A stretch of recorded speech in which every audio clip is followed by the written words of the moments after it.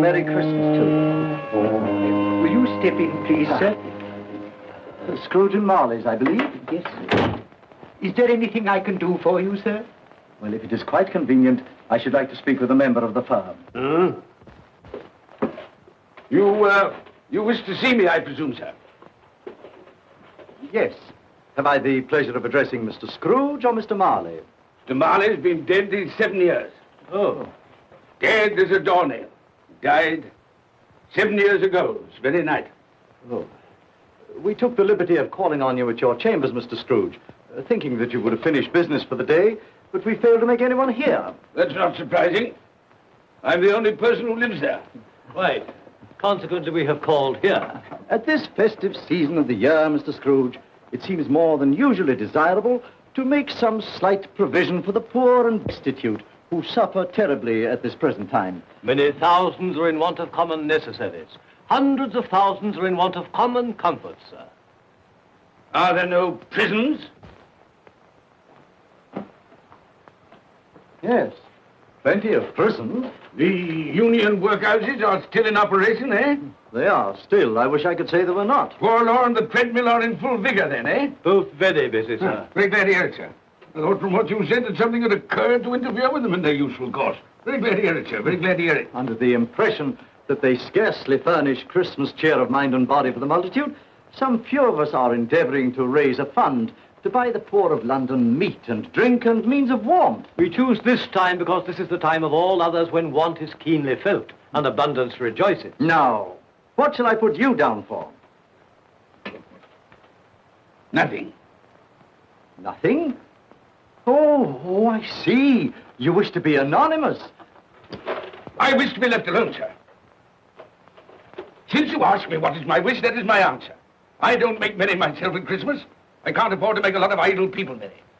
I help to support the institutions we've just mentioned. They cost enough.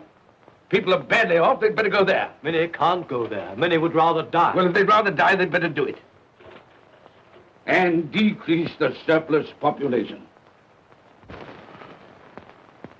Besides, excuse me, sir, I don't know that. But you should know it. It's not my business, sir. A man's got enough to do in this world to mind his own business.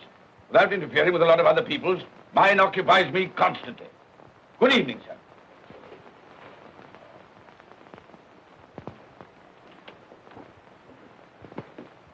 Allow me to express my regrets, sir, if I have said anything. Good evening.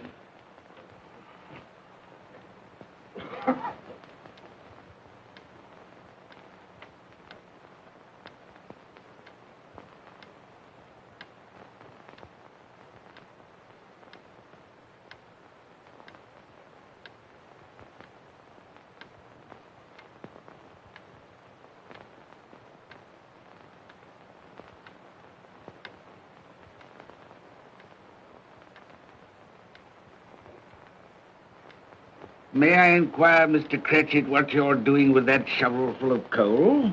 Why, I beg your pardon, sir, but the outer office is intensely cold, and my fire... Dear, your fire? I should have said your fire, sir. Yes, sir. It shows symptoms of going out, and I thought I might venture to replenish it with a small quantity of coal. Yeah. Well, of course, you know, it's very evident to me, you know, Mr. Cratchit, that you and I left apart. Oh, I see no help for it, sir.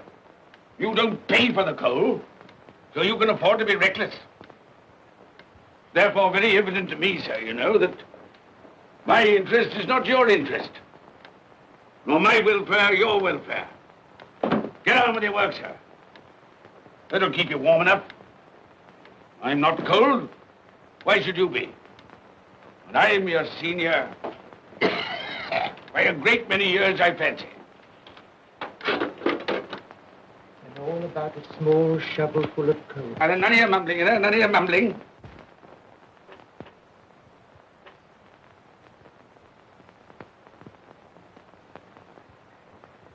You have a wife and family to support, I understand. Yes, sir. Yes, sir. How many children have you got? Around half dozen, sir. 3 boys and 3 girls. Tut, tut, tut. Can I afford a wife? Yes, sir. Eh? I mean, no, sir. Have I any children? I don't know, sir. Eh? No, sir. How much am I constrained to pay you a week for your services? 15 shillings, sir. Ah, be to your interest, sir, to see that you're worth it.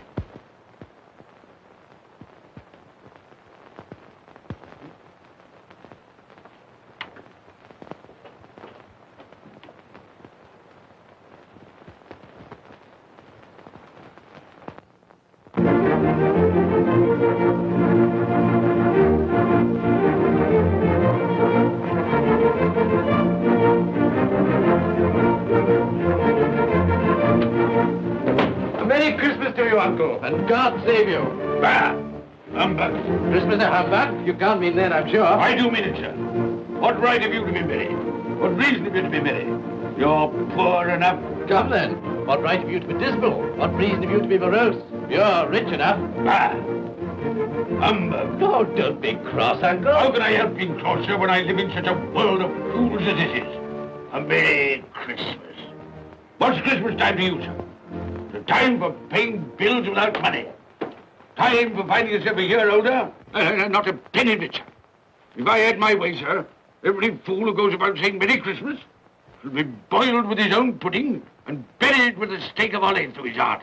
He should. Uncle! Nephew, you keep Christmas your way. Let me keep it in mine. Keep it? But you don't keep Well, let me leave it alone then. Much good has it done you? Much good will it ever do you? It's the only time I know of in the long calendar of the year when men and women seem by one consent to open their shut hearts freely. And therefore, though it's never put a scrap of gold or silver in my pocket, I believe it has done me good and will do me good. And I say, God bless it. Hear, hear. Hear, hear. Mr. Cratchit, if I hear another word from you, you'll keep your Christmas by losing your situation. Dear, dear, dear, dear. Quite a powerful speaker, sir. No wonder you don't go into Parliament. Don't be angry, Uncle. Come, dine with us tomorrow. I'll see you... But why? Why? Why did you get married? Because I fell in love. Because I fell... Good evening. You never came to see us before that happened. Why give that as a reason for not coming now? Good evening, sir. But I want nothing from you. I ask nothing of you. Well, you won't get it, so you won't be disappointed, will you? We've never had a quarrel to which I've been party. So why not let us part friends? Good evening, sir. Well, I'm sorry with all my heart to find you so relative. But I've made the trial in homage to Christmas, and I'll keep my Christmas humor to the last. So a Merry Christmas, Uncle. Good evening, sir. And a Happy New Year. You're a noisy devil, that's what you are, sir. Merry Christmas, Bob Cratchit. And the same to you, sir, and many of them. And not forgetting your good lady, Mrs. Fred. Thank you, Cratchit. A Merry Christmas to you. A Merry Christmas.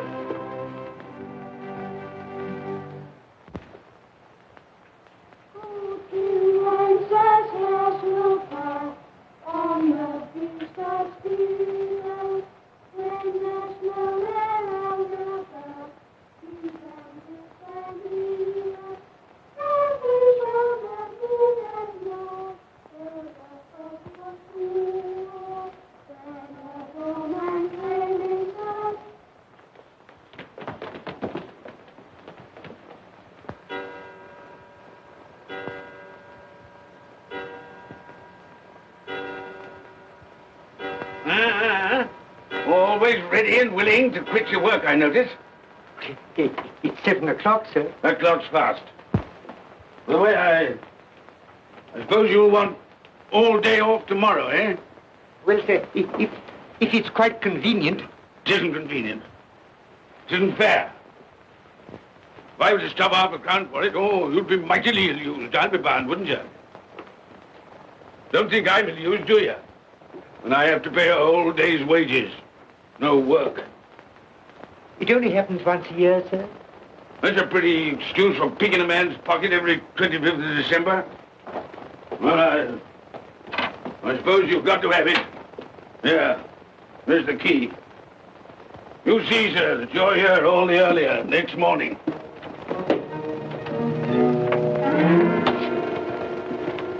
Good night, sir, and a Merry Christmas. Ah, humbug.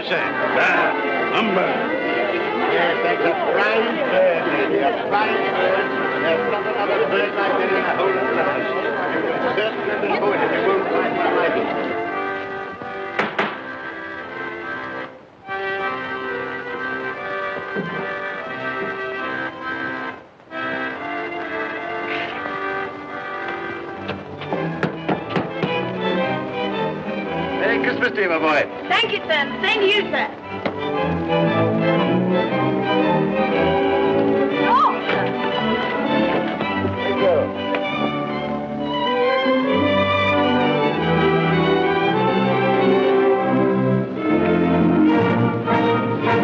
How do you do?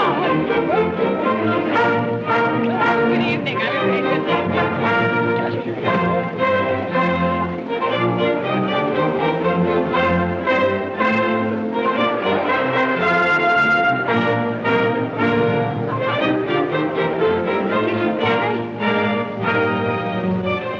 Give us a penny. Get out of this.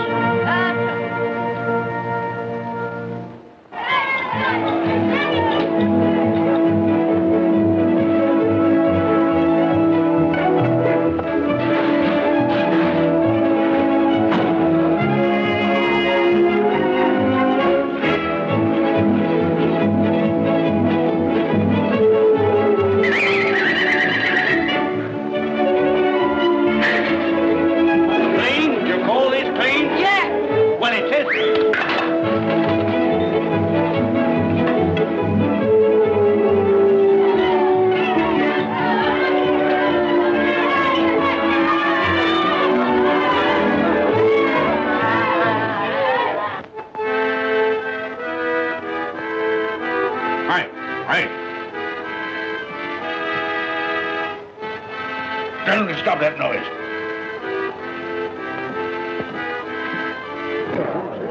My lord, will you make your speech now, or will you let the ladies and gentlemen continue to enjoy themselves? Call silence for the loyal toast.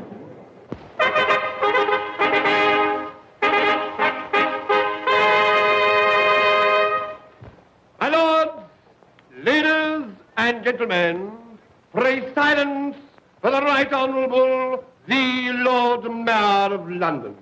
My lord.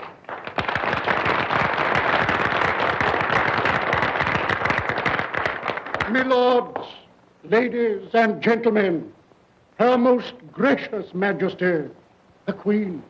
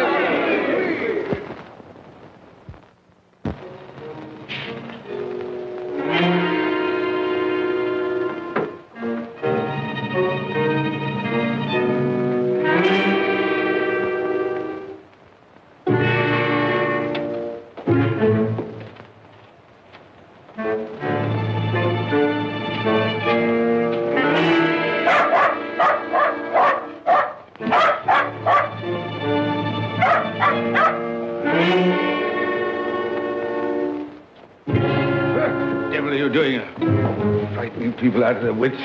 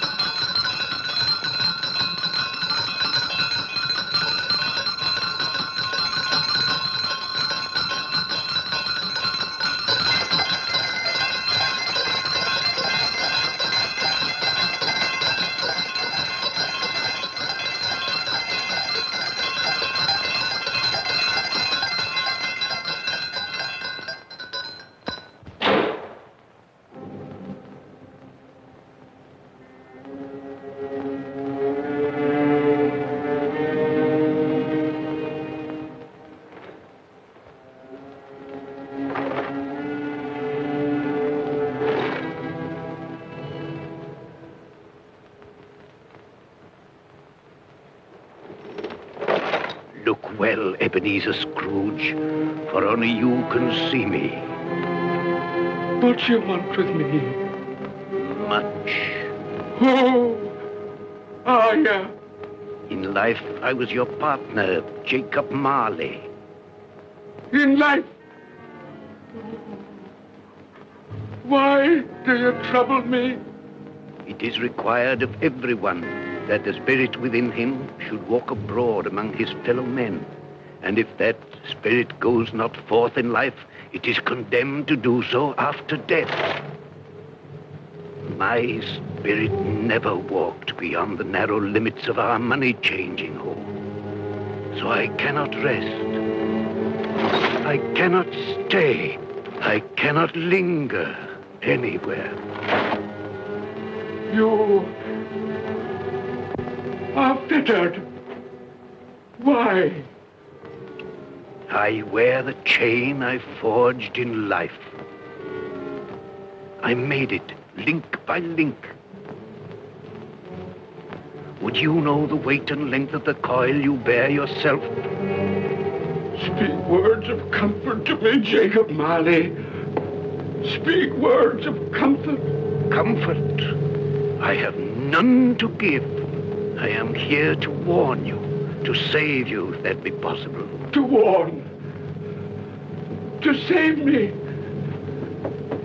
From what?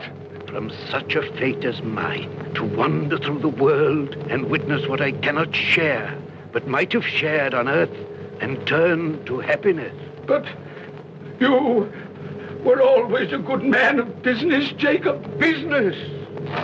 Mankind should have been my business. Charity, forbearance, benevolence, all were my business, as they should be yours. Now heed me, for my time is short. You will be haunted by 3 spirits. Without their visits, you cannot hope to shun the path I tread. You shall behold the visions of a Christmas past, a Christmas present, and a Christmas yet to come. Expect the first when the clock strikes midnight tonight. Marley! Look to see me no more. Marley!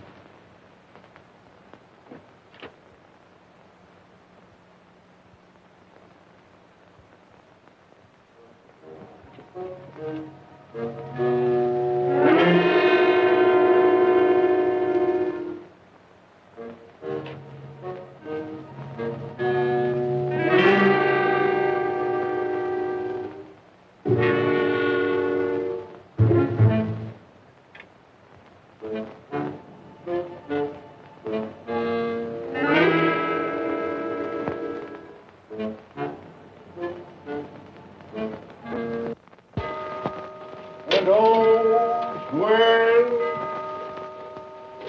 well, with cloak, and all's well.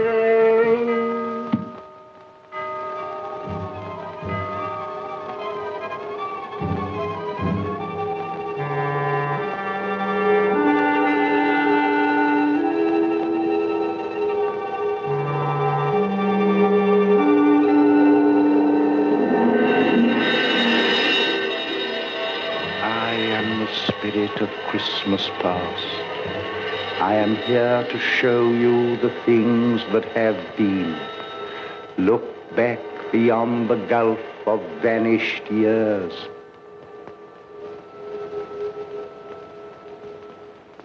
The money is due and must be paid. But, sir, that's impossible. Then I shall have no alternative but to take immediate steps to recover it.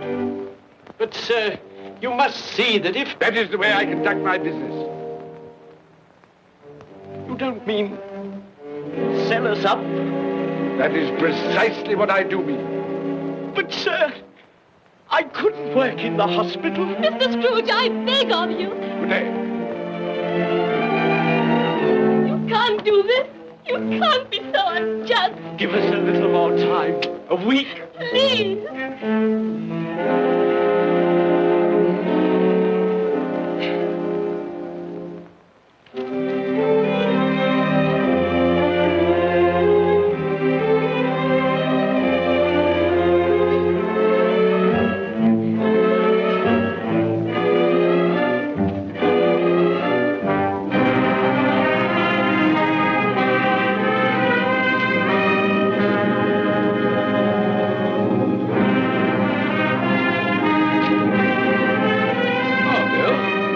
I didn't hear you come in.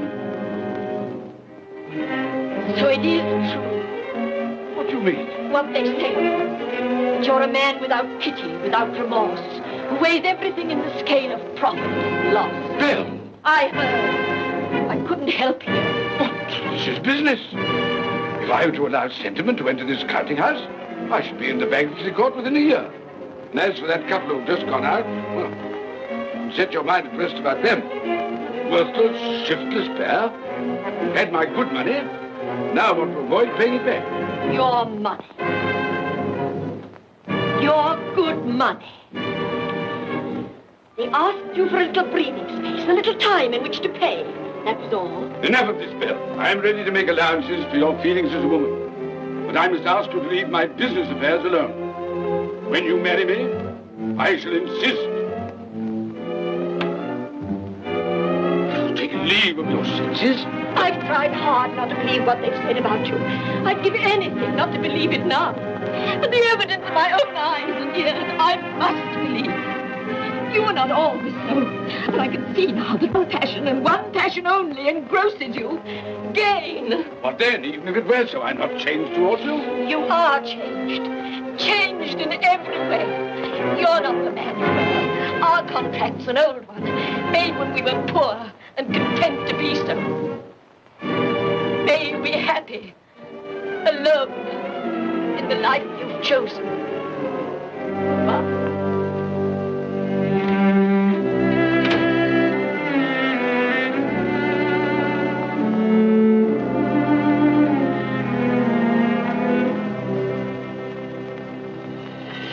Now look and see the happiness you have missed.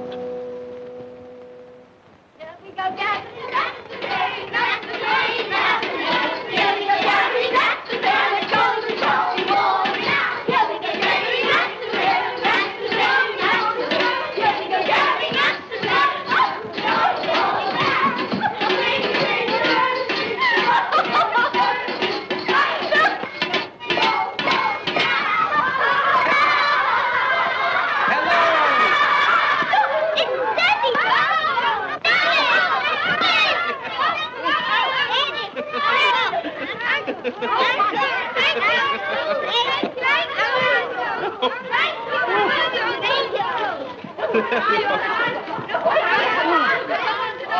Oh, by the way, Bill, I saw an old friend of yours this afternoon. Oh, who was it?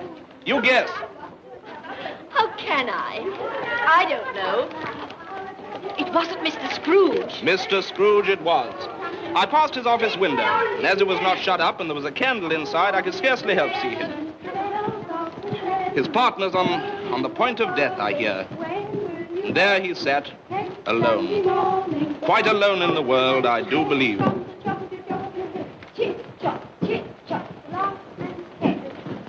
Spirit, I cannot bear it. Haunt me no more. I told you these were the shadows of the things that have been, that they are what they are. Do not blame me. Take me back.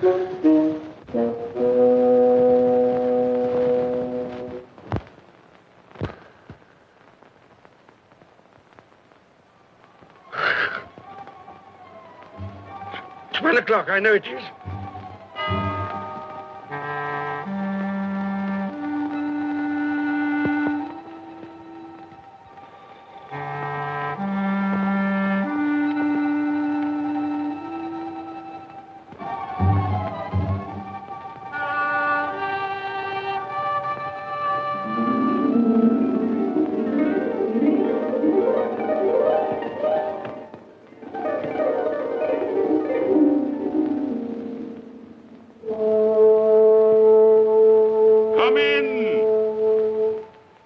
and know me better man. I am the ghost of Christmas present. Look upon me.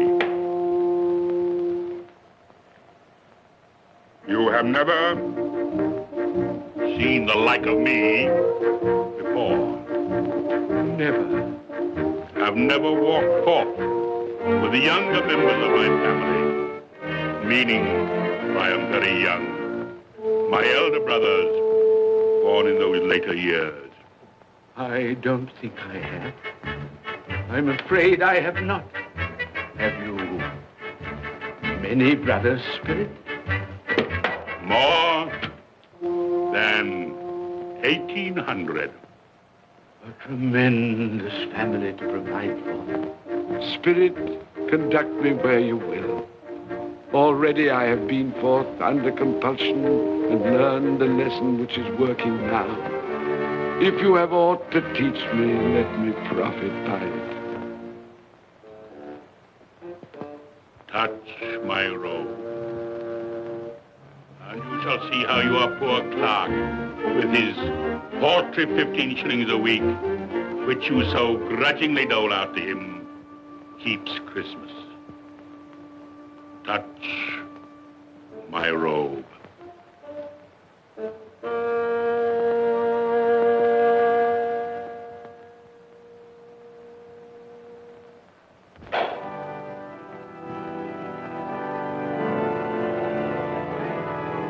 Up you get, Tiny Tim.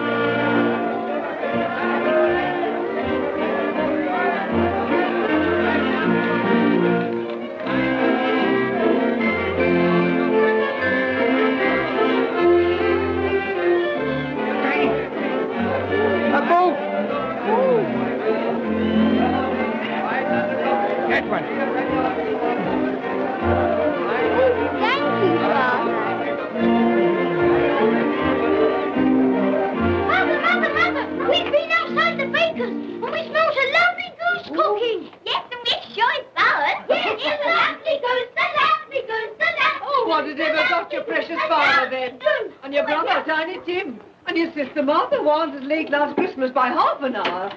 Mother! Oh, bless your heart, my dear. Merry Christmas, Martha. How late you are. Merry Christmas, Peter. Merry Christmas. No. We had a deal of olives to finish up last night and had to clear away this morning. Well, never mind, as long as you are. Come. Come and sit before the fire, my dear, and get it warm. No. Here's Martha. Quick, Martha, hide. Quick, hide.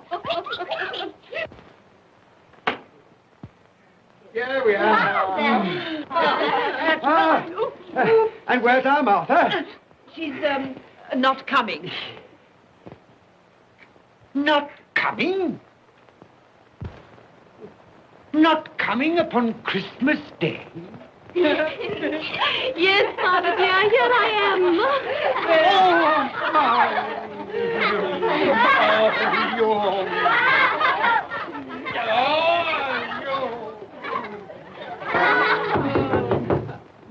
That'll be the goose. I'll fetch it in.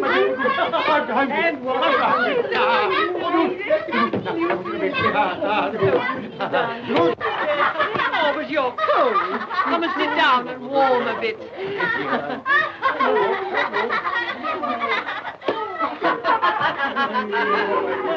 And how did Tiny Tim behave? As good as gold, and better. And somehow he gets thoughtful, sitting by himself so much, and thinks the strangest things you ever heard. He told me, coming home, that he hoped that the people in the church saw him, because he was a cripple. And that it might be pleasant for them to remember, upon a Christmas day, who made lame beggars walk, and blind men see.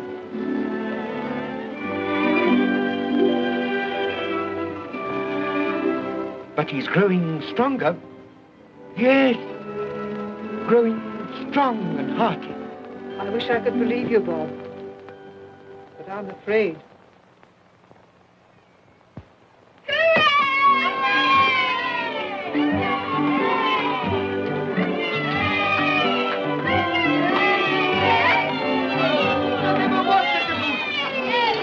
There never will be such a goose.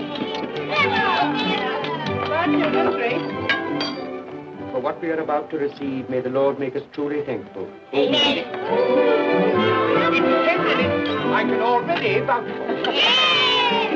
And its flavor will I know surpass my utmost expectations. With the mashed potatoes and the apple sauce.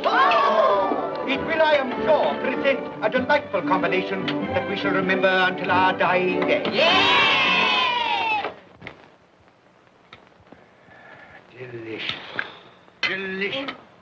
That's the best goose we ever had, Mother. Yes, indeed. Oh, yes. Oh, I've eaten too much. And even now, we haven't eaten it all. You laugh. Love. I envy them.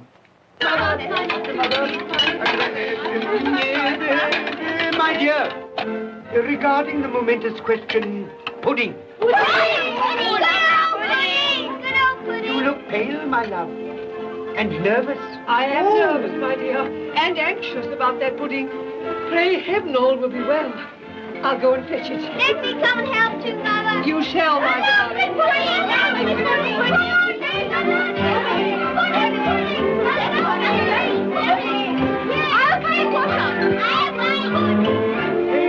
You know, I'm anxious about that pudding. You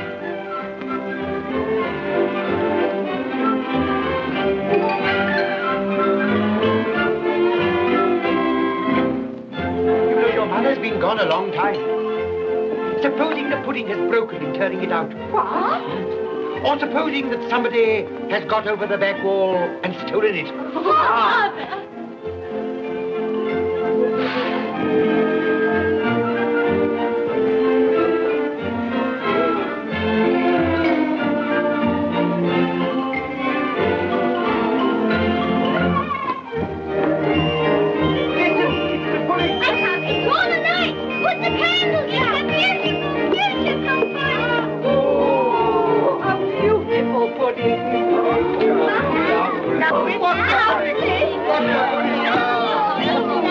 A Merry Christmas to us all, my dear.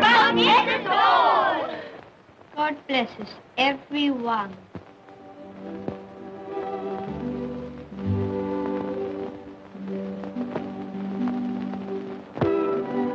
Spirit,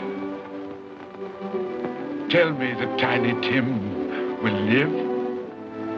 I see a vacant seat in a poor chimney corner, and a crutch without an owner, carefully preserved. If these shadows remain unaltered in the future, the child will die. Oh, tell me that he'll be spared. If he is like to die, had he not better do it and decrease the surplus population? Your words. Man, if man you be in heart, not adamant, forbear that wicked cant until you have discovered what the surplus is and where it is. Will you decide what men shall live, when men shall die? It may be that in the sight of heaven, you are more worthless and less fit to live than millions like this poor man's child. Toast. I give you Mr. Scrooge, the founder of the feast. Founder of the feast, indeed. I wish I had him here. I'd give him a piece of my mind to feast upon. I hope he'd have a good appetite for it. But, my dear, the children, Christmas Day. It should be Christmas Day, I'm sure, on which one drinks the health of such an odious, stingy, hard, unfeeling man as Mr. Scrooge. You know he is, Robert. Nobody knows it better than you do, poor fellow. My dear, Christmas Day. Well, I'll drink his health for your sake and the day's, not his. He'll be very merry and very happy, I've no doubt. Here's Mr. Scrooge's health. Now, children, all together, Mr. Scrooge's health. Mr. Scrooge's health. Mr. Scrooge's health.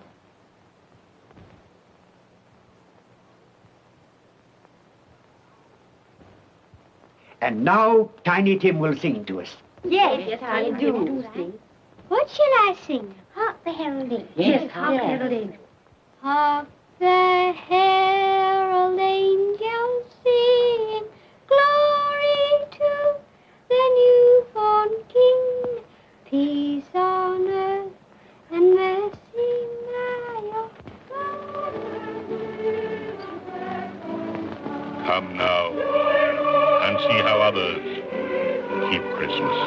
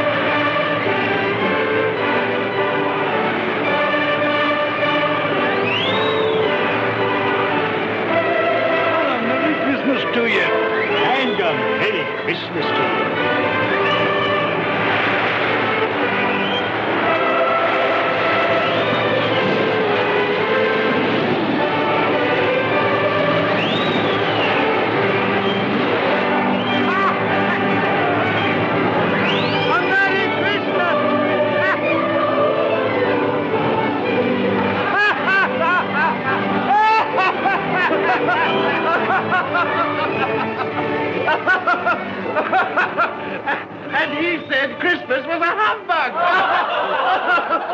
And he believed it, too. Well, more shame on him, Fred. Oh, he's a comical old fellow, and that's the truth. He isn't so pleasant as he might be. Well, his offences carry their own punishments, and I've nothing to say against him. But surely he's very rich. At least you've often told me so. Well, what of that, my dear? His wealth is of no use to him. He doesn't do any good with it. He can't make himself comfortable with it. He hasn't even the satisfaction of thinking that he's ever going to benefit us with it. Well, I've no patience with your Uncle Scrooge. Oh, I have. I'm sorry for him. And here, he's taken it into his head to dislike us, and he won't even come and dine with us. Well, what are you going to play at? Riddles! Good. I'll ask you one. What does the following represent? An animal. Rather a disagreeable animal. A savage animal. An animal that grunts and growls and talks and lives in London. And walks the streets? Yes. And isn't even made ashore? No. Doesn't have a menagerie? No. Isn't a horse? No. Nor a cow? No. Nor a dog. Who?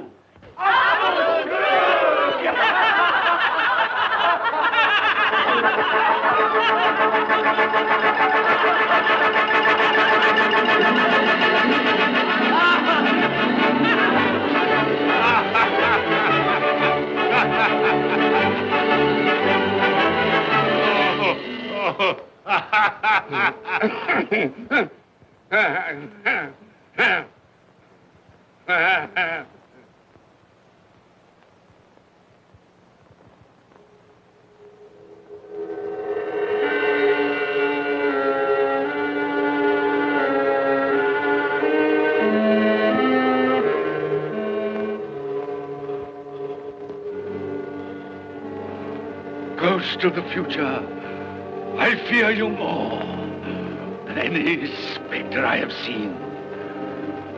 You are about to show me shadows of the things that have not been, but will be in the time to come. And as I hope to live to be another man from what I was, I am prepared to bear you company.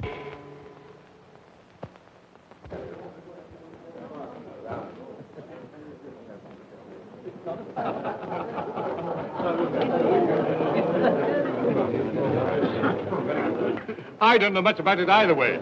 I only know he's dead. When did he die? Last night, I believe. Why, what was the matter with him? I thought he'd never die. Heaven knows. What's he done with his money? Left it to his company, perhaps. He hasn't left it to me. That's all I know. How are you? Very well. How are you? So old Nick has got his own at last. Yes, so I'm told. Cold, isn't it? Seasonable for Christmas time. Oh, yeah. You're not a skater, I Oh, suppose. no. I've got something else to think about. I do not see myself in my accustomed place. Where am I? Why am I not there?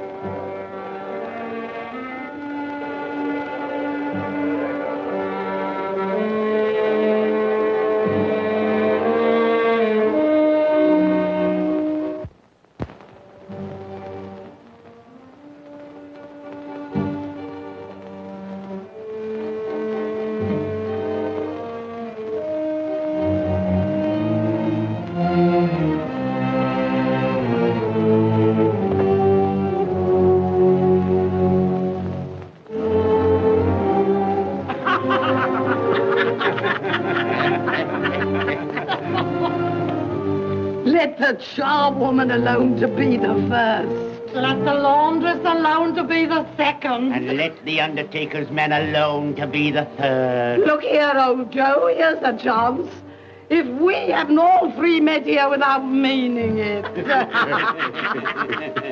You couldn't have met in a better place. Come into the parlor. Come on.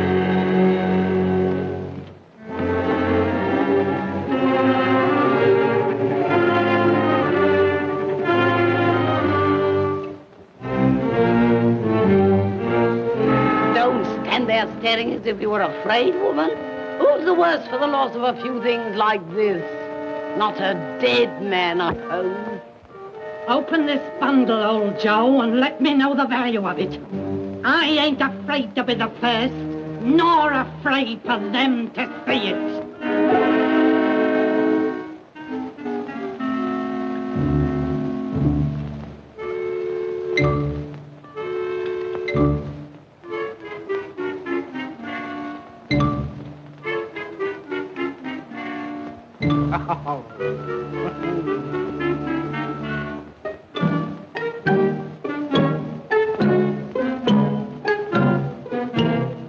There's your lookout. I wouldn't give another sixpence. Now mind, Joe.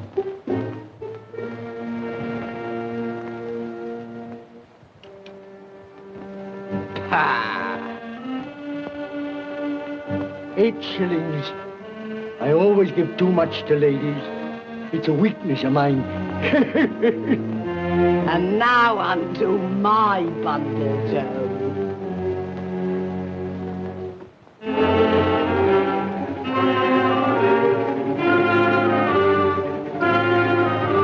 Bed curtains. Ah, bed curtains. You don't mean to say you took 'em down, rings and all, with him lying there?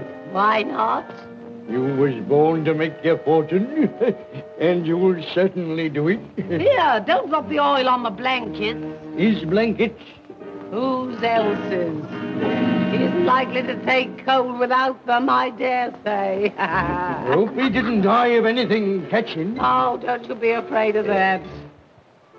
Now, you can look through that shirt until your eyes ache and you won't find a hole in it. It's the best he had. It'd have been wasted if it hadn't been for me. What do you call wasting of it? Putting it on him to be buried in, to be sure. I took it off him. Calico's just as becoming to the body. He couldn't have looked uglier than he did in that one.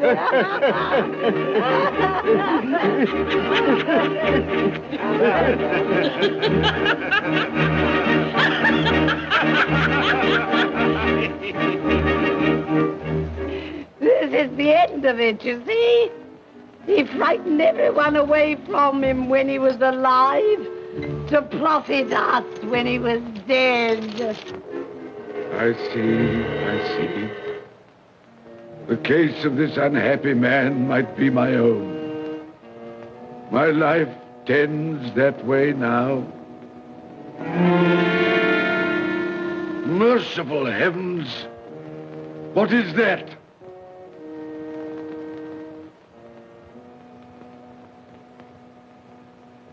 Is this the man they spoke of? Neglected, robbed, hated.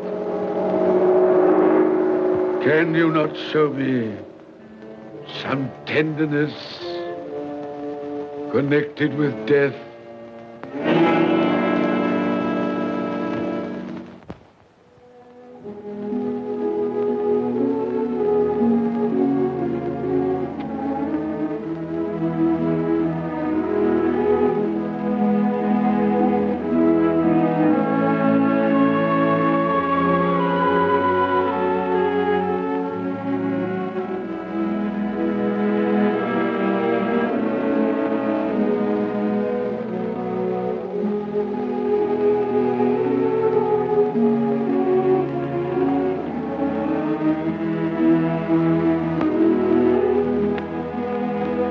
Took a child and set him in the midst of them.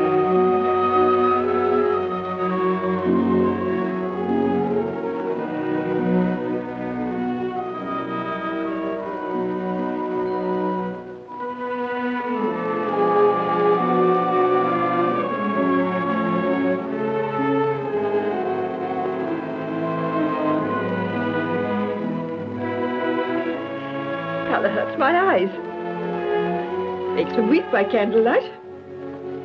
I wouldn't show weak eyes to your father when he comes home from work. Must be near his time. Past it, rather. I think he walks a little slower than he used these last few evenings, Mother. Yes. I've known him walk with Tiny Tim upon his shoulder, very fast indeed. So have I, often. And so have I. But he was very light to carry. And his father loved him so, it was no trouble. No trouble.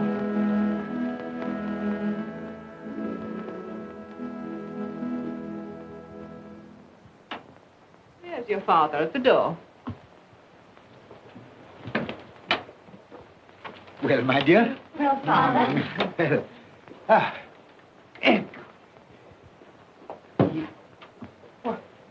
My dear, you have been quick. They'll be done long before Sunday. Sunday? You went today then, Robert? Yes, my dear. I've seen where our Tiny Tim is to rest. It had done you good to see how green a place it is.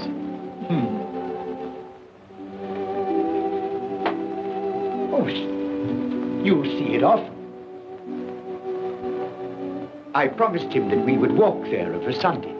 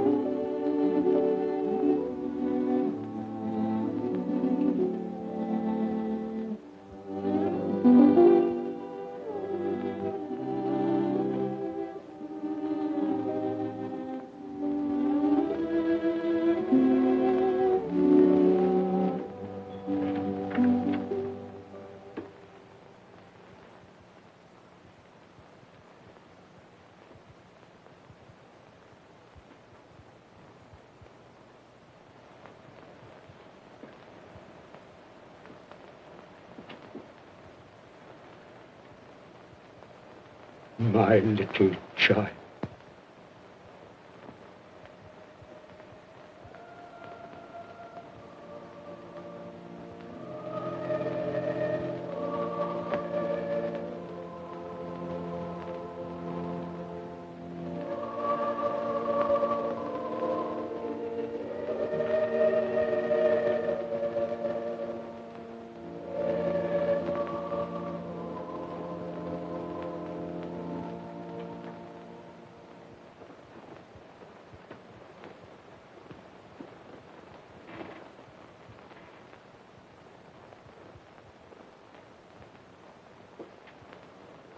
Tiny Tim,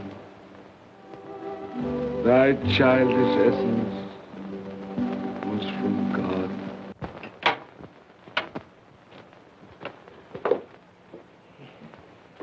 I met Mr. Scrooge's nephew today, and he said to me, I'm heartily sorry for you, Mr. Cratchit, and heartily sorry for your good wife. Though how he knew that, I don't know. Knew what, my dear? Why, that you were a good wife. Everybody knows that.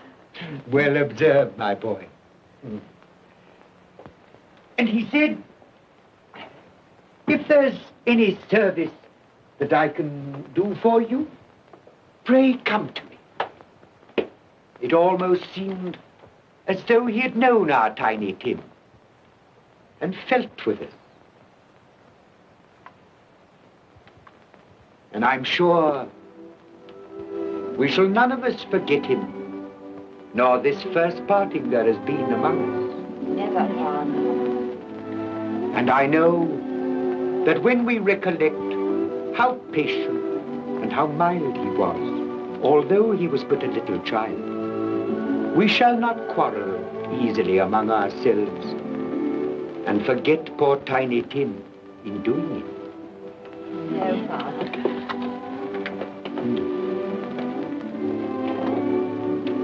I'm very happy. Very happy. Now, Spirit, tell me what man that was whom we saw lying dead.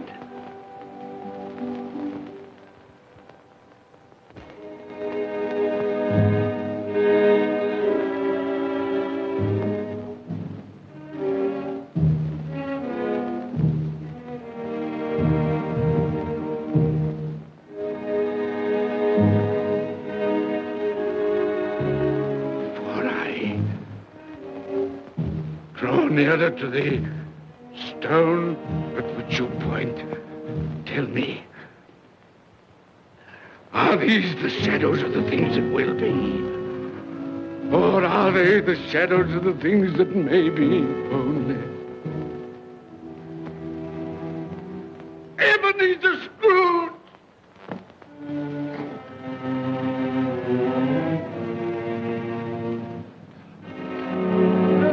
That man who lay upon the bed. No, Spirit, no. I'll not be the man I was. I'll not be the man I must have been but for this intercourse. Why show me this if it is all too late? Tell me I may sponge away the writing on this stone. I will honor Christmas in my heart and try to keep it all the year. I will live in the past, the present, and the future. The spirits of all three shall strive within me. I will not shut out the lessons that they teach. No, no, no, no.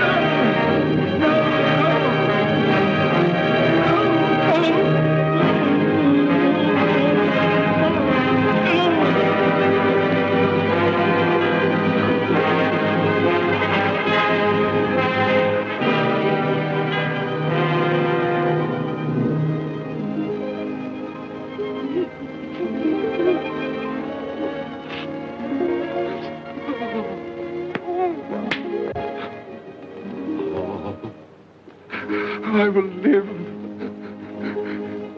in the past, the present, and the future. Oh, Jacob Marley, heaven and Christmas time be praised for this. I thank you. my knees, I thank you, Jacob. On my knees. No, they're not torn down. They're not torn down. Ah! Things that would have been may have been dispelled. They will. They will. Yeah, they will. They will.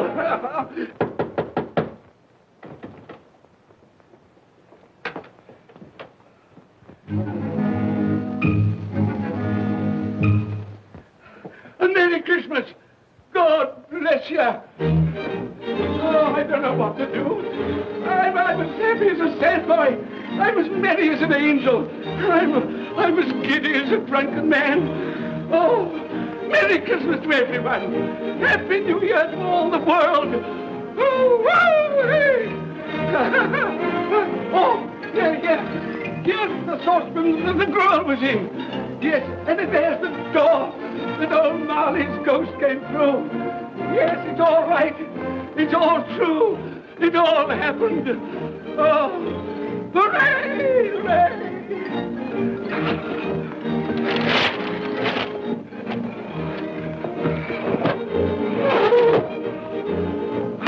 Glorious, glorious. Hey, boy! Hey, a Merry Christmas! It is Christmas Day, isn't it? Why, of course. I knew I hadn't missed it. Oh, the spirits have done it all in one night. Hey, do you know the poulterer at the corner of the street next but one? I should hope I did. An intelligent boy, a remarkable boy. Do you know if they've sold the prize turkey that they had hanging there? It'll be hanging there now. Well, you go and buy it. Walker. No, I'm in earnest. You go and buy it and bring it back here, and I'll tell you where to take it. And you come back with the man, and I'll give you a shilling. You come back in less than 5 minutes, and I'll give you half a crown. Hooray! Go on, hurry up, hurry up. I'm going to send it to my clerk, Bob Cratchit. He won't know where it comes from. It's twice the size of Tiny Tim. He's not dead, you know. He's not dead.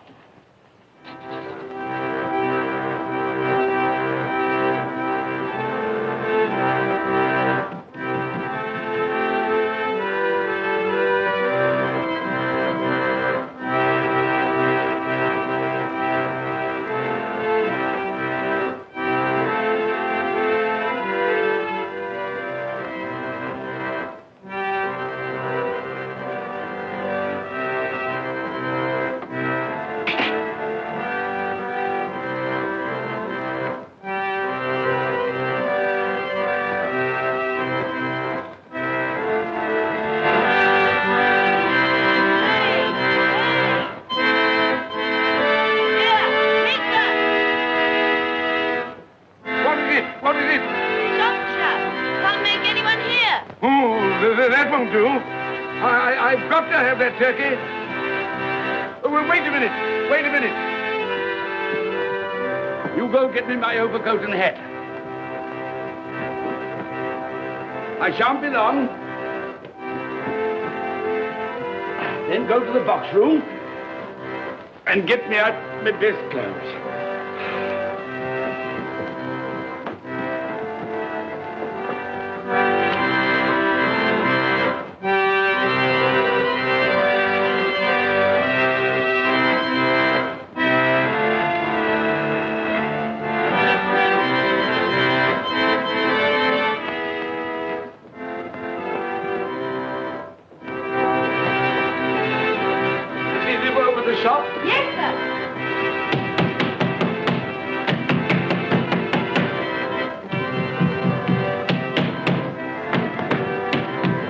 Merry Christmas! Have you sold that prize turkey of yours yet? The big one, I mean. Now!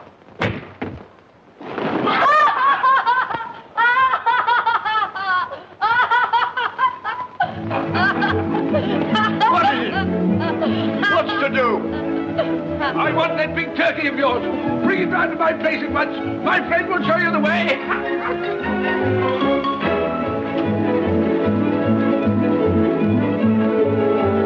Hello, Molly. Merry Christmas.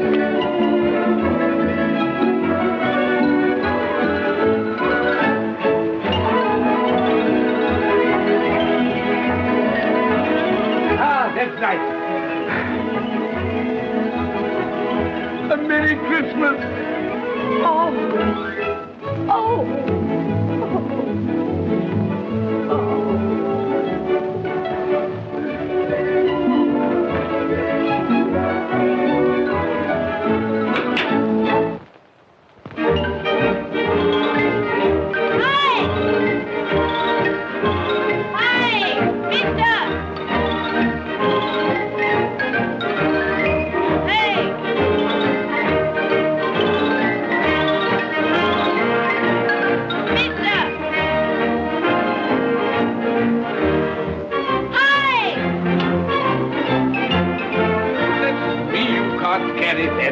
You'll have to have a cab. There you are, my boy. There's the address. There's the money. Yes. And there's the money for you. Very kind of you to have brought it round. Merry Christmas, my dear. Thank you, sir. The same to you. Good day, gentlemen. Merry Christmas to you. I hope you succeeded yesterday. Mr. Scrooge. Yes, that's my name. I'm afraid it's not a very pleasant one for you, but will you allow me to ask your pardon? And would you be good enough to put me down? Lord bless my soul, my dear Mr. Scrooge, are you serious? A round 100? Yes, not a farthing less, not a farthing less. Sir. I'm afraid there are many back payments included in it. My dear Mr. Scrooge. Yes, you come round and see me. You will come round. Oh, we will. Thank you. Thank you. Bless you, gentlemen. Bless you. Who's that won't come and dine with you? Uncle Scrooge! Oh. Still, what's the consequence? He won't lose much of a dinner. Indeed. Well, I think he'll lose a very good dinner.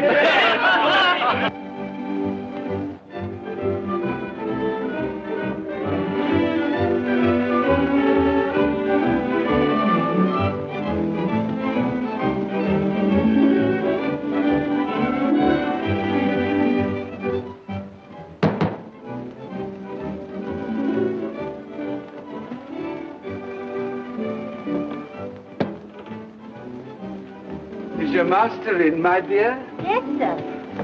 Can I see him, my love? He's in the dining room, sir. I'll show you in. He knows me. He knows me. You sit there. Thank you. Here, Paddy. Thank you so much.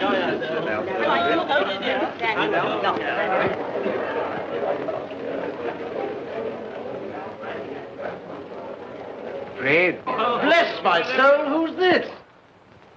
It is I, your Uncle Scrooge. I've come to dinner. Will you let me in, Fred? Why, it's Uncle Scrooge. It can't be. Will I?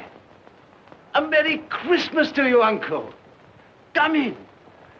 Come in and join us.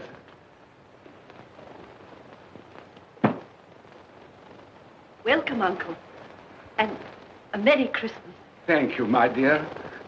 A Merry Christmas to you all. A Merry Christmas.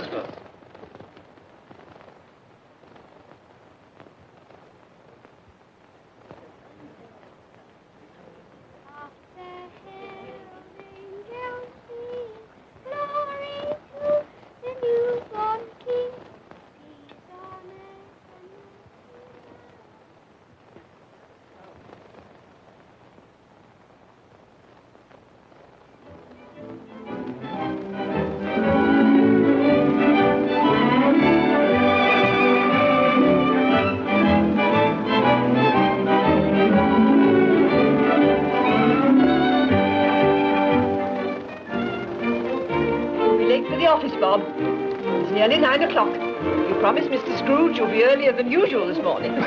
So I did. Thank you.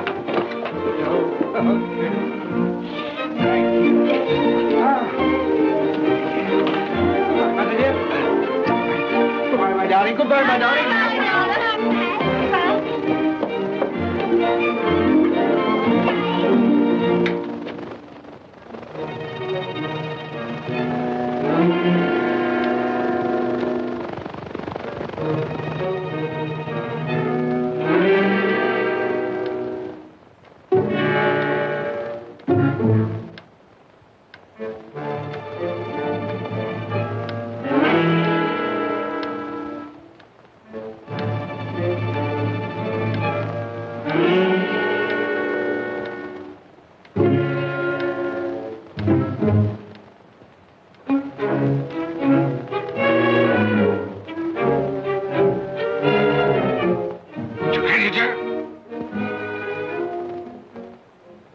What do you mean by coming here at this time of day? I'm very sorry, sir.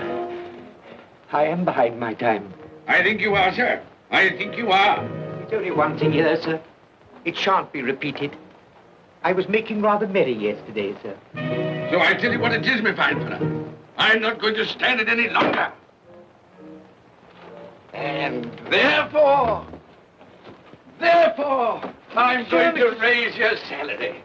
Sir, you must be joking. Never more serious in all my life, Bob. I'm going to raise your salary, and as for dining things, I'll be a second father to you. Oh, God, no more work today, Bob, no work today. Make haste your battery, Bob. They'll be wanting it today, Bob. They'll be wanting it today. A Merry Christmas, Bob. A merrier Christmas, my good fellow, than I've given you for many a year. Go on now. Go on. Merry Christmas to all the world. Happy New Year to everyone. God bless us all. God bless us, everyone.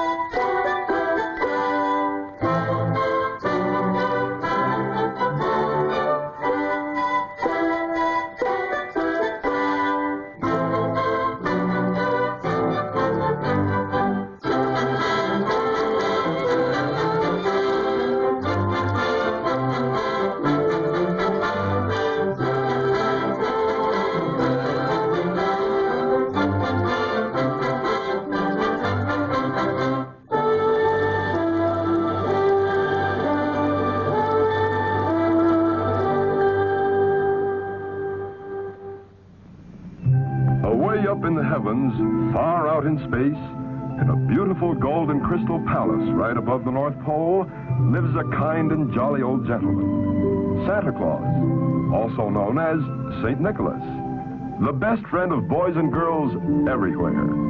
But let's move in for a closer look. Come along.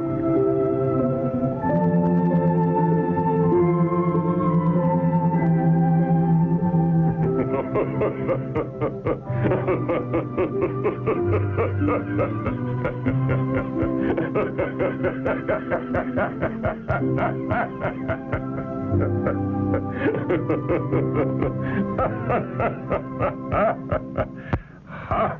It's almost Christmas, and I must finish the toys for all the good children on Earth. I hope you'll pardon me, but you know I mustn't be late.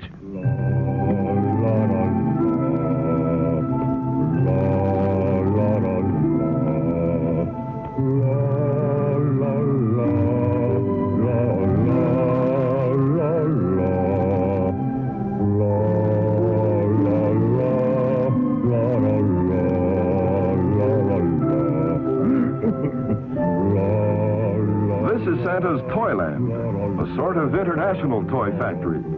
Here are gathered boys and girls of different races and creeds.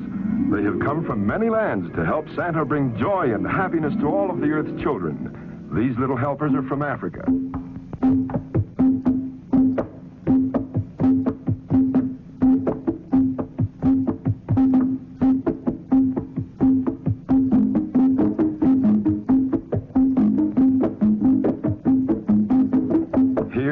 Santa's helpers from Spain.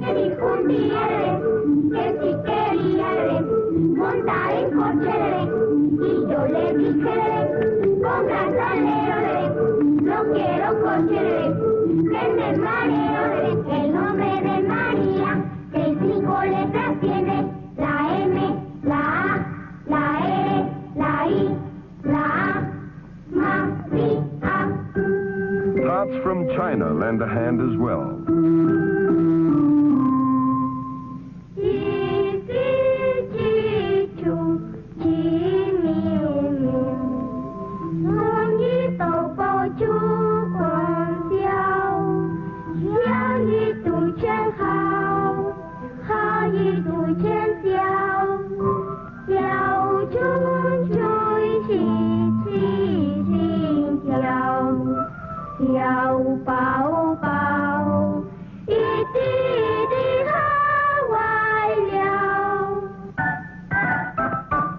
Boys and girls from England. The bridge is falling down, falling down, falling down.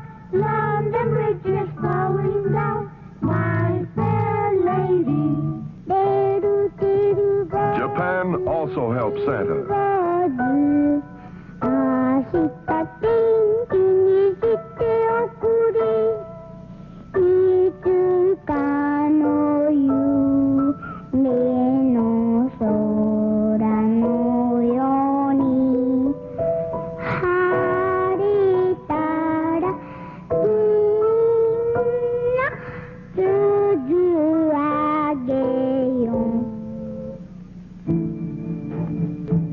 Talented children from the Orient.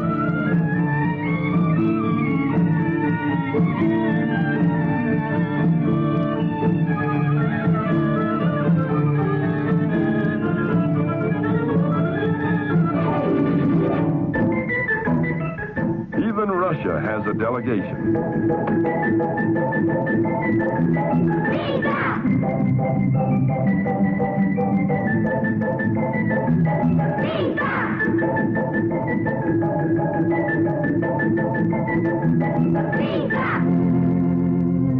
The group from France, headed by Yvette and Pierre.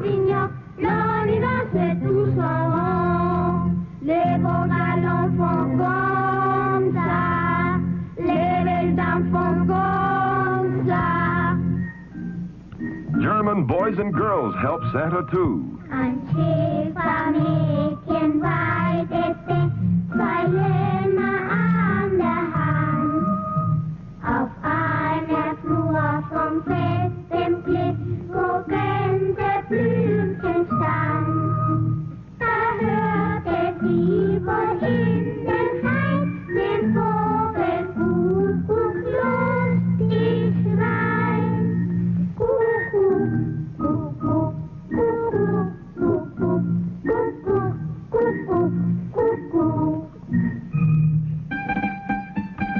here's a happy song from Italy.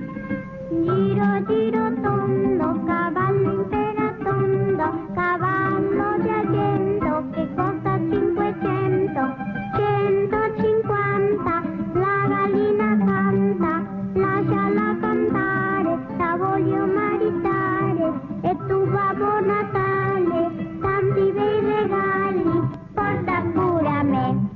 The islands of the Caribbean. Se fa la guerra, che dolor, che pena. Se fa la guerra y no sé cuándo vendrá. Que lo re fa, no sé cuándo vendrá. Mambrú se fue a la guerra, que dolor, que pena. Y se fue por la Pascua o por la Trinidad. Que lo re fa, o por la Trinidad.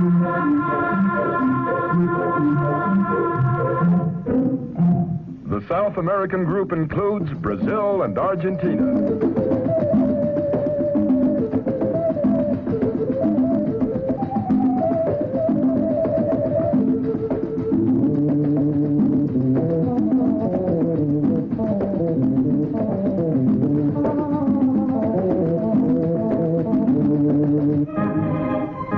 The countries of Central America. Se moja y se seca como los demás. Agáchate y vuélvete a agachar, que las agachaditas ya saben bailar. Children from the USA. Mary had a little lamb, little lamb, little lamb. Mary had a little lamb, as sweet as white as snow. It followed her to school one day, school one day, school one day. It followed her to school one day, which was against the rule. A neighborly group of helpers from Mexico. Naranja dulce, limón pasito, dame un abrazo que yo te pido. Si fuera falso mi juramento, en otro tiempo te olvidarán. La cucaracha, ya no puede caminar, porque levanta las dos patitas de atrás. Naranja dulce, limón pasito, dame un abrazo que yo te pido. Si fuera falso mi juramento, en otro tiempo te olvidarán.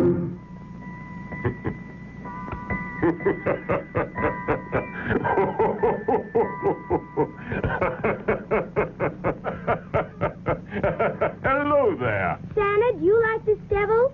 Huh? Devil? Now, let's see. Don't think anybody ordered this. Well, now, how does it work? What is the sense of it? Like this, Santa. You must light it. Let's have it.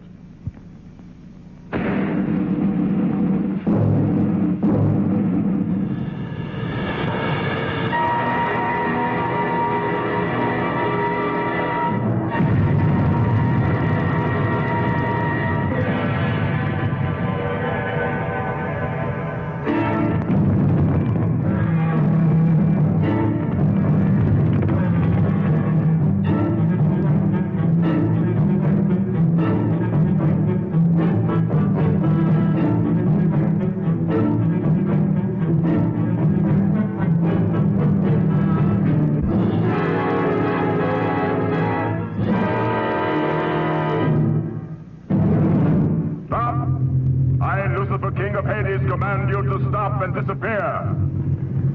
Begone, all of you! Except Pitch. You, Pitch, chief of all my demons, must listen closely. The time is almost here when you must abandon the brimstone pits and journey up to Earth.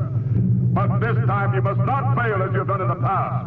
You must not be defeated by that bearded old goat, Santa Claus. If you do not succeed in making all the children of the earth do evil, you shall be punished. And instead of red-hot coals, you will eat chocolate ice cream. No, Lucifer, king of all the evil spirits. Not that. By the horns of everything satanic, I beg you. To live, I must have heat. Frozen meals are bad for me, especially chocolate. It's very bad for my digestion, which is so delicate. Yes, I promise, O priceless Prince of Hades, that by my many wiles I will finish off Santa forever and see that the children commit terrible deeds and make Santa Claus angry. Go on, then! and show the world who is its real master. So be it, Lucifer. Demons of Hades, transport me to earth. And so the devil rose to earth. You heard what he said to Lucifer, but will he be able to keep his promise?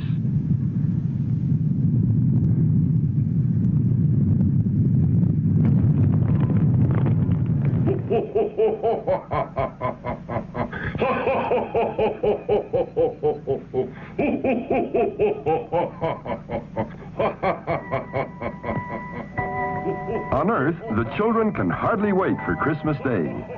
They gaze longingly at the toys they hope Santa will bring them. Here is a good little boy, whose daddy is quite rich.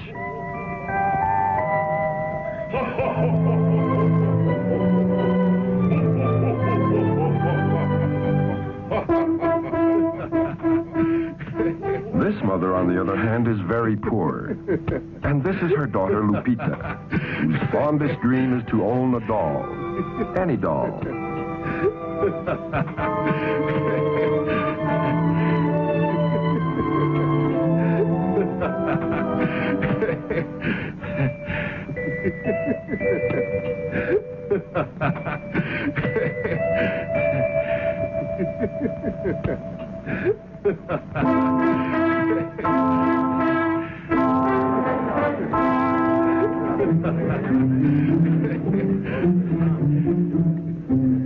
Who are these three?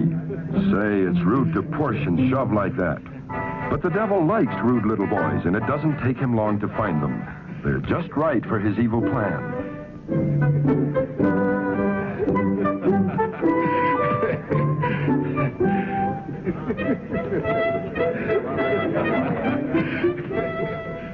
Well, one thing is certain. The devil has turned them against Santa Claus.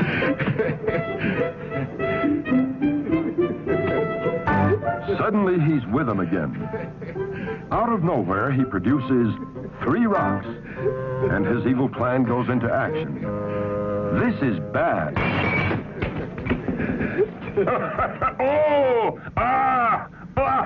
Darn that devil. Oh, I'm sorry, but that old devil is always annoying me with his mischief. If I could only go down there now, I'd put him in his place. But everyone knows I can only go down to Earth on Christmas Eve and not before. In the meantime, that old double piece just as a blizzard. A short while ago, I saw the devil whispering to 4 children, and one was a poor little girl. You know who they are? I've got their names. The bad boys are. No. The naughty boys are not important. They will get punished in due course. The ones I must reward are the other children, like the good little girl. I've got their names right here. The girl is called... Better look through the telescope, Pedro. We'll find out what they're doing. This is Santa's magic observatory. What wonderful instruments. The ear scope, the teletalker that knows everything, the cosmic telescope, the master eye. Nothing that happens on Earth is unknown to Santa Claus. By thy magic powers, look for the child we're seeking, whether she's in a cave or behind 1,000,000 mountains.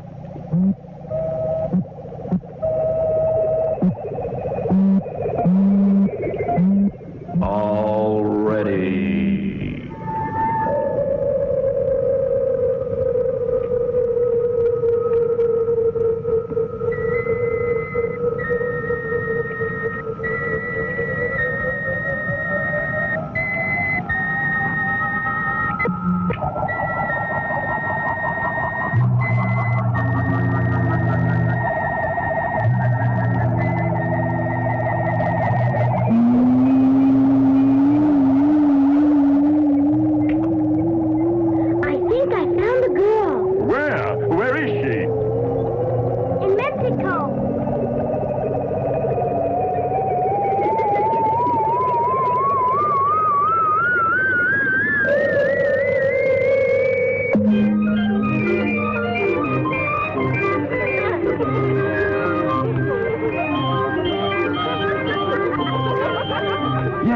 It's Lupita, all right.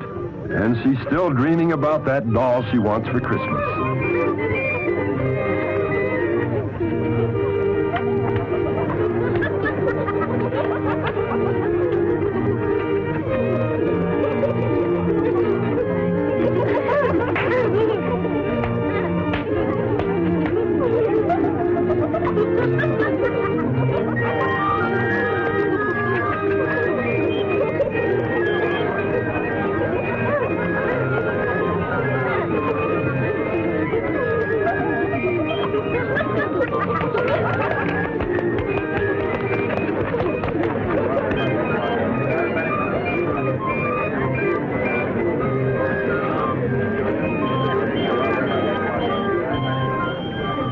Lupita isn't thinking of stealing that doll, is she? No, no, Lupita. You shouldn't steal. Put it back.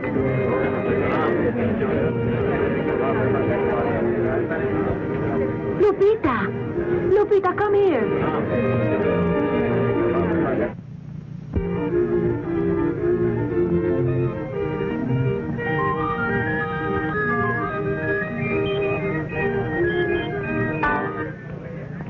It's yours.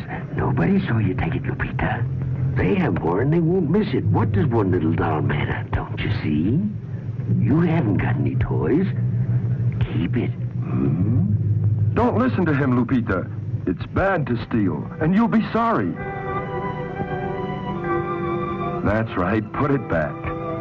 Good girl. Precious.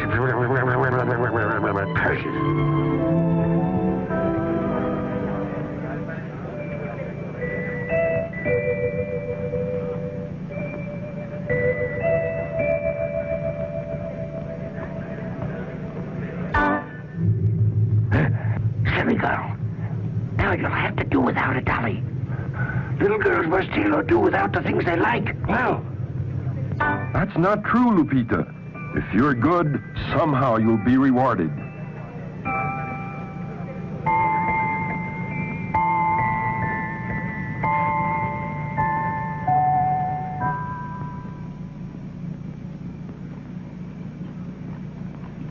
Hooray for her! Hooray for her! All my friends can ignore the devil.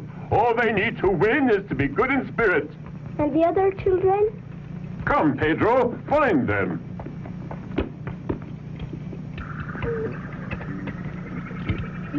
By thy magic powers, look for the child we're seeking, whether he is in a cave or behind a million mountains. Okay.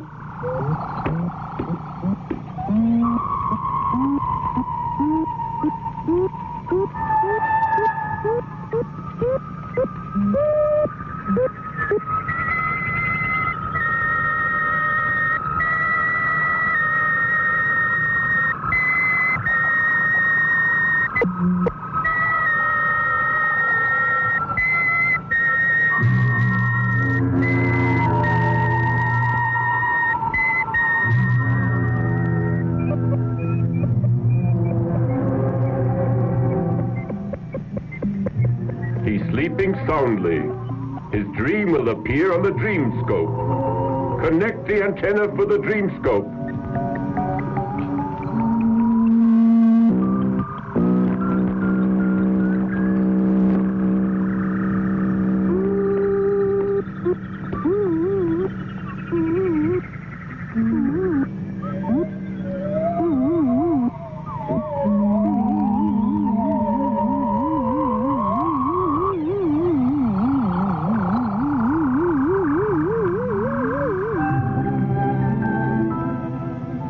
Let's watch the little rich boy's dream.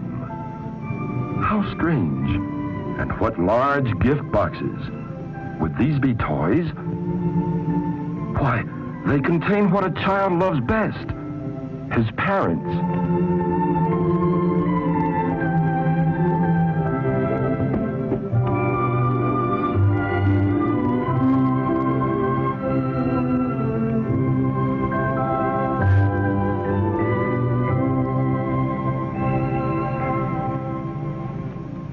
Sono inewa. Nanno kotonanno. A dream is a wish that the heart makes. That little child is not wealthy. He gets everything he wishes just by asking his parents.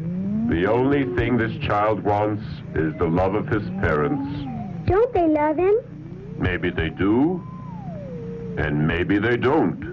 But soon we may find out the truth. And Lupita, what do you think she might wish? If she's already sleeping, we might be able to see her dream.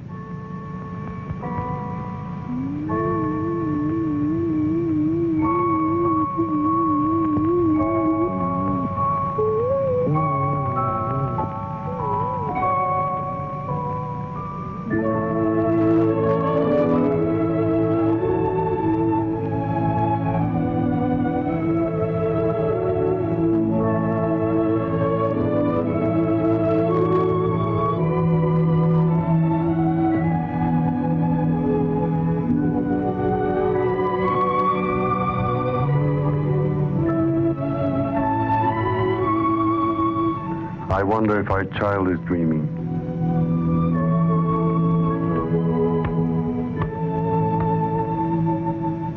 I recall when I was a little girl, I often would dream of great riches. That I had all the things I wished for and not a care in the world. But at times I also dream with the devil. Confounded devil. Why can't he leave Lupita alone?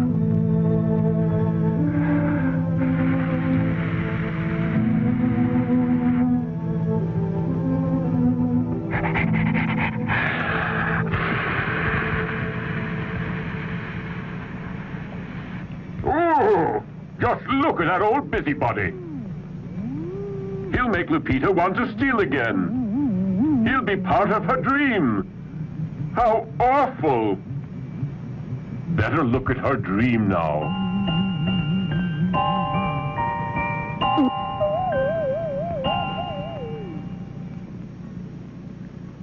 I'm a little dahlia dressed up in blue. She's very pretty and her name is Sue. Once I took her shopping, she got sick, and then when I took her home, she got well again.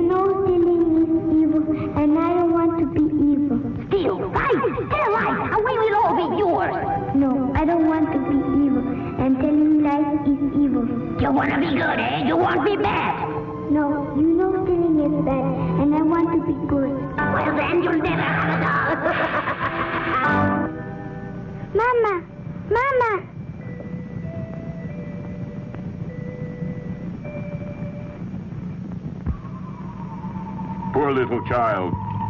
Believe me, that old pitch is going to pay for this. The very minute I get to Earth, he will pay for what he is doing. And the 3 little boys, the ones who broke the window, maybe they have done more mischief. Santa Claus, salgaste a Kemashoka? Yes, look for them.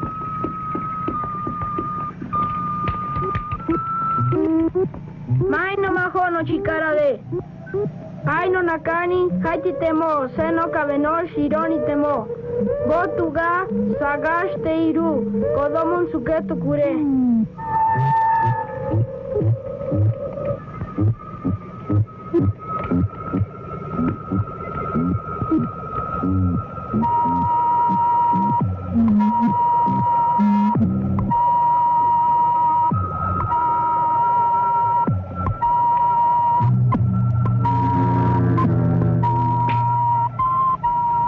The 3 boys are beneath a large bed, but they are speaking in a low voice. Let's tune in the earscope. Now we will learn exactly what they are planning.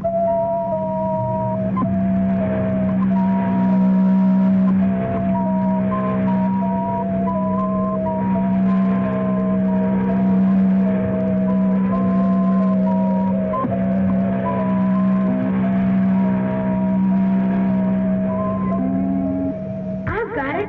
We'll break our neighbor's windows. Yeah, and we'll steal that kid's toys. He's got a lot of them. If we were good boys, we'd get toys too. What's the fun in that? It's no fun to be good. Anyway, Santa Claus doesn't care about us. He's too far away. Let's write him a letter and tell him we've been good as angels. You think he's gonna fall for that?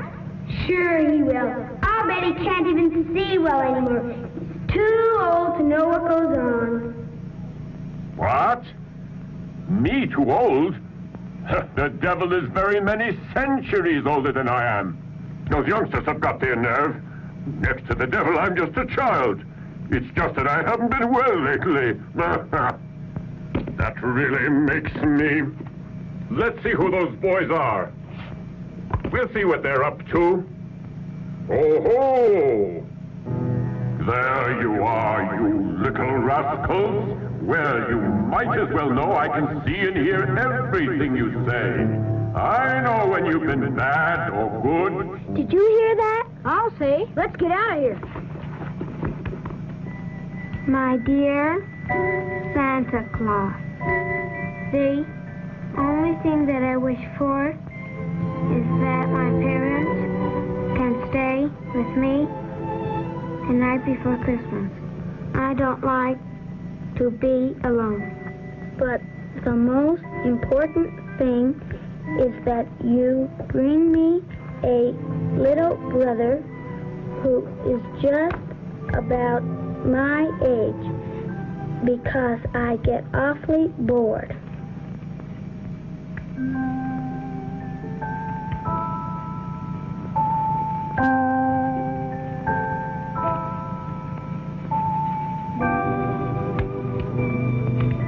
I know it's hard for you, but maybe you could get me a papa.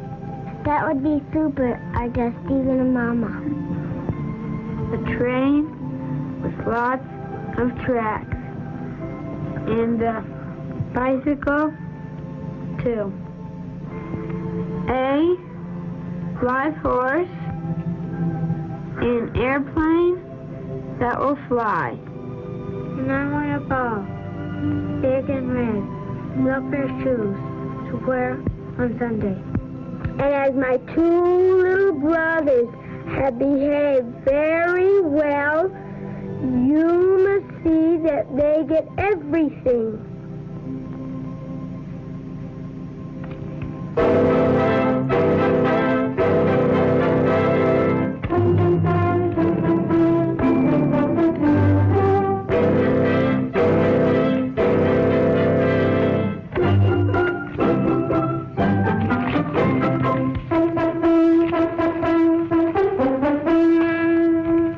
Santa Claus, Santa Claus, Santa Claus, Santa Claus, Santa Claus, Santa Claus, Santa Claus, Santa Claus, Santa Claus, Santa Claus, Santa Claus, Santa Claus.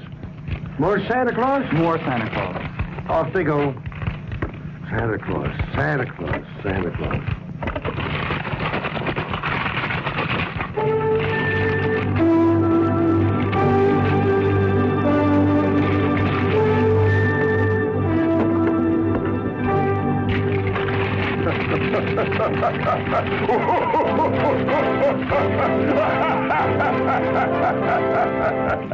Wonderful! Marvelous! Stupendous! Just look at all those letters! They don't forget old Papa Noel, St. Nicholas, Santa Claus!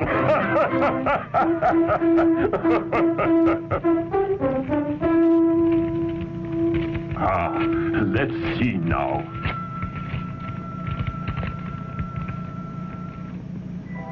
My dear Santa Claus, this year I have behaved very well. I have been obedient and have studied very much. For that reason, please try to bring me these toys.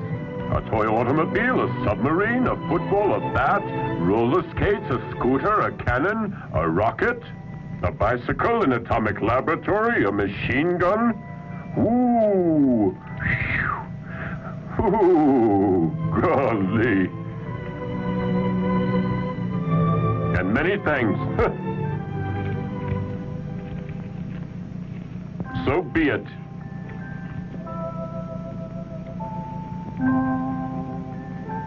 And as my two little brothers have behaved very well,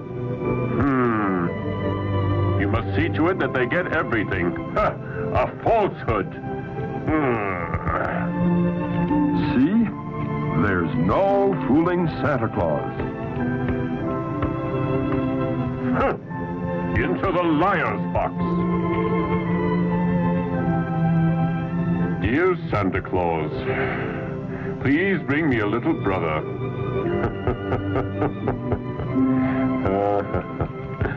Here's one for you, Mr. Stork.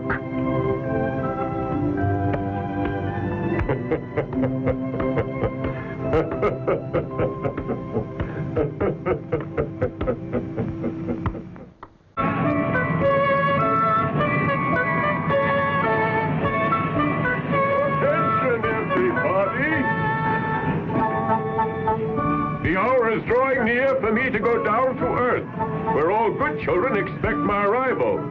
As you know, Christmas Eve is almost here, and we still have thousands of things to do. Let's all make a big effort to get our work finished. It's up to you.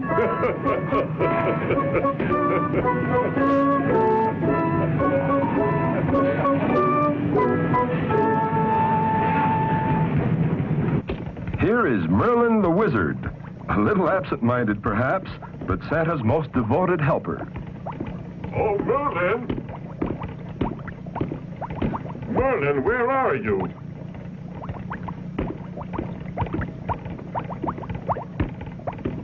Mr. Merlin!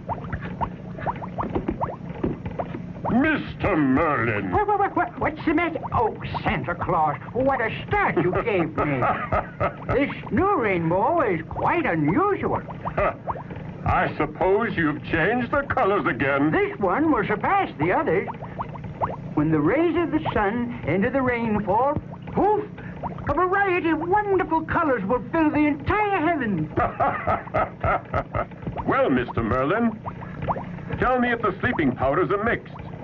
The dreaming powders that fill everyone with joy and goodwill, and the flowers that disappear. What's the date, eh? On the Earth, it's the eve of the 25th of December. Oh, so it is. In 3 minutes, they'll be ready. I shall reveal to you the secret of the magic stardust concocted by Merlin, which is unsurpassed for sound sleeping. Please, let me go by.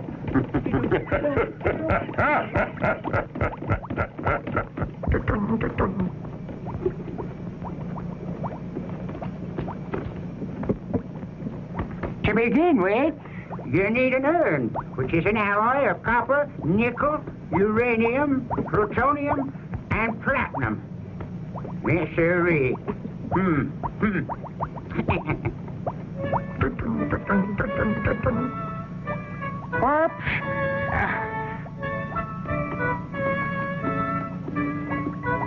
Oh, what a dummy I am. I forgot the urn. And without the urn, I can't mix the ingredients, can I? No, you can't.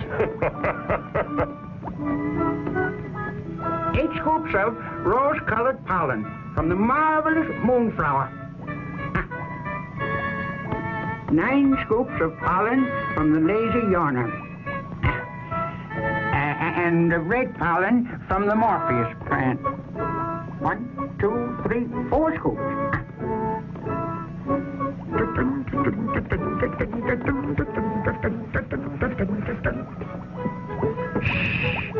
The last ingredient is the most important thing.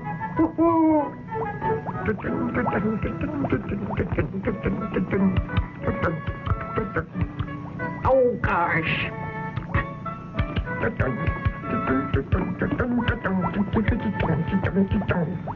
What a memory. I keep forgetting the urn.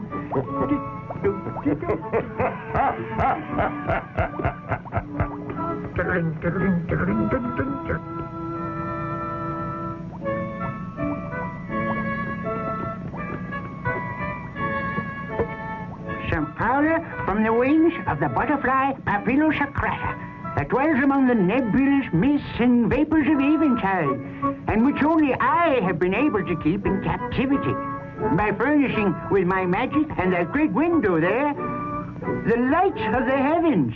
Yeah.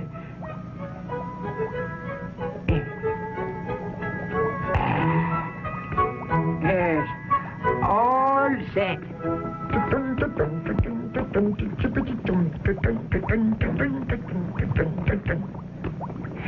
See?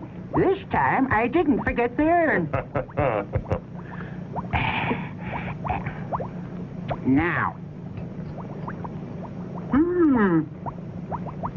You freeze it with the light blue flame of frozen fire, and next thing, it's ready.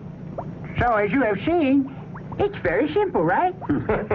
Let's see now. Open up your pack. Alley-oop.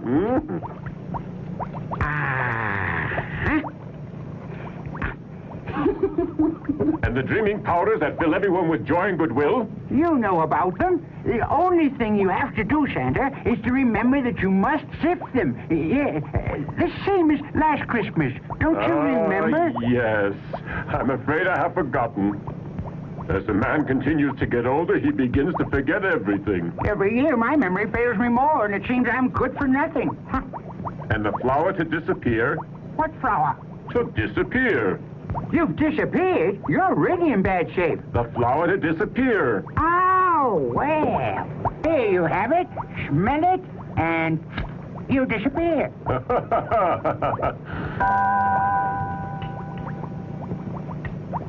Well, what do I have to do to make myself visible again? Oh, what happened to your memory? Can't you remember anything? The same as last Christmas. Why, of course.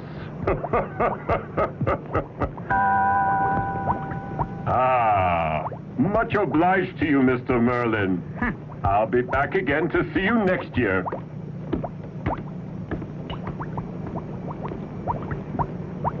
Next, Santa calls on the master blacksmith and keymaker of the palace.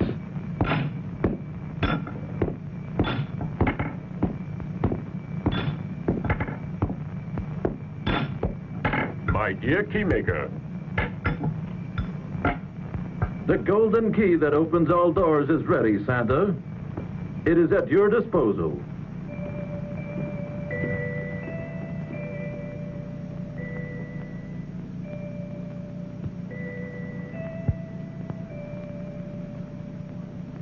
I think you'll agree it's a real work of art.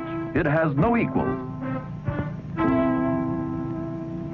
Thank you, my dear keymaker. Only you could make a key such as this, which would turn the lock of every door on earth. Please try it on the locks of 1,000 magic portals.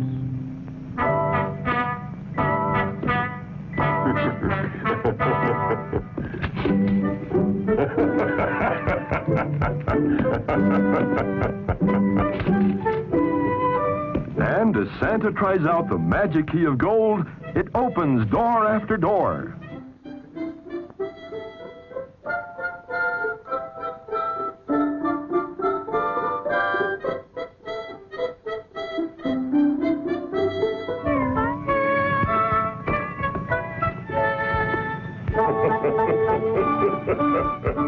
What's this? Santa dancing? No, indeed. Santa must watch his waistline and reduce his tummy if he is to get down all the chimneys.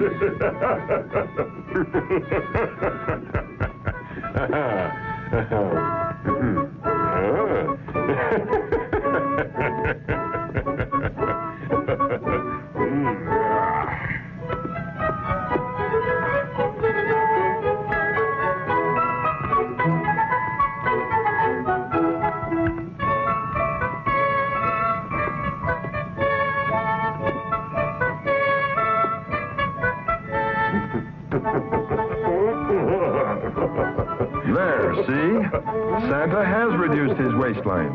It may not seem so, but he fits into the chimneys all right. Trans-Heavenly Airways Flight SC-707, Super Reindeer Special, red carpet flight to Earth, Mars, Jupiter, and Saturn, via the Milky Way, now boarding. Let's have a look at Santa's famous sleigh and his reindeer.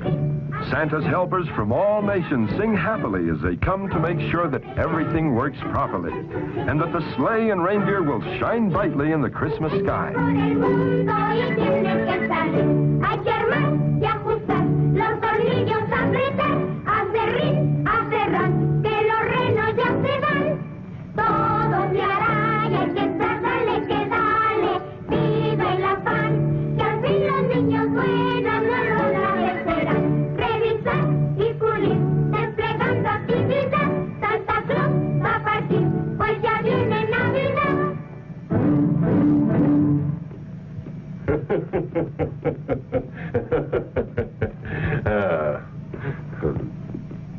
Это старые дедушка Мороз.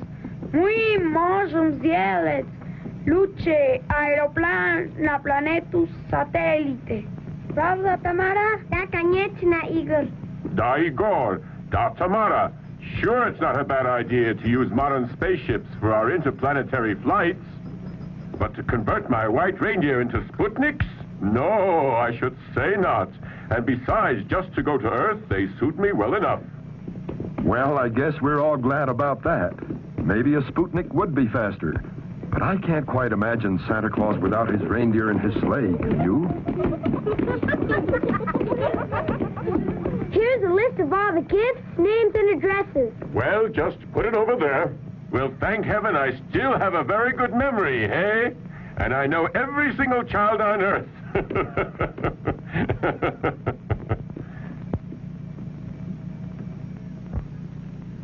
Well, just to make sure, why don't you take it with you? I've really got to hurry. It's almost time for the crystal clock on the wall to strike 10. Don't forget that you've got to return to the castle ahead of the sunrise because the sun will turn the reindeer into dust.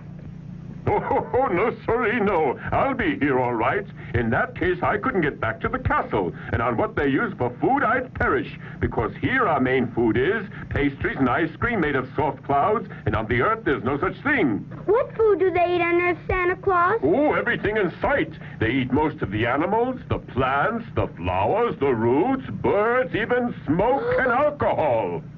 But enough of this talking. We're wasting time and I must be off.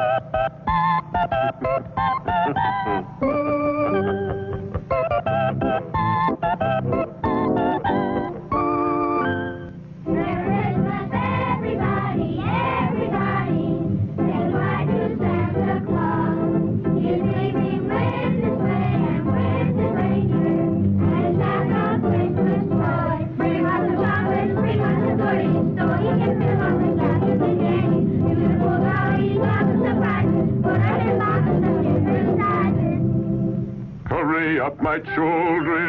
Get on with your packing. It's the night for Santa Claus to fill all those stockings.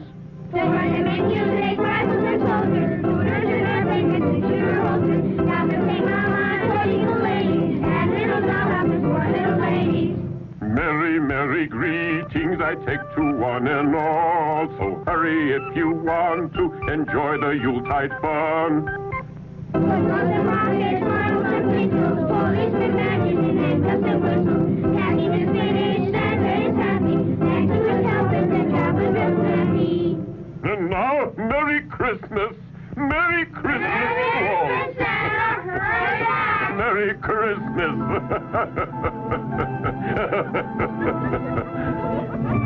Let's see if I have everything. The bag with the powders for dreaming of joy and goodwill. The flower to disappear. The golden key that opens all doors. The sleigh. And now I better make sure my reindeer are running. Yes, Santa's sleigh is really a huge toy sleigh, and he has to wind it like any other toy to make it go.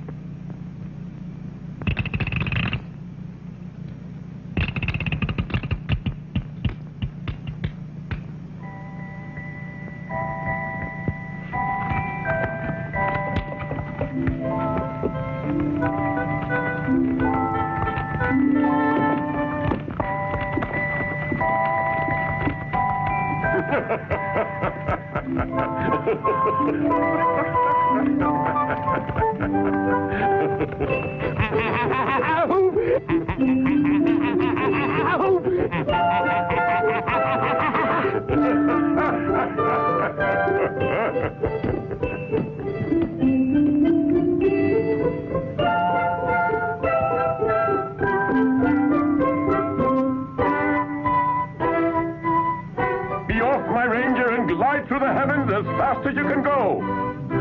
May my palace of gold and crystal enjoy peace.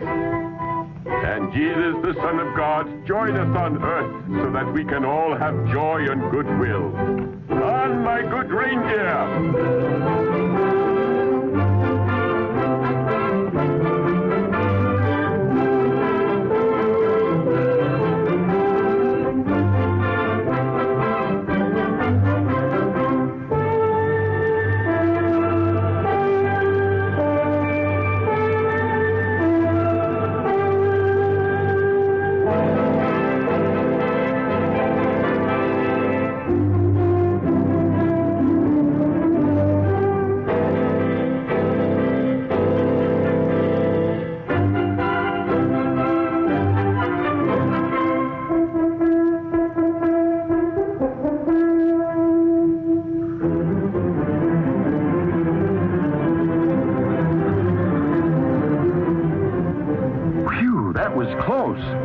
He almost ran into the moon.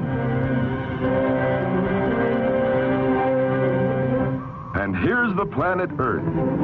I wonder where Santa will go first. Europe? Africa? America?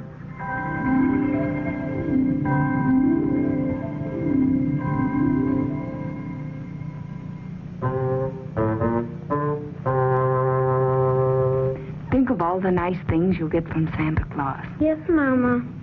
That's a good boy. See you in the morning. If you get bored, you can go down and practice your piano lesson. See you later, my darling.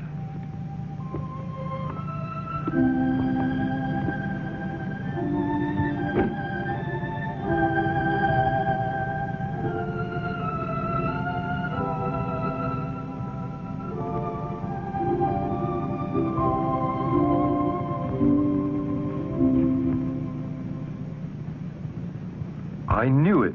The devil is nearby, and these three certainly are up to no good.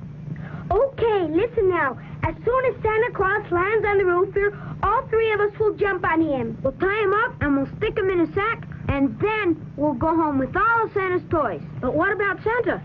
We can make him our slave, and all his candies and toys will belong to us. So whenever we want something... Oh, boy, this is going to be fun. Better not talk now. He can hear us and get away.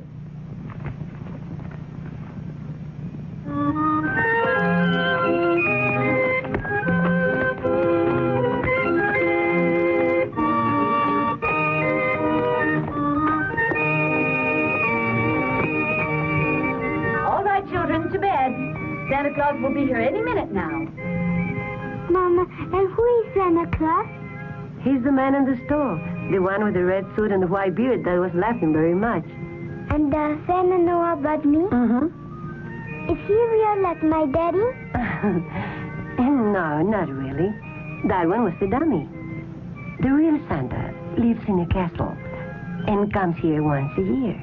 What does he come for? They say he gives toys to children who are obedient. I don't think he likes me. He has never brought me any dollies.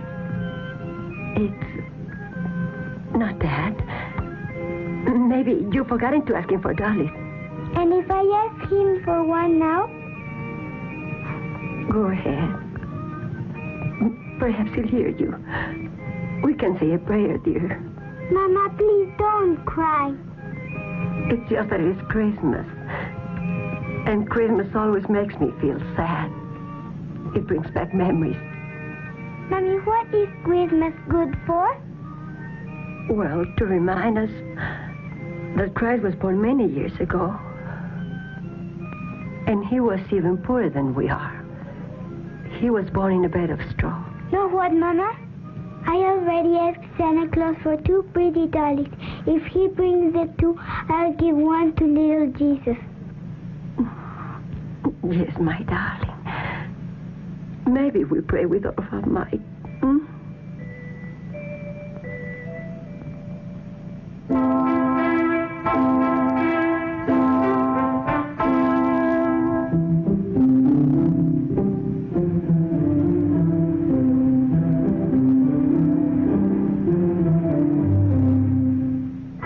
While Santa steers his sleigh towards Earth, Old Devil Pitch awaits his arrival. Here comes Santa now. First stop, Mexico City.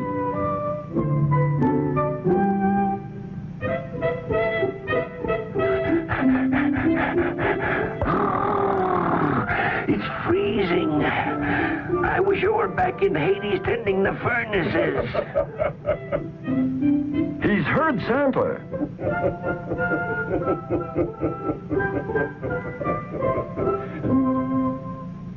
By Satan, here he is. I'm glad that I'm prepared to upset his old Merry Christmas. We will see who wins out. This is one night that no one can take from me. What's he going to do? Oh ho! He's going to push the chimney out of place so that poor old Santa won't be able to enter this house.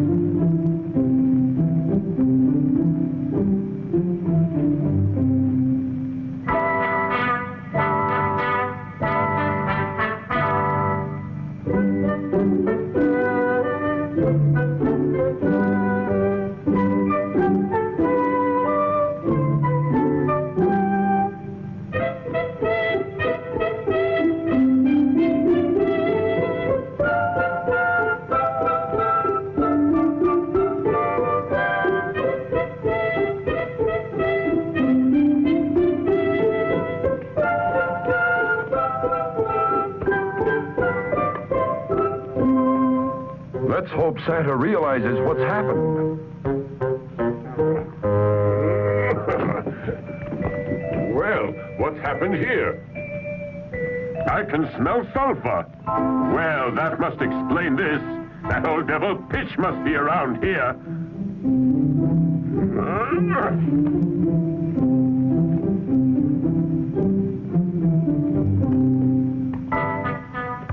Santa's determined to get in.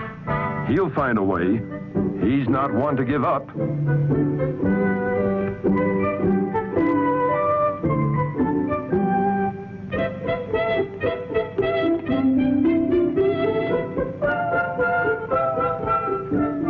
Well, there's more than one way to beat the devil. Santa will jump down using his magic parasol. Old Pitch hadn't counted on this. He's almost green with anger.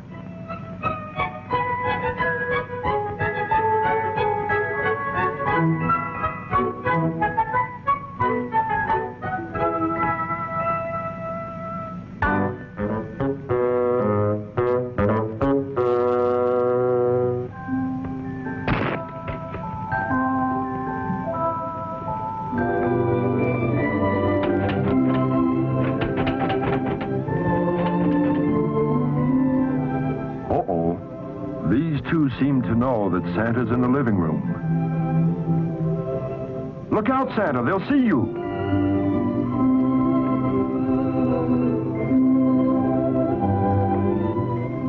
Why, of course, Santa can handle this.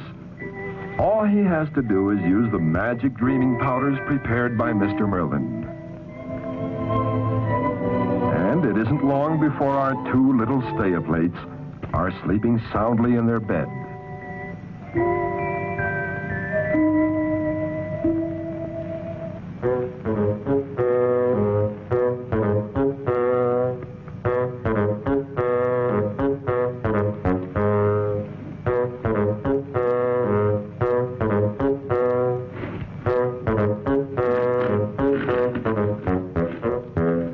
Now what?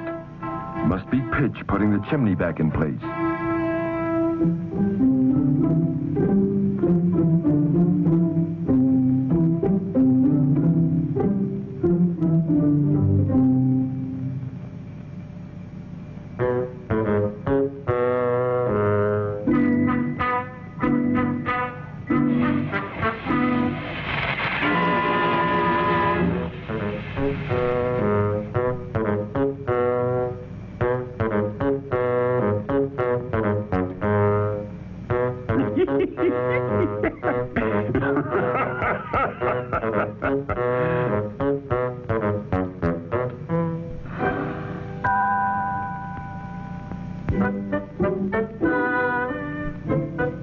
Well, the devil doesn't give up either.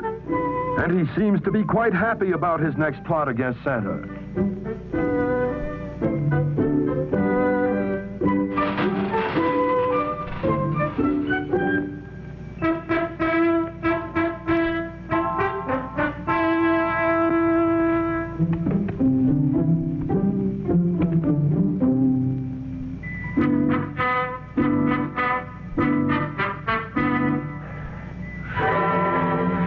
Santa be coming down this chimney now? Uh-oh, he's all right, but that was close. Oh, my goodness.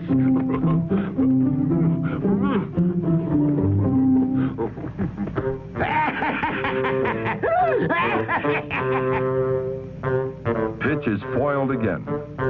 But suddenly he thinks of something else to do.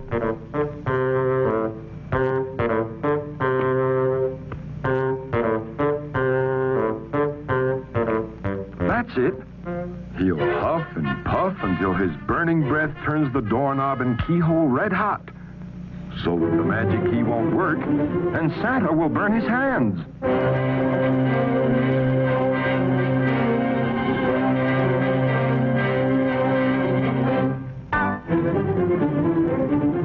First, he'll see if it's hot enough. What do you think of that? But Santa sees what Pitch is up to, and he isn't afraid.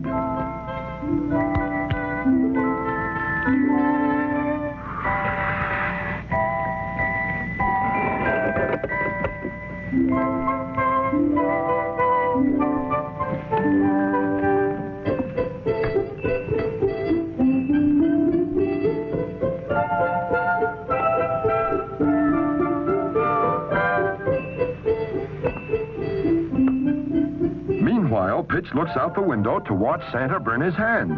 Doesn't seem to know he's right behind him.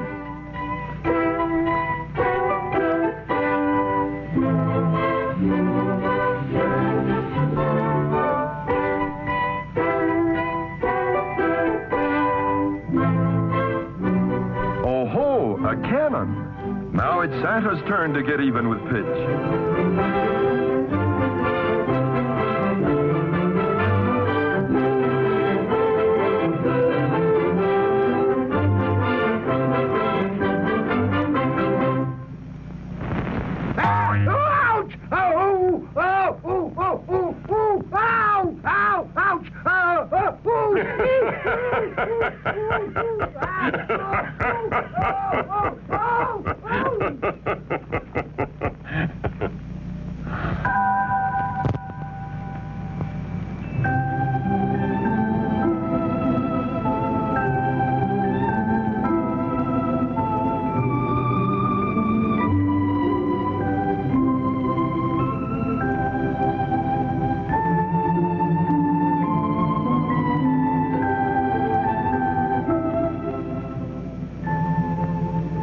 truth, is a poor little rich boy.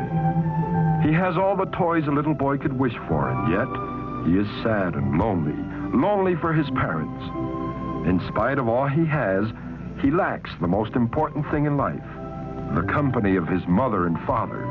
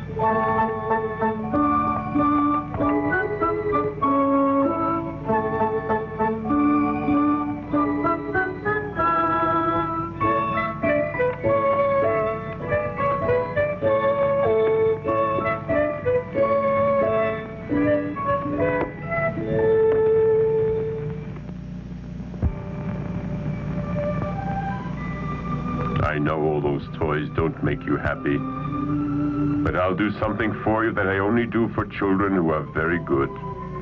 I would let you see me as I am, and therefore I will use the powders that will make you dream that you're awake.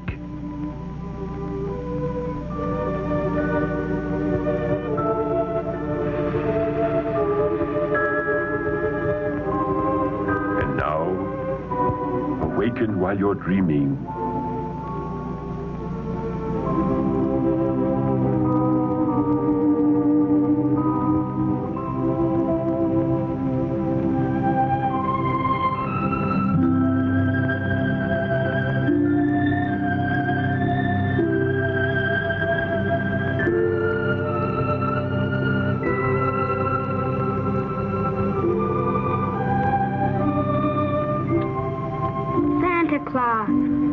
Don't you?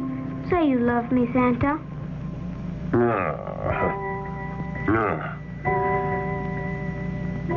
Of course I love you, Sonny. Just as much as your parents. Because no one loves a child as much as his parents. Only at times the parents don't understand their children, and the children don't understand their parents. And are you really sure that they love me when I'm left all alone? Yes, of course they love you. And you must believe they love you. And now, go back to sleep again.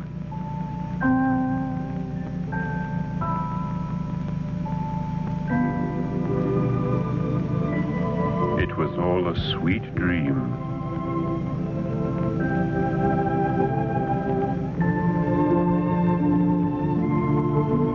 When you awaken, I wish you much happiness.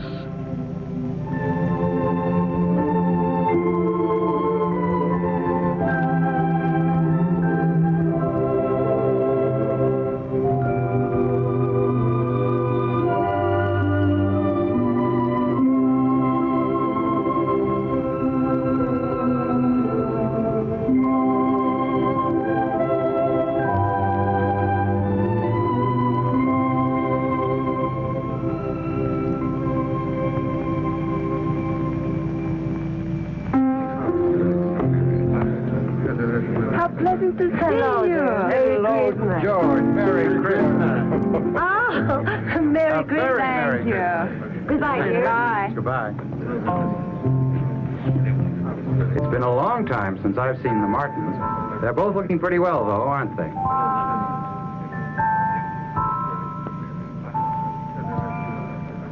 That's a strange cocktail, isn't it? It's the cocktail of remembrance which only I can prepare. Whoever drinks it will think of that which is most dear, and which at times, for some unknown reason, we seem to forget. That's a beautiful thought. Perhaps we need a reminder. Very possibly we've forgotten someone we love.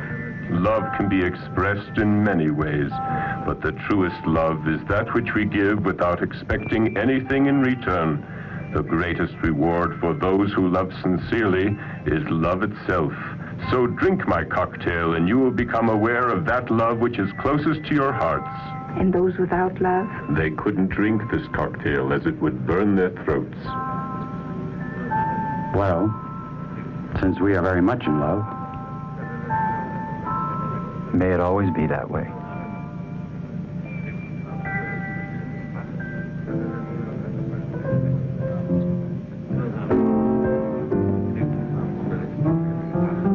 Now that's strange. Where'd he disappear to? I don't think he was just a waiter.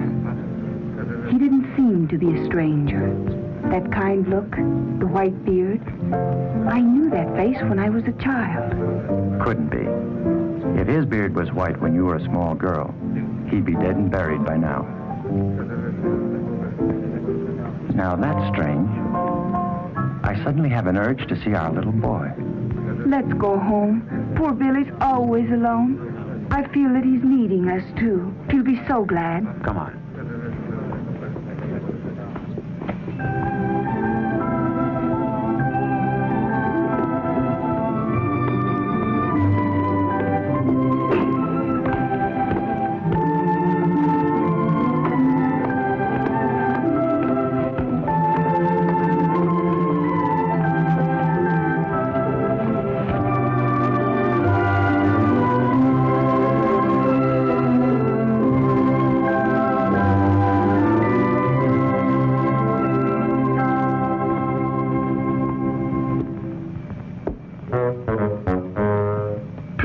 Done too well by himself against Santa, so he's back to seek the help of these boys who so far are the only ones willing to listen to his evil plans.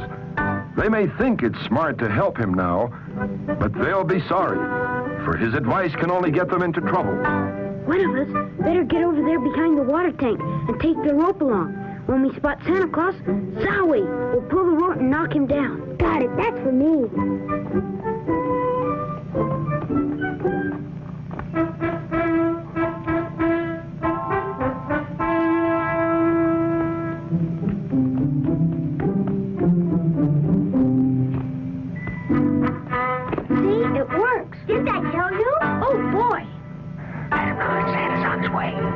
Get your head down. Here comes Santa.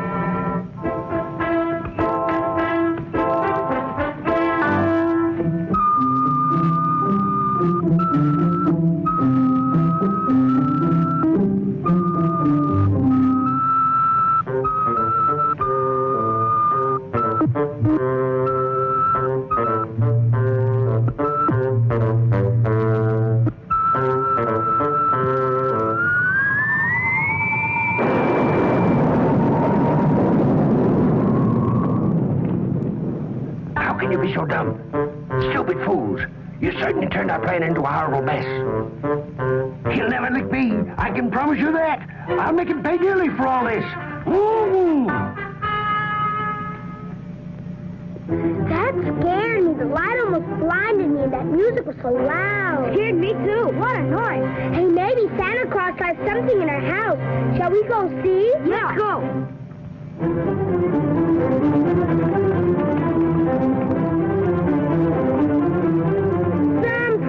For our Christmas. Santa Claus doesn't like us. We didn't get anything. Why don't you start a fight? It's all your fault. It was your idea. Don't be a sissy. We're not complaining. Well, anyway, it was his idea that we should go up on the roof. My idea? The fault is all yours. I'm going to bed. I'm tired. Coward, you kicked me when my back was turned. You be glad it wasn't me. In that case, it was you, and you haven't got the nerve to say you did it. That's it. Terrific! I'll beat your brains out. At least I've got the battling. Lucifer will be very pleased. I'll teach you. Baby, ouch! Ouch! Hey, cut it out! See you later.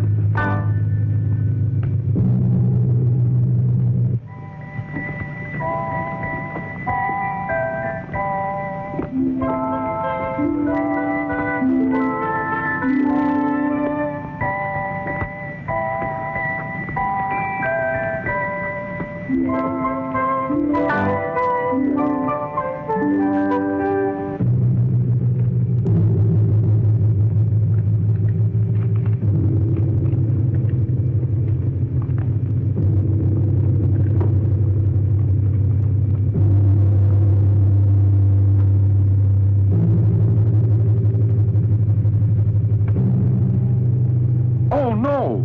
Mr. Pitch has decided to steal Santa's sleigh. That's a relief. The reindeer won't obey him. Tough luck, Pitch.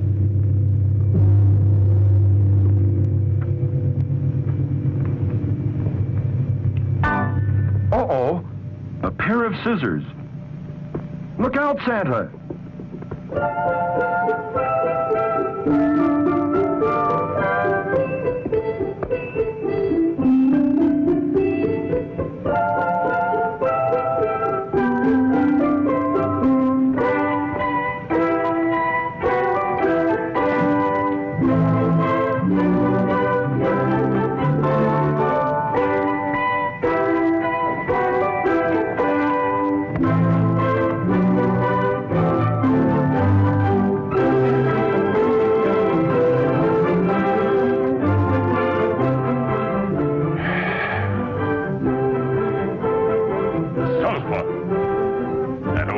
Pitch must be around somewhere.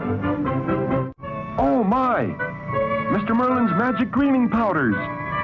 Now Santa won't be able to put anyone to sleep. On my heavenly reindeer, for there's much to be done.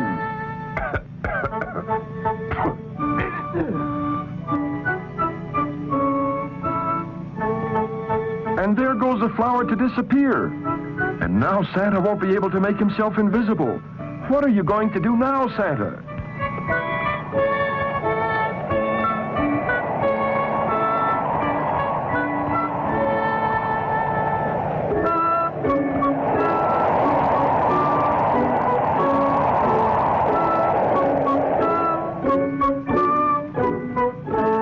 Let us hope the flower to disappear doesn't fall into bad hands.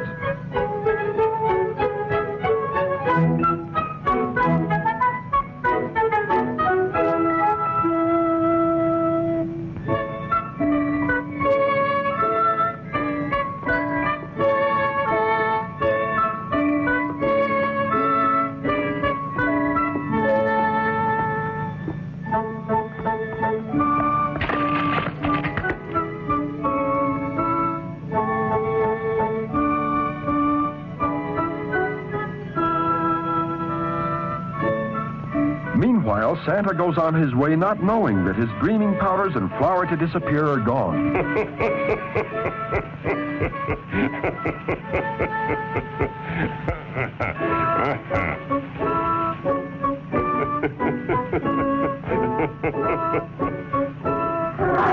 Santa is not afraid of that dog. If he goes after him, he still thinks he can disappear. Go get him, Daddy. See that old goat. Bite him. Finish him off. How can old Pitch be so mean, sicking a vicious dog on Santa like that? The powders, the flower to disappear. No powders and no flower. What do I do now? Run, Santa! Climb the tree! It's your only chance!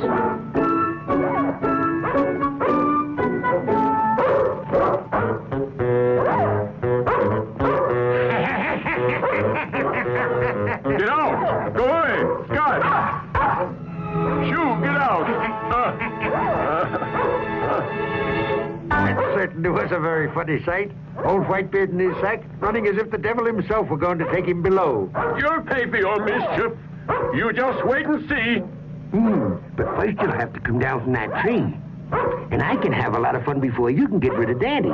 Because you know what I'm going to do? I'm going to wake up everybody. Ah, nobody can hear your voice. They hear it in the form of their own private imagination or ideas. Let them see how foolish you appear.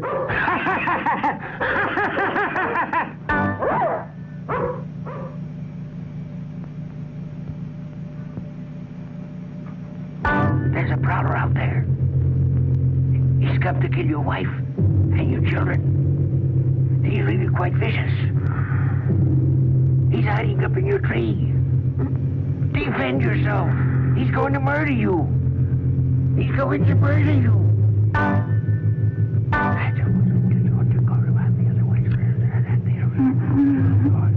Mr. Merlin!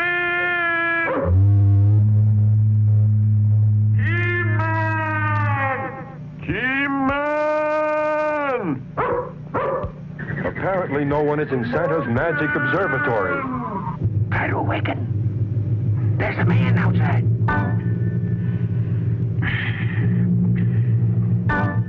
Marie? Marie, get up. I think that we're in danger. What? Yes. Oh, yes, the assassin that's out in bed. Assassin? I'm not going. Hurry, get out of bed. Go after him. Sure, but where's the pistol? Where you keep it? In the drawer? In the drawer. Oh, in the drawer. In which drawer? Why, in this one. Oh, in this one. Here it is. Go after him. Come on, don't be funny. Me? Yes. But I... With this cough, I can't be expected to go out. I might catch pneumonia. Serves me right for not listening to Mother. Come on. Snap it up. Pneumonia or no pneumonia, you go. But Marie, understand. Where did you go to get your father? My father? Wait, I must put on my robe. Here it is. And stop fooling around. Don't waste time.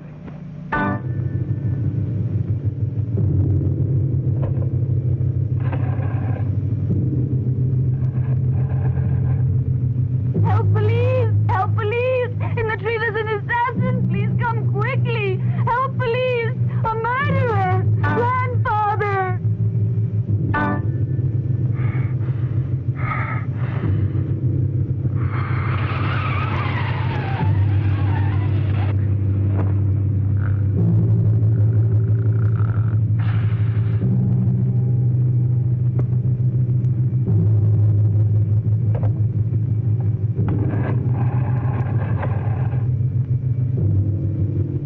Fire department! Firemen! Firemen! The house is burning! I'm on fire! You don't believe me?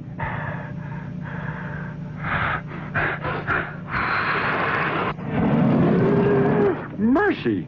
This is a 5-alarm fire. Better let me have that address, please, won't you? Don't expect anything from Santa Claus. He doesn't bring toys to poor children. Didn't I tell you to keep that doll? Silly.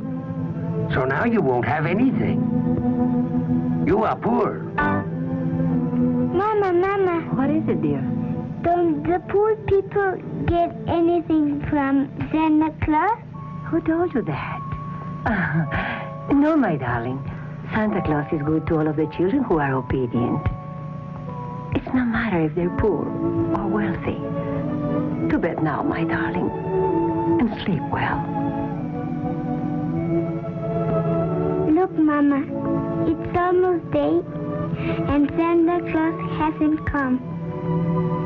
Sleep now, darling. Sleep now, and you will see. Maybe when you wake up, you'll find it, darling. But go to sleep now and have pleasant thoughts.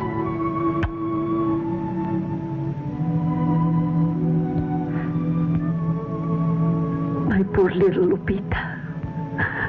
Who can tell if Santa Claus will come to our house this year?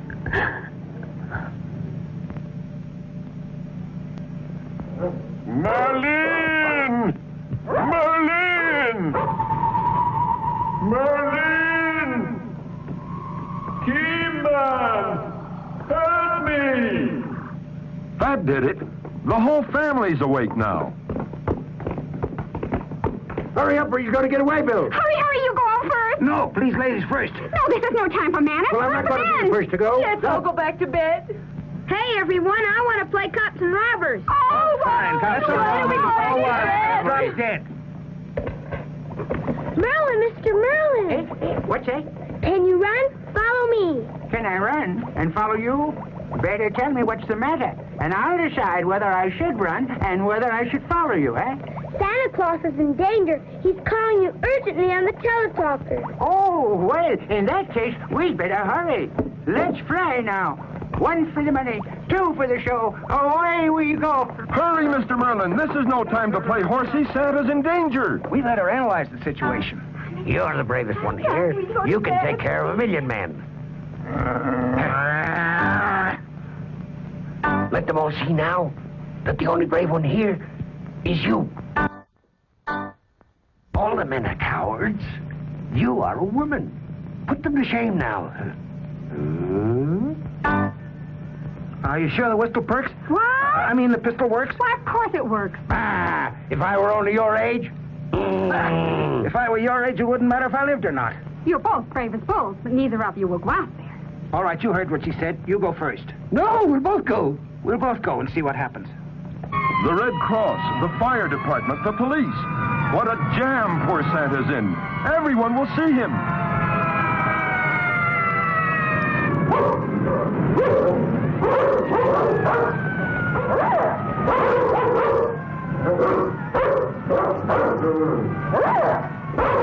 You hear those sirens? They're for you. The show is about to begin, and you'll never get back before sunrise. Your reindeer will turn into powder. You will starve to death, and I will rule the earth.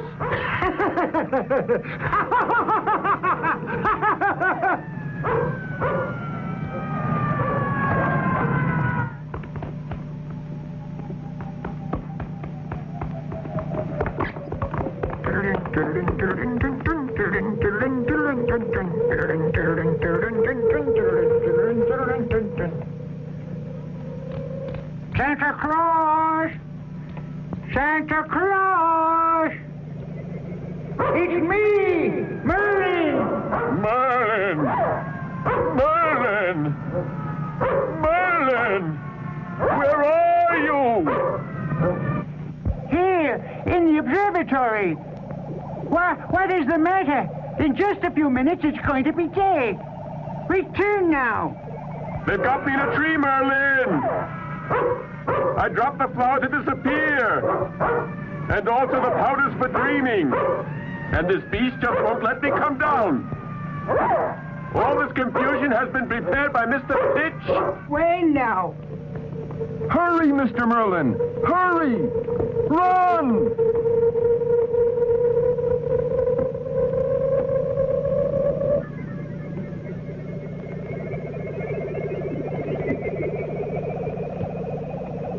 Where can we find Santa Claus? He's already been to Asia, Europe, and Australia. He must be on the American continent. I think I see him. He's in Mexico. Oh, golly, but he's in a terrible fix. And there's no time to go to his rescue. And the sun is about to rise. Bad dog. Mad dog. Against good is bad. Against black is white. Against a bad itch, scratch it. Against thirst, water. Against mad dog. Against mad dog. Against mad dog. A cat. A cat. A cat. A cat. A cat, Santa Claus. A cat. Please be quick, Merlin. Now hear this. My time is almost over. This time it's serious. Against Mad Dog, a cat. Use one of the toy cats that you wind up. And the dog will go after the cat.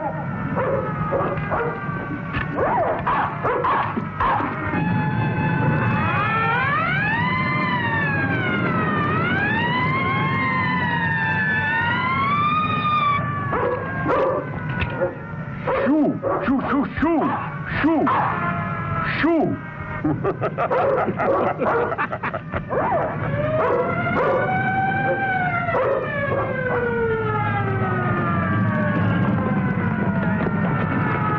down now. All together now. But don't push me. Don't push me. Just a minute. You make me nervous. Oh, come on, hurry up. I can handle this, but don't leave me alone, huh? All right, we're with you. Come on.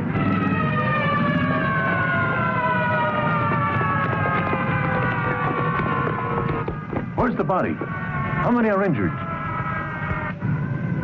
They'll surely find Santa. Nothing in sight. Can't see anything. Better look around. Don't push me. Leave me alone. No, don't do that. Oh, why don't you shoot? Oh, it's only a hose. Be careful. It may be a whole gang, but don't worry. Try to be brave. Be calm. We must all be brave. That's it, the hose.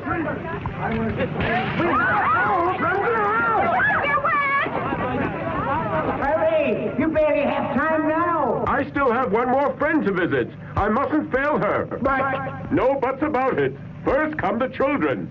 I'll see you later, if possible. What happened? Did you find anyone? We've looked all over the place and there's no one to be found. Let's make sure the fire's out. There's some smoke over there. Well, that serves him right, the old troublemaker. He'll probably catch pneumonia, but he asked for it. Wait, the flower to disappear has fallen right into Lupita's house.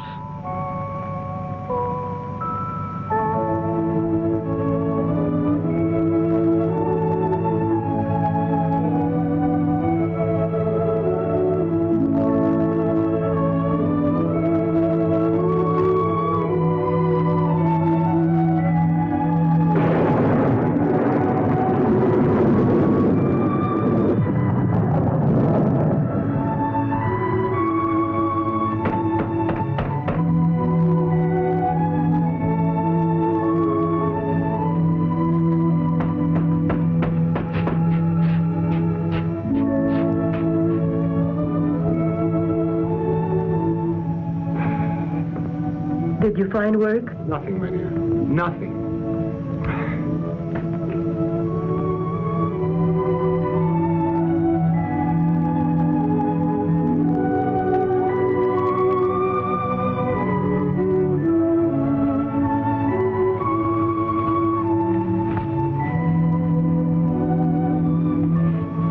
Mama, I saw Santa Claus. I'm very happy again. He couldn't stay and talk to me for a very long time because his white reindeer would turn into powder.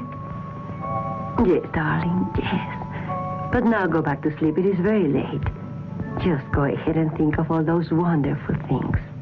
Then was I just dreaming, Mama? Dreaming that he left me a dolly outside in the patio? Maybe next Christmas. Not this one. But he said he was a beautiful dolly.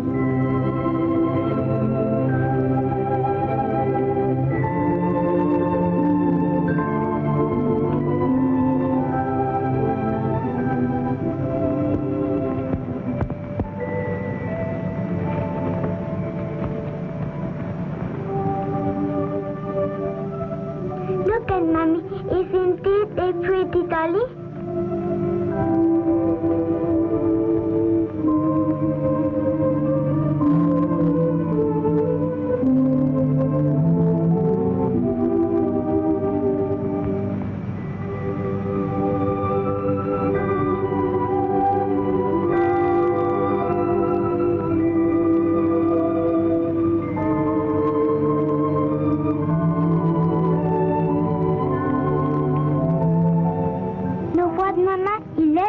That's shining out there is a palace of crystal and candy, the home of Santa Claus. He's just arriving with his sleigh and white reindeer. Thank you, Santa Claus. Goodbye, Santa Claus. Thank you for a wonderful and merry Christmas.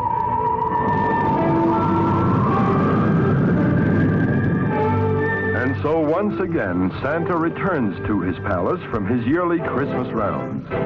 He is happy and gay, for once again he has brought joy to the children of the world.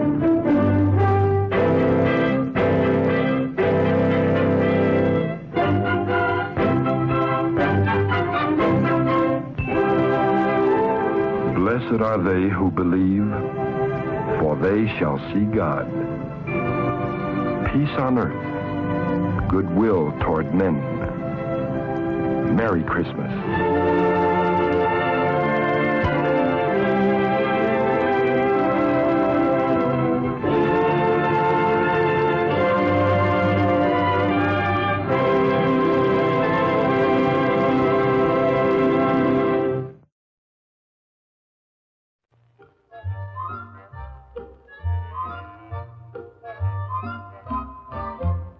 How'd you like to meet a purple cow with 4 big horns a growing from her brow? Well, you can in the land of Oz. Well, how'd you like to meet a pumpkin man, the strangest being since the world began? Well, you can in the land of Oz. Through the land of the Munchkins, the Gillikins, the Winkies, we'll head for the Emerald City. And if we need advice, we'll ask the Wogglebug. You'll find that he's wise and he's witty. How'd you like to meet our good friend Tip, the Scarecrow? Tin Man? What a trick! Well, you can take my hand. And we're off to the land. We're off to the land.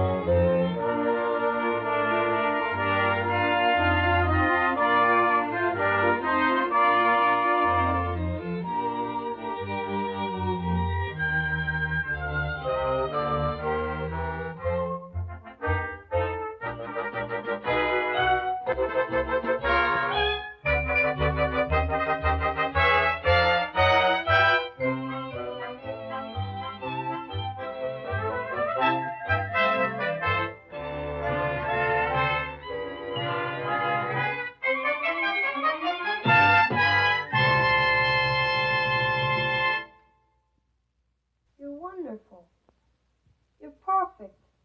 I named you Jack the Pumpkinhead.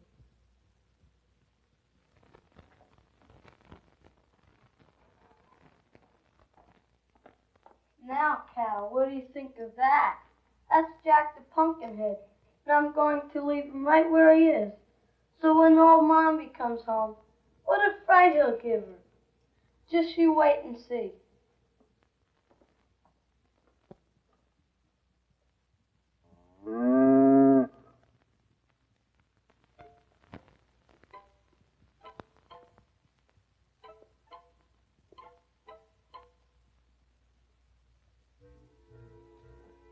Old Mommy's here. She got back early. Now don't give my secret away.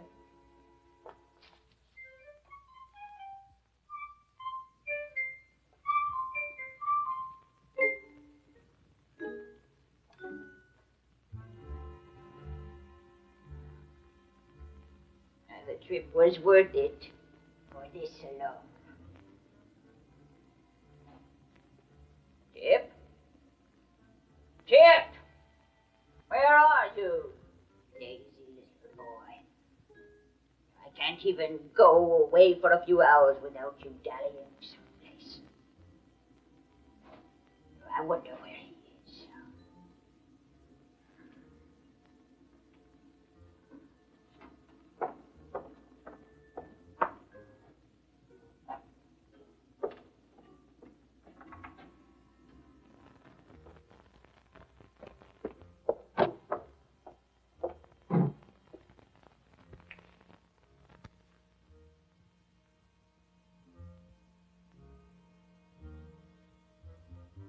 some of that naughty boy's work, eh? I thought he'd scare me. I'll show him a thing or two. I get an axe and chop that ugly face in two.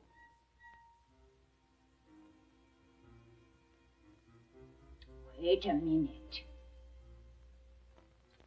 Now's the time to try the magical powders the old sorcerer gave me. It cost me an arm and a leg. Now's the time to see if they work.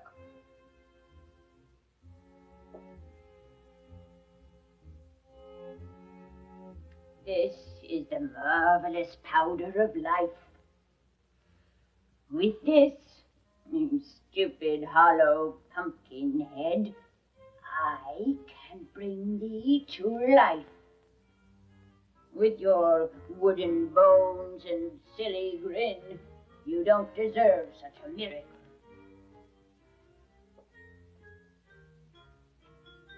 But old Mombi wants to be sure when the proper time comes that the powders work.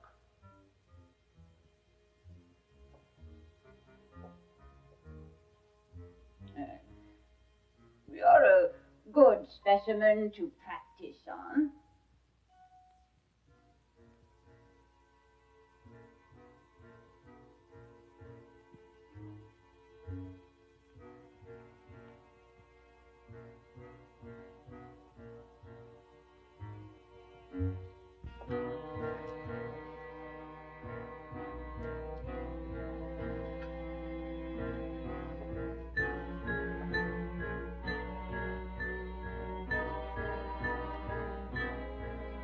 Whoa.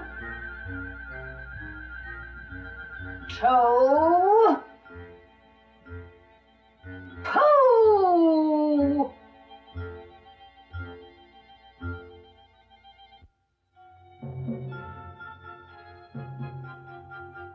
The powder of life needs a powerful spell. Only I know the secret of its magic. Let someone else try it, and I can foretell an end that is very, very tragic.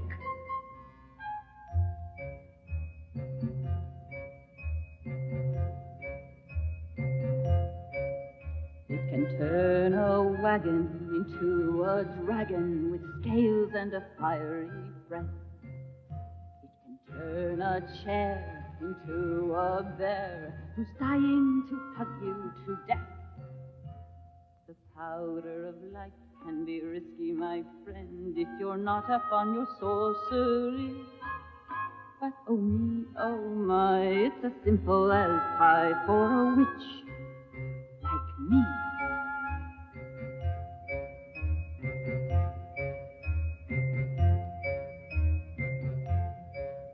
It can turn a blotter into an otter who'd rather eat you than a fish. Can turn a hat into a bat who'll carry you off with a swish.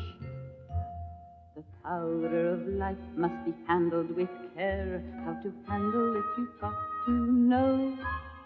Pinky first, then thumb, up your fingers all come. You say whoa, toe, po.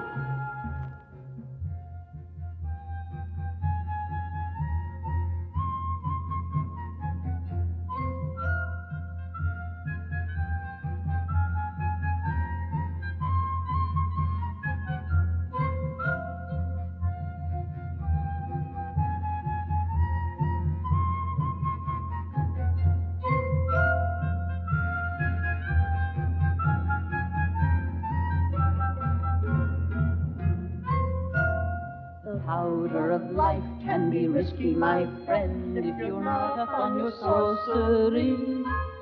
But oh me, oh my, it's as simple as pie for a witch, for a witch, for a witch like you, like me. You naughty, sneaking, wicked boy. I'll teach you to try and scare me. I just made old Pumpkinhead to play a joke on you. You don't have to get mad at me. And now you've seen one of my best kept secrets. I'm going to have to punish you. If you think you can fool with old Mombi, you're mistaken.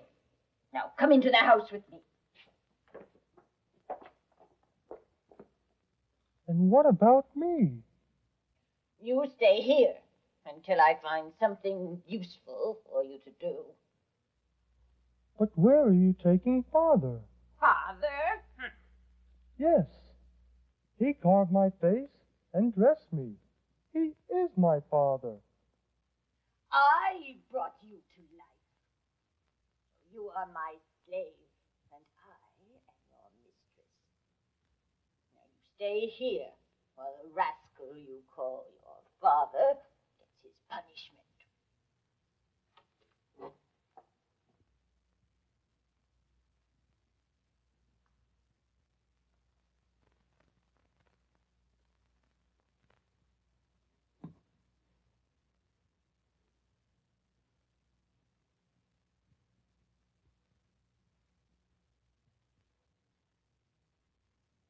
My, what a peculiar-looking creature you are.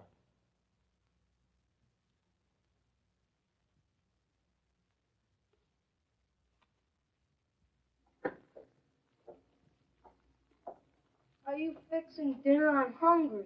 Your dinner, to be sure. You won't be hungry for long. What do you mean? I'm going to make a secret potion. A long time ago, I promised the wizard I would keep an eye on you, and I would watch you day after day. Well, I've been a fool to put up with your pranks and laziness. But I can still keep my promise. What are you going to do? I'm going to turn you into a stone statue and put you in my garden. I can watch you very well then. But I don't want to be a statue. I want to be a little boy. Little boy. Little boys. They are all lazy, worthless, nasty things. Never want to work. But, Mommy, if you turn me into a stone statue, who's going to do your chores? At least I do some of them. Who'll do the chores? Well, who do you think? That stupid Pumpkinhead who calls you father. That's who'll do the chores. He's too stupid to think of playing pranks and dallying in the cornfields. Please don't change me into a statue. Change me into a goat or a chicken or a puppy dog so I could run and play. No. You're going to be a stone statue. And that is that.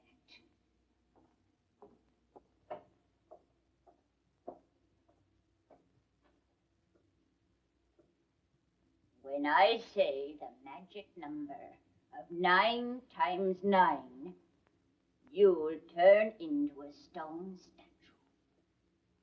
That will be sometime tomorrow. So now, eat your fill, little man. Eat all the bread and cheese you wish. Because tomorrow, you are going to be my garden ornament.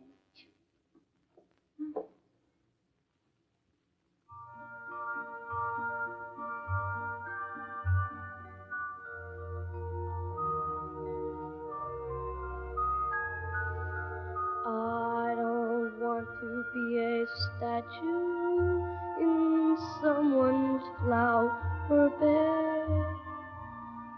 Who needs people staring at you or pigeons on your head? I want to run and laugh and sing. I want to go adventuring. I want to be a real boy. I don't want to stand in one place and watch the world go by. When this world is such a fun place in Christmas or July, I want to travel everywhere beyond the sunset. What is there I want to see? I want to be a real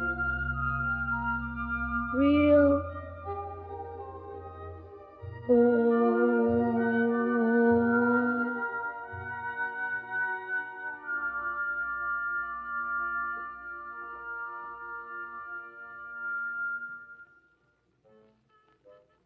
I don't want to be a stone statue, and I'm not going to be.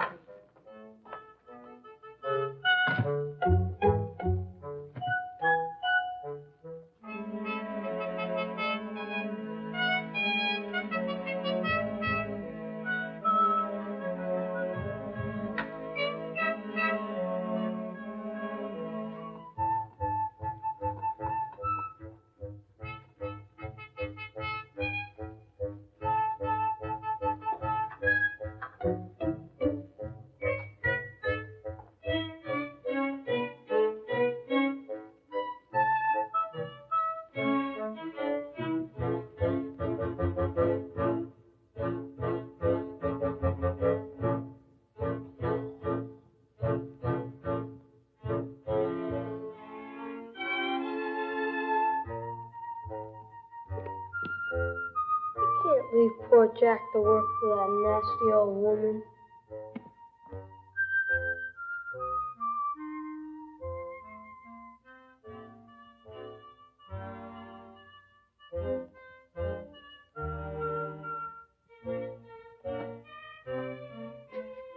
You come to talk to me. Gee, but I was getting lonesome. Shh! We must get away quickly before our mommy wakes up. We're running away.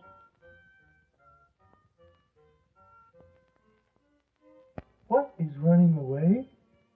Never mind. I'll explain to you later. Just be quiet.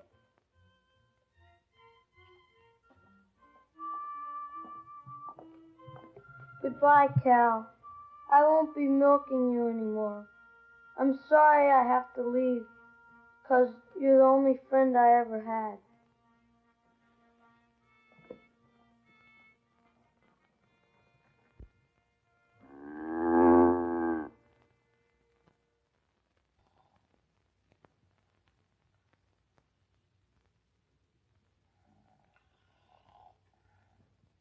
I forgot something. The magic powder. We might need it to help keep you alive. By all means, Father, we must have a magic powder. Here, boost me up.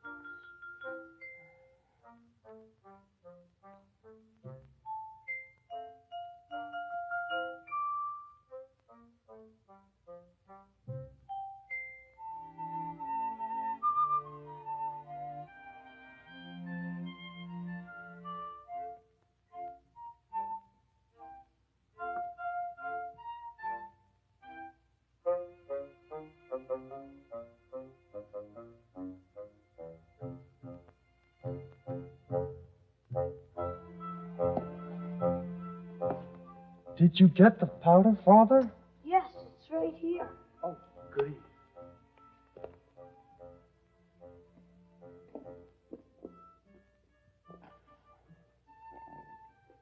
beautiful little statue. Little stone statue in my garden.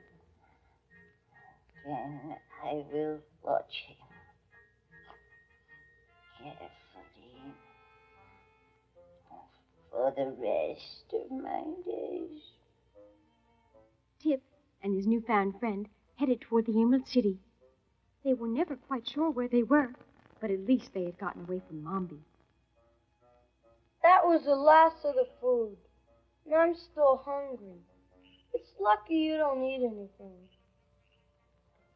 Which way are we going next, Father? I'm not actually sure, but we should be headed south, and sooner or later that will bring us to Emerald City. I think south is that way. What is the Emerald City? It's the largest city in the whole country, and everything is green. Like in this country, everything is purple. Everything is purple? Of course. Can't you see? And over there it's turning green. And in the west, where the Tin Woodman rules, everything is yellow. Who is the Tin Woodman? He and the Scarecrow helped Dorothy destroy the Wicked Witch of the West. Dear me, I'm getting so confused with all this history. Who is the Scarecrow? There's so many things you don't know. But I guess it's because you're only 1 day old. And who is Dorothy? She's a girl who came from Kansas. That's a place outside of Oz in the big world. And where is she now? The good fairy sent her home. With the Scarecrow? No. After she left, the people of Emerald City made the Scarecrow their king. Are we going to see this king? I hope so. He will help protect us from Mombi. Oh, dear, I hope he will. Let's hurry. Wait, I need a little sleep first. What is sleep? It's something boys have to do. I wish I knew how far we have to go.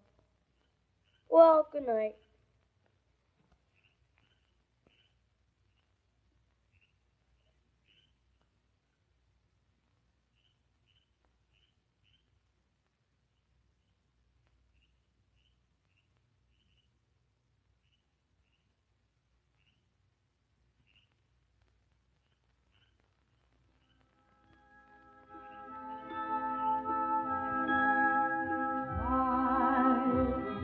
To touch a star, to hold its glory in your hand, no matter how impossible that wish may seem, if it's right for you,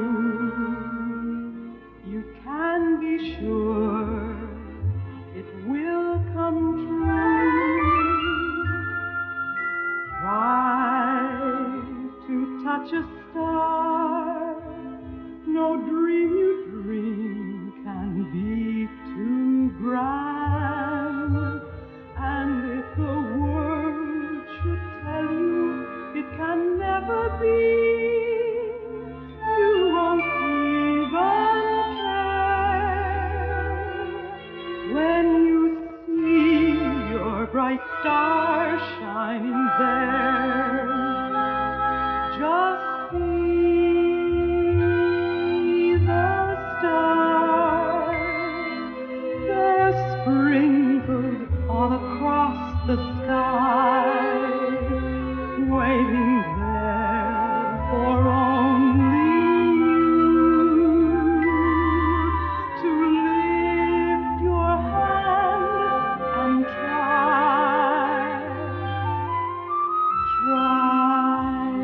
to touch a star.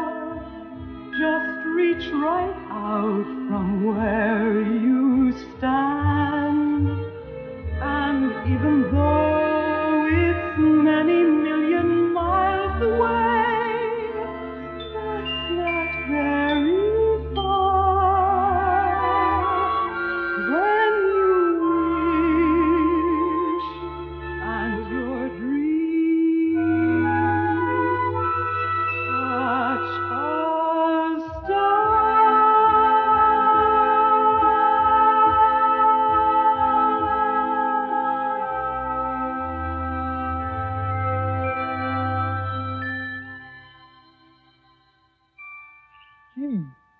thought I heard someone talking. I guess that's because I can't sleep. I really should try and be helpful. Let's see. South is that way. Maybe I could find the road to Emerald City for Father.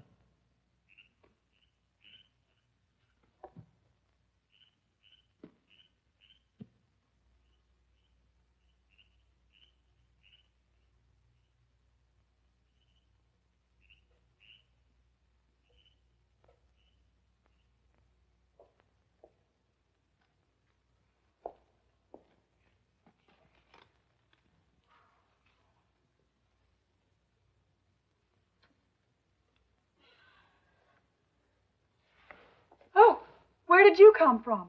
My friend and I are going to Emerald City. What friend? Well, he must have taken a walk, but he'll be back. Is this the right road? Yes, it is. In fact, I'm on my way there myself to join my army. Your army? Yes, my name is General Ginger. I'm head of the Army of Revolt. We girls are taking over the Emerald City. But what about His Majesty, the Scarecrow? He is a fool. We're going to replace him. I will be the Queen or the Empress. I haven't decided which title I like the best. I don't think that's right. The people elected him king. The people are soft. We're going to change all that. Besides, the city is full of beautiful jewels, just going to waste lying on the streets. My girls and I could put good use to them. Just think of all the beautiful bracelets, rings, and necklaces we could make. That's no excuse to overthrow an empire or kingdom, or whatever it is. What better reason? But why should I be talking to you, a lowly boy? What is your name? Tipperarius, but people call me Tip. Where is your army now? It's a military secret, but I guess I can tell you. They're gathering in the woods near the Emerald City. We plan to attack tomorrow. And that reminds me, I must be going. I have many things to do. I have to find my friend. Are you sure you're not a spy for the Scarecrow? Oh, no. I never met him. I was on my way to ask him for protection from my wicked old stepmother, Mombi. I don't believe you. I order you to come with me. And you can carry these baskets. And you must walk 2 paces behind like a prisoner of war should. Well, if I have to come, you have to feed me, 'cause I'm hungry. That's the trouble with boys. They're always hungry. When I become queen, I'm going to change all that. You mean you're not going to let boys eat? You won't be very popular. I'm only going to allow them to eat at meals and nothing in between. I haven't had one meal since last night, and I'm hungry. Very well, then. You may eat a few of my sandwiches as we walk along.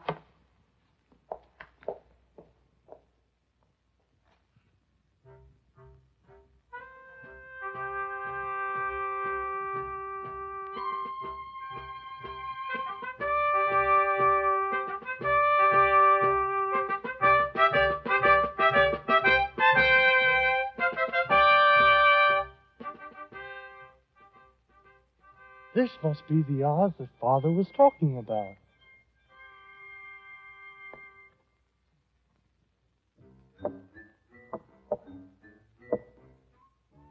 What's all the commotion? His Majesty the Scarecrow will be very upset. I'm sorry for the disturbance, sir, but I seem to be confused.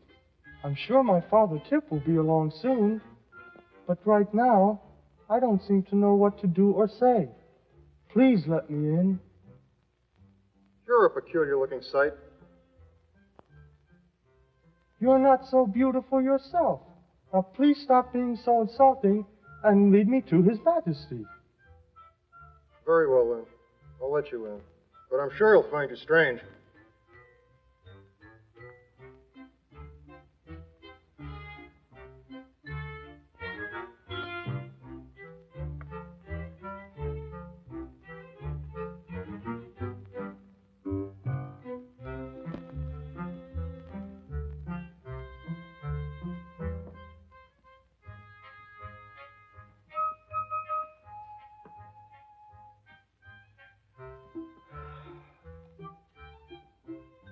Well, well. Come in.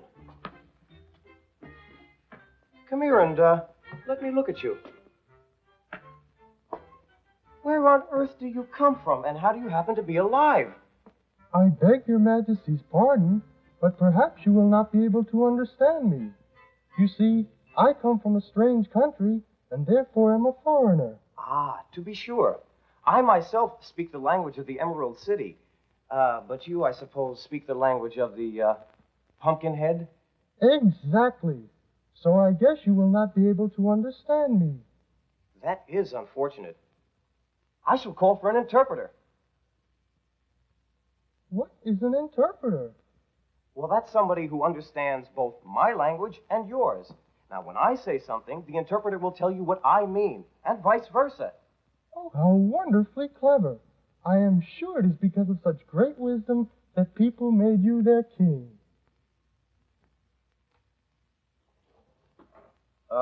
While we're waiting, do you mind if I ask you a few questions? Your Majesty forgets that I cannot understand you. We had best wait for your interpreter. Yes, that's right. You seem to be, rather hastily made. Then there's not much difference between us, is there, Your Majesty?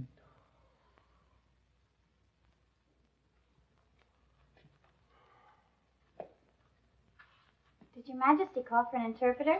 Yes, my dear. Do you understand this man's language? Would you say something, sir? You are a very beautiful girl. Thank you, sir. Yes, Your Majesty, I understand him perfectly, and besides, he's a very nice gentleman. Ah, that is excellent. Now, would you please ask him, what brought him here to the Emerald City? His Majesty would like to know, what brings you to the Emerald City? For some reason, I seem to know he would ask that question. I started out with a boy named Tip, and we were coming here to ask His Majesty's protection against Tip's wicked stepmother. What does he say? What does he say? He says, Your Majesty, that for the life of him, he can't understand why the people of Emerald City chose such a funny-looking scarecrow as king. Now, that wasn't such a nice thing to say. I thought you said he was a gentleman. I didn't expect him to insult me. I didn't insult you. Now, wait until she translates. What do you think we have an interpreter for? All right, I'll wait. But please, young lady, say exactly what I say. Of course, sir. And His Majesty said before he also thought you were very funny-looking. I heard what he said, and that wasn't what he said. And it wasn't what I said either. It seems to me we understand each other perfectly. It's only your meddling that's causing the trouble. What are you laughing at, dear? You too, Your Majesty. The language of the Gillikins and the Munchkins are both the same. You should know that. You both understand each other perfectly. Then we don't need an interpreter. Of course not. That was stupid of me. It was my fault, Your Majesty. I brought it up in the first place. You may go now, my dear. We don't need you. My friend and I understand each other quite well. Let us be good friends, Pumpkinhead. I can see that you and I are made somewhat the same. If we stick together, we can help each other. When are we going to attack the city? Everything's ready. We're just waiting for General Ginger. Here she comes now, and with a little boy.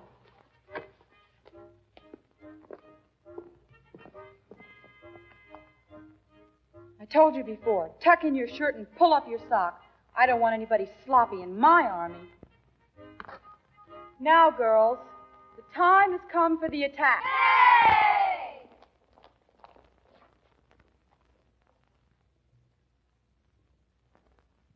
We have nothing to fear of the royal army. They are old and weak. We are young and strong.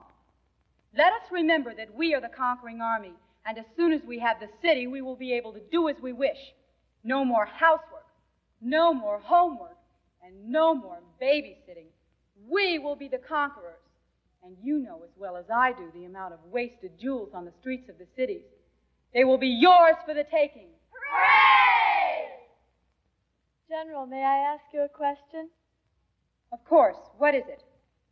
I've never heard of an army without weapons. What are we going to use? I've thought of that. My servant here has been carrying them. We will use these knitting needles. They may not be necessary, but if they are, you know what to do with them. You, come up here.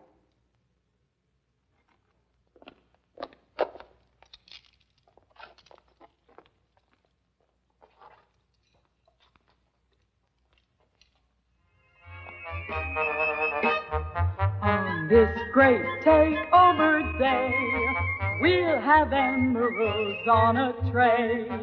Servants granting every wish, bringing our favorite dish.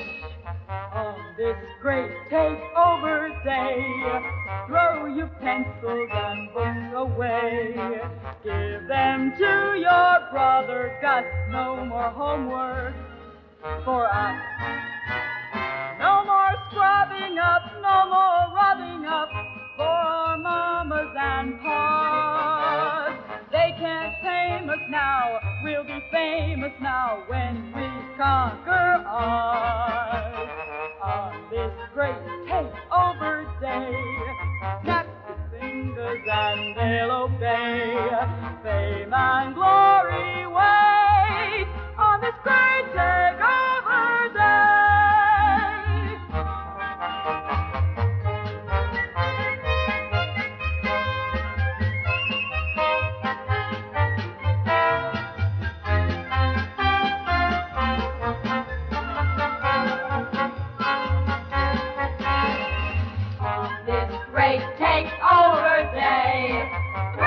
Pencils and books away. Give them to your brother Gus. No more homework for us. No more scrubbing up, no more rubbing up for our mamas and pa's. They can't tame us now, we'll be famous now when we conquer Oz. On this great takeover day, snap your fingers and they'll obey. Fame and glory wait on this great takeover day.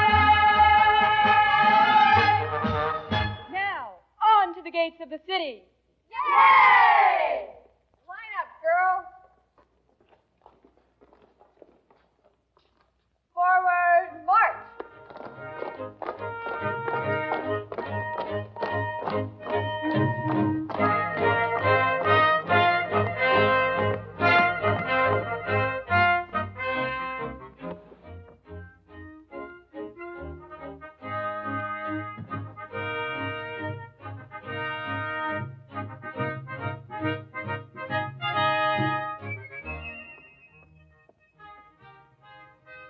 Army, halt! Good morning, my dear. What can I do for you? Surrender instantly. Surrender? I never heard of such a thing in my whole life. Still, you must surrender. We are in revolt. This is my army, and I demand that you surrender. Wait a minute. All right, girls, just a minute. I'll be right back.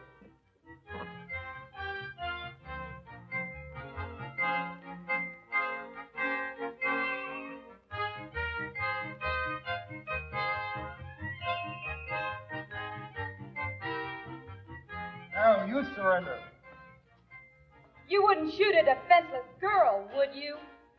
No, I couldn't do a thing like that. Besides, the gun isn't loaded. Not loaded.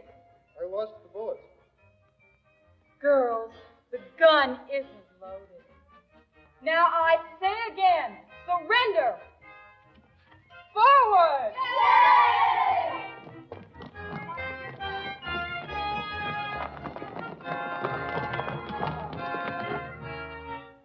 There seems to be some kind of disturbance out in the street. Oh, Father! Jack, I'm glad to see that you made it safely. And who's this? This is my father, Tip, the boy I was telling you about. He is the one that fashioned me. How do you do, Tip? And welcome to the Emerald City. Thank you. I'm sorry I couldn't make it faster to warn you. Warn me. Of what? that General Ginger and her army of revolt is taking over the city. Oh, dear. That's terrible. Why would anyone want to do that? They said they are tired of doing housework. Then, that means that I am no longer king. Is that correct? I'm afraid so, Your Majesty. Oh, dear me. This is terrible. Not really, my friend. Being king is terribly worrisome at best. I don't really mind. And besides, this crown is heavy. It gives me a headache. I'll be glad to give the throne to this General Ginger and let her have all the worries.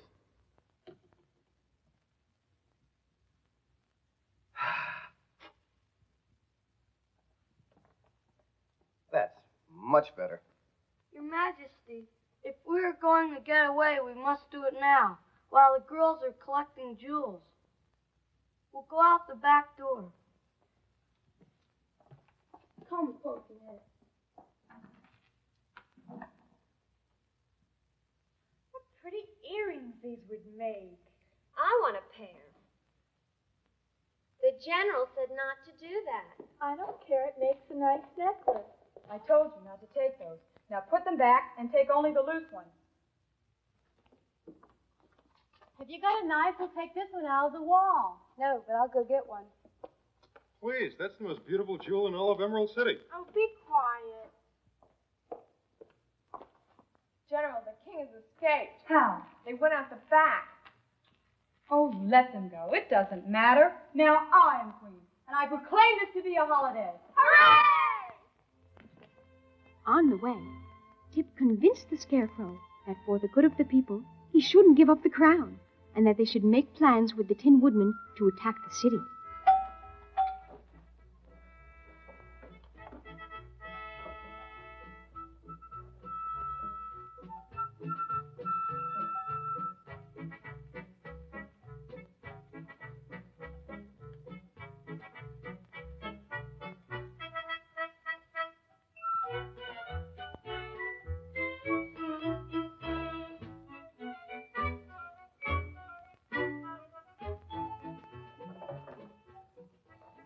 And now for the polishing. Yes, Your Majesty.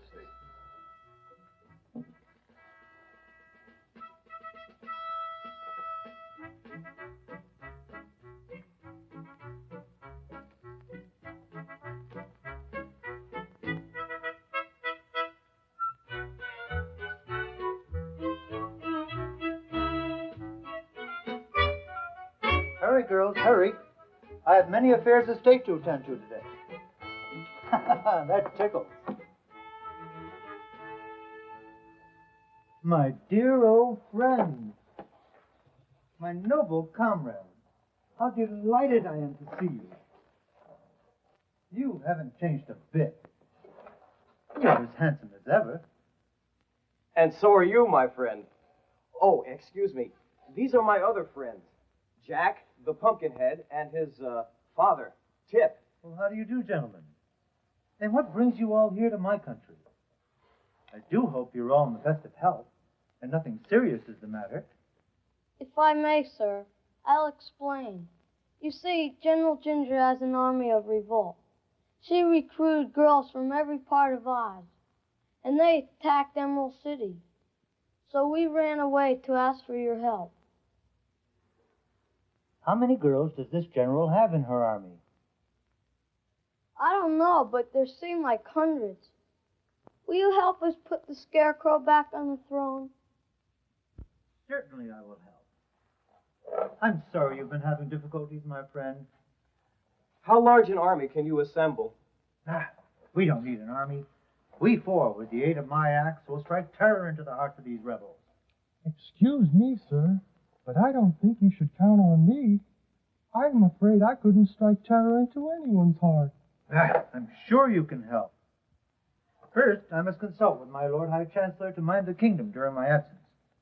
In the meantime, gentlemen, if you'll all make yourselves comfortable, we will plan to leave first thing in the morning.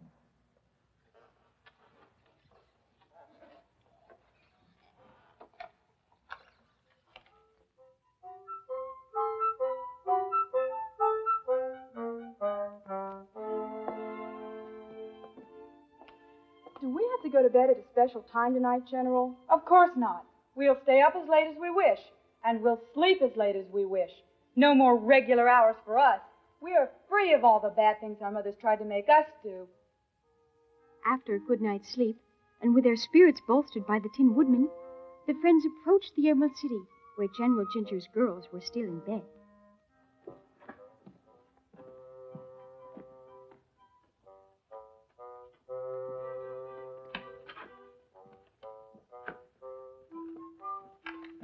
Wait a minute, I saw something. Let us hurry on now. We haven't far to go. And if I know those lazy old girls, they'll be in bed till noon. This will make our job much easier. I'll catch up. All right, but hurry on.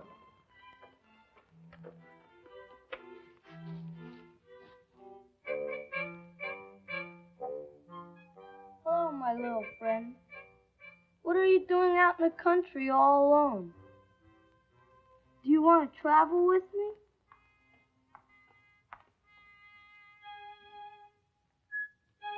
Good morning, sir. Good morning. I hope you are, as a Homo sapien, feeling in excellent health. Allow me to present my card. Mr. H.M. Wogglebug, T.E. Are you a real Wogglebug? Well, most certainly, my dear sir. Is not my name upon the card? It is, but what does H.M. stand for? HM means highly magnified. Oh, you are very large. Sir, you are a gentleman of judgment and discernment.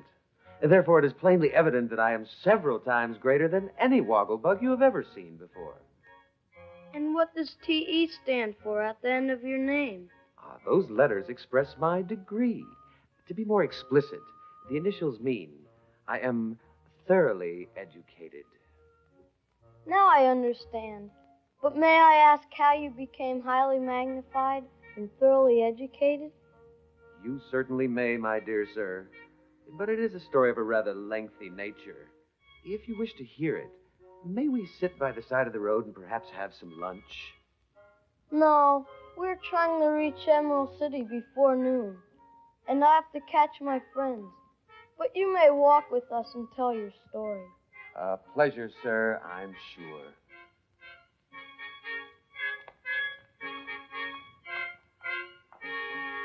What wonderful fun. Sleeping till noon and no dirty chores to do. Wonder where we could find some breakfast. Can you cook? No, my mother usually does the cooking for me. So does mine. Maybe General Ginger has some ideas. Let's go find her. Well? Your Highness, we must do something about the water system, or we will have no fresh water. Then do something about it. Well, it requires money. There is no money in the royal treasury.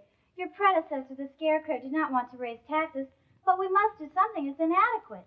Then you think of something. And if you want to raise the taxes, raise the taxes. Yes, Your Majesty, but now that your girls are residents, I must tax them also. That's very well for you to say, Minister.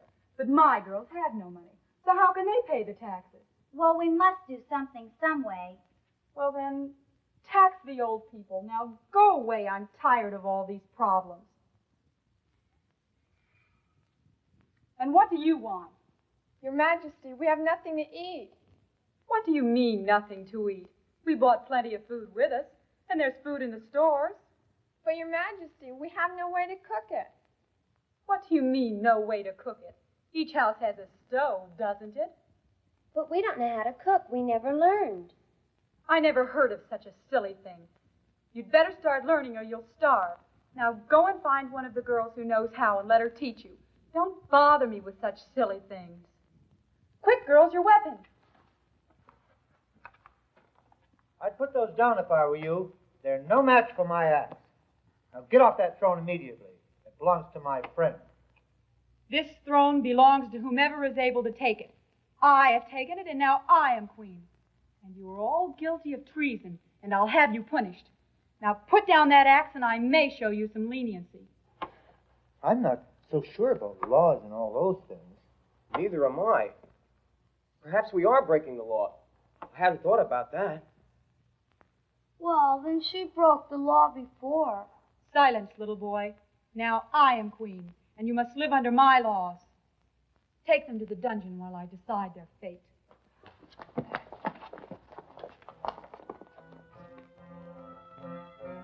I think you're wrong, and a wicked girl to do this to my friends and me. And if we're going to the dungeon, I'm going to let my friend go.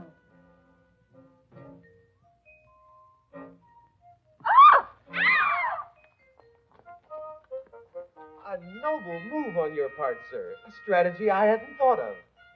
Now that we have the palace, we must bolt the doors securely. Quickly.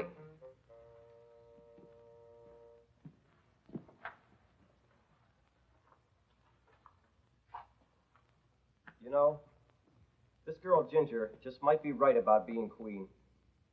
And if she is right, then I am wrong. But you were the king until she came. So it appears to me that she is the interloper instead of you. Especially since we had just conquered her and put her to flight. Have we really conquered her? Tip, look out the window and tell me what you see.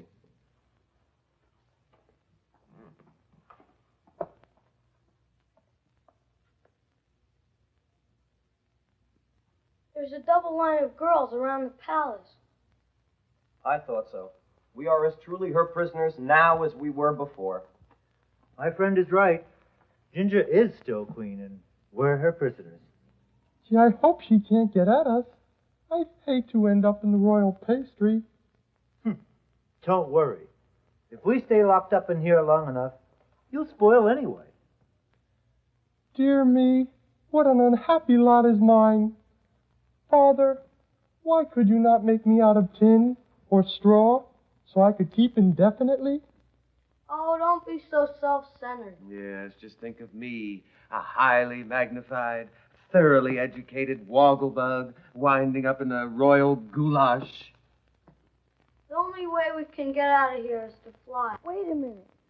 I have this magic powder. Powders? What powders are those? The powders that Mombi used to bring Jack to life. Perhaps there's enough to perform another miracle. What do you mean? Well, from what I understand from Tip, these powders contain a magical ingredient that can bring an inanimate object to life. Is that correct? Yes, if certain words are used. And you know the words? Of course. Good. We could put together something to make a giant eagle.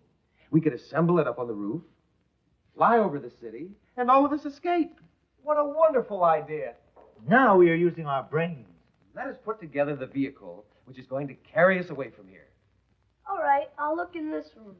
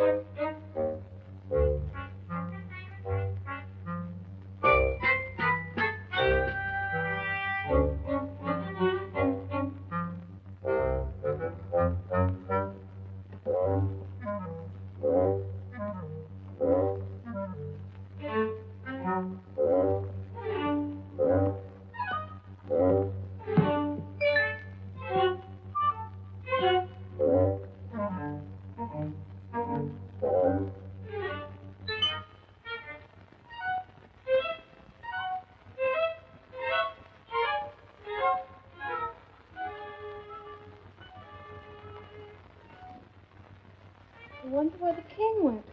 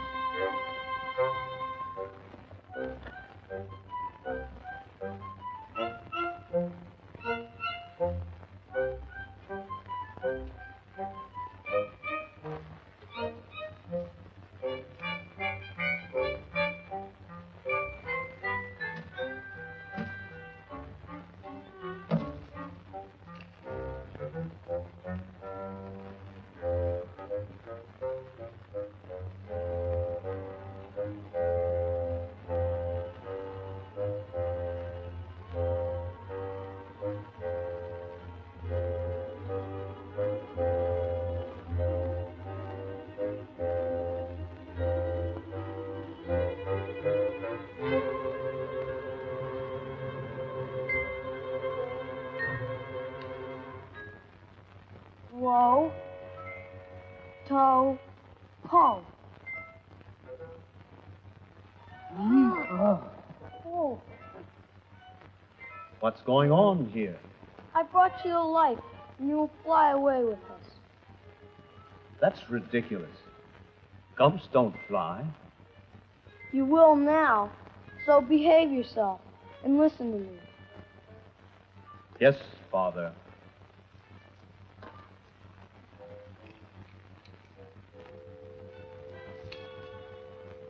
Maybe I'd better go find the king.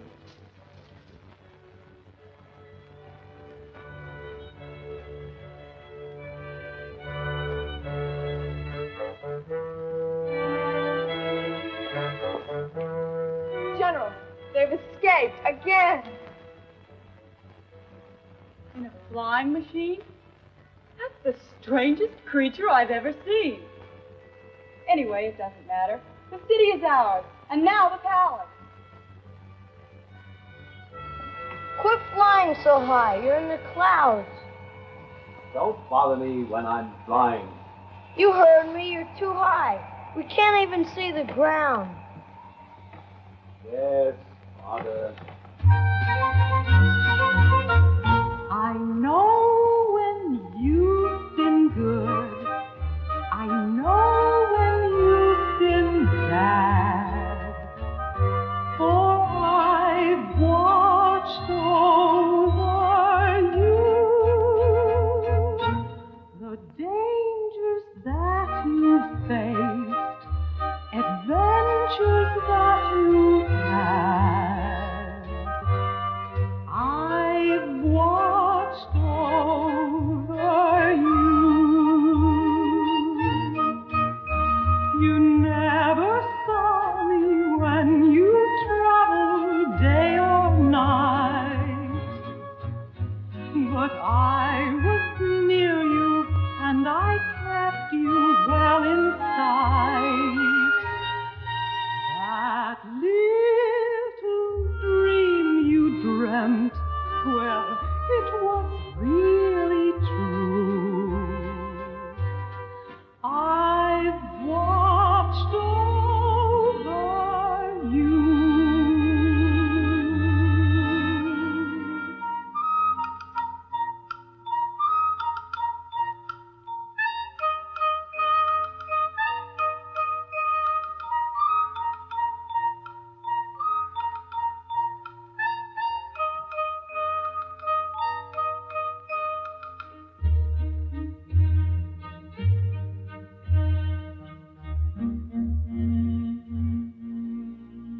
I know you're very smart, for from the very start, yes, I've watched over you.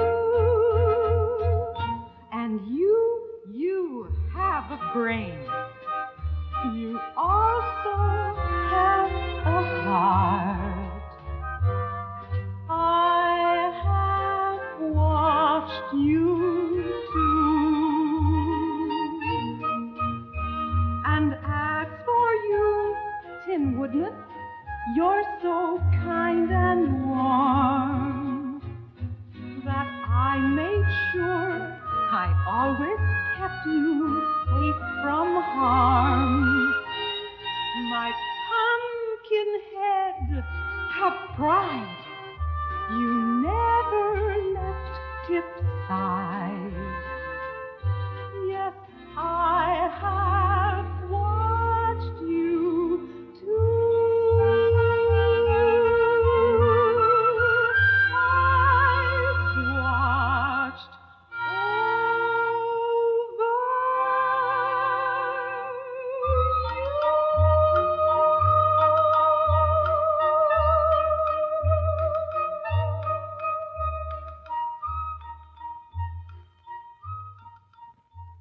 Hello, Your Majesty.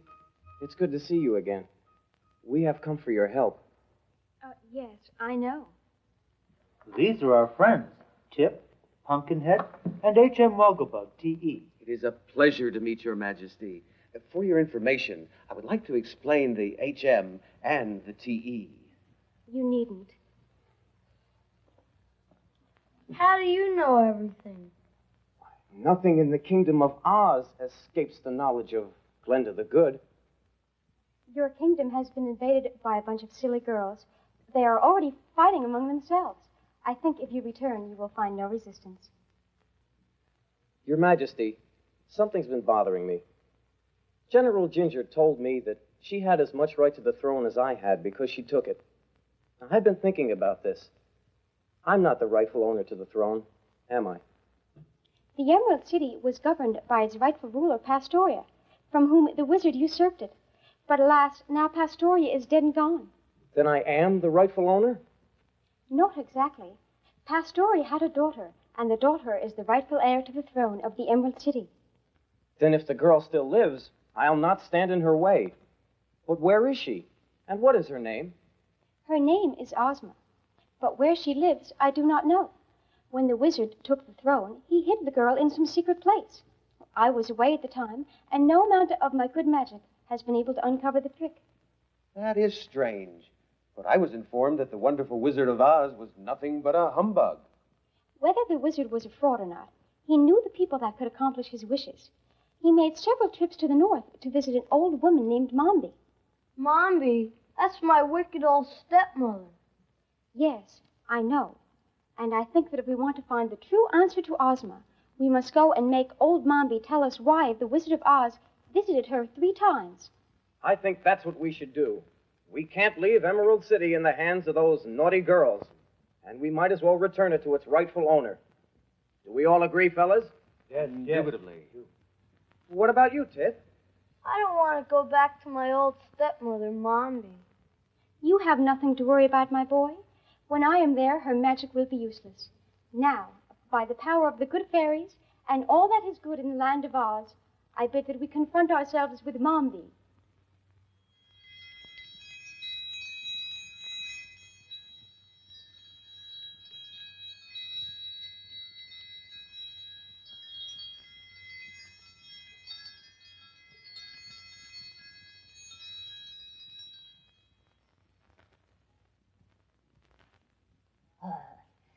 There you are, you little rascal.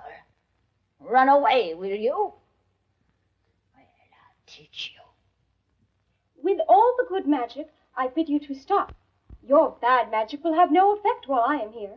I have allowed you to practice some of your less harmful tricks, but now you are confronted with me, Glenda the Good Fairy, and I bid you to tell the truth. Go away. This is my house. I'll do what I wish. We will go shortly, but first you must tell us why the mighty Wizard of Oz visited you 3 times. Well, he visited me to learn how to make tea biscuits. Look at me, Mombi. What is the color of the star on my wand? It's black. Then you have told a falsehood.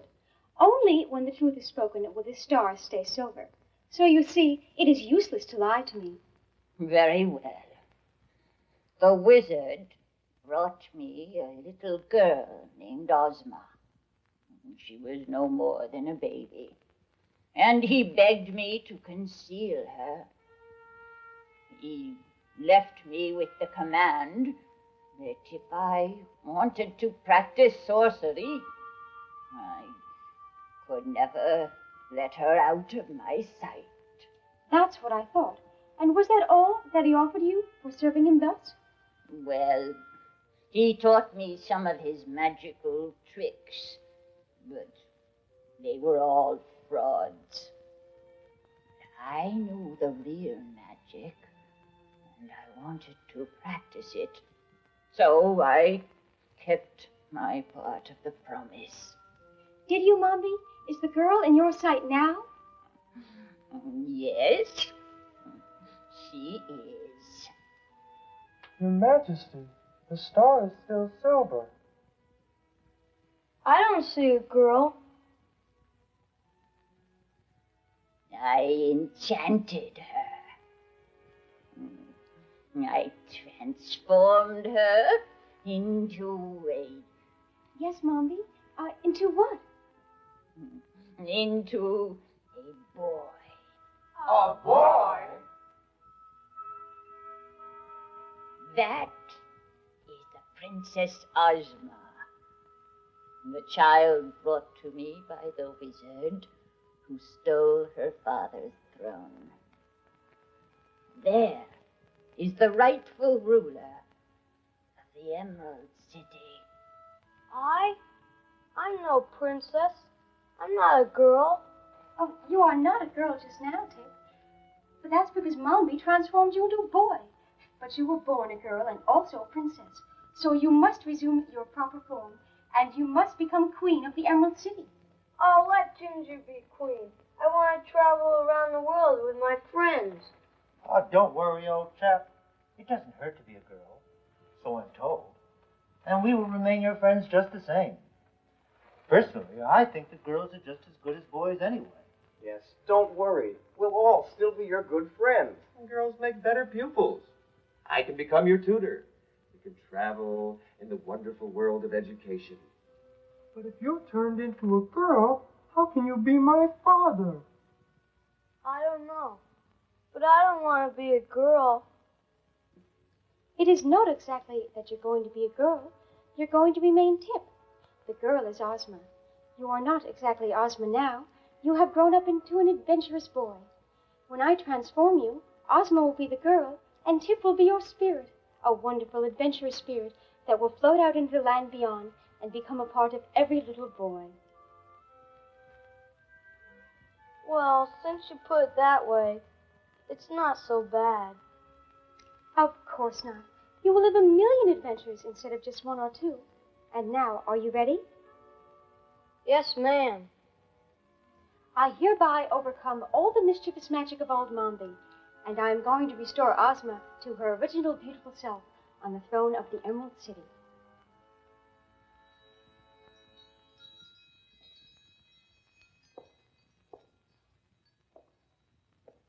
How can I keep an army together? They're deserting day after day.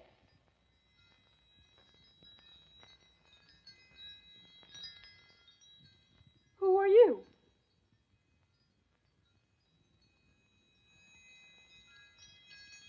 She is the rightful owner to the throne of the Emerald City.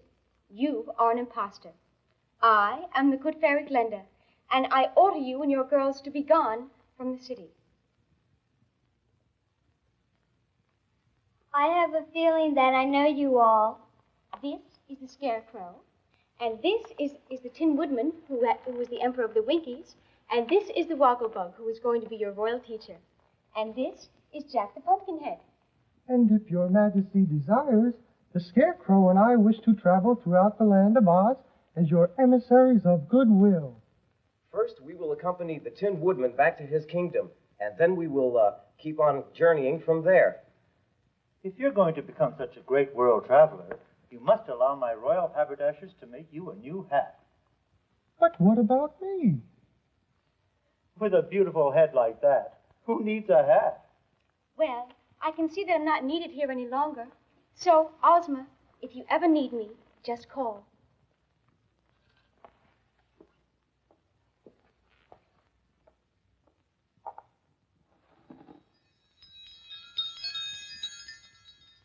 You may all go now. I must have a conference with my royal teacher.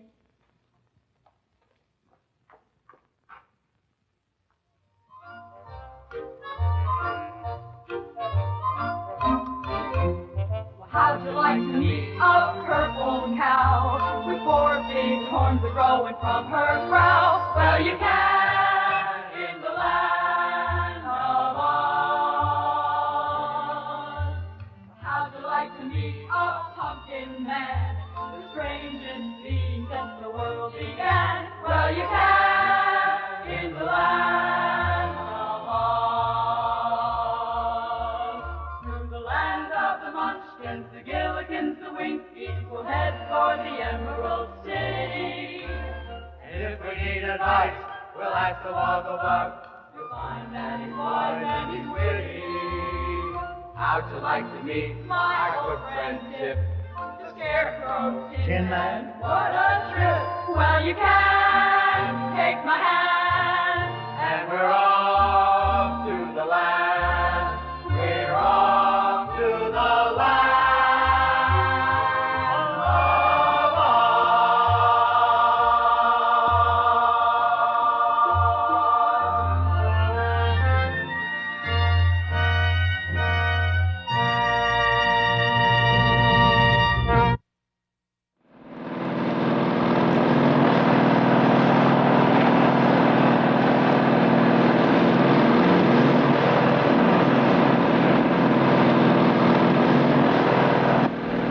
I didn't know that.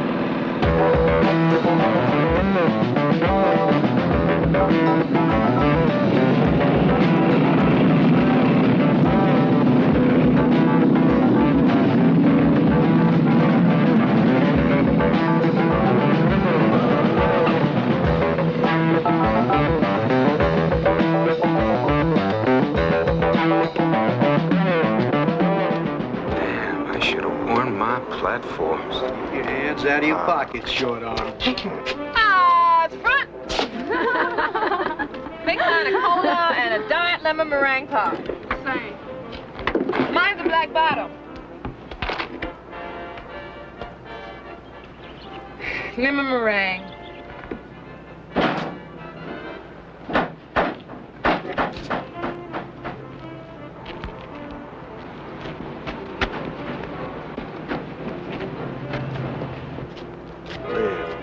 Left, right. Strut your ass out of my saddle, grunt. Sorry, long and leggy, but the Marines have landed. Leathernecks to the rescue! Jesus, I'm going blind! I don't think they like our pies! Oh, you butt on your feet. I think I tore my pants. Hey, wait for me! Me too! And I think I voted for stool blessing!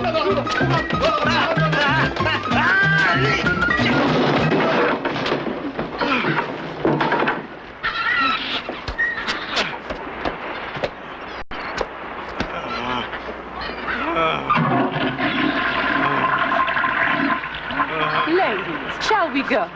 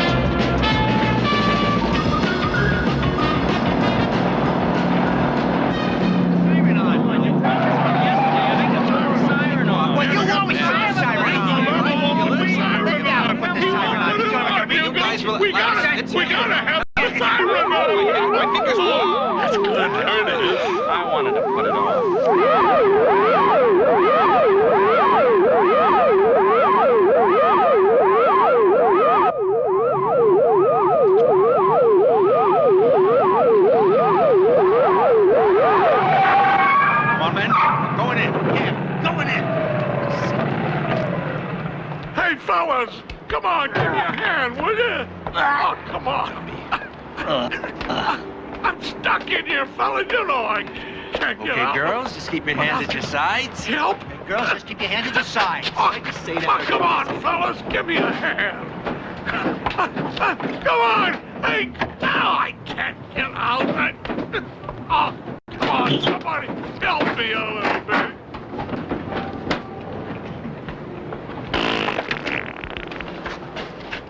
Can I see your driver's license, please? Huh? Oh.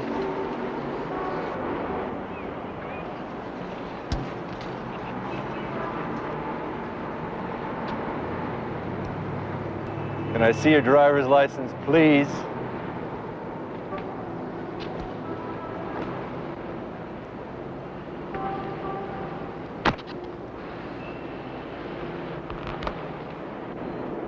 step out of the car, please. Have I done something wrong?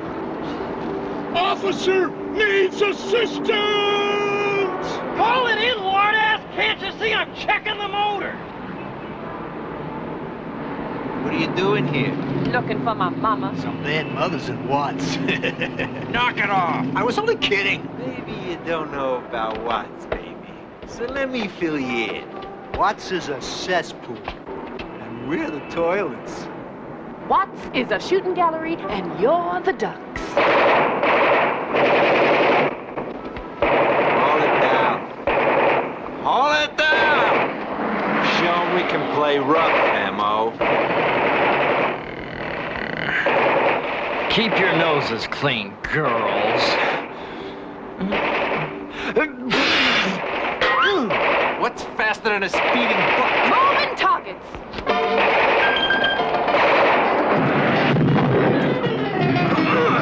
Shotgun! The streets just ain't safe no more. Man, this really pisses me off. I just got my suit out of cleaning. All right, eating the money. Whiplash! Medic! Can I see your driver's license, please? Oh, man, you better have insurance. Insurance? Hugo, do we have any insurance? Boy,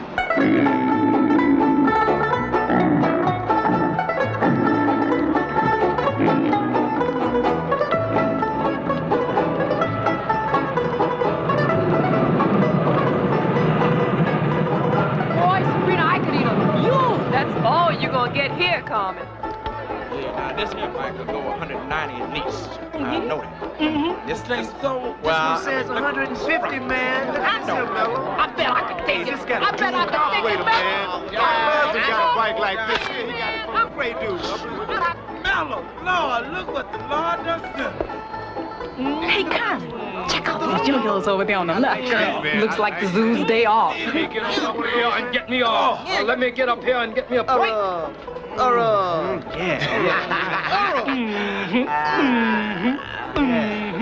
Y'all be cool. We got all those ladies we can use. Just strut off like a nice boy, Sambo. All right, we don't play that. Wow. Sure is a nice ride you got here, Mama. You put this together for you, your old man. I did. Yeah, and I'm Steve McQueen, too. Yeah. You know, I ain't never seen a mama that could ride one of these mothers right. Yeah. Side saddle. Hey, hey. Hey, man, how about a race? I mean, race the structure, Mella, race the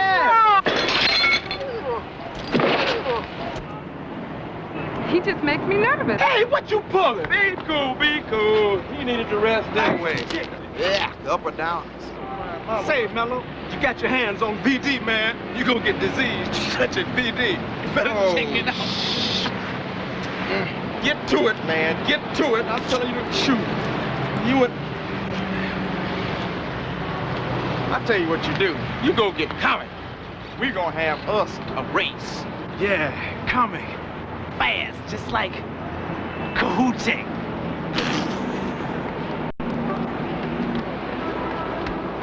Rush around the police station. How about that? What's the bet? My ass. Well, what if I win? Your ass. How can you lose? I'll come up with something. No, I'll come up with something.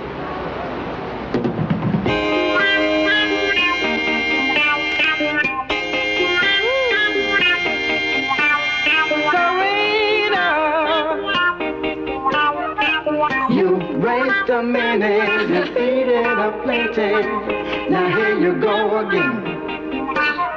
And the stakes are so high, you got to win. Get your Hot Wheels a turning. Keep your rubber burning. Do it, girl. 'Cause you're a motorcycle queen. Get it. Get down, and you must defend your team from any danger. From any stranger. And just like Virgin Mary, your pride you try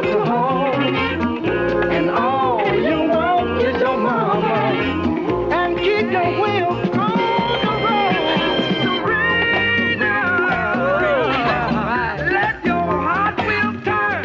Let your rubber burn from town to town. Strutters don't mess around. And you know the stakes are so high. That's the race you got to win. And when you reach that finish line.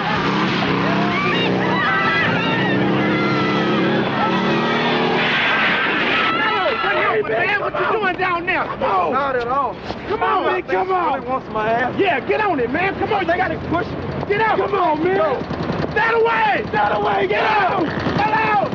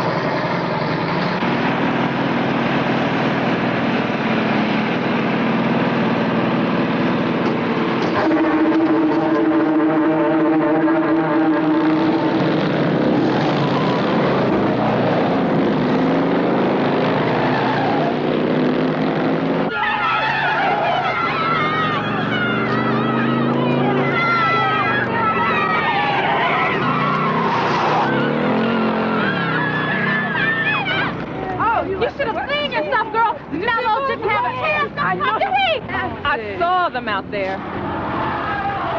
Man, and it's true, they're riding again. Mello, you either gonna be last or first next Look week. at him. What happened, Mello? What happened? Boo! It must be Comet. Comet must be sick. Are you ready? Comet has never. Are you ready to pay up? What's the bet? You know. It'll come to you. Oh, wow. Sarina, you need to... Hey, you're all right, Mama. You're all right. Hey, let's party. That's what Yeah, let's party. You got to say from my head down to my feet.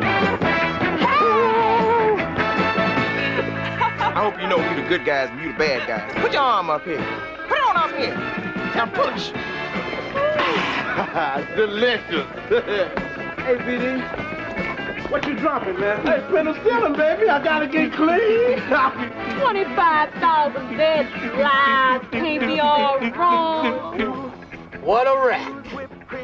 Fire up. Fire up. Come on, push. Push.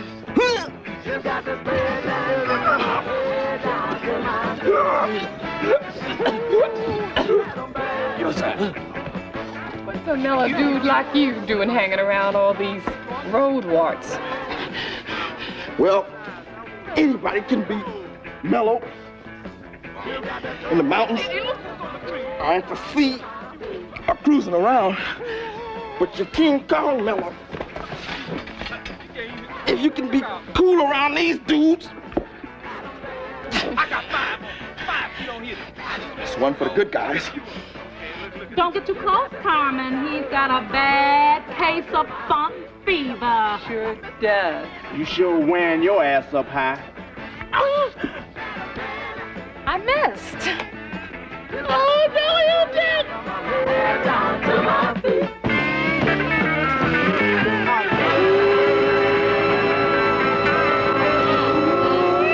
Look at me, we're about to get down. Whoa! Lord have mercy. Y'all know you wasn't as hard ass as you was coming off. Gee, was I coming off that way, Mello? I got to work on that. Have mercy. Hey, be cool, man. Maybe I can do something to help. Yeah, be cool. Melanin's cool. Yeah. Oh, we're gonna step into the rack.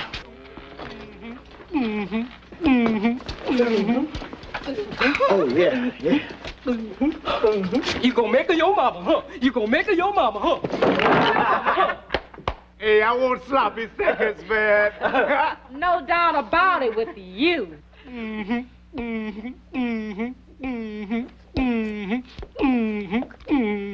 Well, all right. All right.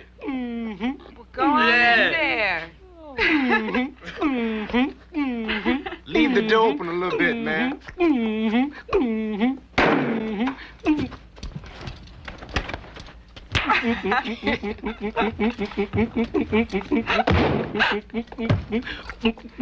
Get out of that keyhole. Give us a report.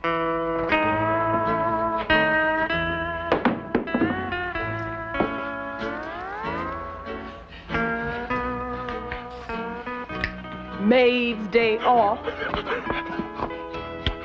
Come on, Sister Irene. We're all alone.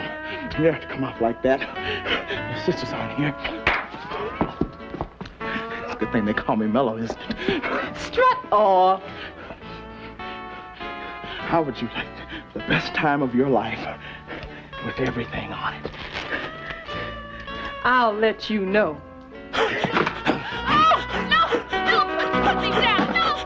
Welcome to paradise! Oh, wait. I ain't never seen it done that way before. We back. I can't believe I'm here with you. Just make me do it. I'm not. That's what I call a kiss. Woman. Come here, Miller. Come here. I got to talk to you. I said I want to get out of here. Miller, leave me alone. No, please. No, not that. I said I want to get out of here.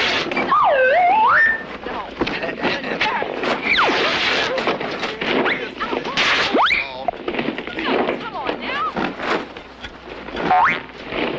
If you ever try to rape me again, I'm gonna break everything that hangs, dangles, or swings. You're the kind of woman to make a man want to go out and start a fight and lose.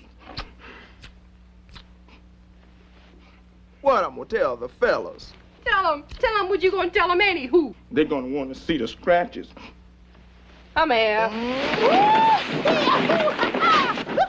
Hot dog. Sounds like it works. Why didn't you come through the ceiling, man? All right. Everybody up against the wall. Oh, man. I got a report here that one of you's been using. Now, which one is it? Huh? Oh, put the gun down. Which one is it? Maybe he's the dope user. Wired? He's always like that. I think we got a bad tip, Babel. Oh, fudge. Let's go. Tubbins, let's get in the car. I can't. I'm stuck. He's always stuck. Ammo, position. Code 2, head down, eyes closed. Get ready.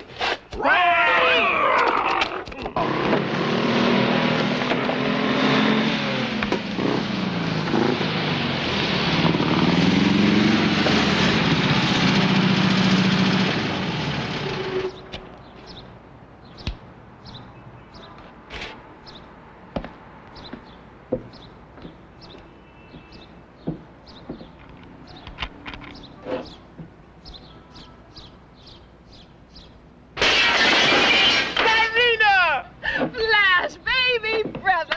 How you doing? Fine. Well, look at you. Well, look at you. Any word from Mom?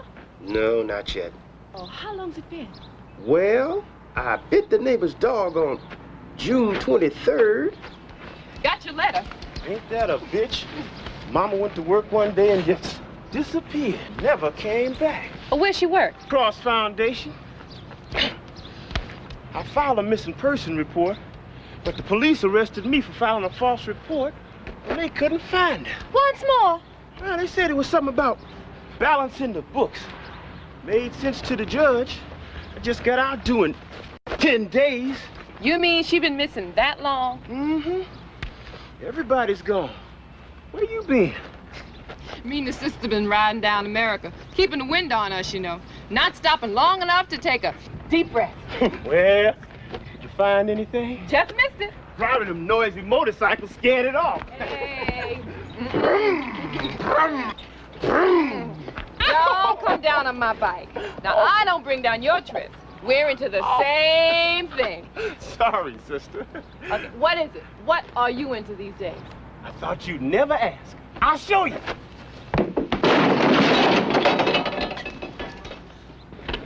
Kung Fu? Man. Still breaking through doors. Way beyond Kung Fu.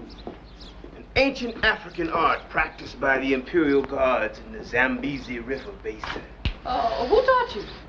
An old man rang the bell. He was selling subscriptions to Life magazine. I took one and he gave me these lessons for free. How's it work? I'll show you.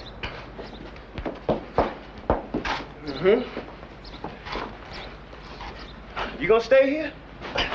No bed. No bed?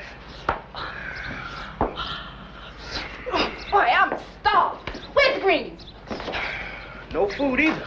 I don't eat anymore. You don't eat and you don't sleep. Where you keep your coffin? Hey, you're getting pretty good, you know that? Yeah. Try it here. I'll show you.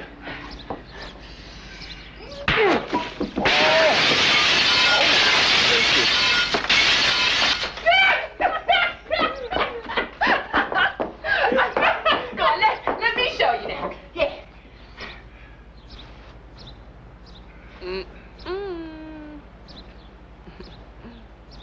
Ow! Ow! Oh! I'm gonna get you for this. Get me out of here. Come on, get me out of here.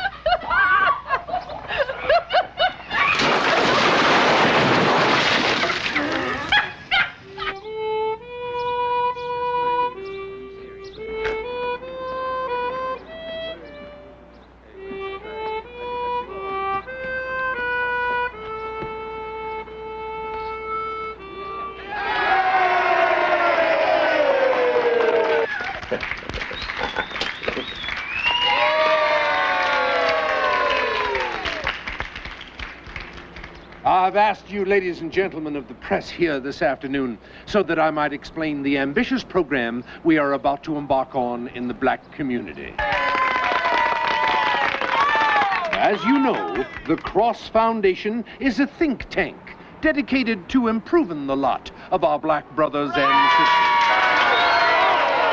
The black man has been very good to me. I aim to see that he is aware of my gratitude. I believe it is important that he know that while some may ignore their responsibility, I do not. Who's that ass? That's Commander Louisville Cross, Skyhawk barbecue millionaire and founder of the Cross Foundation, sister. Buy No, you're doing fine. I intend to see that those who gave it to me get it back. Get it back. Get it down. Blow your face out. The real fox, huh, fellas? Tell it. F-O-X.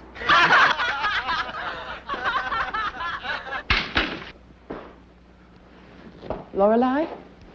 Hi, I'm Cinderella's daughter, Cyrena. I would like to talk to you if I could. Serena, your mother spoke of you. You're some kind of a motorcycle tramp. Mother wrote about you, too. Have they found her yet? They will. Now, don't you worry. She's probably off on some mission of mercy, always doing something for somebody else. When did you see her last? Oh, about 2 weeks ago. She showed up for work, and we checked out our pails and mops. You take that big thing away from me. Would you like a bite? Stuck up.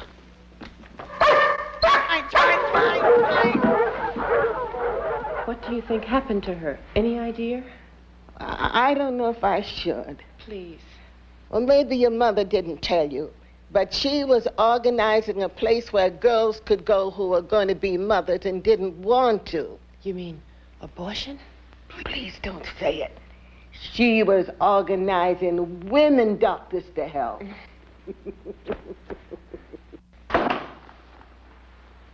Have you seen my mother? Mother Superior? Cinderella. Oh, I'm not much on shoes, sister. Food's more my line. Love your barbecue.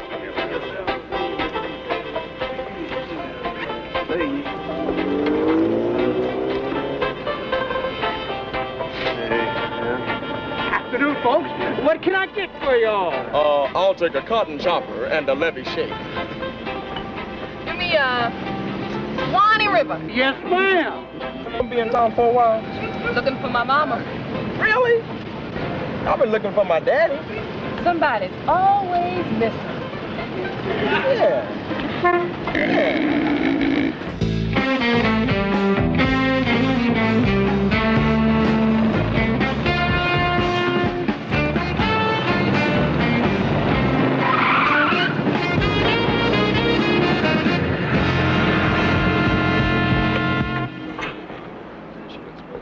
You know your fly's open. Did you hear what she said to me?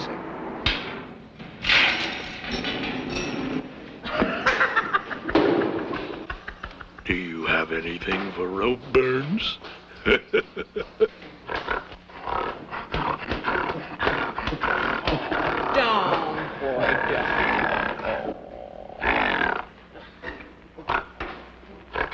Try to get it straight this time, Hugo. Their first position was here. Now their second position was over here. And Hugo!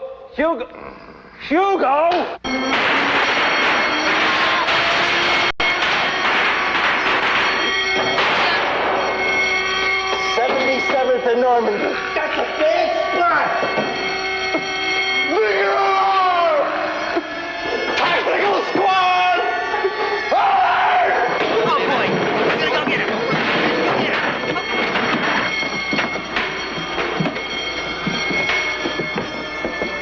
Everybody go! Oh!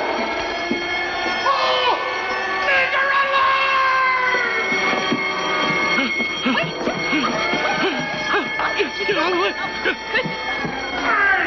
I'm stuck! Dobbins, where are you? Come on, Fatso. There's an alert at 77th and Normandy. Come on. This is 77th and Normandy. Holy cow, Bucky. Hey, fellas, the tactical alert is here at the station house. Wait. Here? Oh, what are you talking about? Search every room! I'll check the wood pile.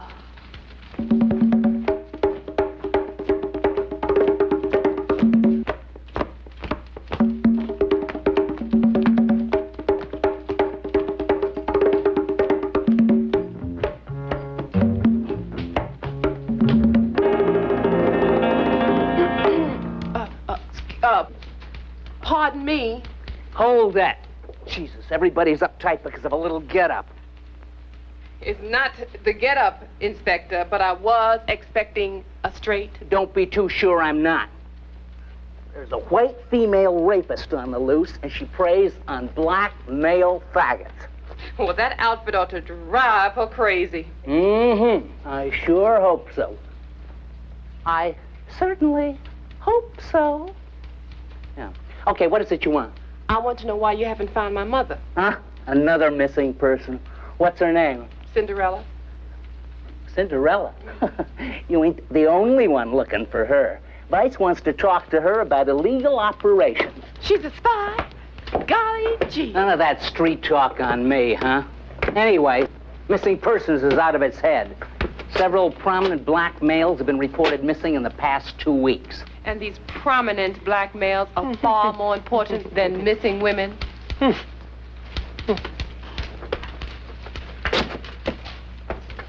Hey, you know what'd look good in her? Yeah, me. Oops, sorry. I hope the stick wasn't too cold. Well, they seem to like me. I hear something down here. Where? No! No!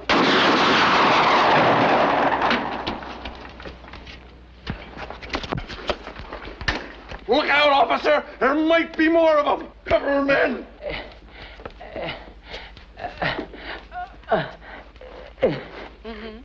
It was... It was...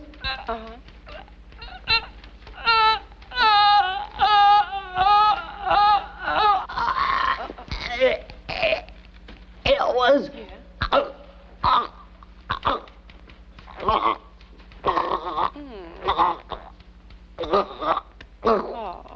Now we'll never know.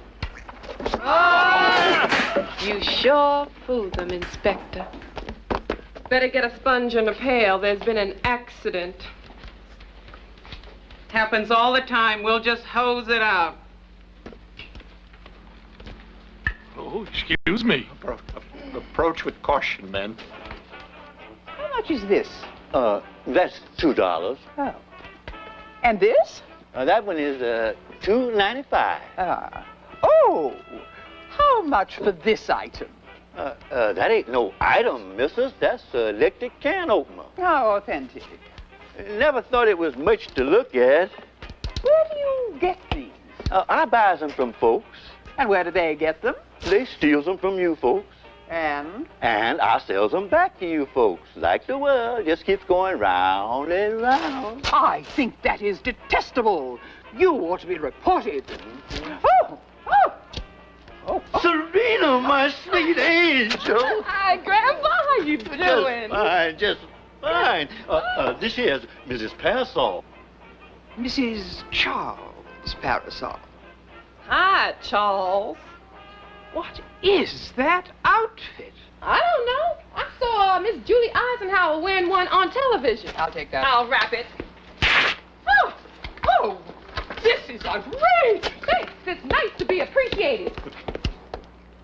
I don't think you should have done that. Hell, Grandpa, don't let them scare you anymore. Those days are gone. Ain't that? She's my welfare case worker. You found your mama yet? Never could figure her out. Even when she was little, she wasn't like other girls. Just had the livers, all, Bo. Well, what do we have here? Mrs. Parasol's can opener. Right around the corner there. Flash tell you she was gone. Flash, he don't talk to me no more. He's ashamed of me. I'm out of style. You had to wait, Bo. It wasn't easy. If you didn't, wouldn't none of us be left here on Earth. They was a mite nasty in those days. Some men came by here looking for a girl your mama helped. I don't remember her name. They's the ones who told me about your mama being gone. What color were they? Sort of red, round the neck. Listen, you try fine old Raspberry, the private detective. He owes me a favor. I've been doing his shoes for years, and he better help you, too.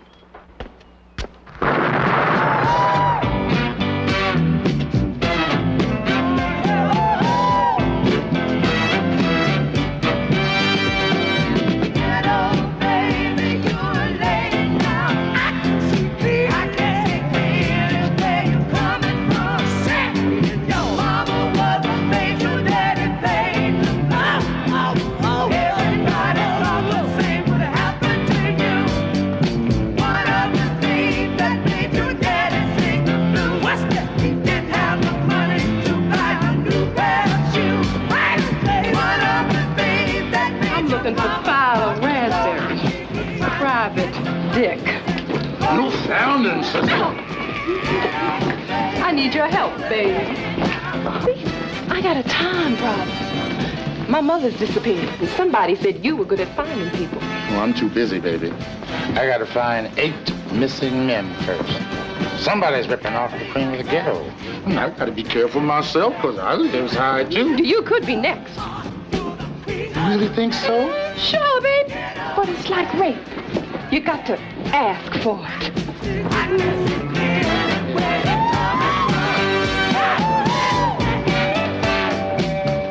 That's all. Well, like in Rasta Spade, spook picking any nasty niggas of Harlem. Oui, monsieur. Bring this lovely dumpling, a Methuselah of my finest champagne from my private stock. Oui, monsieur. Bibi to you then? All right, let's knock off this lawn because shit. Now, we both know how you're supposed to act. Madame.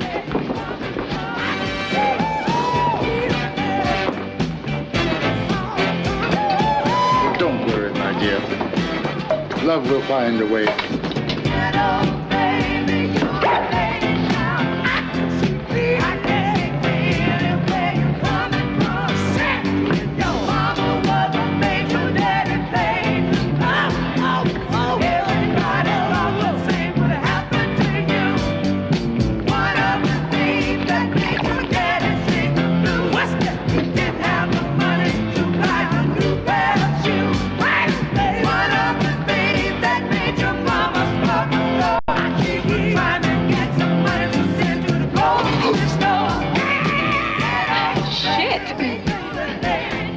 the worst shit I have ever drank. What year is that? Do you get that from the toilet? No wonder it's private stock. Philo, you don't have to worry about getting kidnapped. Not with taste like that.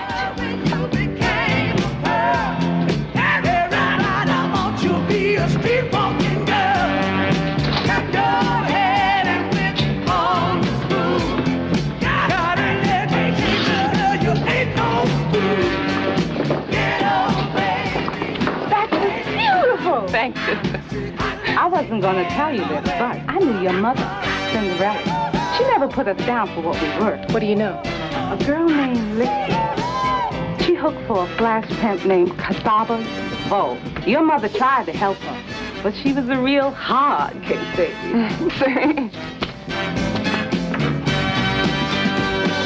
Carry yourself, you get plenty respect.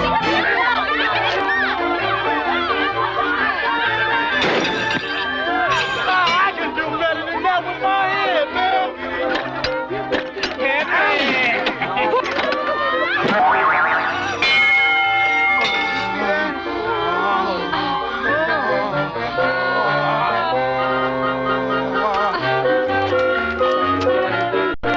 Tamales, we got some lox and bagels, we got some cheese.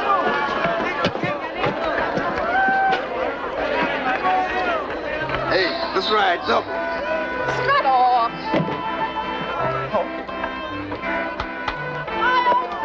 Away! What are you trying to do? Go through life like some kind of John Wayne or something? You know, I heard about that dump you put on Philo Raspberry. You know what, Sister Cyrene? You getting them by cutting nails. They'll grow back.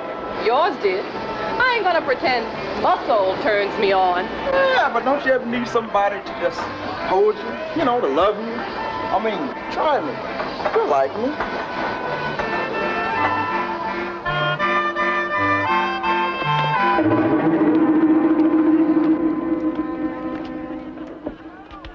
Well, we finally get a chance to talk. Call first. I'm in the book. I'd like to bring you up on a roller coaster myself, but I've been told to deliver you a warning. Now you're gonna get it. Fire! Come on, let's go! Come on! I got this right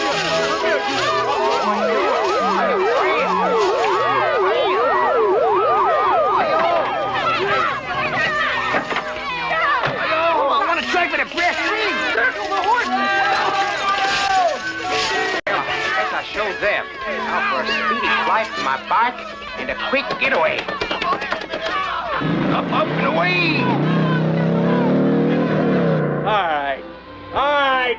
Arrest anybody who ain't Irish. Irish. Irish. Irish. Irish. Irish. Pull up.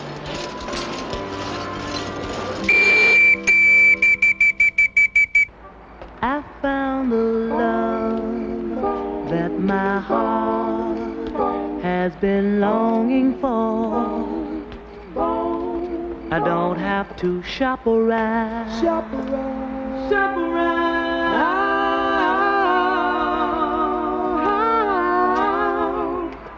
Anymore.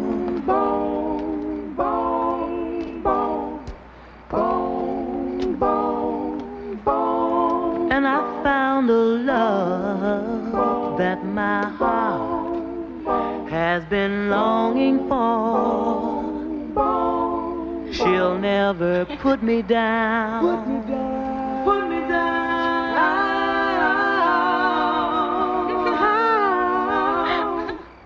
Anymore.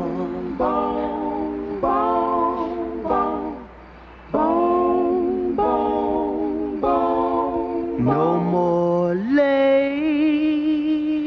man like for me. No more playing the field.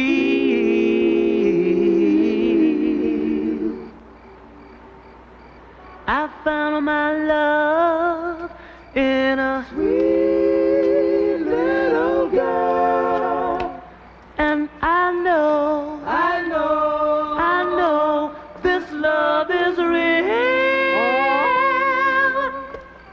I found the love that my heart has been longing for. I don't have to shop around. Shop around. Shop around.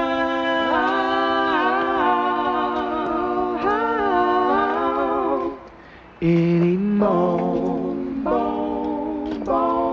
I don't have to shop around.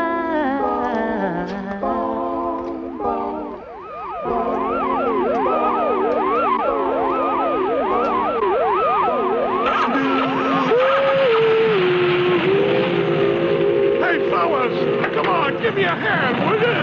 Oh, come on. Bye. Stuck in here. So long there. Bye, see ya. Nope. It's the girls. Can I see your driver's license, please? But we ain't driving, man. Disturbing the peace. M.O.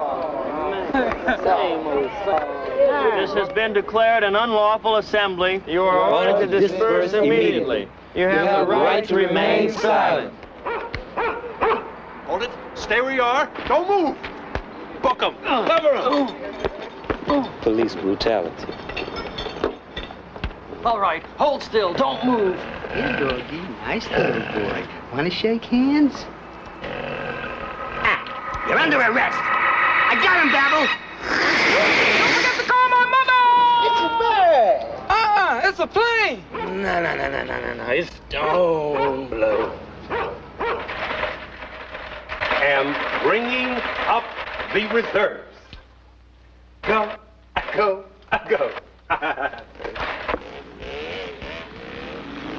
Choppers. Yes. Ladies. Hurry up.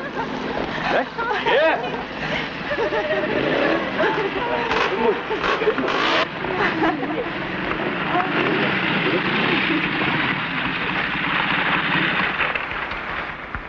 Is this pimp or what?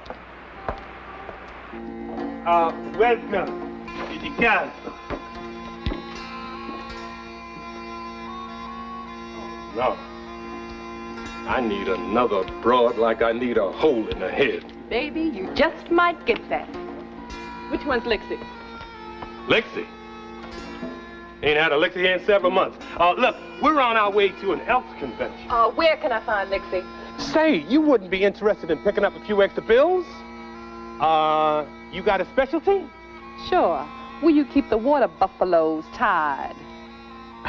Well, that would be a little too kinky for an Elks convention.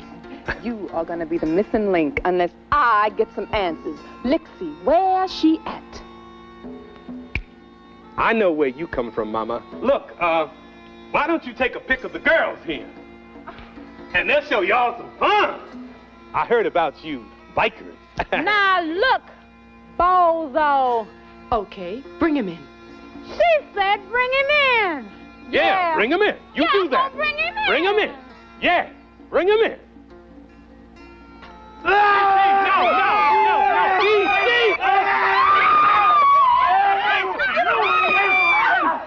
No. Not the girls. Lixie, yeah. Work on the line.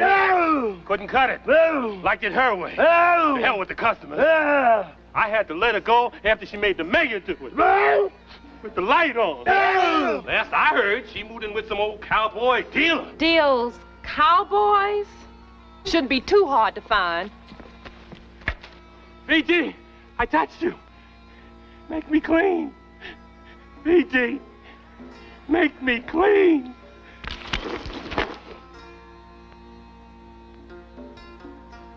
Thanks. I needed that.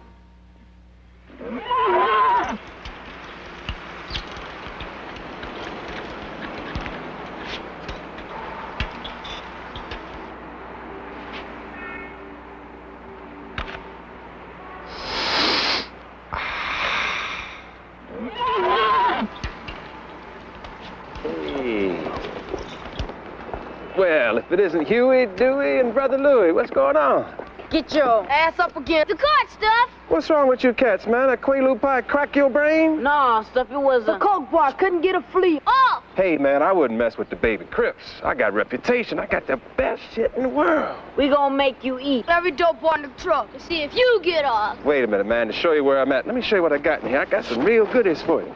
I got a speed sickle, all right? And I got a downer drumstick, okay? Dig that? I also got a cough medicine Milky Way, and I got an acid peyote 50-50 bar. Hey, mama. Take a vanilla ice cream. Not without a prescription, baby. I ain't giving up nothing today without a prescription. And Lixie's whereabouts. Wow, sure got a nice chopper. Sister. Thanks, man. What you want with Lixie? More questions. She knows where something of mine that's missing may be. Baby, Lixie's in deep trouble. Where is she? She's back at the freezer. But don't you hurt her.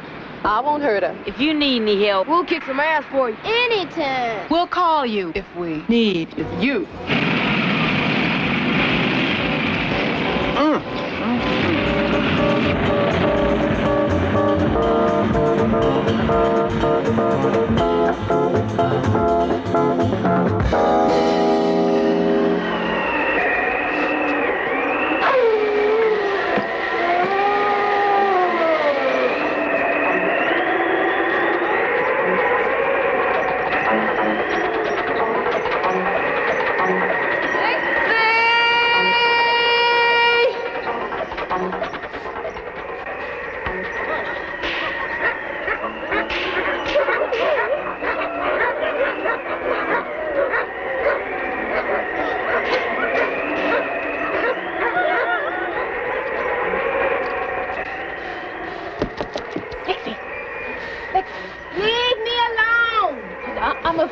I'm Cinderella's daughter, Cyrena. Cyrena? Yeah, she mentioned you. Did you find her yet? No, girl, but the trail leads to you. They've been looking for me, and I don't know why. Well, who is? I don't know. Well, tell me how you got mixed up with my mama. What was happening? It's a long story. It's a long winter, girl. Come on. I split from Cassava Boat's Love Factory. And went to this home I heard some church was running. Some white dude by the name of Tilly. It was a runaway home for mothers. So I told them I was running. They took me in.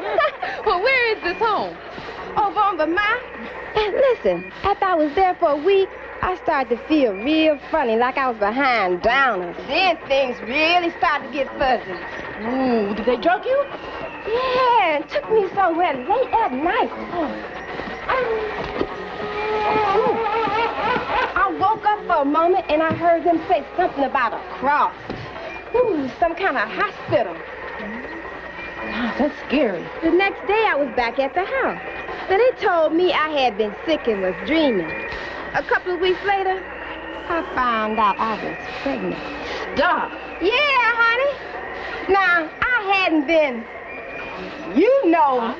for a long time. So, I had to get out of that place quick, fast, and in a hurry. I went over the wall, honey, don't you know? Go ahead on, run it, girl, run it. Well, I heard about your mother. So I went to her. Whew.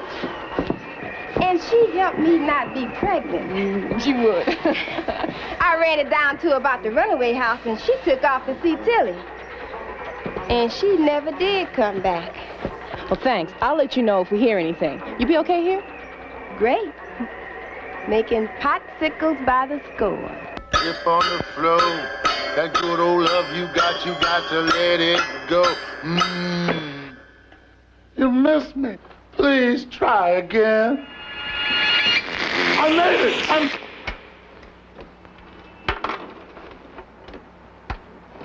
Well, if they got Philo, they must have everybody they want. Maybe they got them to mix the drinks or something.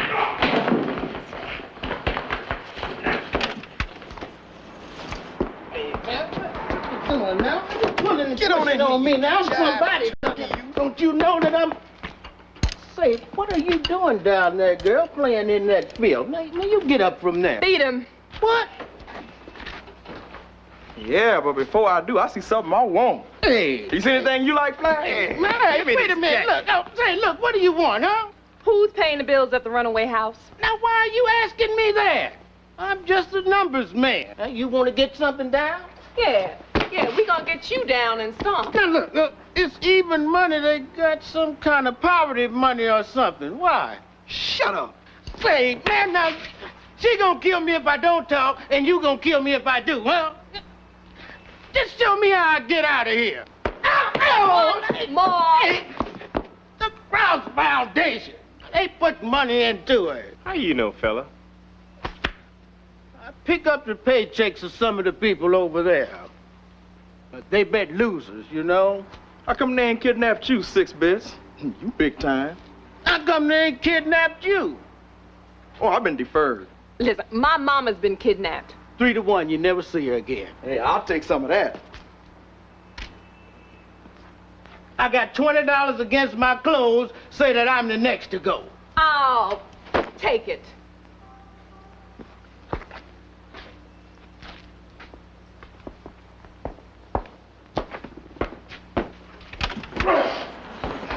Oh, Sky Hog Cross, paying for runaway house. Yeah. How do you like that? That don't mean nothing to me. Lixie was taken to some sort of hospital. Cinderella was working for the Cross Foundation. Keeps coming up cross. Now, I've asked enough questions, and I've done enough looking.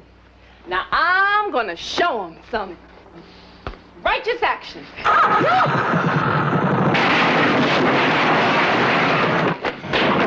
Did you see that?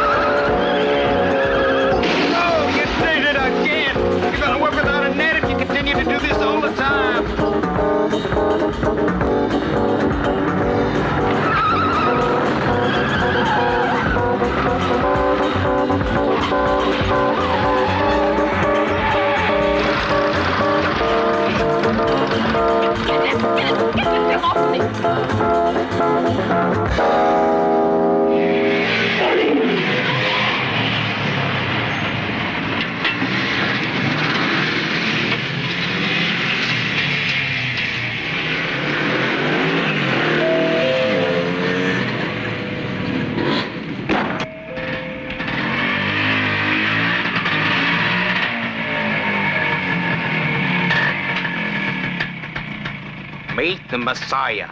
Looks more like Little Red Riding Hood.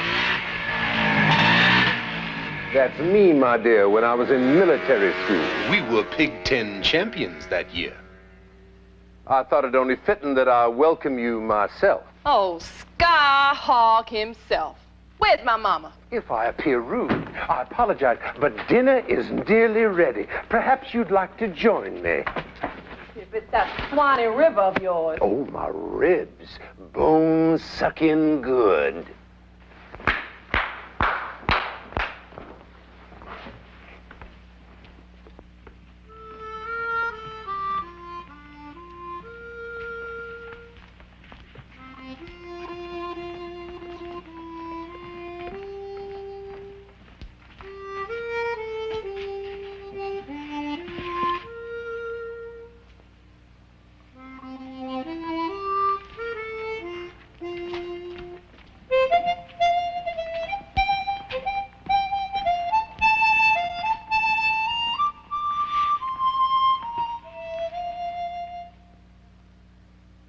Dismissed.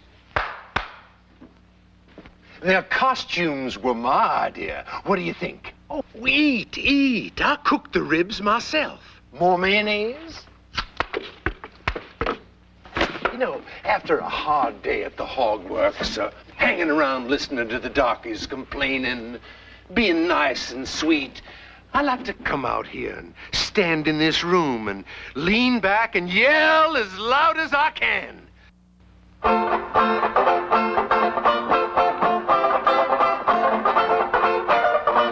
Gentlemen, be seated.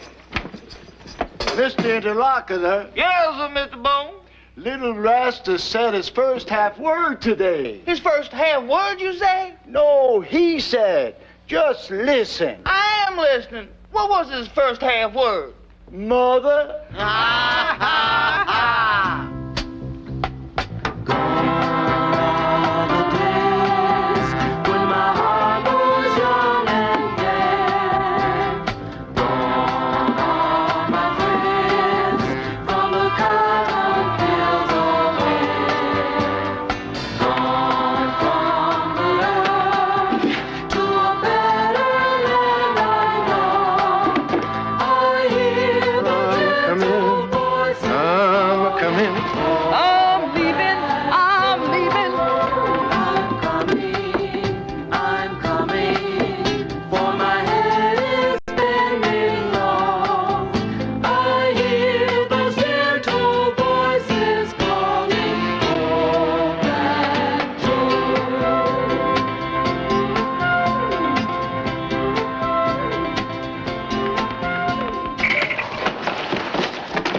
To start as a kid selling ribs to darkies.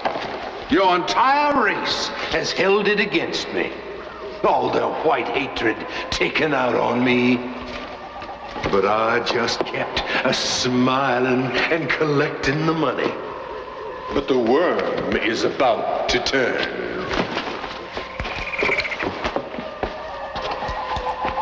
Regular Disneyland. Oh, perhaps you recognize these men. Some of the finest examples of the black community.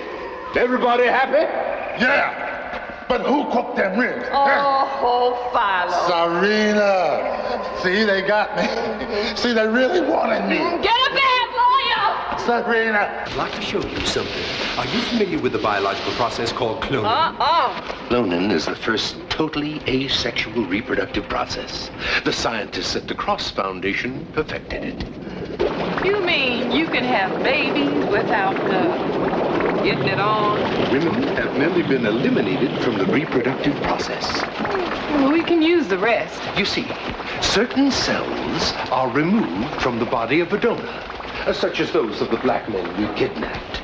Fertilized in the womb of one of our mothers, the cells become a fetus and are then transplanted to our miracle machine.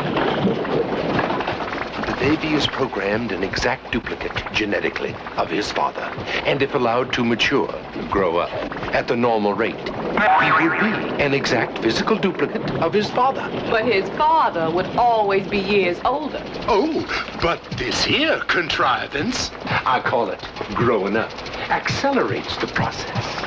Total physical and intellectual maturation can be controlled and assimilated as the clone grows in a matter of hours to the exact age of the donor. And you have an exact duplicate of, say, a prominent black figure? Exactly. These highly respected black puppets will then endorse my political aspirations, and I will effectively control the black vote. All my work will be rewarded. And that's it? That's right. I think it's pretty damn clever. Why don't you grab white celebrities? White folks vote, too. My own people? You grab my mama for a few lousy votes. The votes are power. Why me, pig? You're a fanatic. Fanatics don't learn. Your mother was a fanatic. She found out you were behind runaway mamas. Worse, she spied on the Cross Foundation. She found out we were kidnapping blacks. She wouldn't cooperate. The labor pains are starting right on time. Sometime today, our first full-grown clone is gonna emerge from that... No, that end of this here machine. And if the process is deemed a success, we can begin eliminating our donors. Painlessly? I haven't really made a decision on that.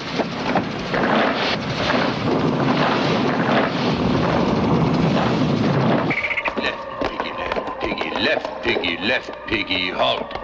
Left piggy, left piggy, left piggy, left piggy, left piggy, left piggy, left piggy, left piggy. Forward, march. Left piggy, left piggy, left piggy.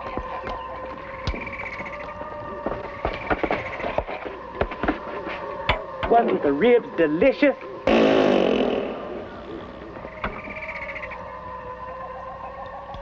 Sabrina. Oh, please, no ribs, please. Honey, I got something better here than ribs. What you got? You got to get out of here and tell the world what this man's done. You know he stole a recipe from me and Ben. Oh, tell the world, honey, tell the world. I'll tell him about that mayonnaise, too.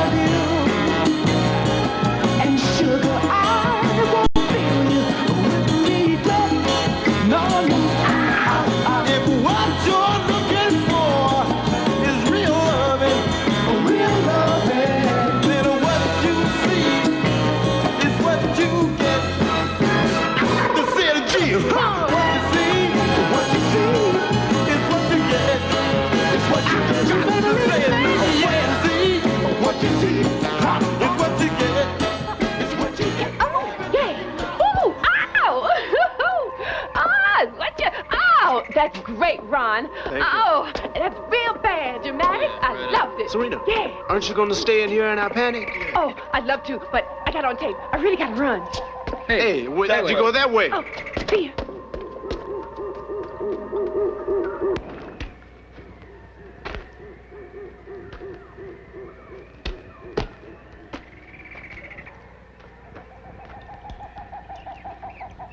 Serena, remember when you were a little girl and you asked me why men get to keep their names when they got married and women didn't? Oh, yes. You remember what I said? No. Well, I don't either. It's bothering me. Mama. Serena. Mama, I came looking for you. Mama. Cross got you too. I've been watching that man for years. I knew he was too much the black people's friend. He just kept getting richer and we kept getting poor. The runaway mother scam led me down to the Cross Foundation. I got down there and went to peeking around. That man hates black people. All you gotta do is just look at him. He used the mothers to carry the clone babies, right? Drugged them, implanted the cell, then held them captive in the home. But Lixie escaped and I took her to a good doctor. That really pissed him off. Watch your language, Serena. I ought to burn this place down. No! Lord, no. Do you realize that Cross has nearly perfected an artificial womb? That could be the answer to all our problems. Transplant unwanted births. I'm gonna need to get me a shotgun and rip. Child, come here. Come here, honey. Ain't you learned nothing from all them hippie children that got their heads beat in from the dead Panthers? Yeah. I learned that you beat them before they beat you, Mama. That's what I learned. You're gonna go on fighting forever like that. You ain't never gonna win. The enemy's in our heads. Now, I feel that we should go and get them. Hold it, honey. I ain't got all night to talk. It's wisdom you getting. Yeah, but if we kick their ass... Okay, kick their asses one more time. But let's do it right. Serena, you forgetting something. For old time's sake. Serena, ain't you forgetting something?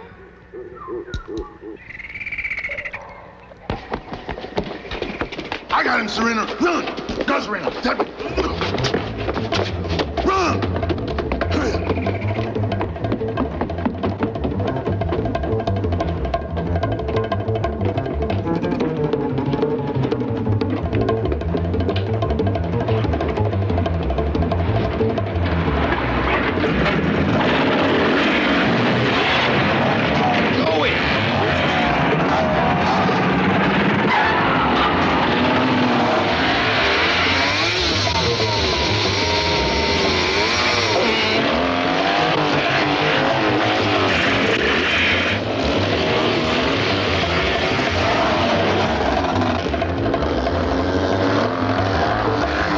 I want her back. She took the keys.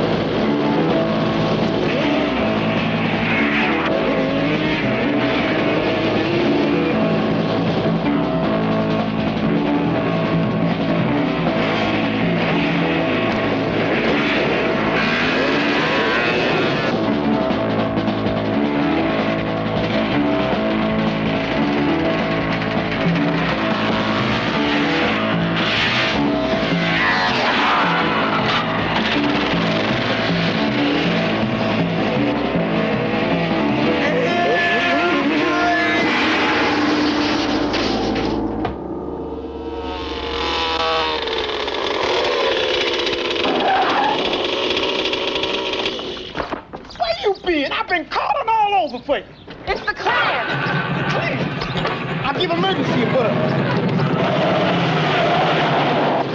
Emergency? Dear Abby, I got a problem. Yeah, come on, baby. Come on here to be good with your fine self. Yes. They're making white black. I found Cinderella. We're gonna need all the help we can get. Get her!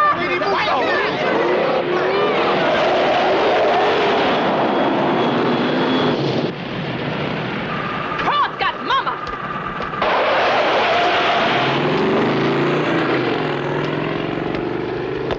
The clown is coming. The clown is coming. The clown is coming. Catch me in. Follow me. We're with you, sister.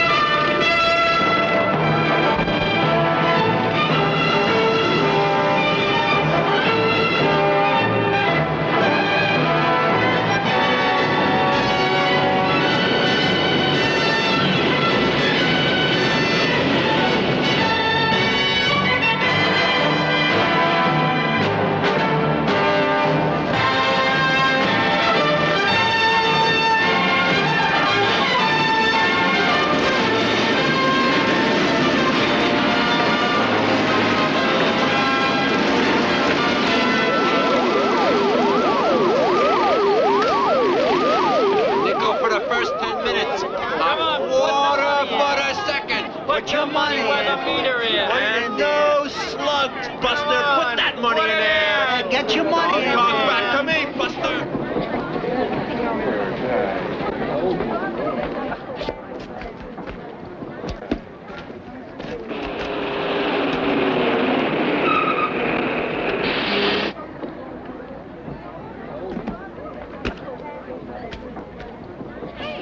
This looks like the elk convention.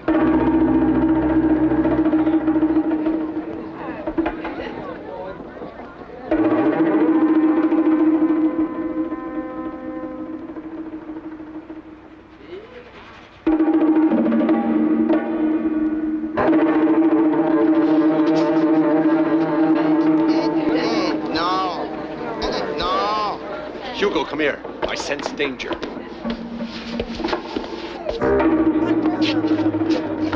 Oh, we gonna let him burn a cross on our front lawn? I say no.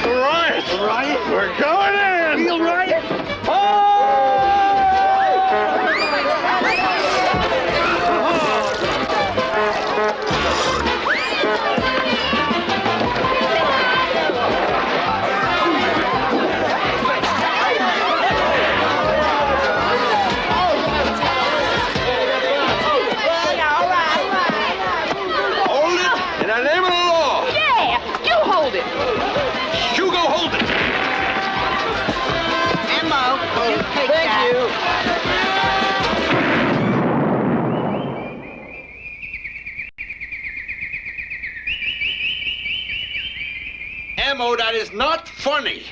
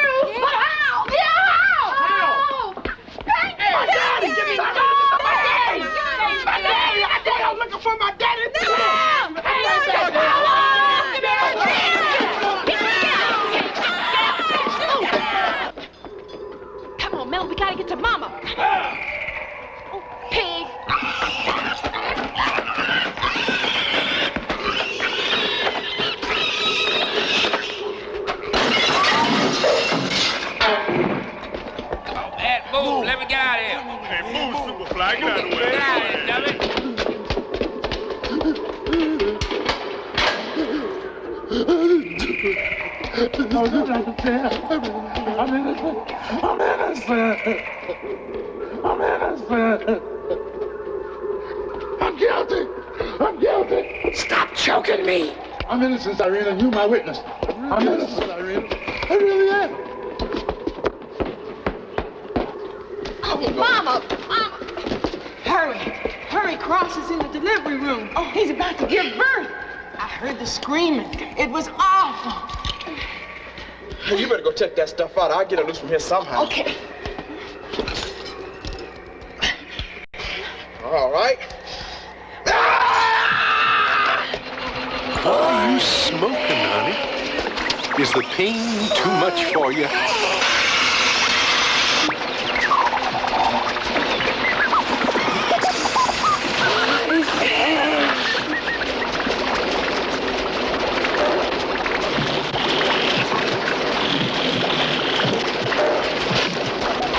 Complications. It happens to the best of us.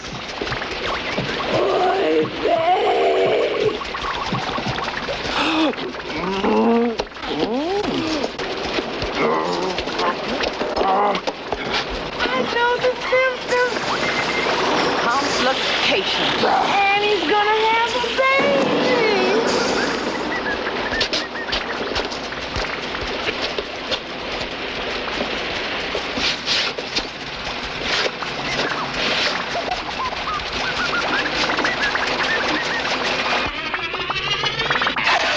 Hey, Mama. Ow!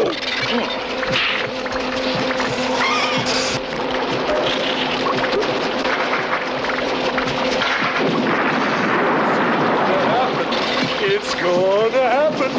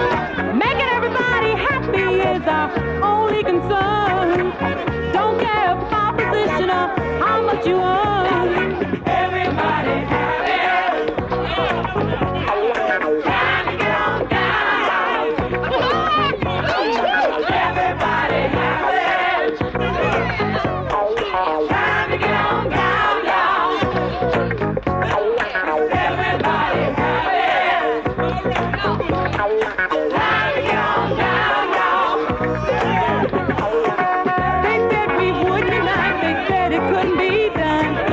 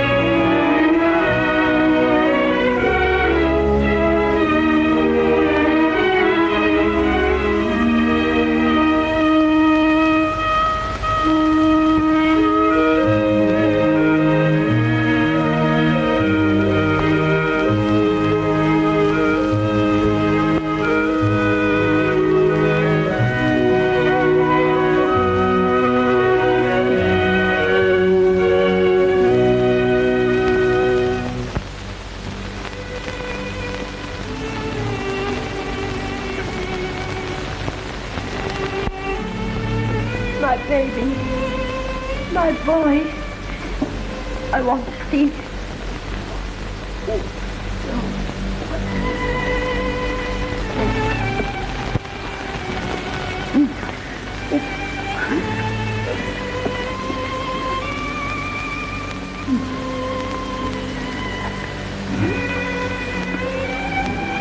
My baby.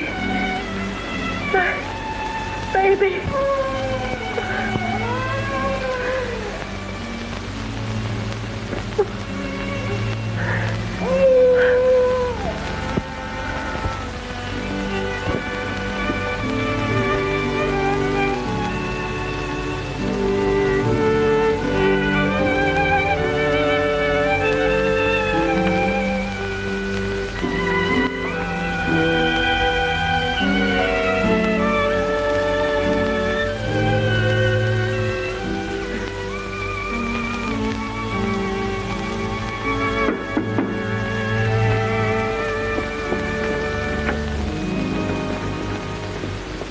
It's too late, Doctor.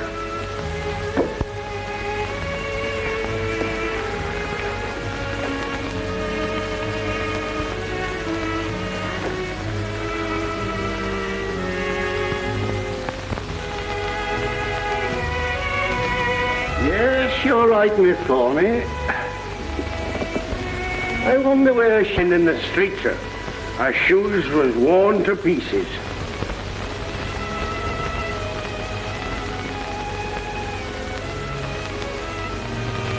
No wedding ring. I see the old story. Another mouth for the orphanage.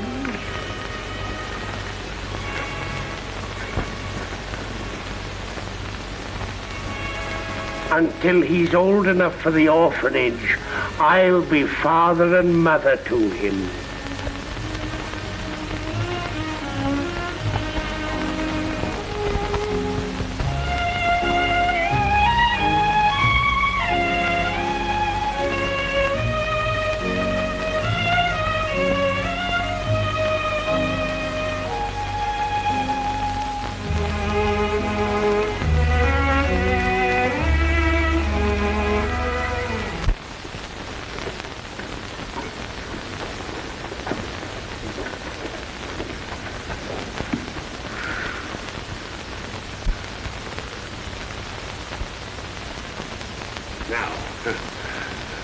You mind your manners.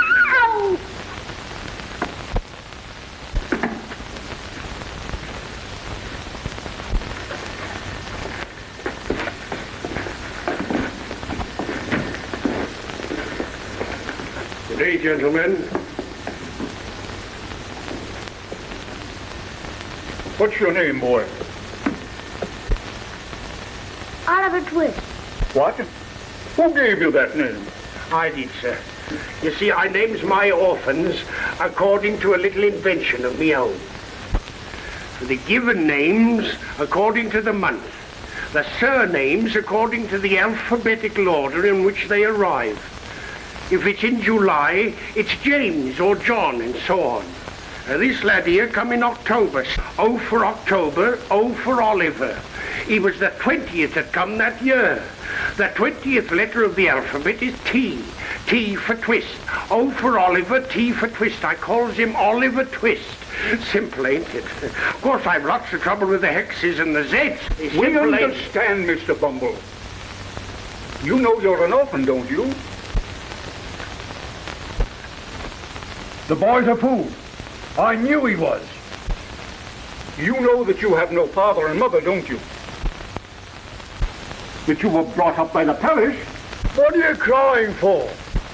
I hope you say your prayers every night and pray for the people who take care of you and feed you. You come here to be educated and to learn a useful trade.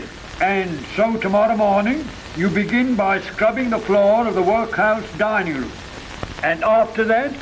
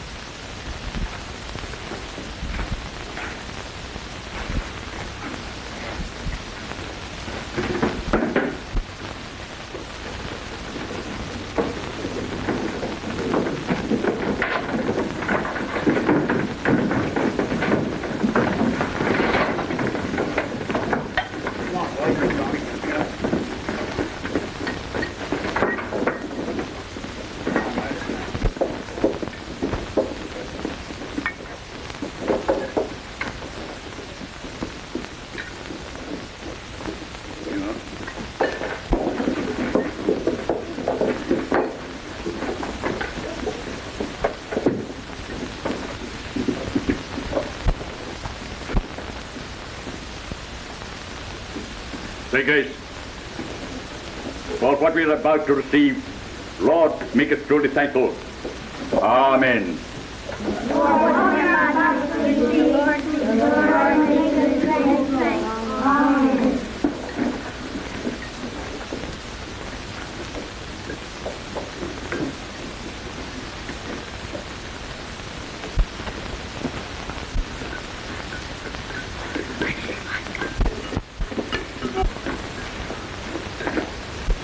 Please, sir, I want some more.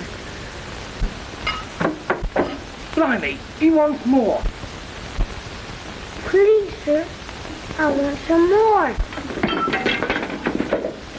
Chicken, Mr. Bumble! Mr. Bumble!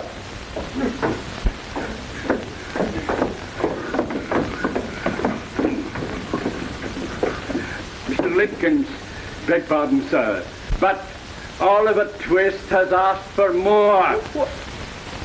Am I to understand that after he had eaten the generous supper the law allows, he asks for more? Bumble, lock him up. Yes, sir. You come with me. The boy's an incorrigible, sir. Can't you arrange to apprentice him to someone? I will. That boy will be hanged. I know he'll be hanged.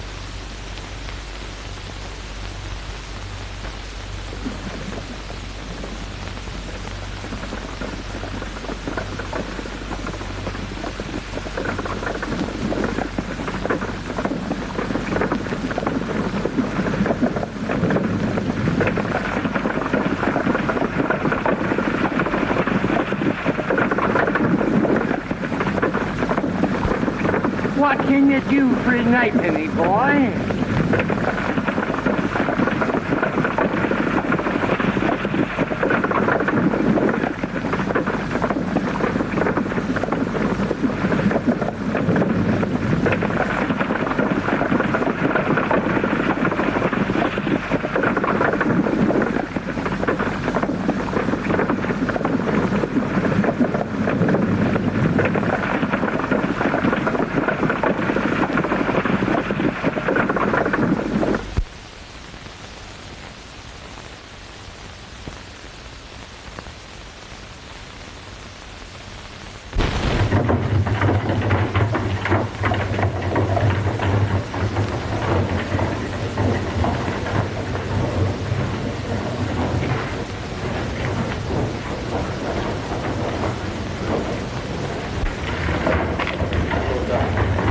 What's the matter? I'm very tired and I'm very hungry. And I've been walking for 7 days. Any money? Want a place to sleep tonight? I do indeed. I know a nice old gentleman who'll give you lodging for nothing.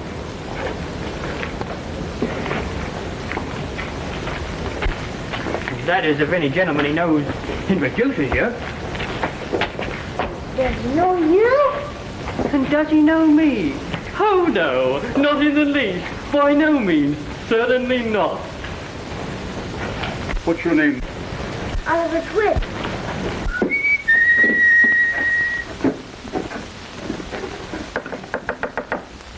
Who's there? The Dodger.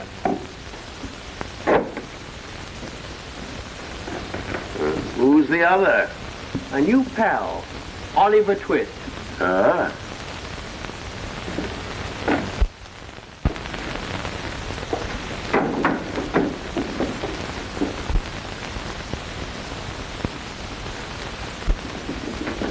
This is him, Oliver. My friend, Mr. Fagin. Pleased to see you, Oliver. All of us. Ain't we, my dear? Yes, right now. Dodger, fetch a plate for Oliver. Yeah.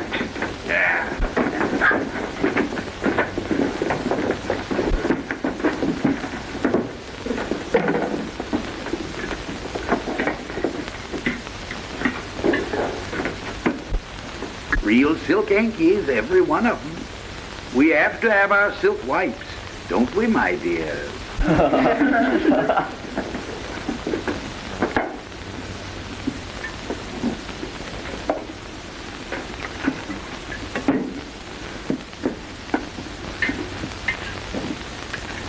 Drink it, Oliver. Good for you, my dear. Good for you.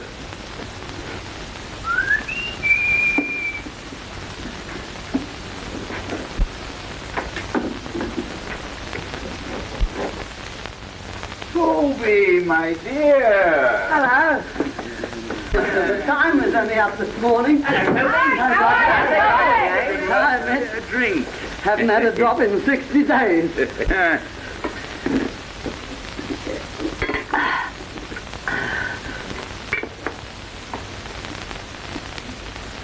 A young friend of mine, my dear. He's certainly in luck, then. Oliver, where do you think the gentleman comes from?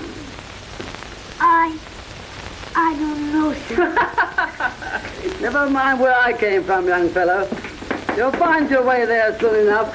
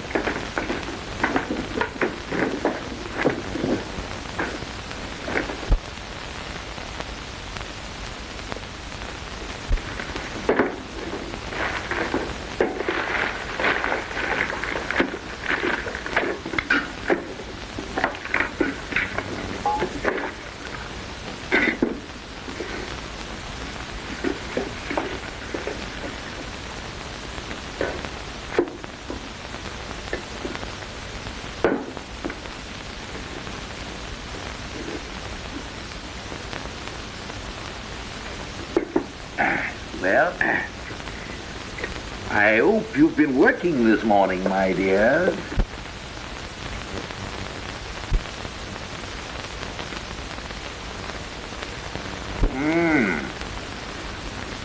Ain't they lined beautiful?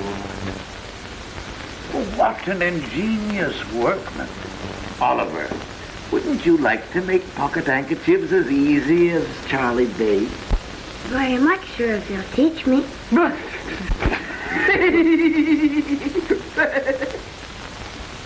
My dear, shall we have a little game? I know. Just to amuse Oliver? I know. Hey, Oliver? Yeah. Come here, Wally.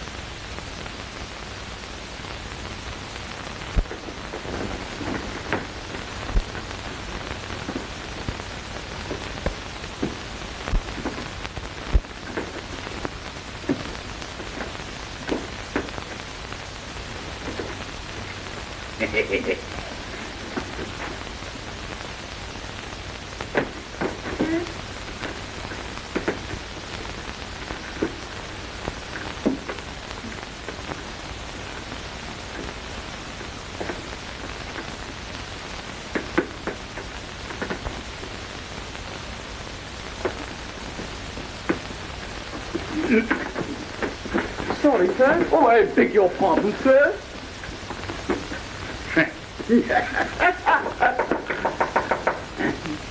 Who's there? Nancy Stipe. Oh, come in, Nancy, darling. Hello, Fagin.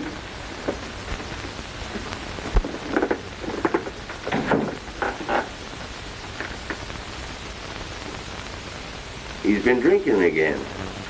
You better let him have it.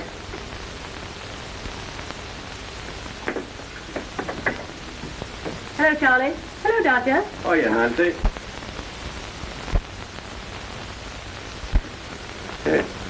A new pupil, my dear. Oliver. This is Nancy. Hello, Oliver. Hello. Not another penny until he cracks that crib. All right. See you later.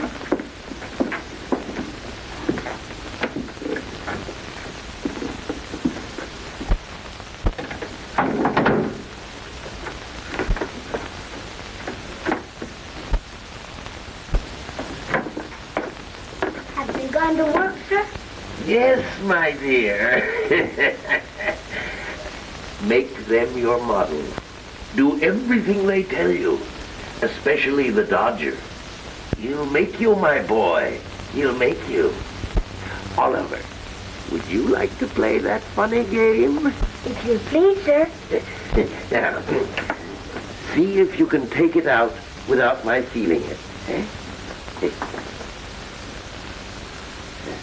Oh, slowly, slowly, artistically. Good boy. Good boy. Here's a shilling for you. Here it is. Thank you, You'll be a great man one day. You'll live in history, Oliver. What's history?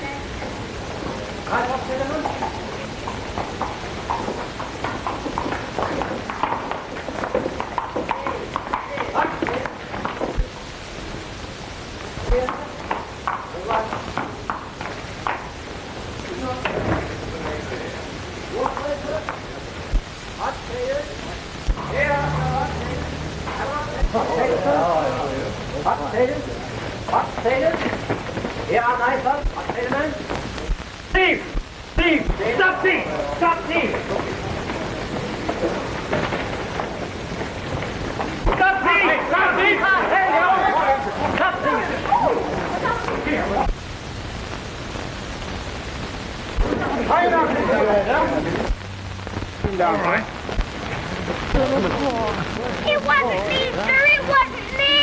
I didn't do it, sir. I didn't do it. Come on, get up. Oh, don't hurt him. I won't.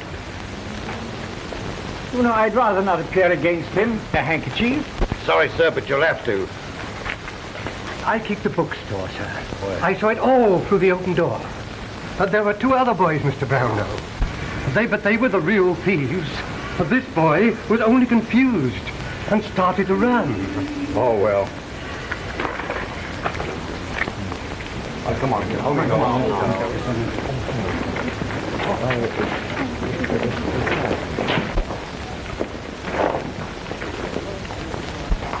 Would you like to come home with me? Yes, sir. Cap.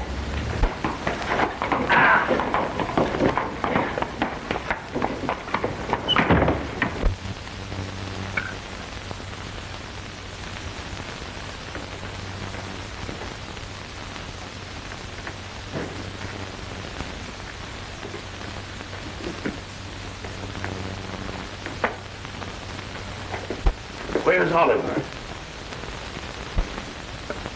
Where is he? The coppers got him, that's all.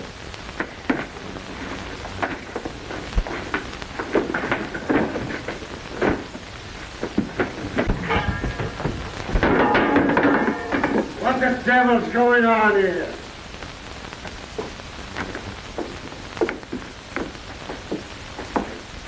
Come on, Bullseye.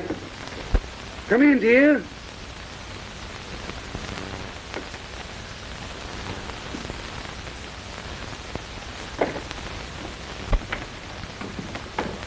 Ill-treating the boys again, are you? Lie down. If I was one of them, I'd have cracked your head open long ago. Not so loud, Mr. Sight. Oh, Mr. again, eh? What do you want now? Nothing. Not a thing.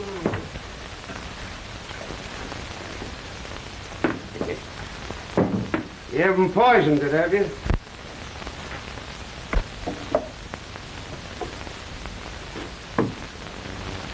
Where's the new boy? The coppers got him.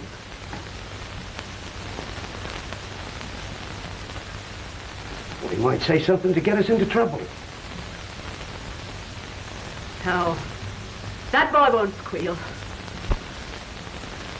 Well, if he ain't squealed, and he's committed, there ain't nothing to fear until he gets out again. Just the same. Somebody has to go to the police station and find out what they've done with him. What do you say, my dear? She'll go, Fagin. No, she won't, Fagin. Yes, she will, Fagin.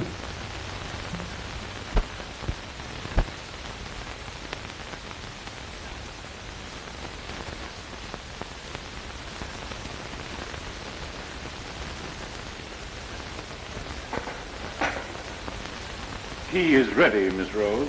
Thank you, Giles. They told me my mother died when I was a baby. That's the truth, sir. Every bit of it. You're not going to send me away, are you, Mr. Brownlow? Of course not, dear. Unless you give me cause. I never will, sir. Uncle Bear, it's tea time. Oh, that's good, Rose, dear.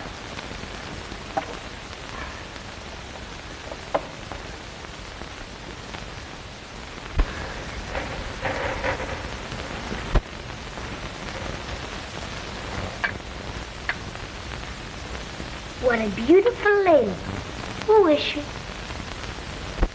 That's my cousin Agnes.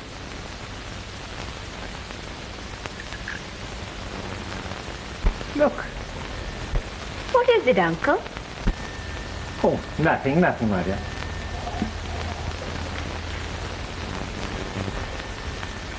Excuse me, sir. It's Mr. Grimwig. Oh, that's nice, child. Pardon me.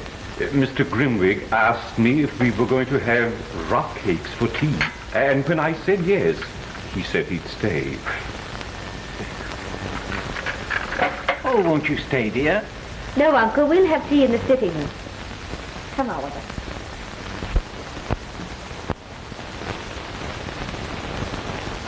Good afternoon, Rose. How do you do, Mr. Grimwig? Boy, how are you? So, this is the little boy who's been ill, eh? Oliver, this is Mr. Grimwig. How are you, boy? Pretty well now, thank you, sir. Come along, some tea.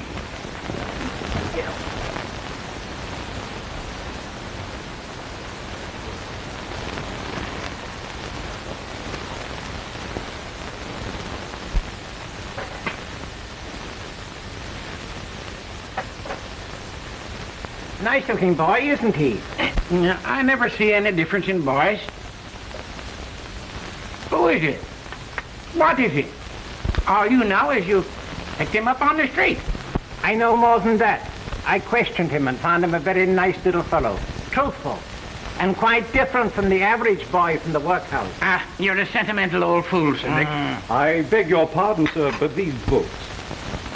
Haven't they gone back yet? I'm sorry, sir, but... Oh, it's all right, Giles. It's my fault. I quite forgot. Oh, and his bill, too, and he's been so patient. Why don't you send Oliver with him? He'll deliver them safely. Giles, ask Master Oliver to come here, will you please?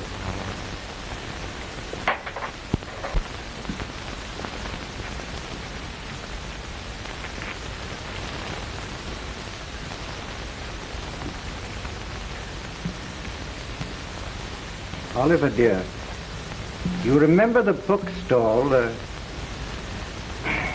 Oh, yes, very well, sir. Well, here are £5. You are to say that you have come to pay the £4 that I owe, and you'll get £1 in change. I'll be back in 20 minutes, sir.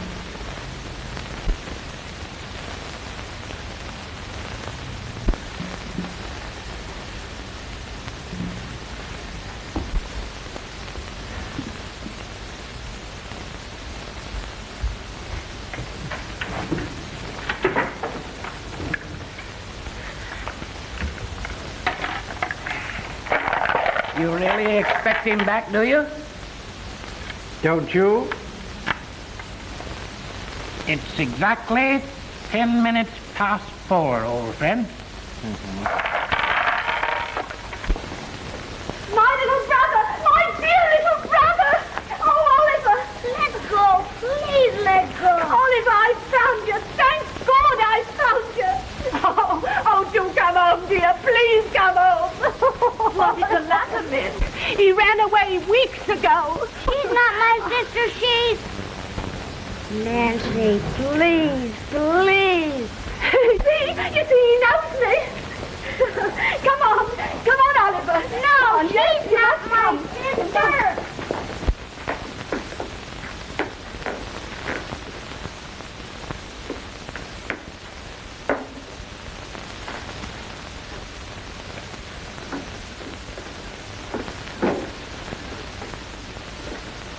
Delighted to see you looking so well, Oliver.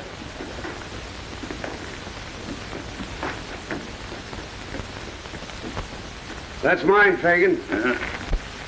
Hand it over. Nancy, that ain't fair. It ain't fair. Nimble with your fingers, ain't you?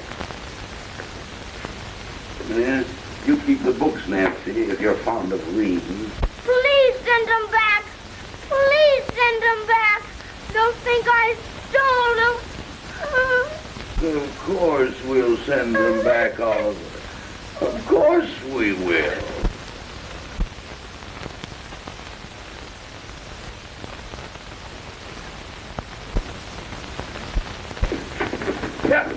Here, get him. No.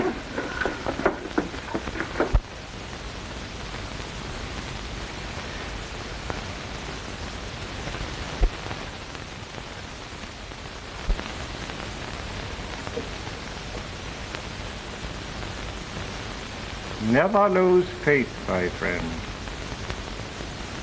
I did once. You mean your daughter? Yes, Agnes.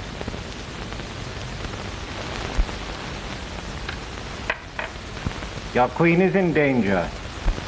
But you were right about her husband, weren't you? Yes. But he's dead now. And Agnes? I don't... I ain't. Keep still. No, I won't. What do you think of that?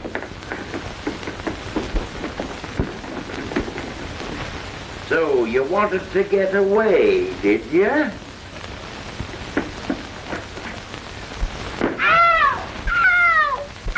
That's enough, baby. You got the boy back. What more do you want? Why, Nancy, what a fine actress you are. You know who you are and what you are.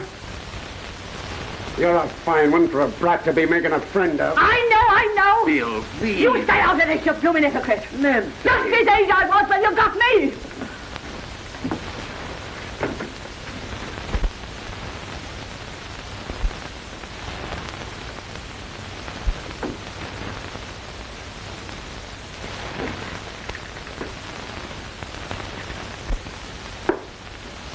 Charlie, Dodger, better put Oliver to bed now.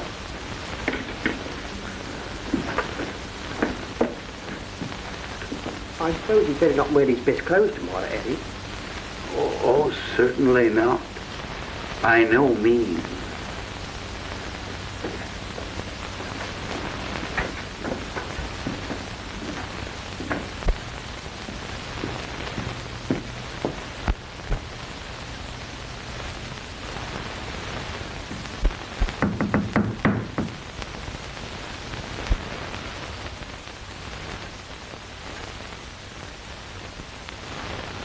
I want to see Mr. Brownlow, please.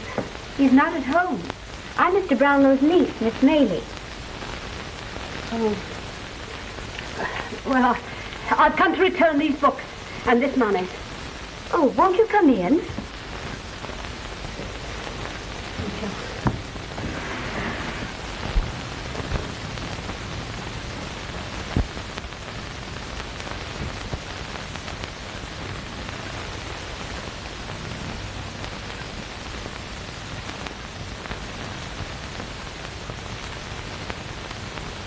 Won't you sit down?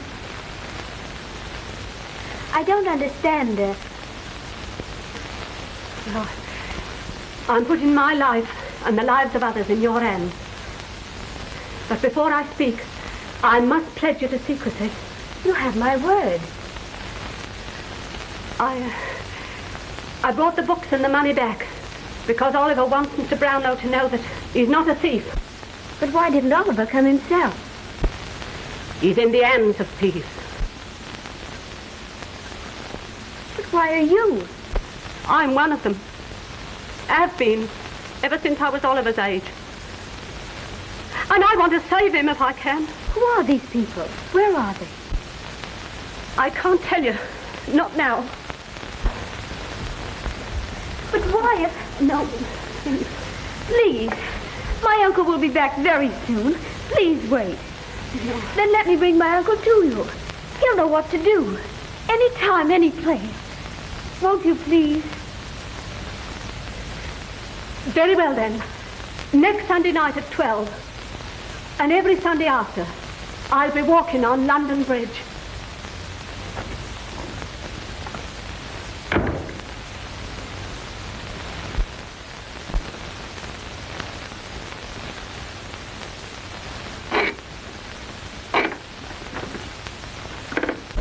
Certainly you can trust me, Mrs. Corney. You know as much about me as I know about you, my dear. I need money bad, Mr. Fagin. And they all tell me you're the man to come to. Depends upon what it is and how much you want for it, my dear. I'm a businessman. Kept it all these years. I knew the time had come when someone would... Toby, see who that is.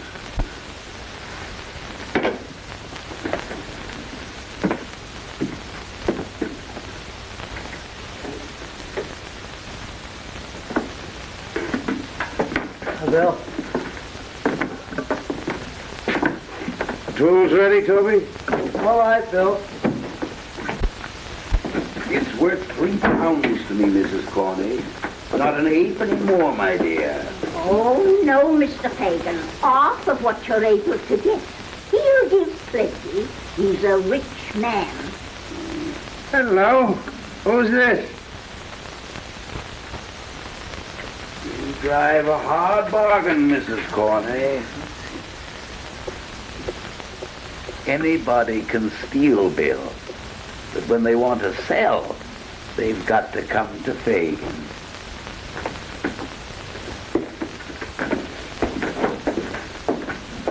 Good night, my dear.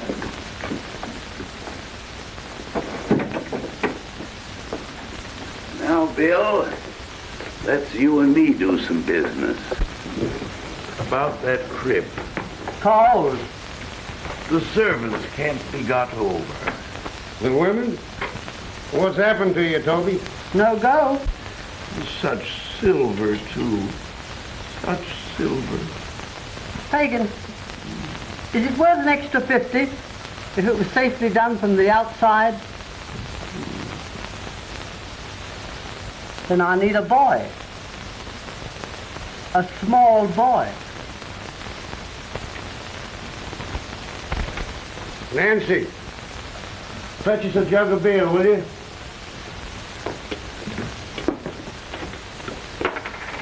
Go on, Fagin. You needn't mind me. Tell him what you were thinking.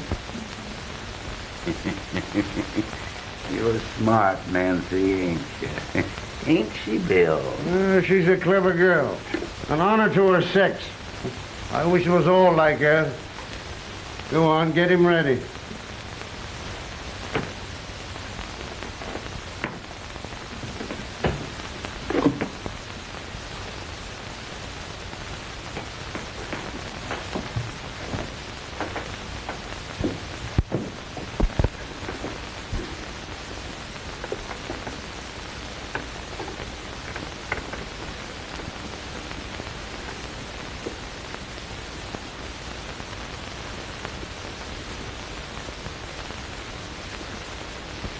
Get up straight away. You're going out.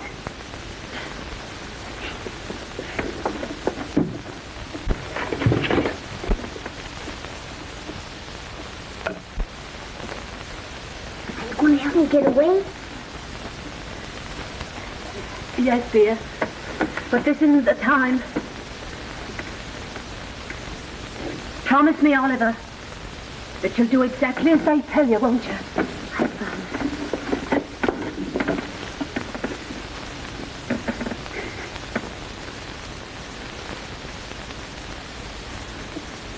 And remember, whatever happens, you're not to blame.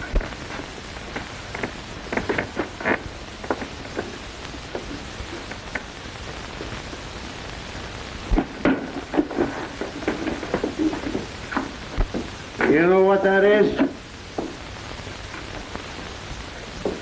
You know what that is? Yes, sir, a bullet. Well, if you don't do what I tell you,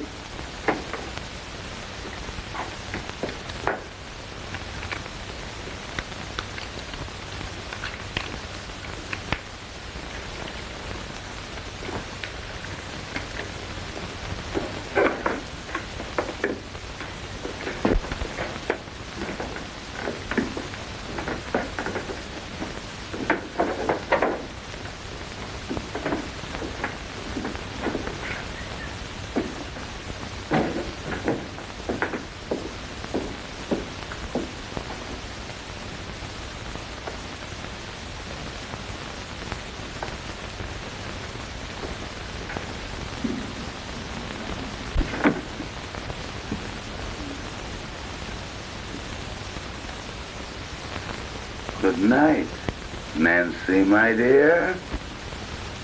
Good night.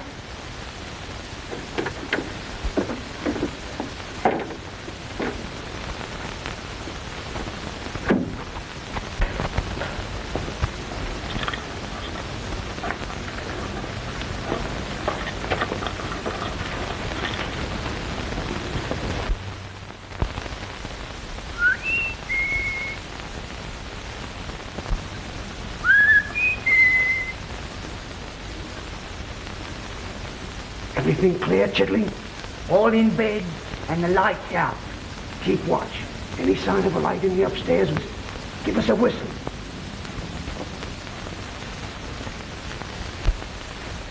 Here. Take this. And when I put you through that window, go straight ahead until you come to the street door. Open it quiet.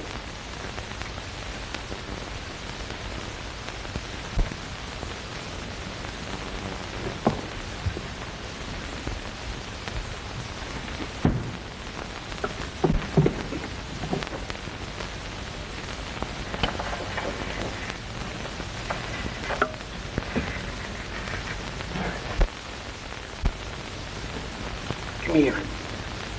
Come on.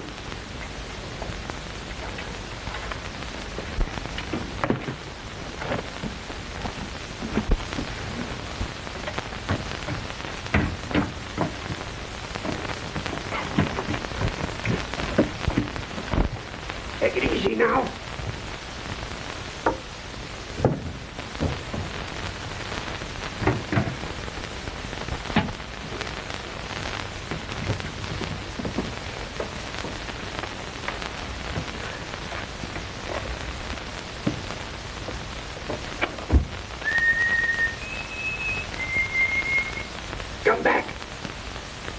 Come back, I tell you.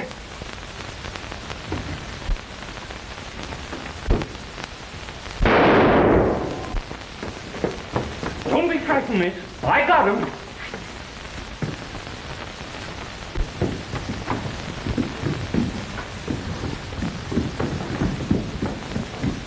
Why, it's just a little boy.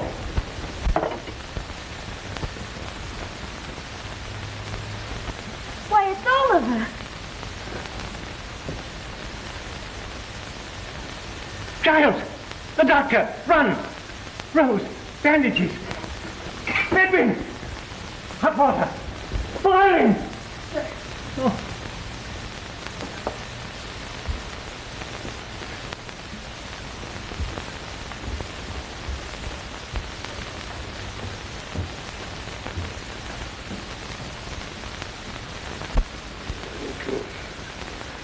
You know what I'll do here?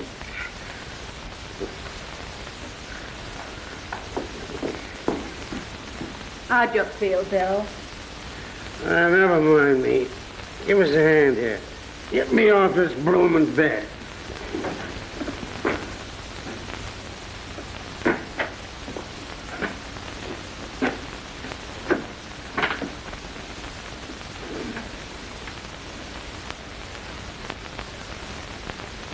Where's the gin?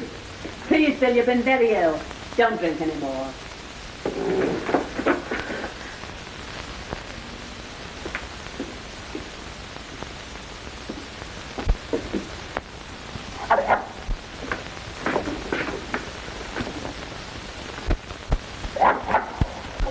Lie down, Bullseye. What's the matter? Don't you know the devil when he's got an overcoat on?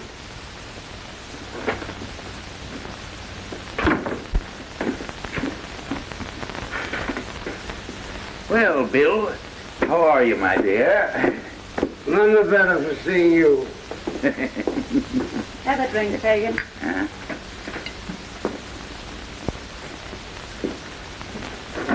There. That'll be comfy. Heard anything about Oliver? Oh, he's all right.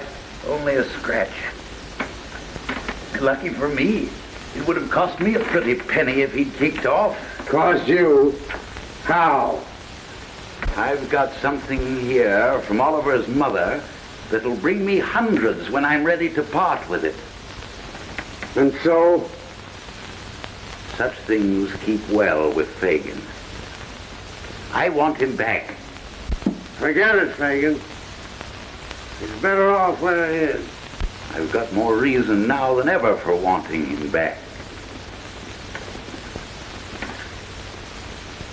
Hello, past 11. Time for me to be going. What are you doing with your things on? I want a breath of air.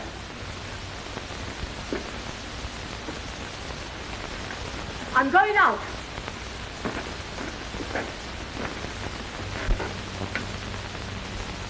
Nancy, you ain't thinking now.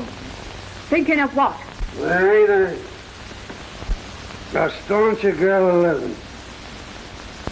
I'd have cut her throat long ago. Right, Bill. Right.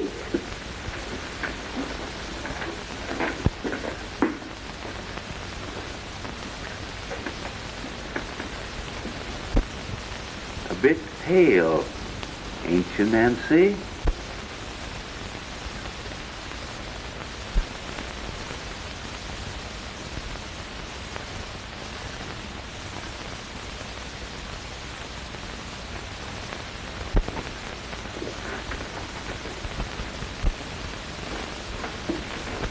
Give me another drink, Nancy.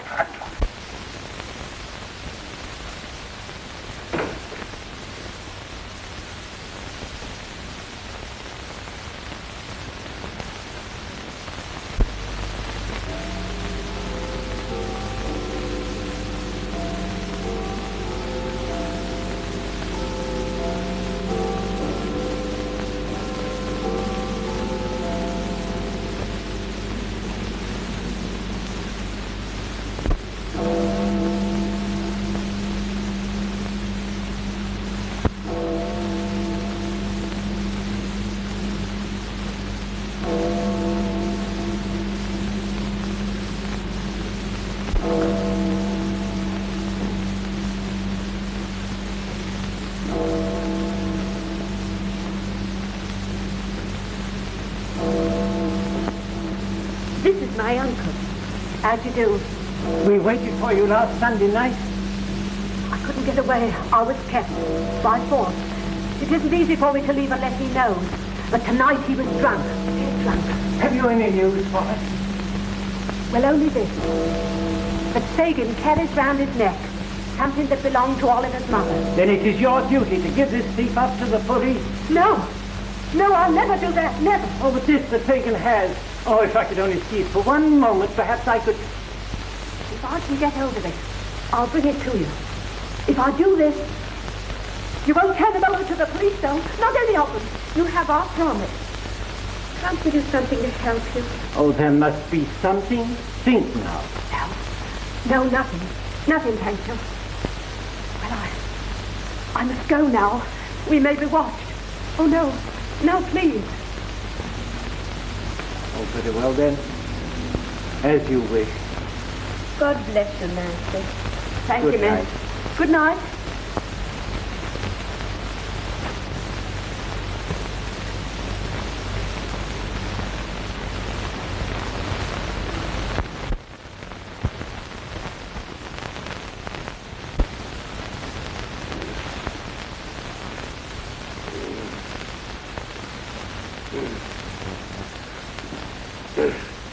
Nancy. Nancy!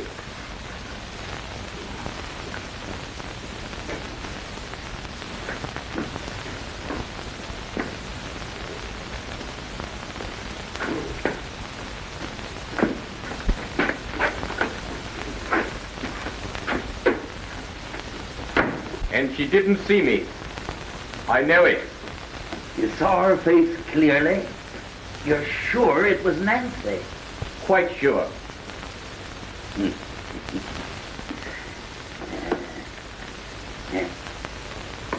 Get your coat, Charlie. We're going to see.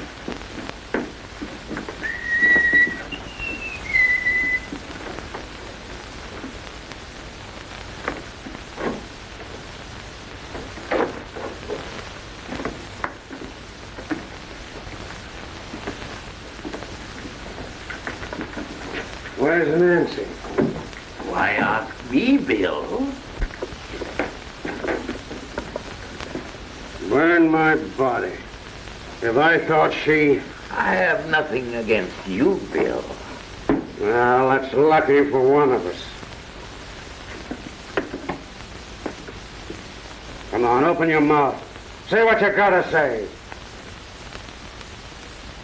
Suppose that lad over there, supposing he was to squeal on us, going to the right people for the purpose, having a meeting with them, painting our likenesses, telling where we could most easily be taken.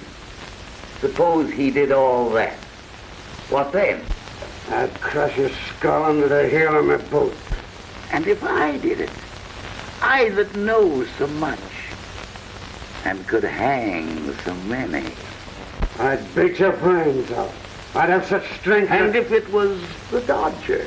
I don't care who. And if it was her?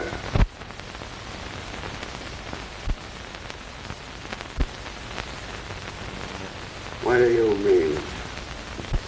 Charlie, come here.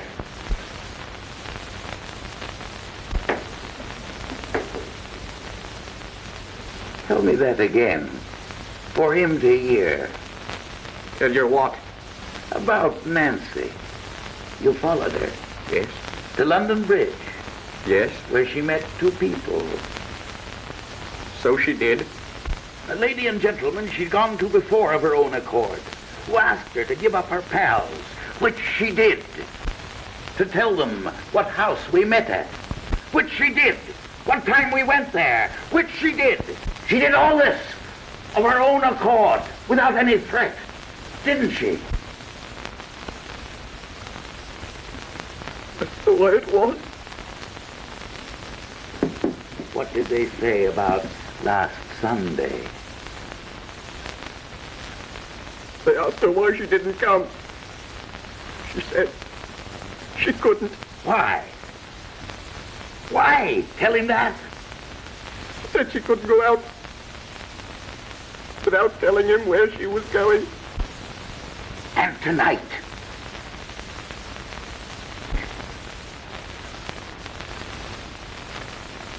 Tonight, she got him drunk. Dead drunk. let me go. Bill! Bill! Let me out. Don't talk to me. It ain't safe. Not too violent, Bill.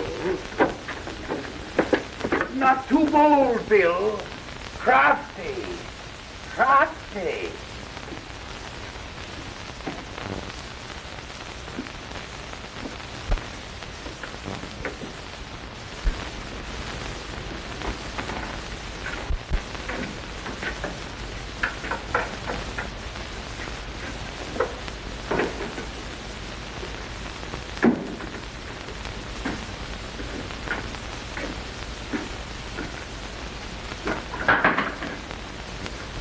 Get out. I like the lamp, Bill. Leave it be. There's light enough for what I gotta do. Why'd you look at me like that?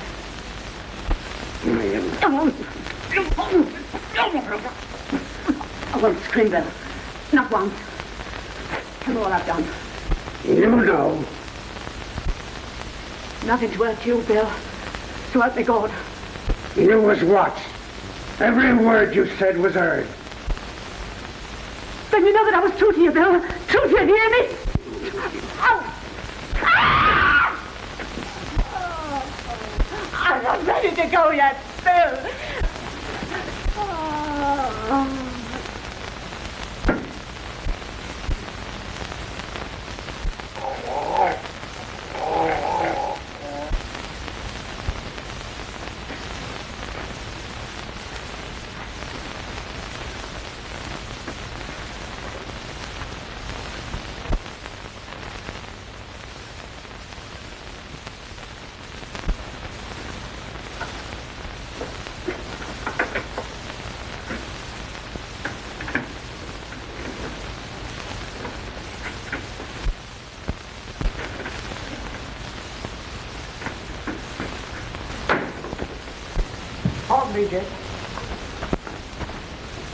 Anything doing in town, Ben? Talk of a murder, that's all. Horrible murder to us, too. Who done it? A man by the name of Sykes. They'll get him, too. Took his dog along.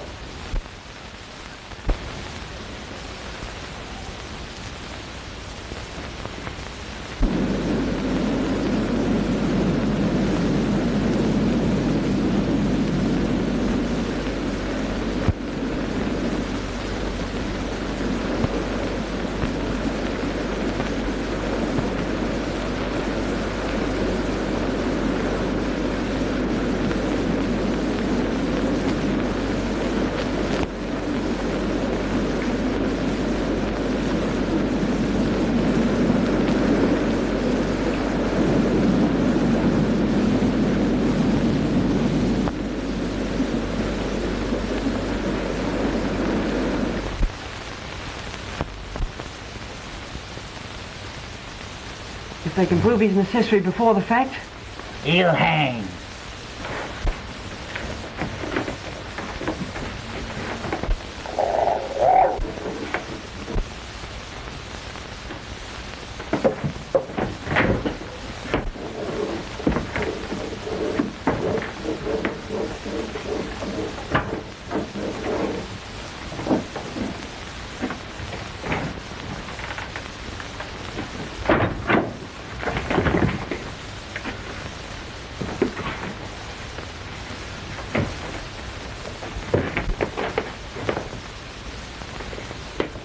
how in the world did he... through the cellar window?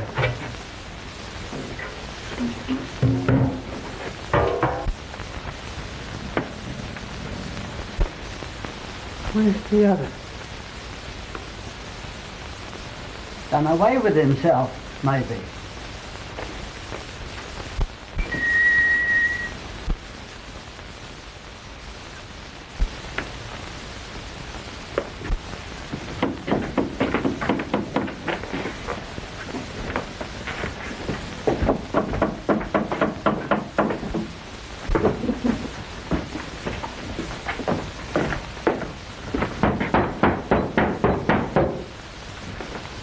We let him in?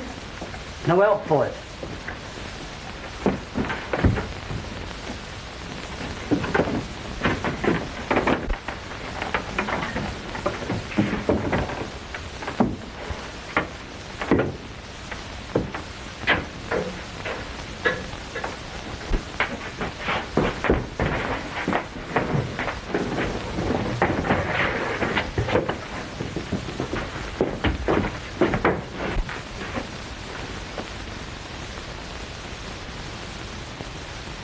How did he get here? Hello. Just now. Where's Fagin? They've taken him.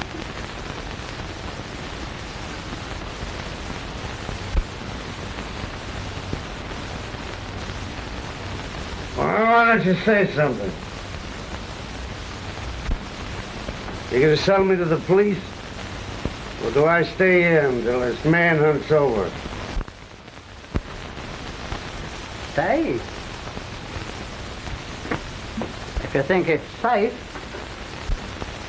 It always has been.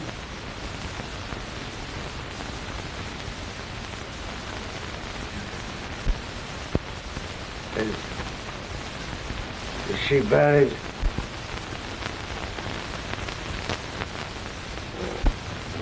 Why do they keep such ugly things above the ground?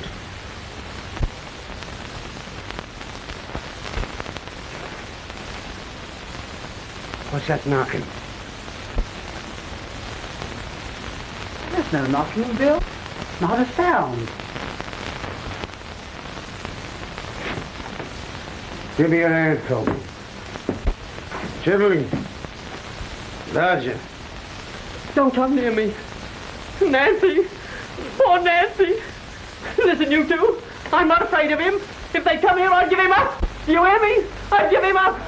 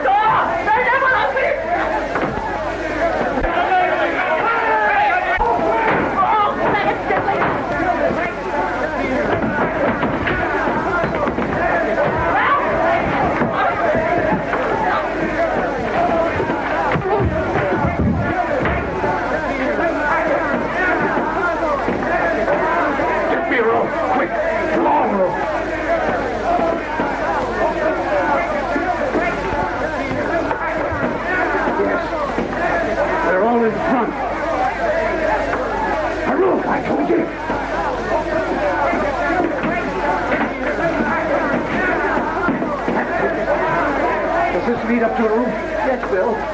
I'll let myself down from the back wall.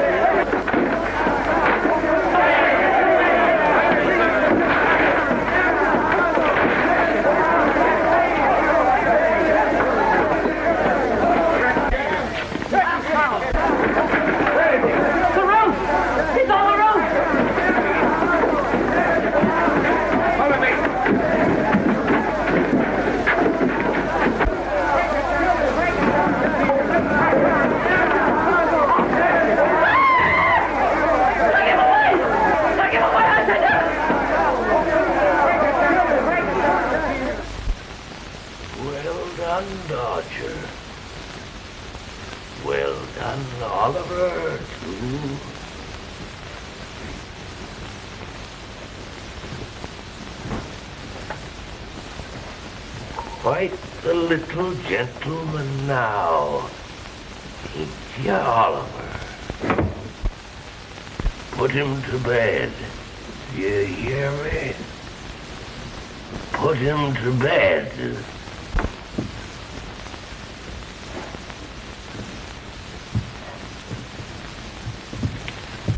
Hagen. Hagen. That's me. An old man, my lord. A very old man. Somebody's come to see you. What right have they got to butcher me? Who are you? What do you want? You sent for Oliver Twist. There's something you want to give him. It's a lie. It's a lie. You're on the verge of death, Fagin. Now, if there is anything you can...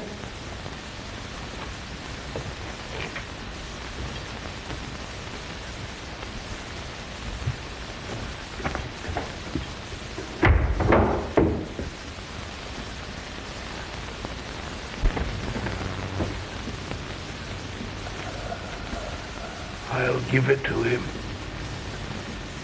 And he'll do it. I know he'll do it.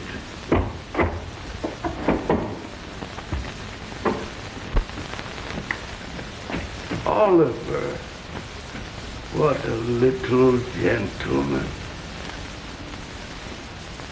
Come here, my boy. I'm not afraid, sir. Really.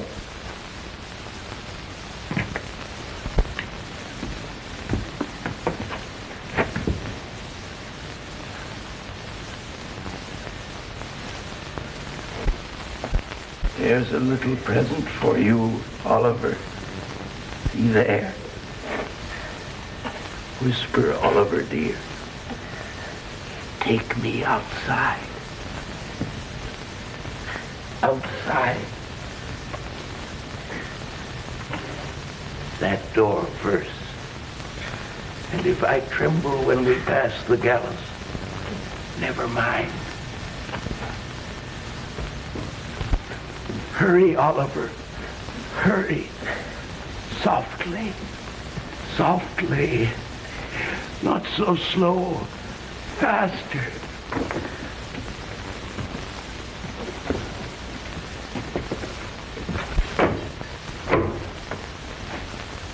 It's time.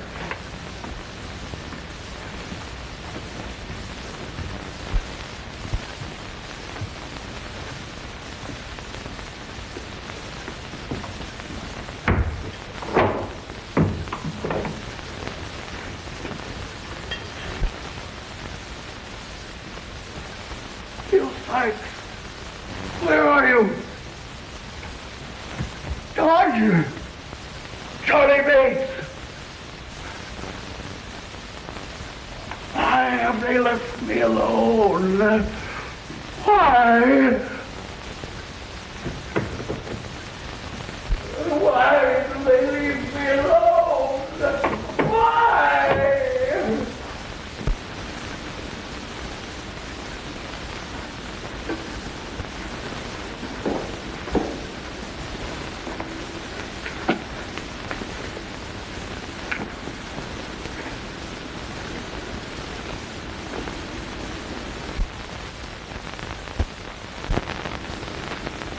We'll go home now.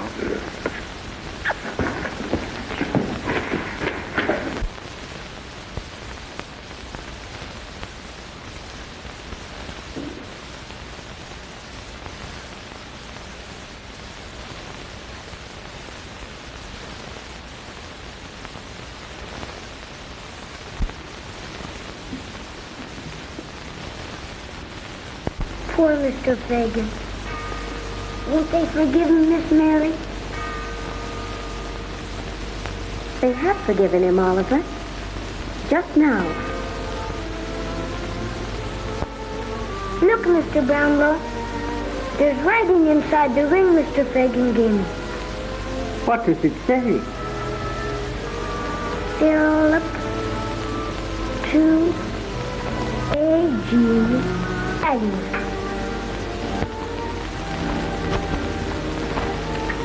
You're going to keep me with you. Always, Mr. Brownlow? Of course, Oliver. Always.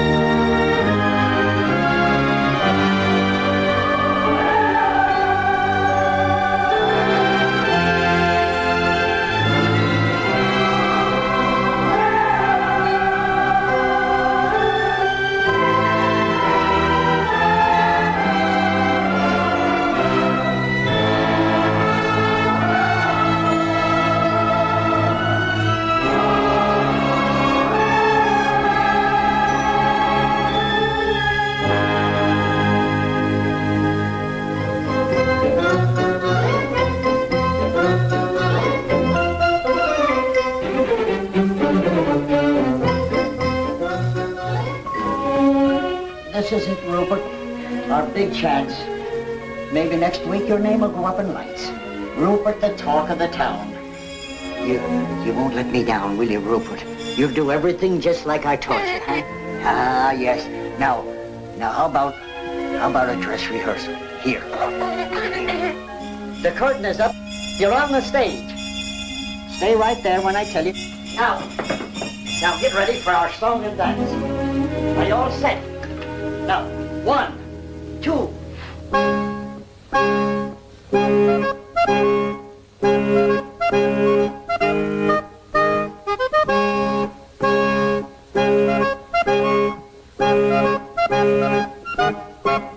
Squirrels adore the name, admire the fame of Rupert. He's in a class alone, the one and only Rupert.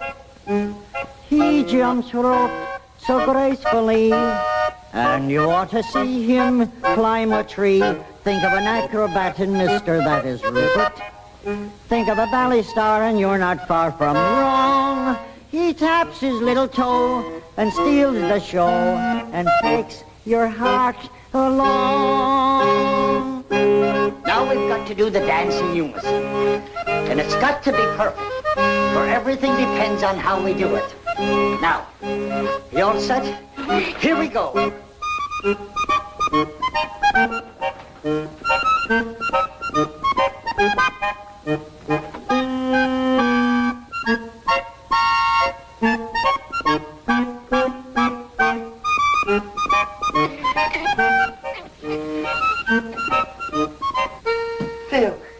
Phil, I'm so glad to see you. Joe, how have you been? Oh, not too good, but everything's going to change now. Here, sit down. How are you, miss? Hello, this is Joe Mahoney. He used to work out of my father's office. And the best lion tamer in the business. Weren't you? Go on with you. Delighted, I'm sure. Thank you. Well, what's this new act that you wired me about? Well, here it is. Now greet the man, Rupert.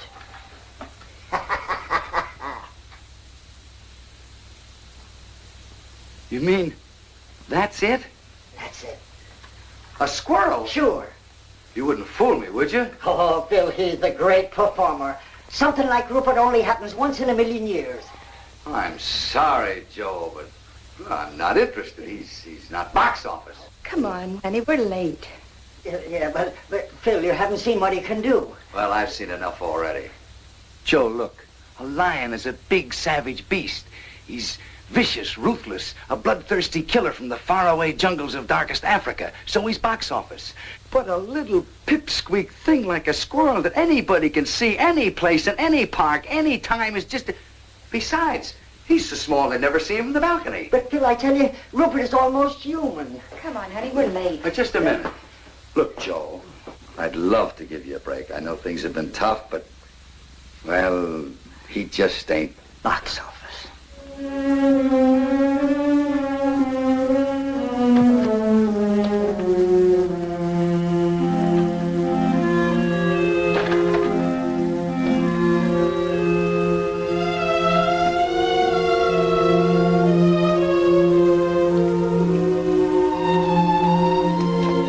Goodbye, Mr. Dingle. I'll pay every cent that I owe you. You should, Mahoney, you should.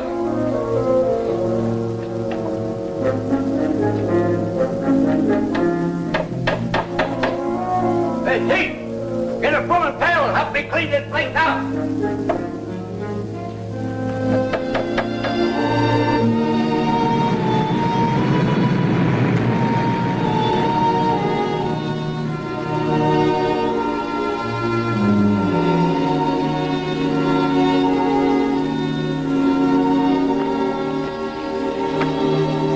It's nice and peaceful here, ain't it?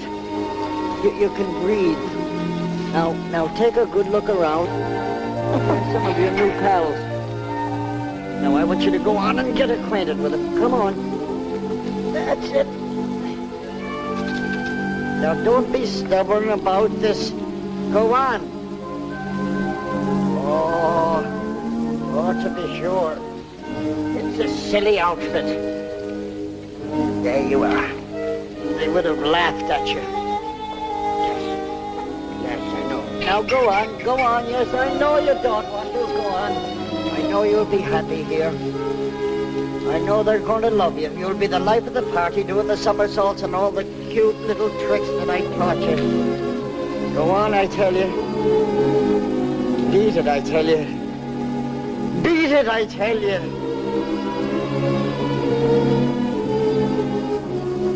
What shall I do?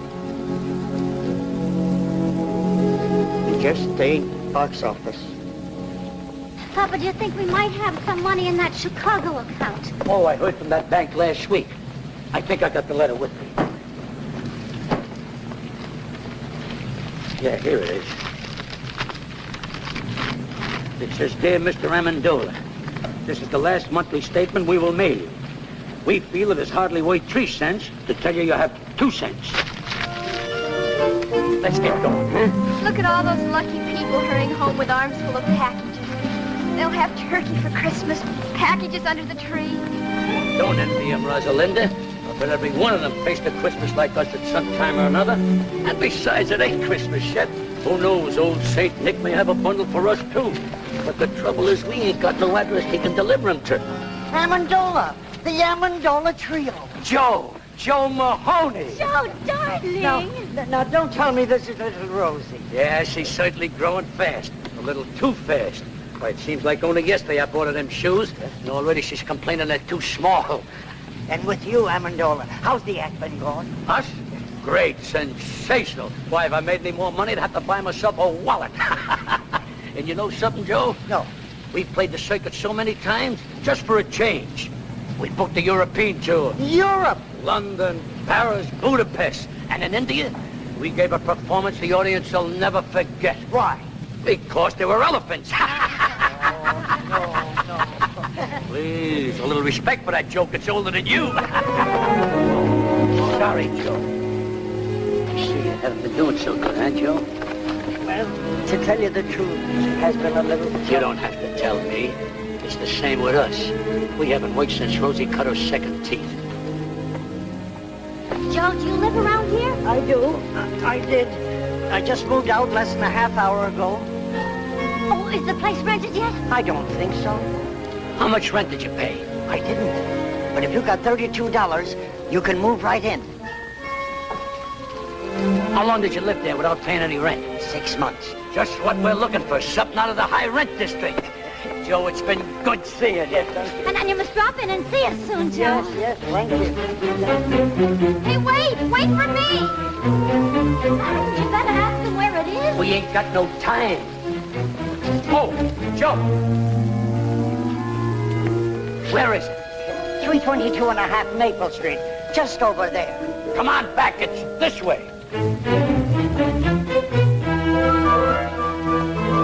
Hey, wait for me. Merry Christmas.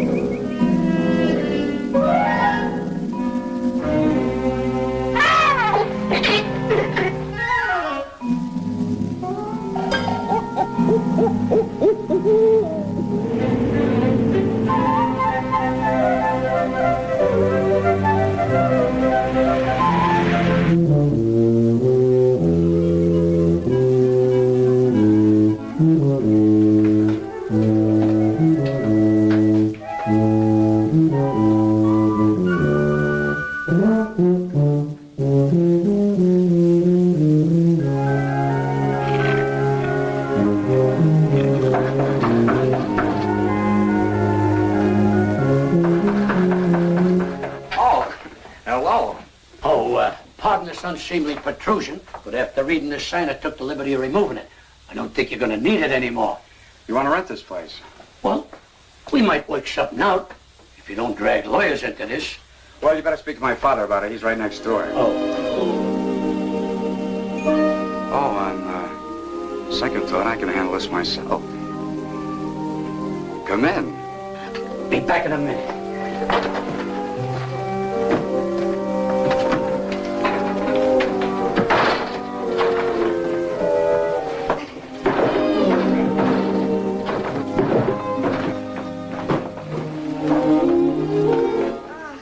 Gosh, it's good to be home.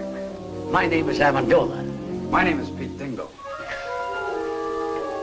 Rosalinda. Joe Mahoney sent us. Oh? Well, that's okay with me, but don't mention it to my father. The rent will be $32 a month.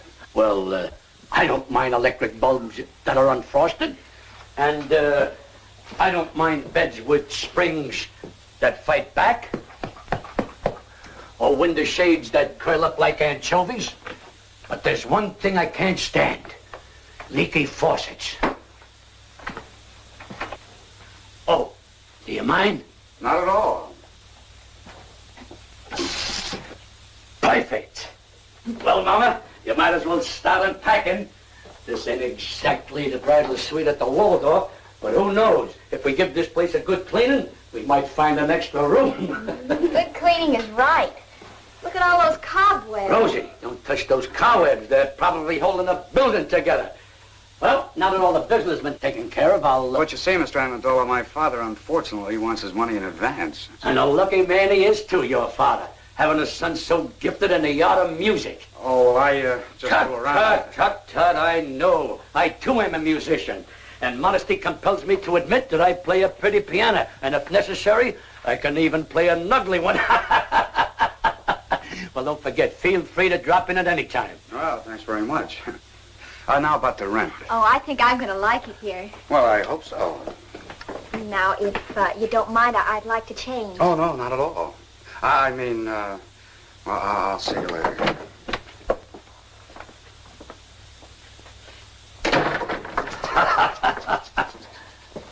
Well, Mama, I did it. Hey, look, Pa, I forgot his tuba. He'll be back. But if you don't, you can blow in it every night and announce dinner. You realize what I done? No rent in advance and a roof over our heads. It's an awful big hole in the skylight. So what? If it snows, we'll be the only ones in town who'll have a white Christmas inside the house and out. Hello, Pete. Hi, Dave. Say, I think I got a letter for you. Oh? No, it's for your old man. I'll give it to him. Well, if I don't see you tomorrow, Merry Christmas. Yeah, same to you.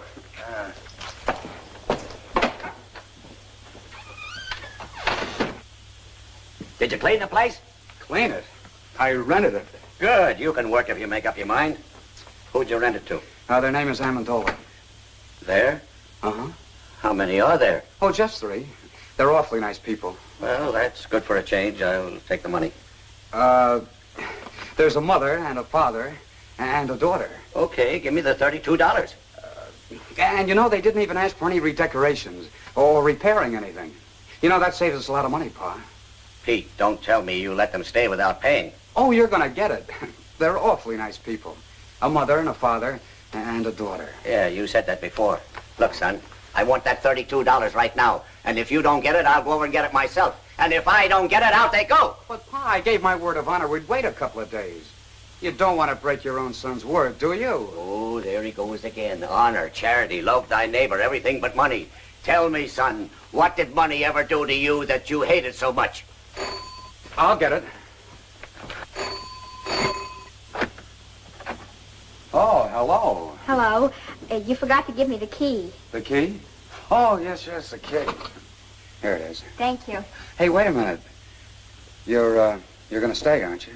Well, if my father... Who is it, Pete? Look, don't go away. I'll be right back. Who was it? Oh, the postman. It's for you. National Security Bank. Now, one of those chiselers won.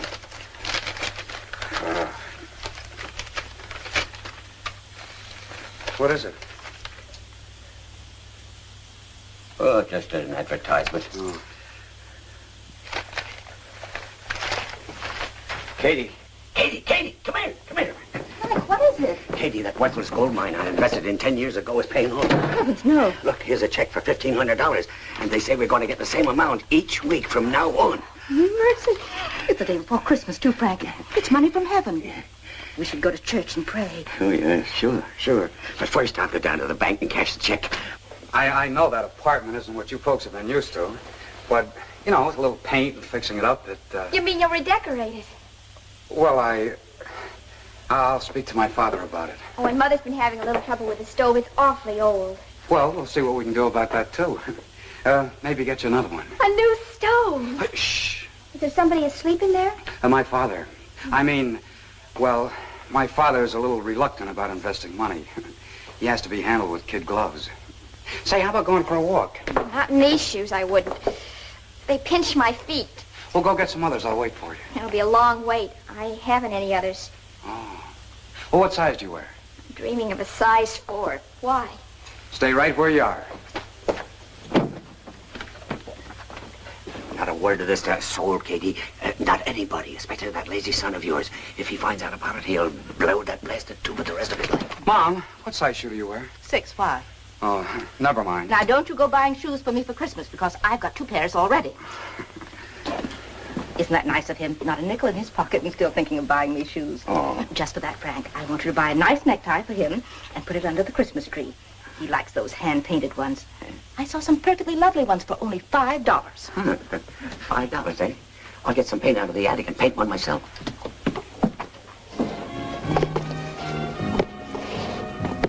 They call it the Amendola Trio, the human pyramid. Papa balanced Mom on his shoulders, and then I stood on top of Mom, all done up like a little angel. Sounds exciting. Then Papa juggled, Mama sang, and I played the harp. Used to go over big. Only I started growing, Mama got heavier, and one day Papa's legs gave out. You mean he dropped you? 4 times in 1 week. The 4th time, Mama broke her leg. You gotta hand it to Papa, though. He never broke a plate. He's a great juggler. Look, there's my father coming out of the bank.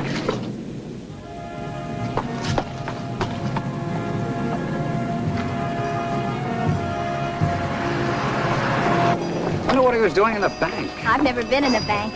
Just to think of all that money in one place. We could go to price of this tree was $7. Yesterday, $4. Now, what am I bid? 40 cents. 40 cents. Who make it $1? $1. I wish we were going to have a tree. Of course, with the moving and all. But we've talked enough about me. Tell me about you. Where do you work? I don't. Well, that is, I write music. Oh, does it pay? No. Then you don't work. Well, I don't have a job. Can't you find one? I've never looked for one. So what do you do for money? I don't need money. But suppose you were walking along with a girl and she wanted a malted milk. What would you do? Well, that would be pretty embarrassing.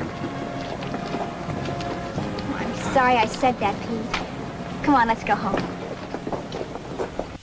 All right, folks, just 2 more left. Now, what am I bid for this one? 40 cents. $1.50. $1.50. Do I hear 2? $1.50 once, $1.50 twice. Sold to this gentleman for $1.50. And now for the last tree. All right, folks, it's your last chance. What am I bid for this one? 40 cents. 75 cents. 75 cents. Do I hear $1? $1? Will someone make it $1? 75 cents once, 75 cents twice. $1. $1 I've got. $1 once, twice. Sold to this gentleman for $1. Here you are, buddy. Say, mister, would it be all right if I pay you 40 cents now and the balance later? Sure. Just take the elevator up to the 18th floor. That's our credit department. This is a cash sale, buddy. Do you want the tree or don't you? Hey, wait. Look, you can have the tree. Give me the 40 cents. Oh, thanks. I'll pay you the rest as soon as I can. I'll give you a week. If you don't pay it up by then, I'll find out where you live and take the tree back. 11, 12, 13, 14, 15. Why didn't you leave it at the bank while you were there? At the bank?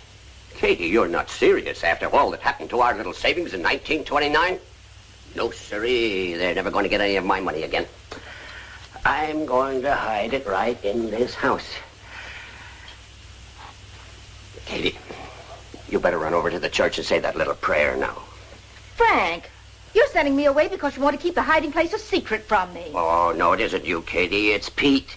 You're too soft-hearted with that boy. I'm afraid that What's the use of money, anyway, if you hide it?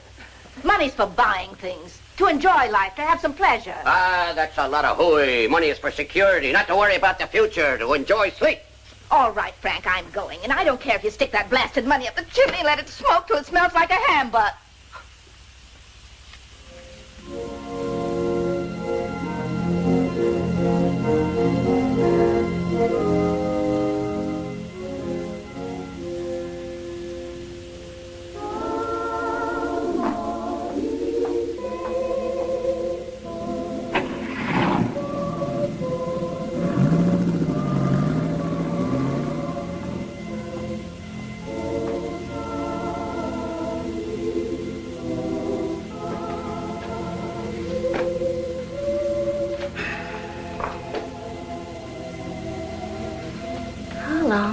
How long is it going to be?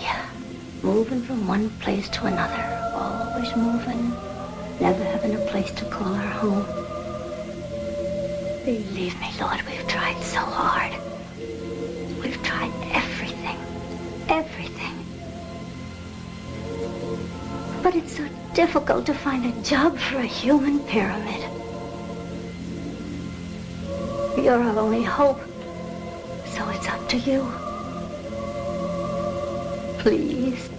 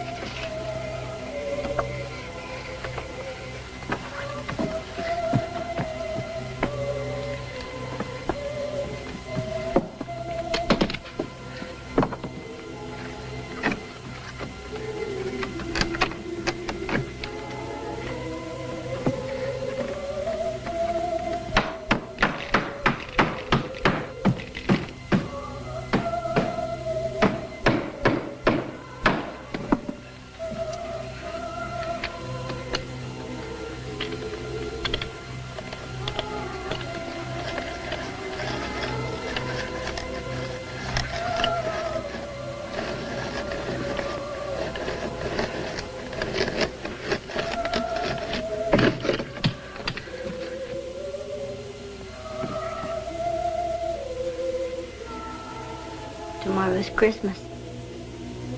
We haven't even got a tree. No money to buy some little gifts. Not even a pair of shoes for Rosalinda.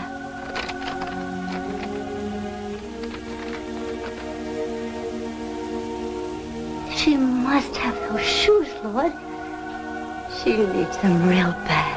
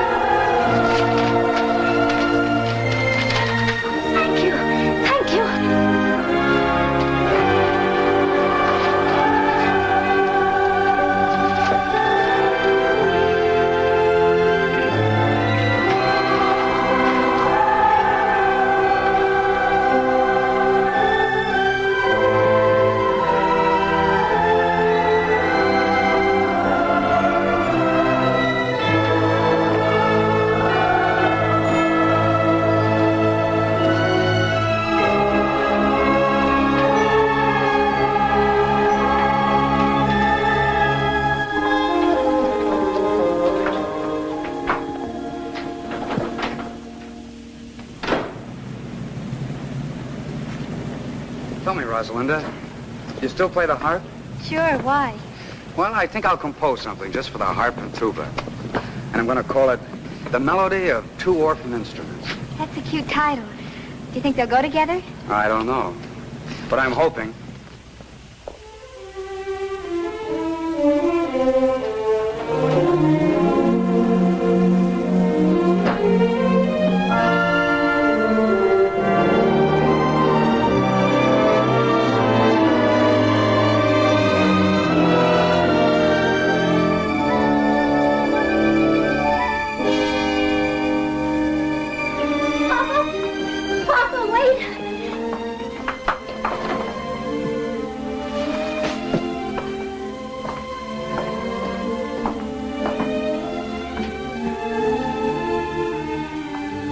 don't understand.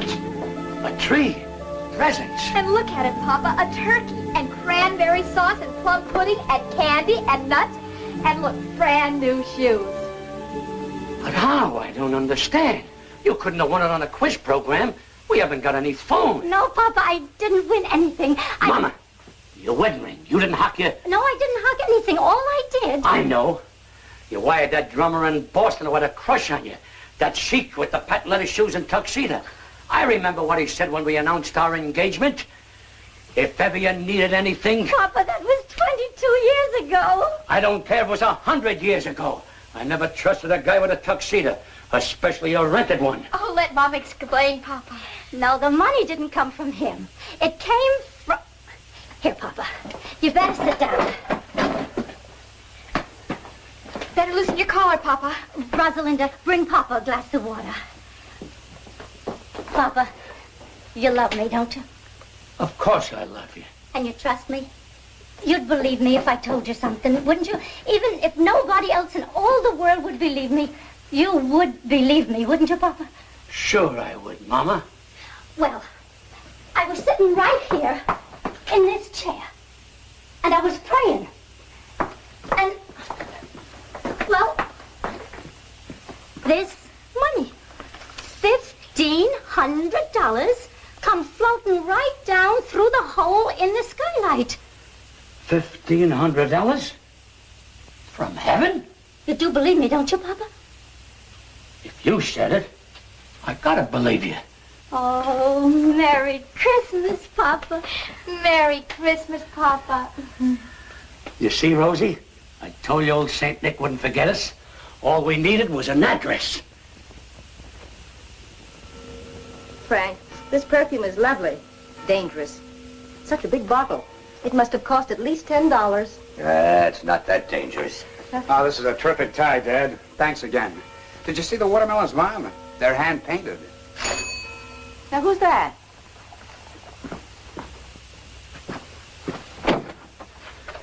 Merry Christmas, young man. Merry Christmas. May we come in? Oh, why, of course. Merry Christmas. Merry Christmas. Merry Christmas. Merry Christmas to you. Why, Mr. Amendola, we have the exact same ties on. It could be a lot worse if we were girls wearing the same dresses. Oh, Mom, Dad, this is Mr. and Mrs. Amendola and their daughter, Rosalinda. How do you do? We're your new tenants. And the Yuletide season being upon us, we thought we'd drop in and pay you a visit. To pay what? A visit, Frank, a visit. Oh. Well, make yourselves comfortable. Oh, do sit down, Mrs. Thank you. Amendola. I'm glad you brought your harp, Rosalinda. Can we put it right over here? Yes. That's a nice tree you got there, Mr. Dingle. Where did you get it? Molinary's? Uh-huh. Maybe we ought to go down there next week and make our payments together. Payments. Speaking of payments, Mr. Amendola, just what do you do for a living? Doesn't the name of Amendola suggest nothing to you? You surely must have seen us perform someplace. Florida in the racing season, Lake Placid in the winter season, or perhaps Africa in the malaria season. Yes, sir, Dingle. Someday you'll be able to say the Amendolas were your tenants. If I don't get my rent money, I'll be able to say that tomorrow. I'm glad you brought that up, Mr. Dingle. Now, if you'll just hang your sock on a mantle, I'll drop in 3 months' rent. Keep the $4 change. 3 months' rent in advance. Mr. Amendola, we're so glad you folks dropped in on us. Katie, get Mr. Amendola a chair. And some coffee and some cake, Katie. Where's the Christmas spirit? That's right. Where is the Christmas spirit? Jingle bells, jingle all the way. Oh, what fun it is to ride in a one-horse open sleigh. Jingle bells, jingle all the way. Oh, what fun it is to ride in a one-horse open sleigh. Ah, I love the excitement of Christmas. I'll never forget one Christmas Eve when I was a kid. I hung my stocking up on a mantle, went to bed, and when I woke up the next morning, what do you think I found in my stocking? My father's foot. Jingle bells, jingle all. Soft, oh, what fun it is to ride. Soft, jingle bells. Wait a minute. Another odd burst like that, Mr. Dingle, and I'll hide your electric trains. Jingle bells, jingle all. Soft, oh, what fun it is to ride on a one-horse open. There's a guy going in business for himself. Wait a minute. All together. Hey, jingle bells, jingle all the way. Oh, what fun it is to ride in a one-horse open sleigh. Jingle bells, jingle all the way. Oh, what fun it is to ride in a one-horse open sleigh. This is wonderful. Now, isn't it a shame that Christmas comes but once a year? Wouldn't it be nice if it came around twice, spreading hope and good cheer? Just when everyone forgets goodwill to men, that's the time for jingle bells to chime again.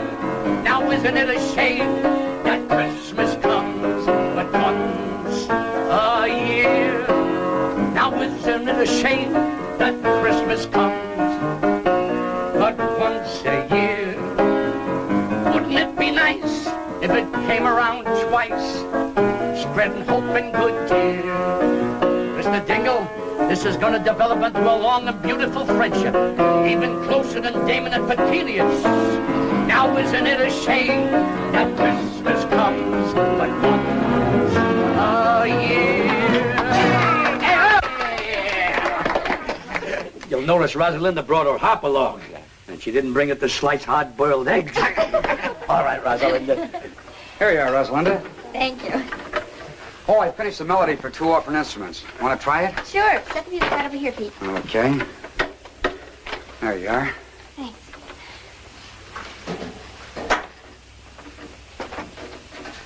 Ready? Yes, uh-huh.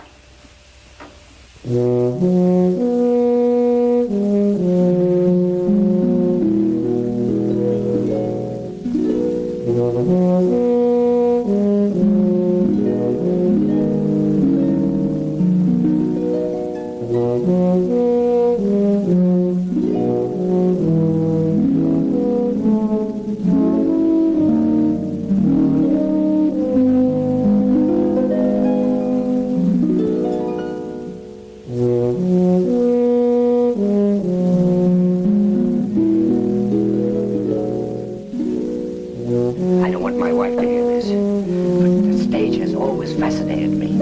Don't you think I got a very fine singing voice? Why, the bathtubs of the world are full of singers, Mr. Dingle. But did you ever hear of anyone doing a backflip in a bathtub? No.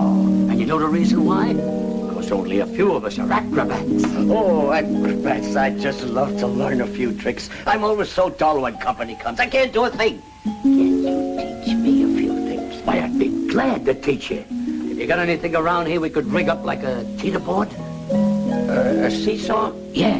Oh, I think so. Let me see now. How about a table leaf? You got one? Yeah. Go get it.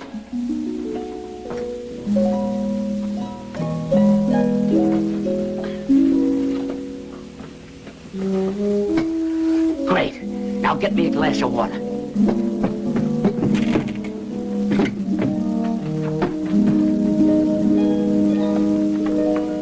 Thanks.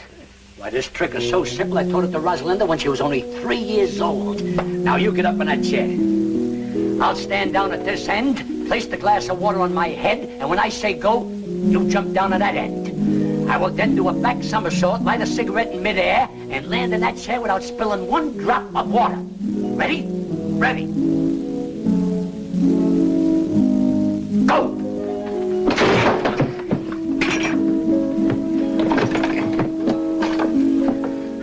Try, mates.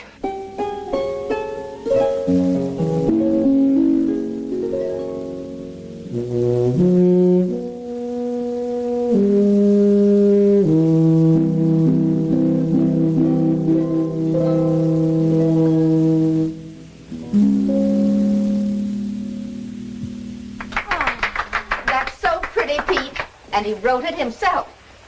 How well he plays the tuba. Oh, it's lovely, Pete. So are you. Gosh, Rosalinda, your hair, your dress. Gosh, you're beautiful. Thank you, Pete. May I have this, Pete? Oh, sure, sure. I wrote it for you. Look, somebody's coming to see us in a beautiful car. Rosalind, go down and see who it is. It might be somebody important.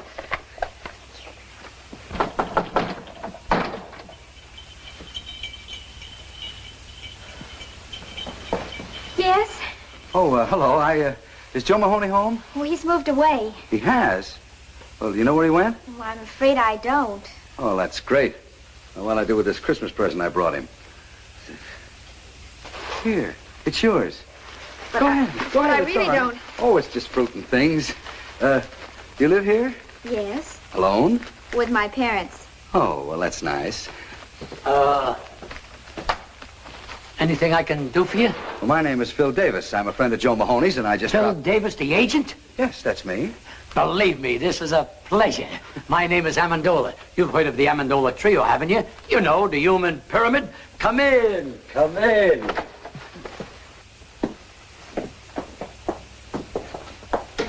Now, don't pay any attention to this apartment, Mr. Davis. We just moved in yesterday. Not much of a place, but for certain reasons, it fascinates me. Oh, Mr. Davis, take a look at this poster. You're gazing on one of the greatest vaudeville acts of its time. And the only reason we disbanded was because of my little daughter's rapid maturity. Oh, yes, I can see what you mean. Oh, Mr. Davis, I was just thinking, I can work alone. Why, I can out-juggle anyone in the business. And you know something? I can juggle 25 plates with one hand. And with the other hand, I pick up the broken ones. Just a little joke I used in the act. Now, if you give me your undivided attention...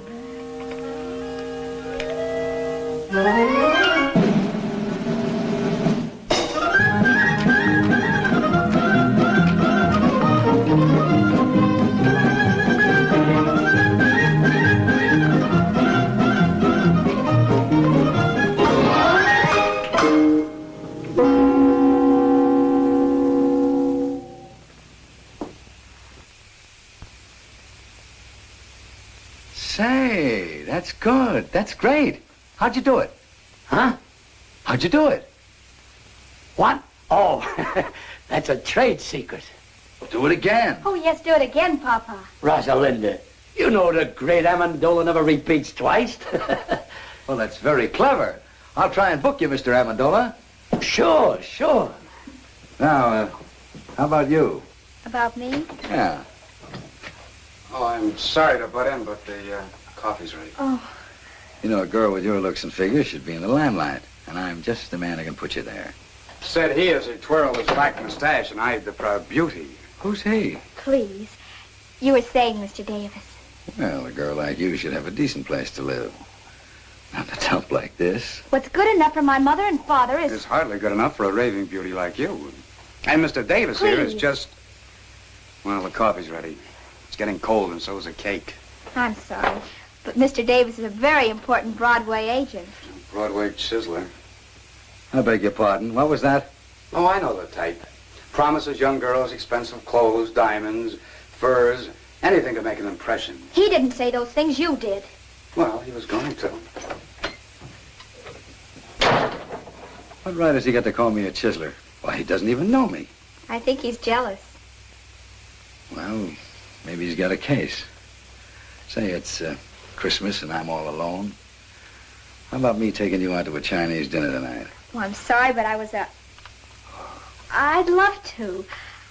Father, may I go out with Mr. Davis? You better ask your mother. Oh, thanks a lot. I threw 5 nuts up and only 4 came down. This defies the laws of gravity.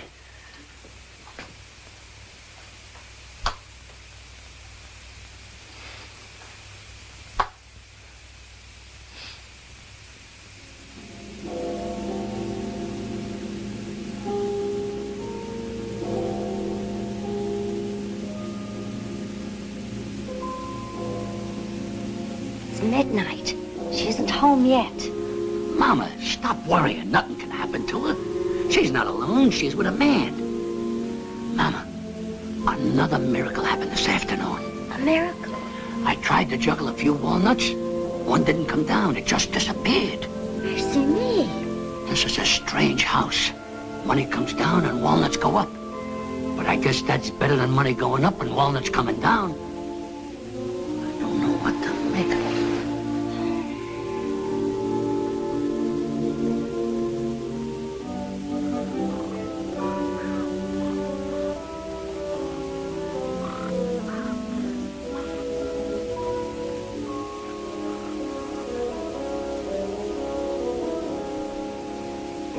Katie. Katie. What is it, Frank? I've been thinking about that Amendola family. Why should people who can afford to pay 3 months' rent in advance want to live in a dump like that? Frank, last night you couldn't sleep because they didn't pay their rent. Tonight you can't sleep because they did. For goodness sake, stop worrying and go to sleep.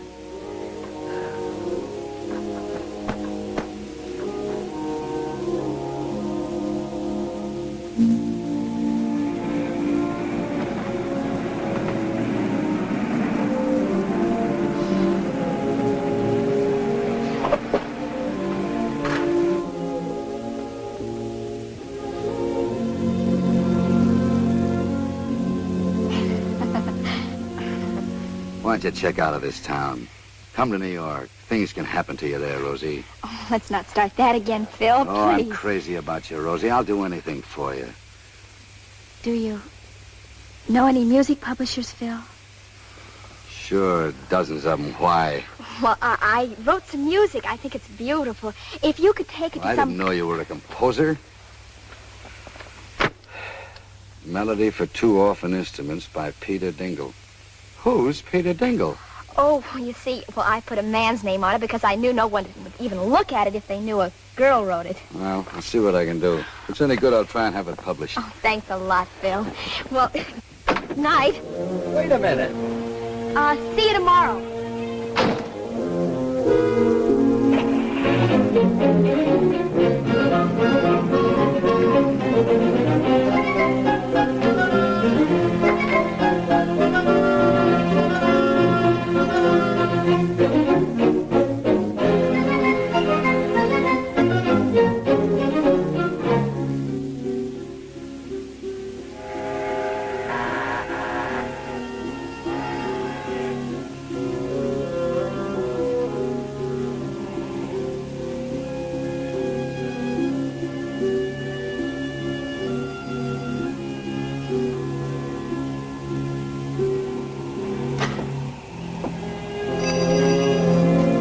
Sorry to wake you up, Mr. Haggerty. Well, what's the matter, Pete? Somebody sick?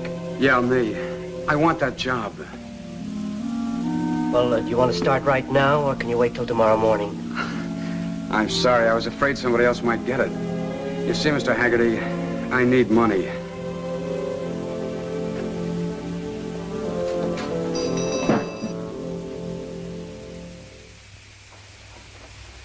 Hey, Pete.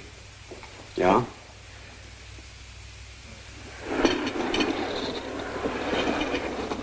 Bend closer, laddie boy. This is for your ears alone. I got a sure thing in the 6th at California today. Cut me in on 40% of the winnings and I'll give it to you. This one can't lose. It'll win in a walk. Yeah, and while our horse is walking, the others will be running. If you have another hot tit, Mulligan, leave it under the plate.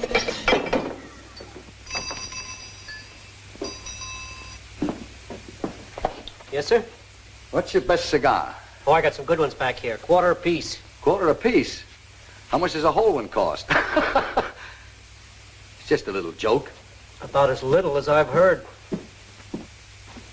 Pete. Hello. Hi. What'll it be? I didn't know you worked here, Pete.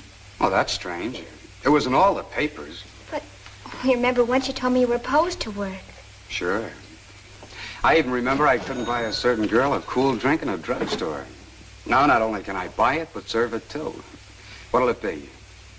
Pete, you took this job on account of me. The girl I'm referring to only wanted a molded milk.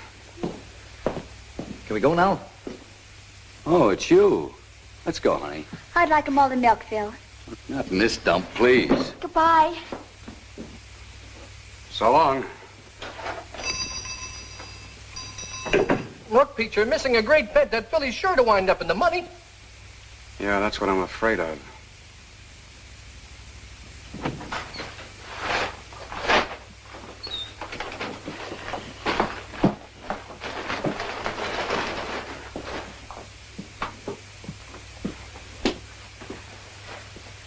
How's that for a bargain? Only $49.50.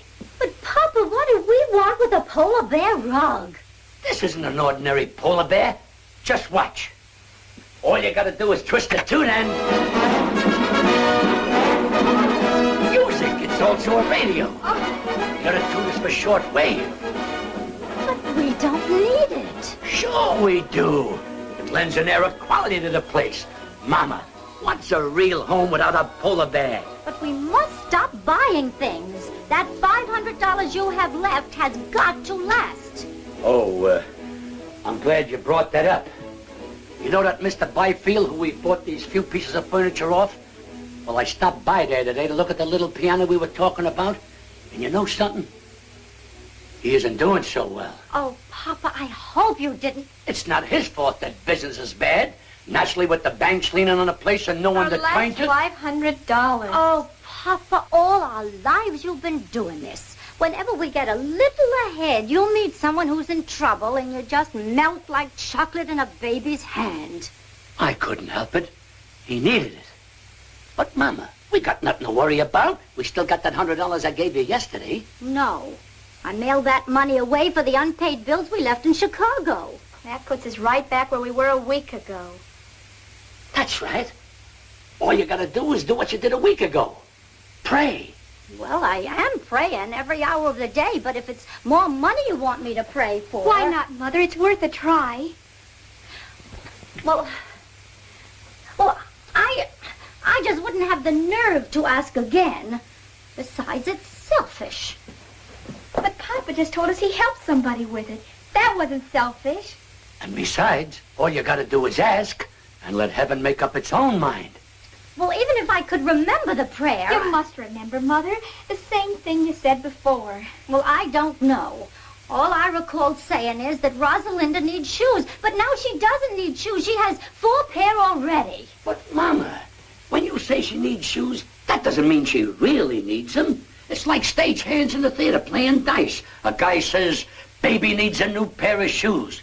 That doesn't mean she needs them. It's just a disfigurement of speech. All right. Bring me the little old rocker. I'll get it. I was sitting in it when it happened.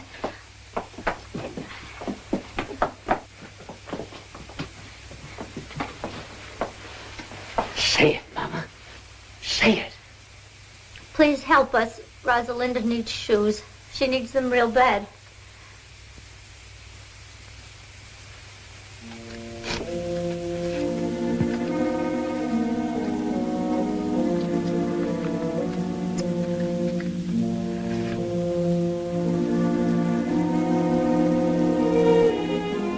No use, Mama. The prayer won't be answered.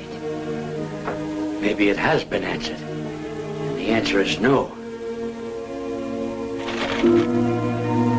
Well, we're grateful anyhow. I guess I'd better take this rug back to the shop.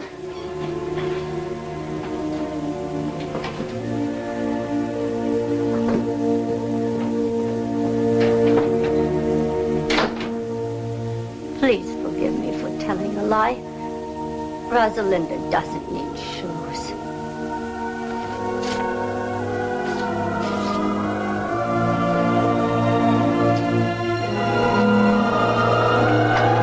Come back! Come back! It's coming down!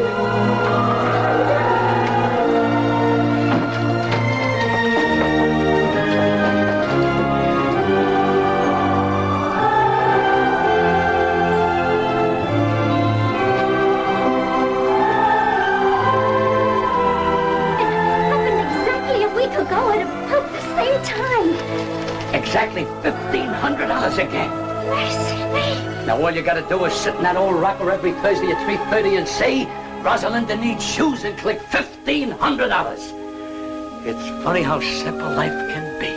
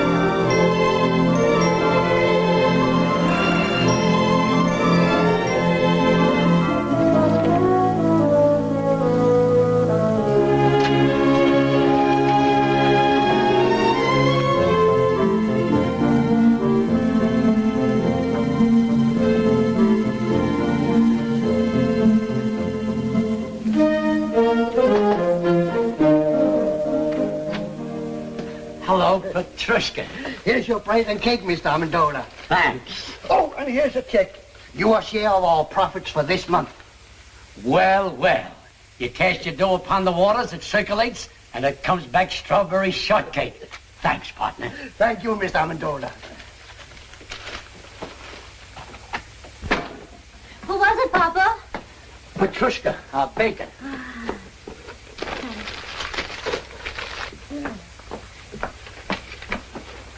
Oh, Mama. Look. This is our share of the month's profit. Oh. How much did we decide to contribute to buy shoes for European children? $600. Why? Well, deposit this, and we can make it 1,000. Oh, that's fine. Telling you, it's all over town. This Amendola character gave $1,025 for kids' shoes. He lives in a stable and sleeps in a straw. The guy doesn't work. It don't add up. Where does he get the money? He gave $2,500 for European children. What line of business is he in? Nobody knows. Read all about it. Local man gives thousands to charity. Read all about it. When they moved in, they didn't have a nickel to their name. 2 months later, he buys a shipload of shoes for foreign kids. Now, how do you figure that? I'd like a super-duper, triple-decker banana delight. Coming up. You know what I think? He's printing his own money right there in that shack of yours, Mr. Dingle. Well, I hate gossip. But I just heard from a friend of mine whose wife told him, and she swears it's true, that Amendola is a big gangster in hiding. And if I was you, Mr. Dingle, I'd notify the police right away. Notify the FBI. I saw it in a movie. Someone should write them an anonymous letter. Sure, write anonymous letters. Report him to the police. Put him in jail. The guy has to be punished because he has a big heart. Oh, pipe down, Pete. I told you never to argue with the customers. Sorry. I think it's all a lot of hooey. You know what I heard? A man comes to see the pretty Amendola girl every day in a big car. We can't hear you. Louder. A man comes to see their daughter every day in a big car. That's true. He's a Broadway agent. What about him? You like a little, strawberry? Sure, sure. He's the individual that floods Amendola with money on account of that girl. Some whipped cream. Love it. That's what I say about actors. People like the Amendolas can contaminate a whole community, just like one rotten apple in a barrel. Pete! Oh, I forgot the cherry.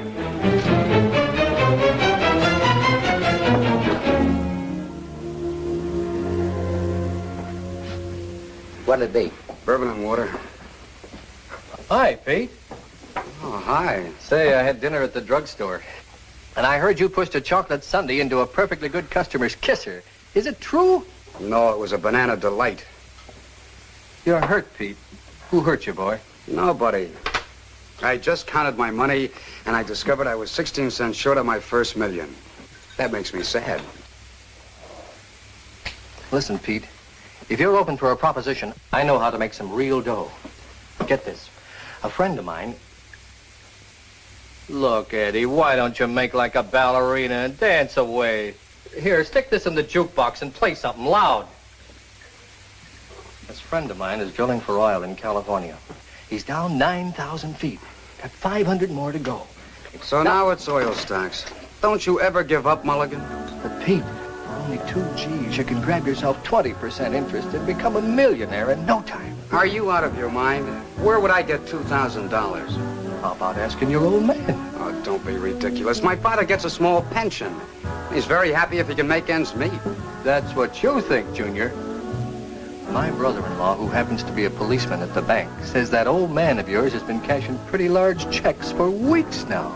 Yeah, wait a minute. I did see him coming out of the bank once. And he gets a letter from them every week. You see? All you have to do is ask him to back you. What father could refuse such a proposition? Tell me, Mulligan, is this really on the level? I'll tell you what I'll do. I'll introduce you to my friend. He'll show you the papers. And besides, he'll give you all the security you want. I'll see you tomorrow. There must be a screw loose in your head. Who's got 2,000? What 2,000? Pa, I know you have it. You've been seen in the bank cashing large checks lately. That's a lie. Now get out. I don't want to hear any more about it. But I'll pay you back. I'll repay you 10 times over. But I haven't got it, I tell you. I haven't got it. Pa, you must give it to me. You simply must. Get out, you crazy fool. Get out before I break that blasted tube over your head. Get out!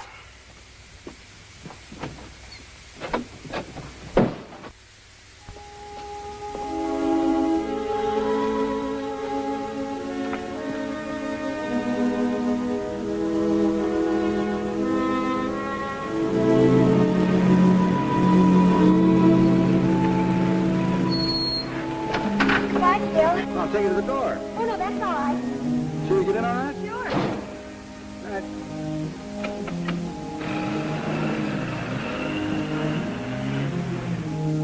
Oh, Pete, Hello, Rosalinda. it's a beautiful night, isn't it? Yeah. Mind if I join you? No, not at all. I want to talk to you. What is it, Pete? Well, that is, I have no right to say this, but Oh, say it anyhow, Pete. It might be something I'd like to hear. well, it's the money your father's spending. They think it's coming from Davis. From Phil? Yeah. They say he's in love with you. Well, you don't believe that, do you, Pete? I can see how anyone might get a wrong impression. About Phil and me, I mean. There isn't anything between us, Pete. I can't explain to you about the money because there just isn't any explanation, but... Oh, there's no need for one. Not about Davis or the money or anything. Then what is it, Pete? Why are we sitting here like this when all you have to say is...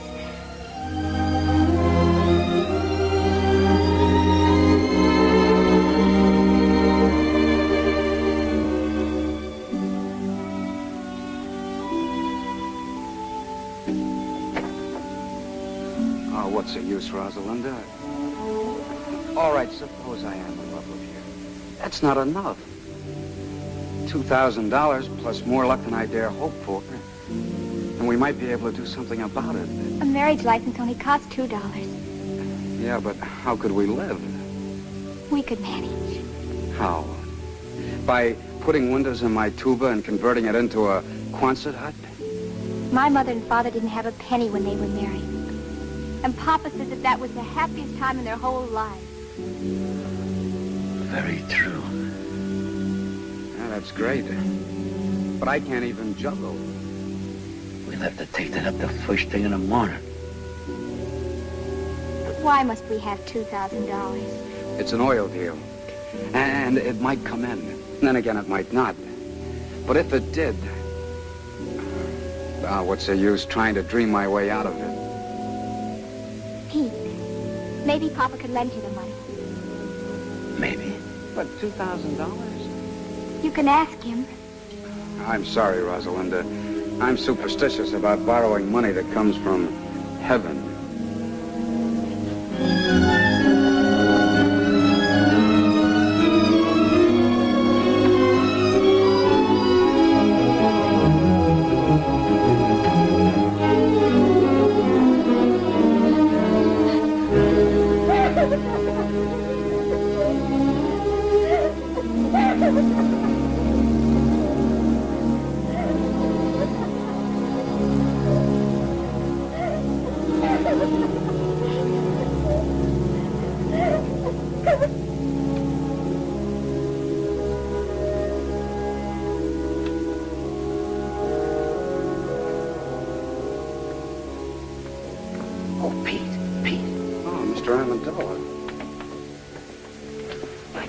Overhearing you and Rosalinda talking out here. It's not that I was eavesdropping or that I meant to listen. It was just that I had to get up and fill my cold water bottle. You see, my feet get very hot at night. I hope we didn't disturb you. What disturbs me is this idea you got about Rosalinda and this guy Davis. Believe me, there's nothing to it. Why, if you'd look with your heart instead of your eyes, you could see where our best intentions are. Look, Mr. Amendola, it isn't Rosalinda, it's me. Sure, it's you. I heard what you says about being broke. And if you ask me, I think you get up and go as got up and went. What you need is confidence. And listen, about that $2,000, I'd be very glad to. I couldn't take your money, Mr. Amendola. Of course, the oil might come in, but right now it's just a hole in the ground in California. So what? Uncle Sam put the money in a hole in the ground, and it turned out to be Fort Knox. And I can take a risk, too. But let's talk about it in the morning.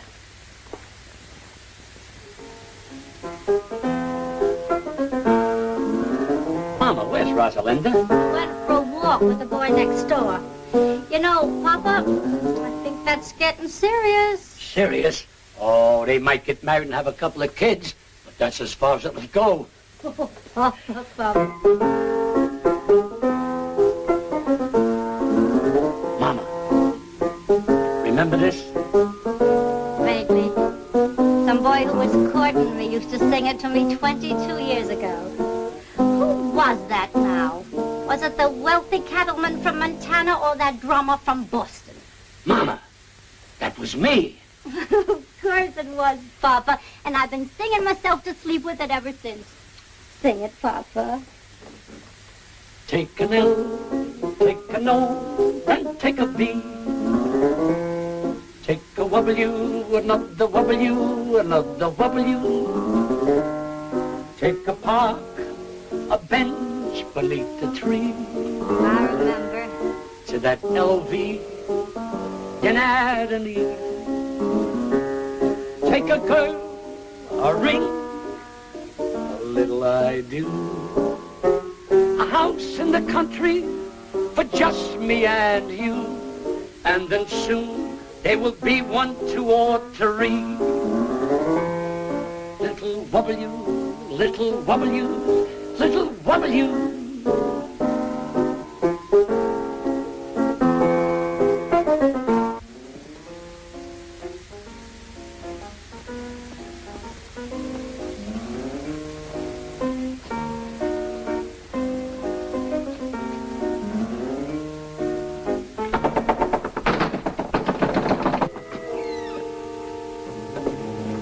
Yes, gentlemen. We're not together.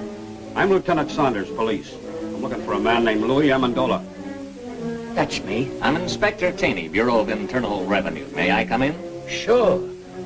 Sure.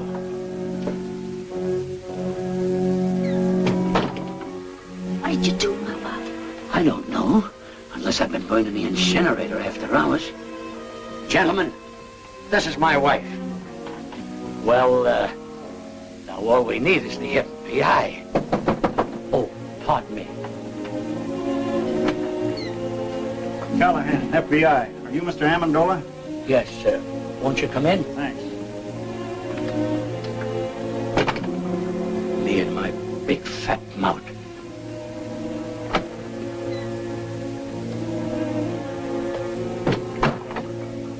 Mr. Amendola, I'd like to ask you a few questions. Do you mind? I was here first.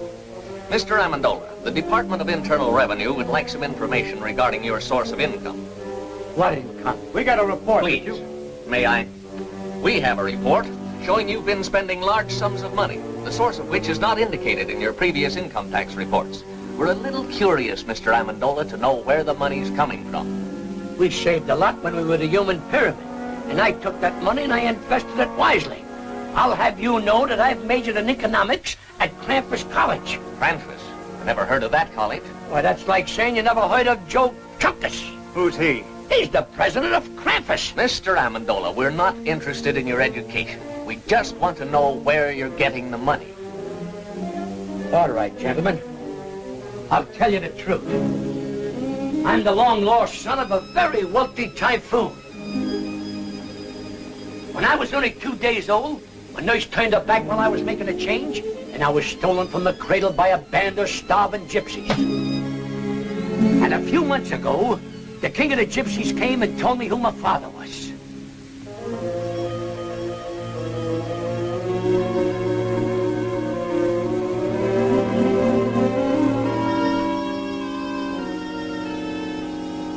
I see you don't believe me. All right, I'll tell you the truth.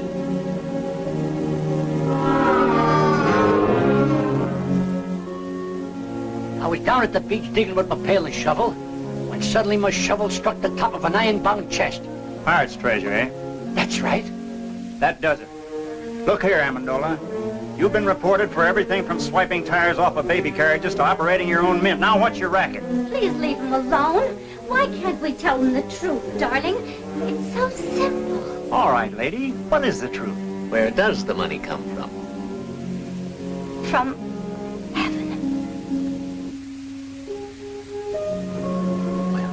That explains everything. But it's the truth. It comes straight from heaven. $1,500 every week. On the dot. I like the one about the pirates just better. Come on, Amendola. Let's get down and tell it to the boys at the station. But I can prove it. I can prove every word Now, of it. Mrs. Amendola, how can you prove it? It's easy. I put this old rocking chair in the middle of the room, sit down there and say a little prayer. And when I say, Rosalinda needs shoes, The money comes down like rain. All right, Mrs. Amendola, show us. Pull up the chair and say the prayer. Wait a minute. She can't do it today. The miracle happens on Thursday, between 3 and 3:30. All right, we'll be here Thursday at 3. Thursday at 3.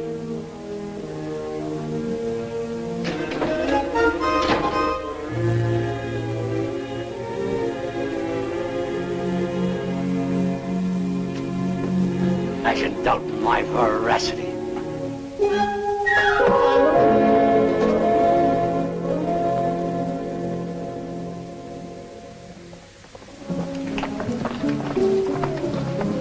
Look.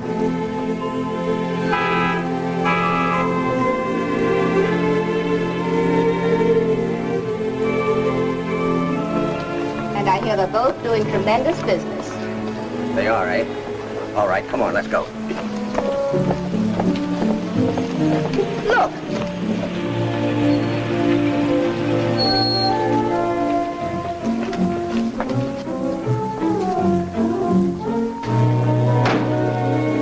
How's business, Mr. Molinari? Couldn't be better, Mrs. Dingle. More orders than we can take care of. Come on, Katie, let's go. Clever man, that Amendola. Pretty soon he'll own the whole town. You could have done the same thing if you'd invested your money instead of hiding it.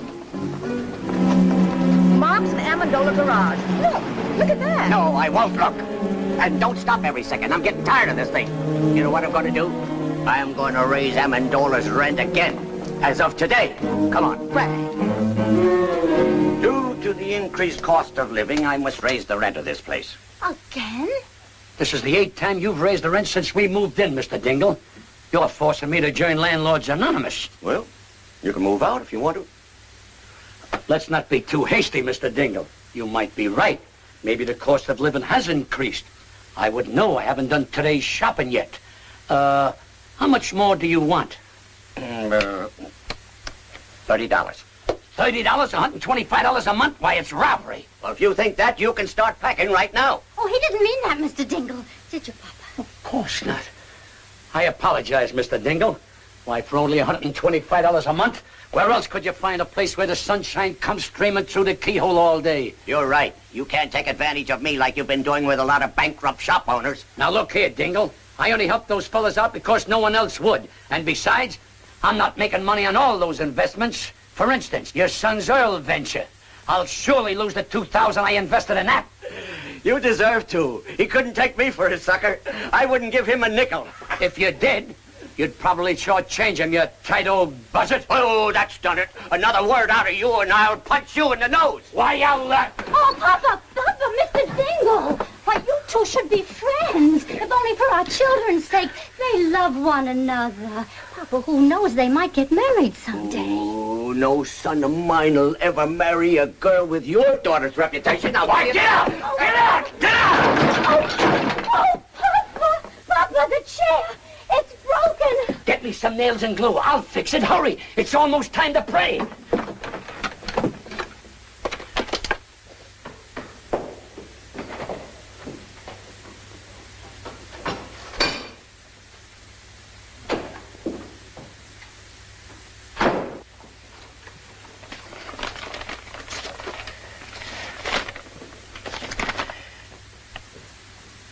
We are sorry to inform you that... Katie! Yes, Frank? Our gold mine is exhausted. There'll be no more checks in.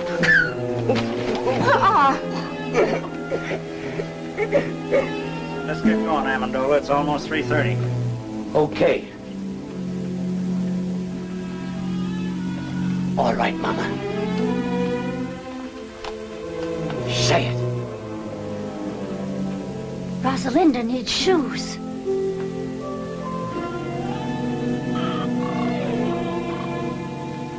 Oh, Lord. Gentlemen, a little patience. $1,500 is a lot of money. Sometimes we gotta ask twice. Try it again, Mama. Try it again. Rosalinda needs shoes. Once again. Once again. Rosalinda needs shoes. I guess you're right, Mama. It seems the miracle is over.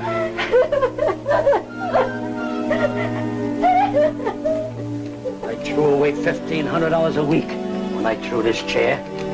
It's not the chair. We have no excuse to ask for any more.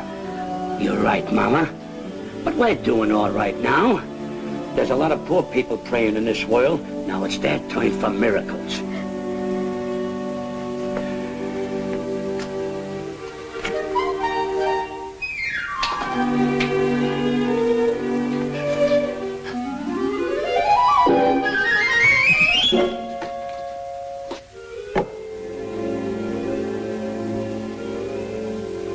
I'm moving out of this shack the first thing tomorrow morning.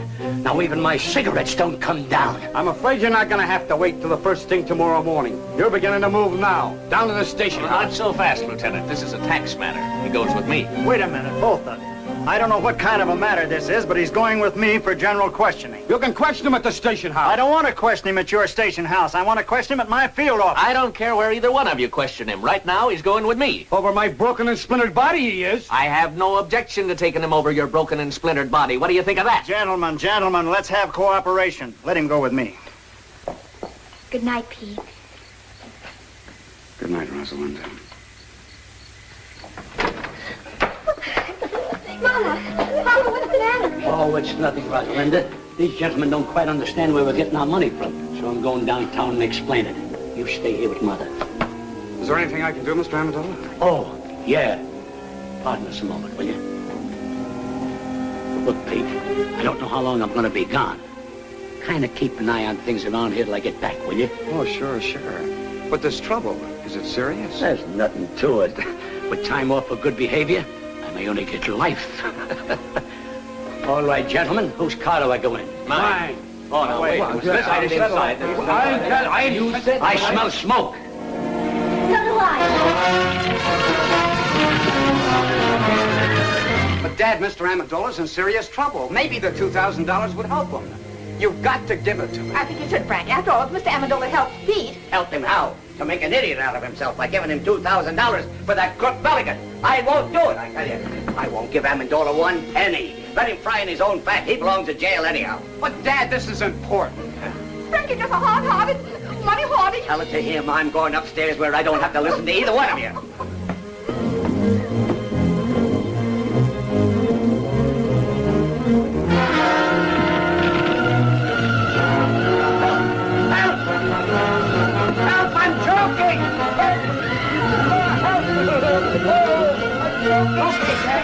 Come on, Dad. No, I gotta get the money. Forget your money. He is in the hole behind the bed. Frank! Oh, my God! Frank!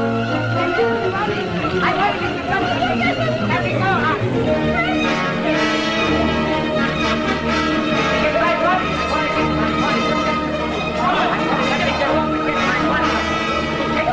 I gotta get my money. I want to get the money. It's burning up. The polar bear rug with the radio inside. Of Mr. Jimmy Durante show. Waiting by a link. Moby Dick second by 2 lengths. Jim Curtis third for 4 lengths. And the out.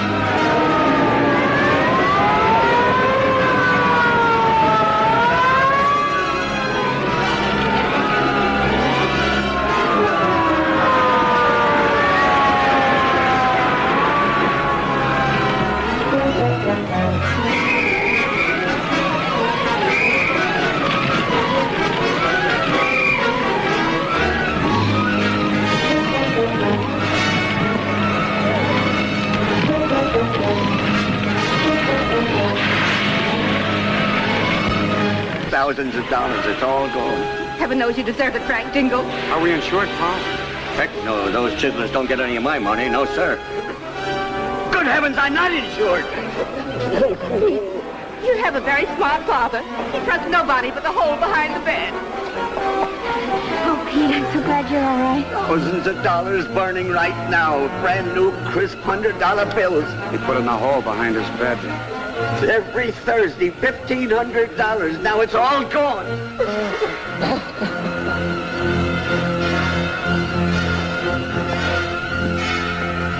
Rosalinda needs shoes, huh? Now pull yourself together, Mr. Dingle. I'll rebuild the house. It'll be better than new. You will? I don't know what to say. Oh, it's perfectly all right, Mrs. Dingle. Why, anything to help a good neighbor. The way I see it, now this is very definitely only a tax matter. This makes things much simpler. What do you mean, simple? Who owes the tax? Amendola or this other guy? Well, naturally, but... I guess Amendola owed it. I don't know. They both had incomes. Maybe they both owe us. Well, how do you figure? It was this other fellow's income. Sure. Amendola was only innocently using the other guy's money. It was like a gift. In that case, this man not only owes income tax, but he'll have to pay us gift tax, too. As far as I'm concerned, the local law is no longer interested. Looks like it's out of my jurisdiction, too. It's too involved for me. I'm going to forget all about it till March 15th. What'd you find? Nothing but a dead squirrel. Why, he isn't dead. He's just overcome by smoke. All he needs is a little fresh air. Wonder what he was doing in the house.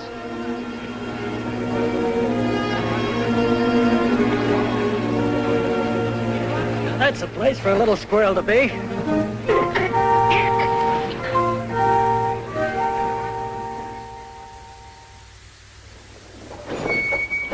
Thanks for the lift, fella. Okay.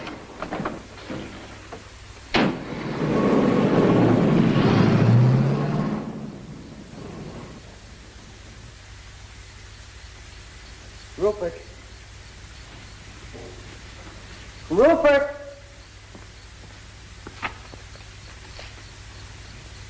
Rupert!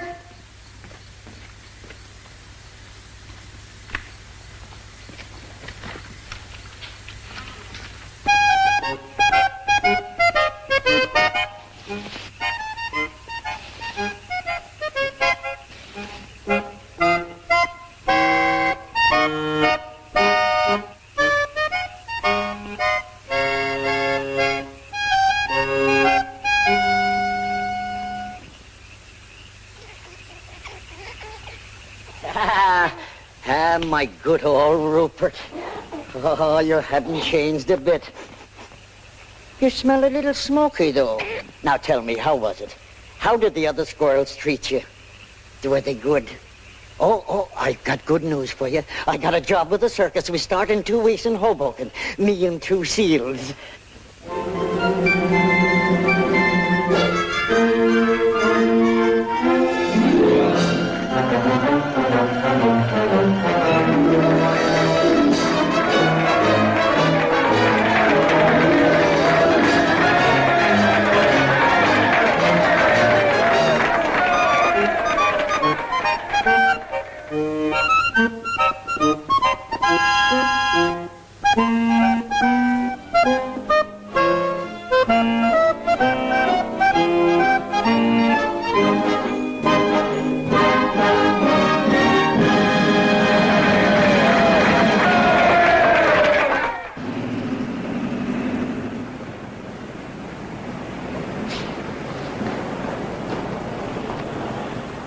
Greetings, Mr. and Mrs. Dingle. Mr. Amendola.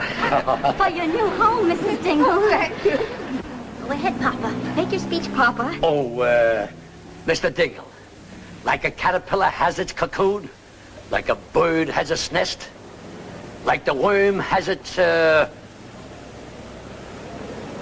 apple. Believe me, it's a pleasure to present you with the key to your new home. Mr. Amendola, you're the finest, the noblest, the most generous... Oh, I wouldn't say that, Mr. Dingle, but I'm glad he did. I'm overwhelmed. I can't find words enough. Words. What are words? If it'll make you any happier, Mr. Dingle, I'll even carry you across the threshold. Thank you, Mr. Amendola.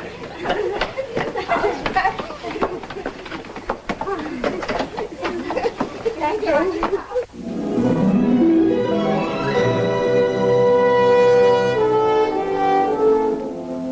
Our old home, Frank. Oh, and it's nicer than before. I'm glad you like it. My little wife crocheted the doilies, but I'll have to take credit for the curtains. I would have done a much better job, only my pinking shears were dull. Pete! Mulligan.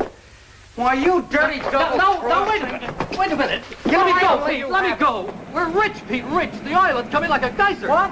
The well came in. Rosie, come down here, quick. Bill!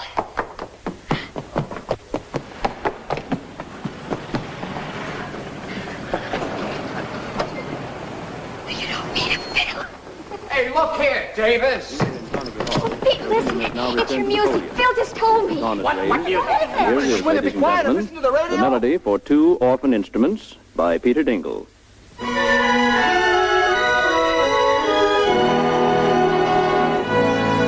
Did this, Rosalinda.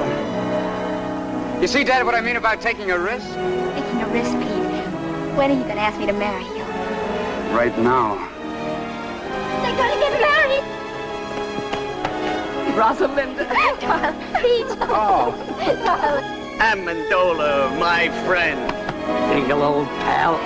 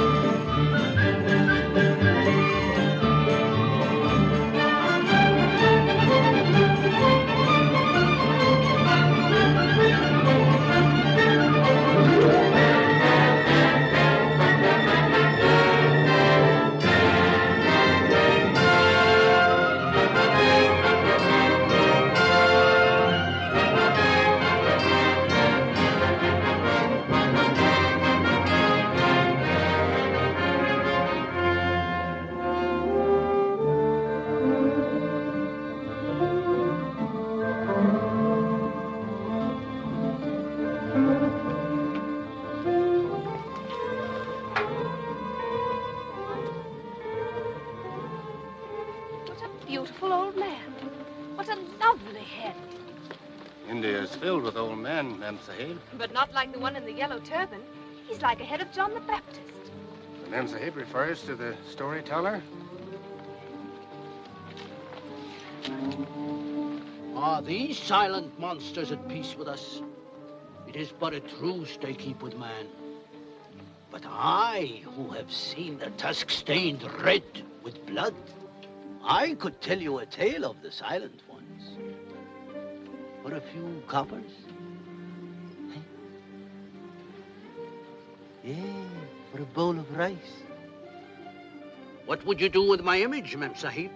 I would keep it for a memory of India. Verily, you would have all India in your picture. Nay, you would have the Book of the Jungle to read in my eyes.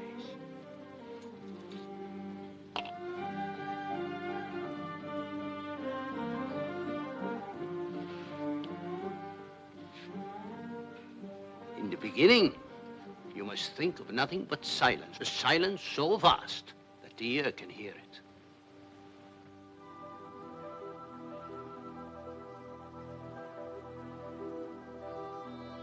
Great trees like the pillars of the temple with ferns like green carpets underneath. While above, under the dome of heaven will live the winged ones. The wind moves restlessly whistling across the roof of the world. These are the eaters of grass in a world of torn flesh. Early the little fawns must learn the lesson. Feet that make no noise, eyes that see in the dark, ears that hear the leopard leaving his lair.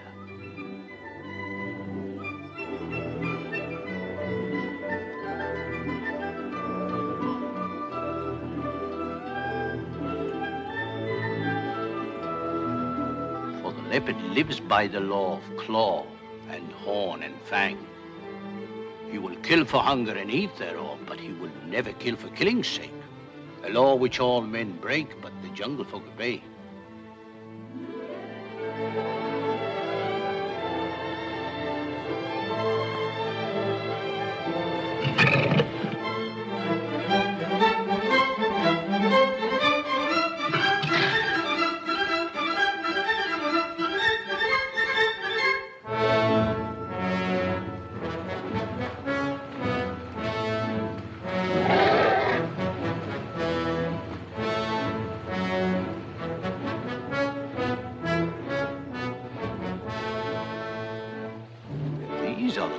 Of the jungle, the tribe of Hathi, the silent ones.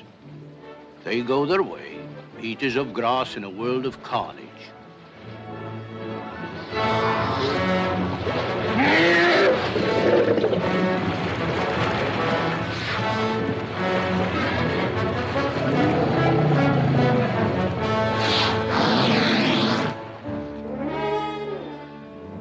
Wolves are the true hunters of the jungle. And like huntsmen, they stick to their clan, with a strict regard for hunting calls and tribal law. Free companions of the woods, they may fight and quarrel among themselves until the strongest of them wins the leadership of the band.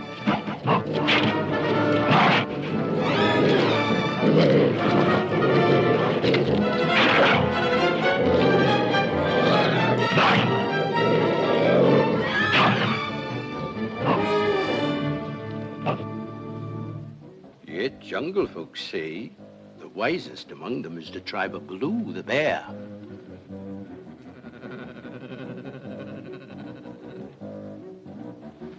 He is a teacher of the jungle law. Yet there is one who knows no law. The barrel-bodied mugger, the crocodile, with his chin in the shallows and lust in his cold heart, hoping to drag down to the depths all who wander along his riverbank.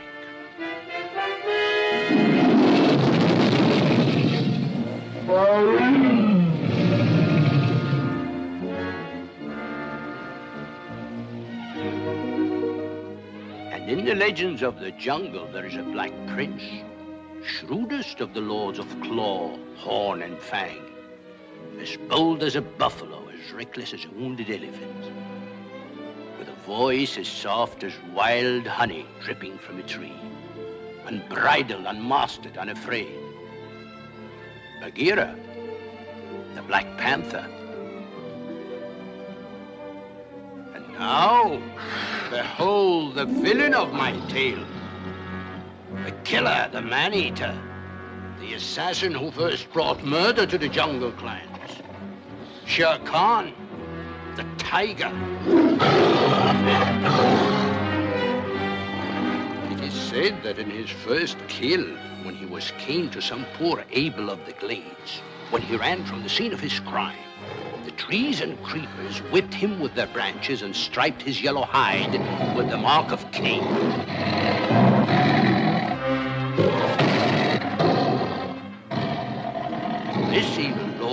have his dish lickers, his bullies for attendants.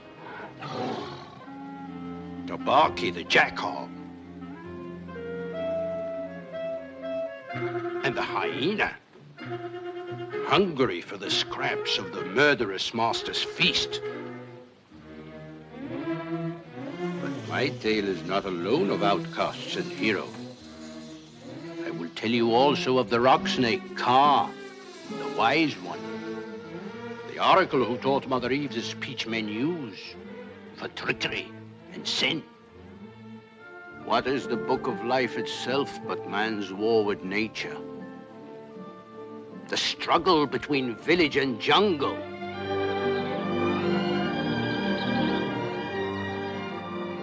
Under the mantle of wild creepers and great trees, many a ruined city lies forgotten in the pages of time. Yea, where 1,000 war chariots proclaimed the might of a great king before whom all men bowed their heads. Nothing remains but a trellis for wild figs to sun upon.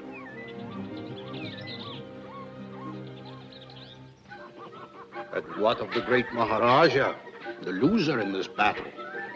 He has left many such a palace to his cousins, the monkey folk, the bandalogs, the outcasts of the jungle.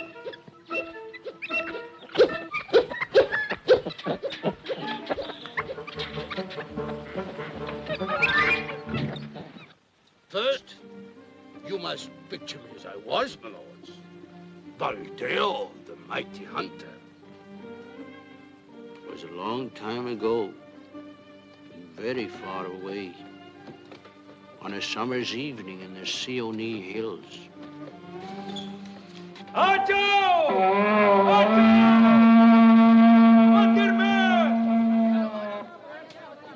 Again, some palaver. It's Baldeo, master. That fool would make speeches the whole day. Come, Durga. Let's listen to him.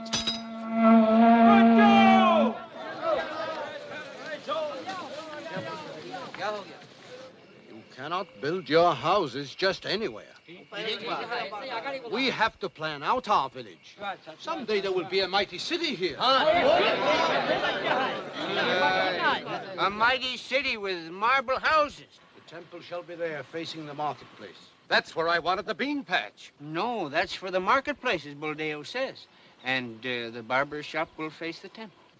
I shall find some place for the bean patches anyway. Outside your mighty city. Go, Durga. Take the child and the old man to the cart. Abdul. Come, grandfather. Did you hear that? We're going to have a marketplace and a temple in a mighty city. Aye, we'll have all that if we can beat the jungle. But have you in your 100 years seen man win a war with nature? Sit here, grandfather.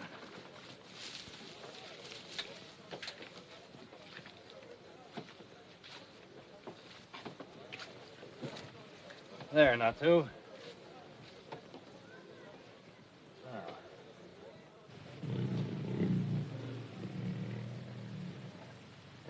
Go back to your work.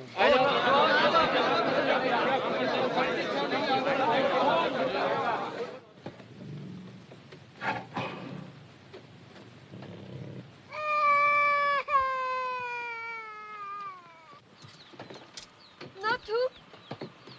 Where are you, my baby?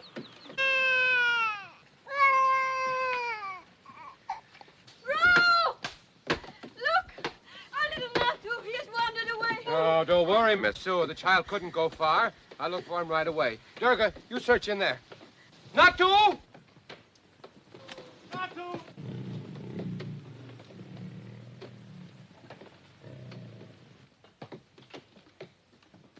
Natu!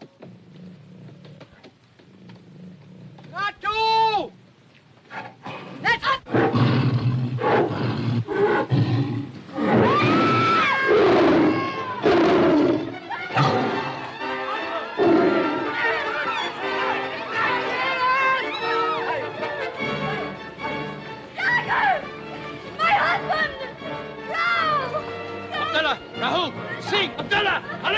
Mohammed! Sing! Tiger!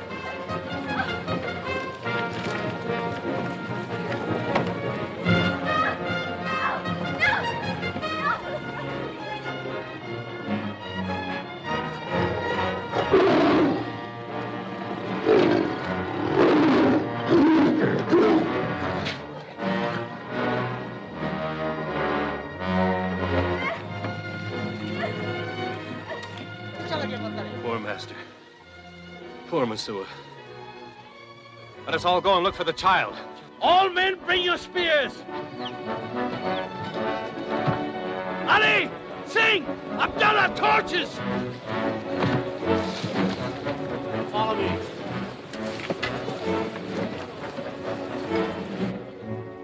Natu! Natu!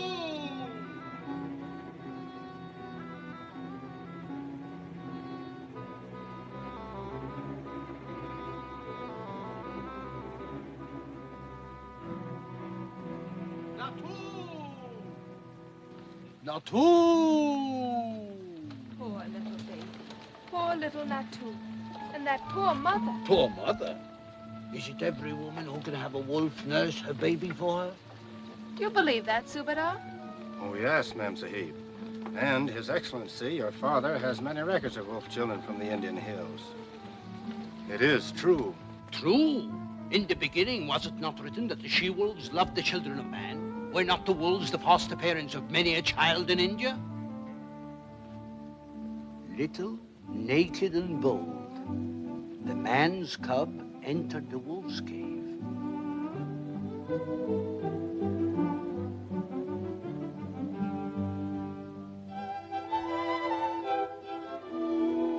Aye.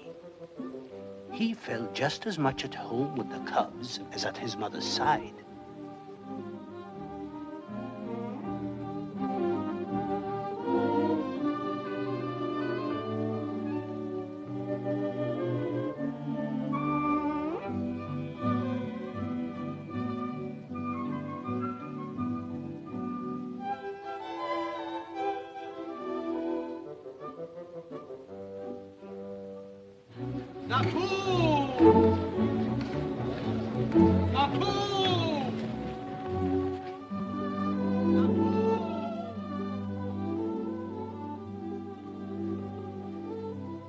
Lost and tired, he fell asleep among his brothers of the jungle.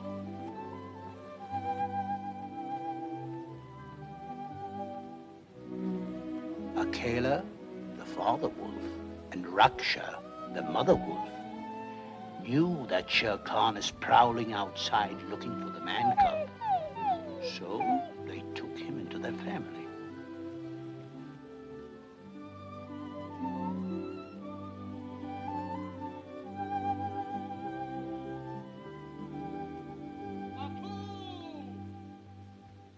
He grew up with the cubs. They called him Mowgli, the little frog. Father Wolf taught him his business until every rustle in the grass meant just as much to him as to his brothers, the wolf cubs. All the lords of the jungle became his friends. He had only one enemy, Sher Khan, the tiger. Did Mowgli live to hunt Shere Khan? Did he live? Oh, but had I known then what I know now. 12 years had passed, and Sher Khan was on the trail of the wolf boy.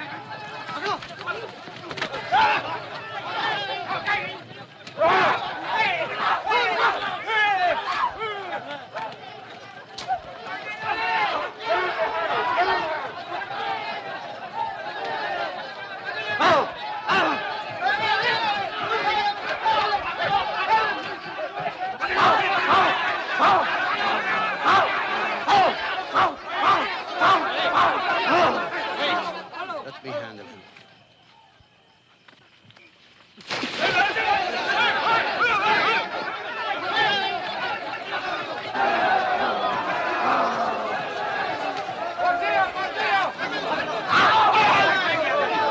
He's a wild boy. Cover him up. Cover him up. Who are you, boy? Can't you hear?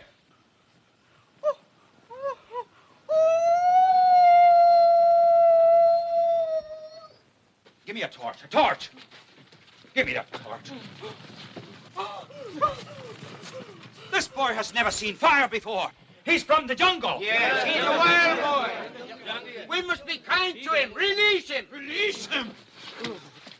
Are you mad? This is a thing of the jungle. Let me look. Let me look. Look at the scars on his arms and legs. Those points on his bones. He has run on all fours with wolf cubs. Oh, child. This boy has been reared in the jungle. He has the evil eye. I begin to think he has. Moonshine. I think this boy is Messua's little baby, which was stolen that day we built the wall.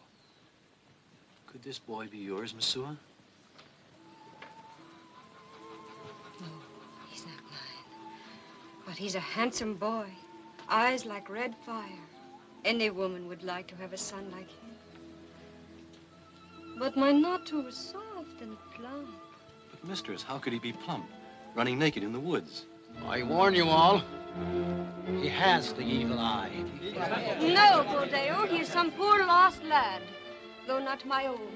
But I am a lonely woman, and if you would let me, I will shelter him for some other woman who has lost her son. He is a wolf, Let one in, and all will follow. He will bring down the jungle upon us. What the jungle has taken, the jungle has restored, Buldeo. Aye. Take this boy into thy house, my sister, and out of your little hoard of money, forget not to honor me, for I have saved his life on this day. Release him! Wait! Are you going to turn this devil loose before I can protect you? A gun. Buldeo. Don't. A gun! Buldeo. Now release him. No. No. Boy. Boy. Will you come with me?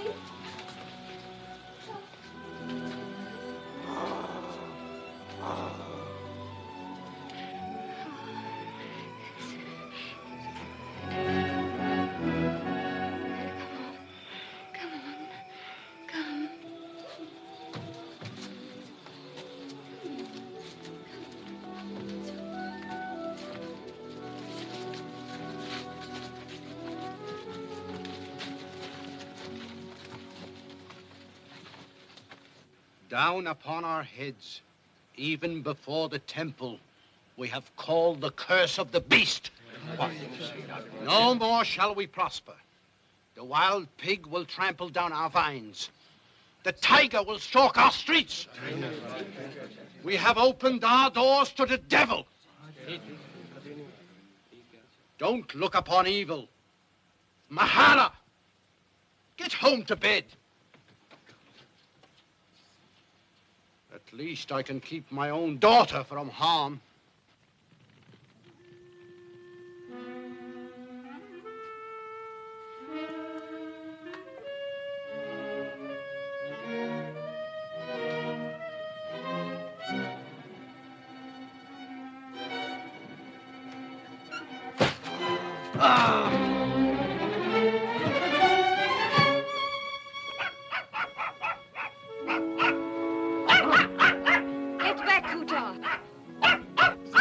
Treat one who has come to live with us?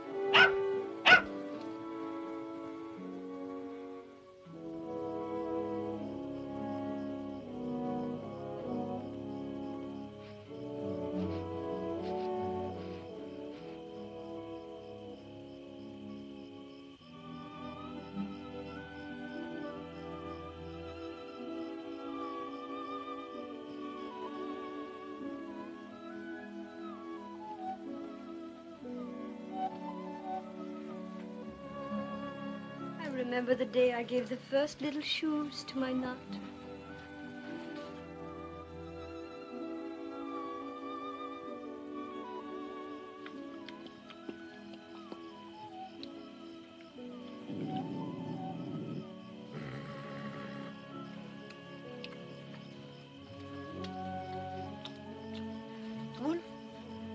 Wolf boy.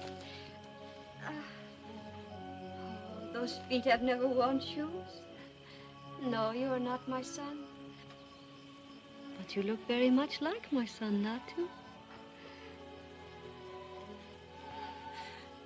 Natu called me mother.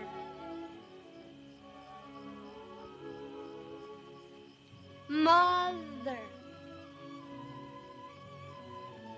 Mother.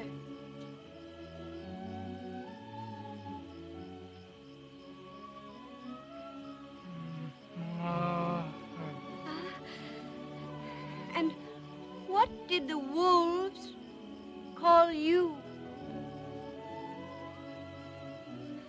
Wolves.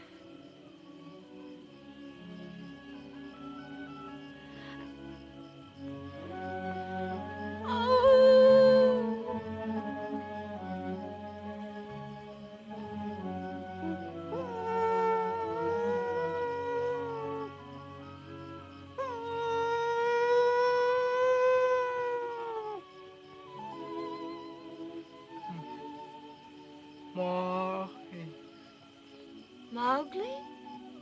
A little frog? Yes, you were like a little frog to them, the beasts of the jungle. And so you are Mowgli to me.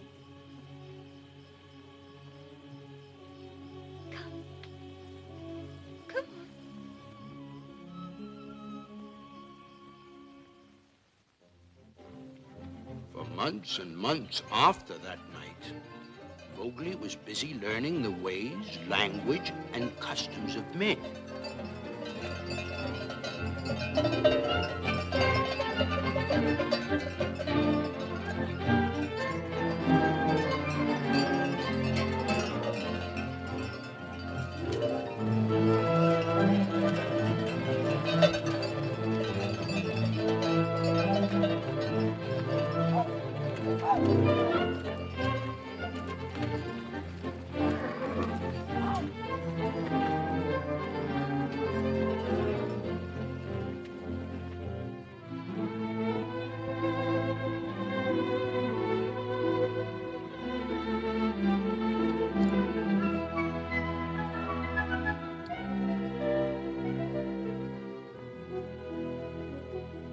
What are you doing? Oh, you're like a little panther.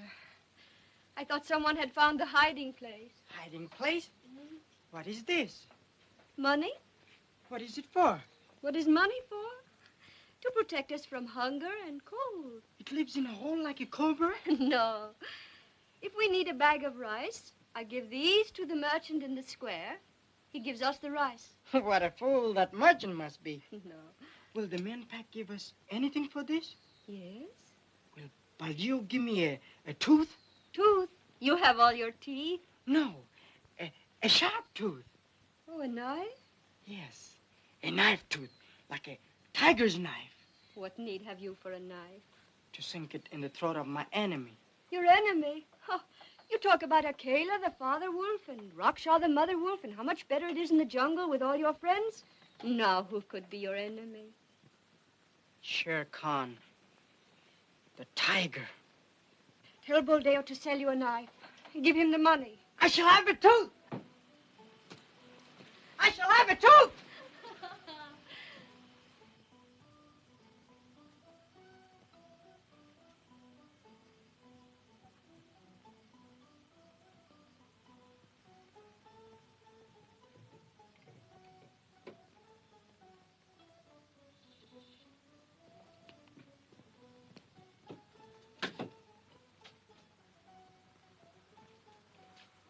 My father says I mustn't speak to you. What happened to him? My father shot it.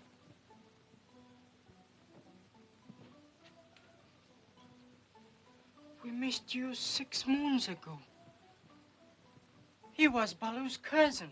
He had no man for an enemy. But my father kills every bear he sees. Why? Because he is a great hunter. He kills them even when he's not hungry? Hungry? We don't eat bears. Then why did he bring him here? To show how brave he is.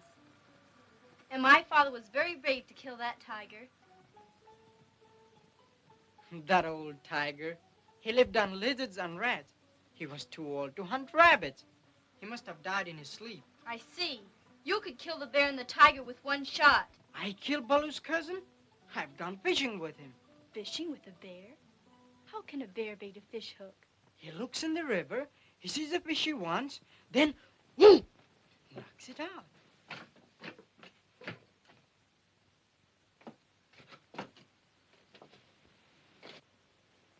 Didn't I tell you not to speak with this thing?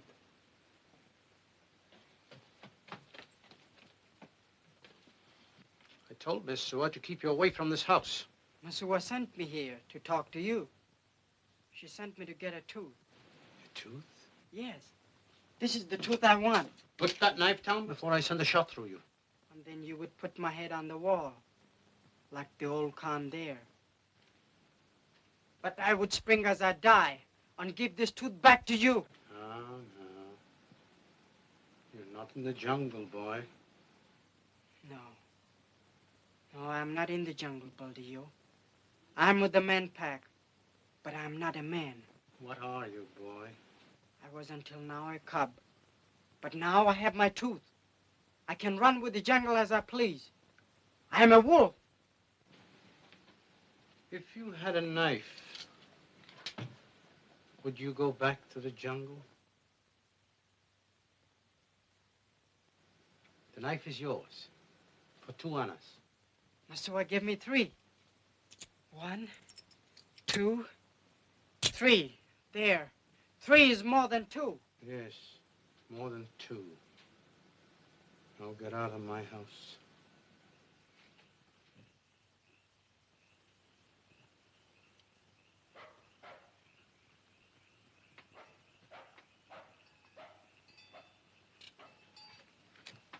See, Shere Khan?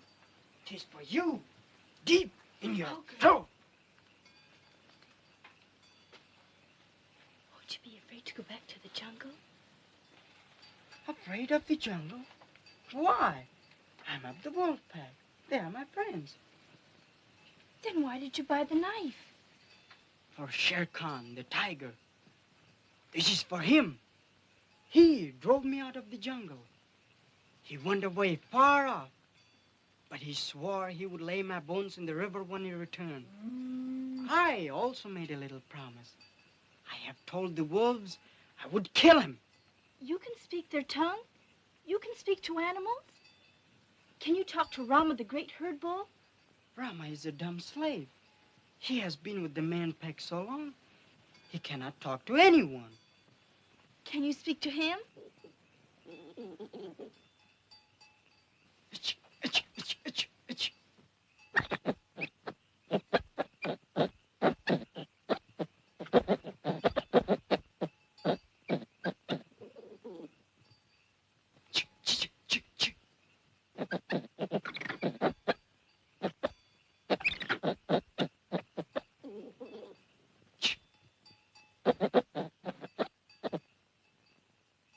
What did he say? Don't you know what the monkey people always say? We, the monkey people, are the greatest folk in all the jungle. We know this is true because we always say it is true. Mowgli, will you let me hear you talk to the wolves? Yes. Tonight when the moon rises.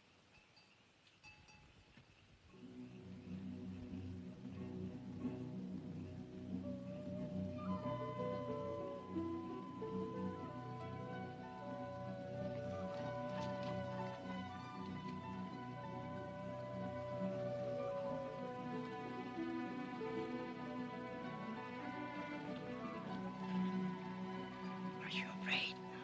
Let's go.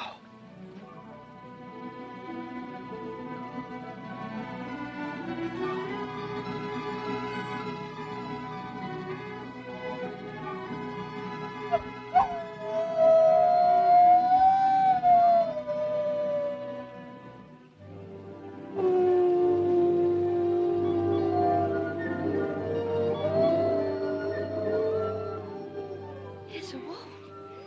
What did he say?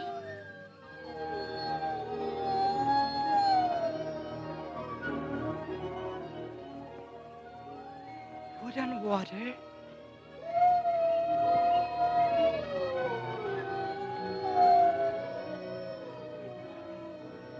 Wind and tree. Jungle favor, go with thee. You have been given the favor of the jungle.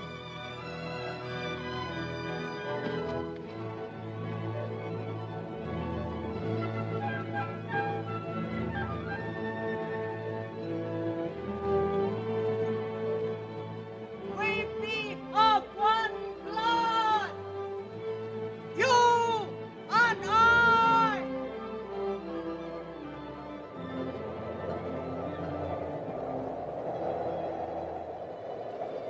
We be of one blood, you and I.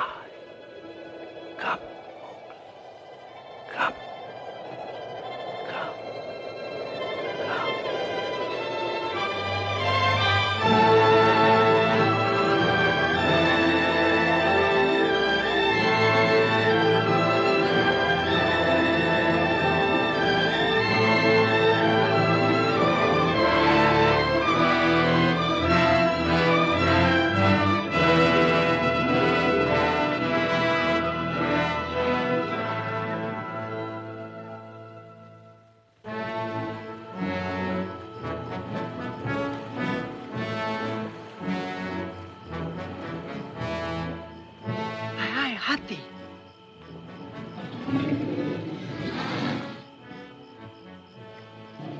the man pack now.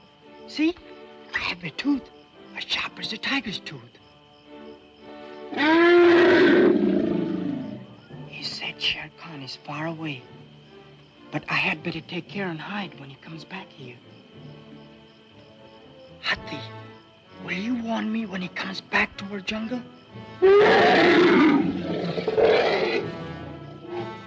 Thank you, brothers. Then we shall see whose bones will be laid in the river.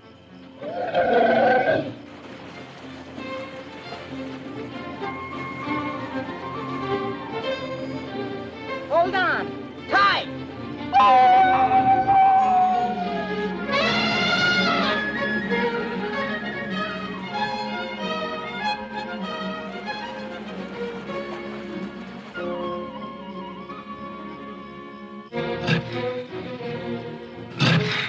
Akira!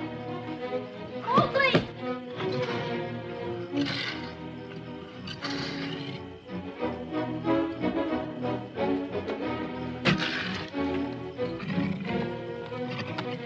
Your claws are sharp and strong, but not as good as mine. Look.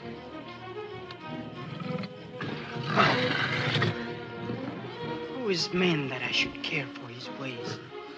Brown digger, eater of earth? I am Mowgli of the jungle, back in the night. Now that I have my tooth, who shall stay me when I strike? Mowgli, come back! I'm afraid!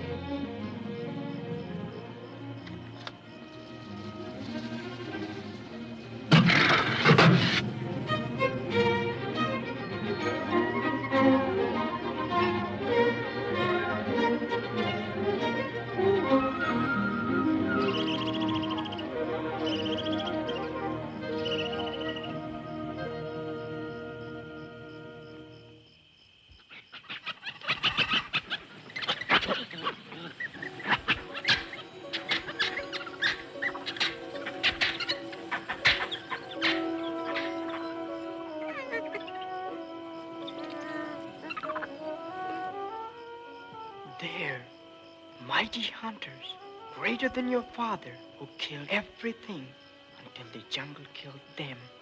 Why did they go away? Why did I go away? Because I was a man cub, afraid of a tiger.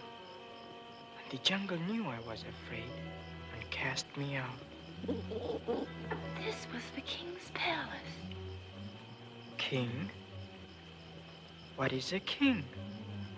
Oh, Mowgli, you know so much, and yet you know so little. This was a great walled city, a city with hundreds of elephants, and thousands of horses, and thousands of men. And it all belonged to a great king. And where is this great king now? This great king now? Where is this great king now?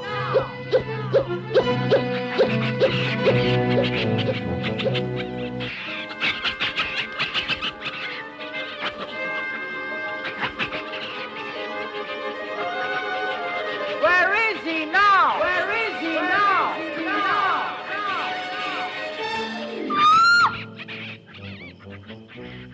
Mahala!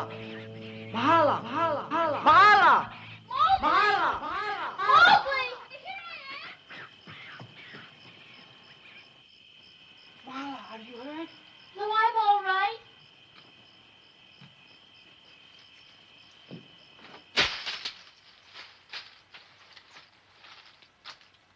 The king's treasure chamber. Look.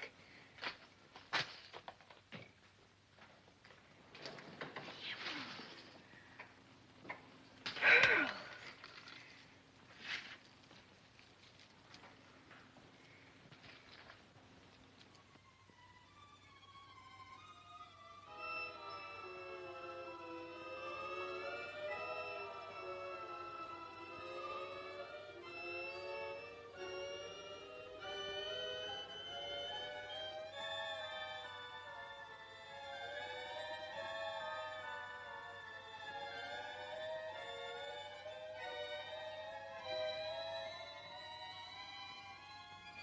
This is like the stuff I gave Baldeo for my tooth. the stuff that passes from hand to hand. It never grows warmer. Only this is yellow, and that was brown. Let's get back to the light. These pebbles are no good to eat. There is nothing here. Nothing. Am I nothing? Father of cobras, we be of one blood, you and I. She's only a little cub from the man pack. She means thee no harm. Who art thou with the knife and the snake's tongue? Mowgli, they call me. I am of the jungle.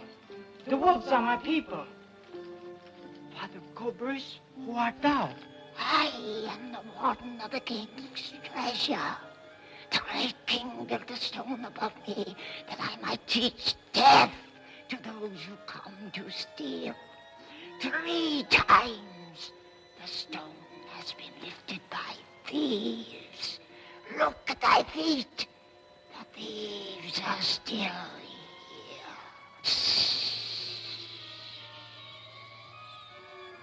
But I am no thief. Indeed. Be still, Mala, be still. Oh, no, boy. Let her run to and fro a while. Let her make some sport. The others did so until I touched them. Then they whimpered a while, sighed, and were still.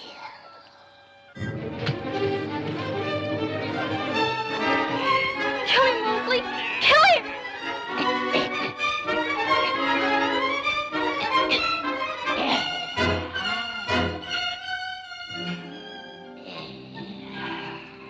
Kill him? Don't be afraid. Look, our father of cobras is so old he has outlived his poison. Kill me! Kill me! Kill me! I am ashamed. There's been too much talk of killing. Come, Mahala. We'll go now. Keep that silly treasure. And I'll take this.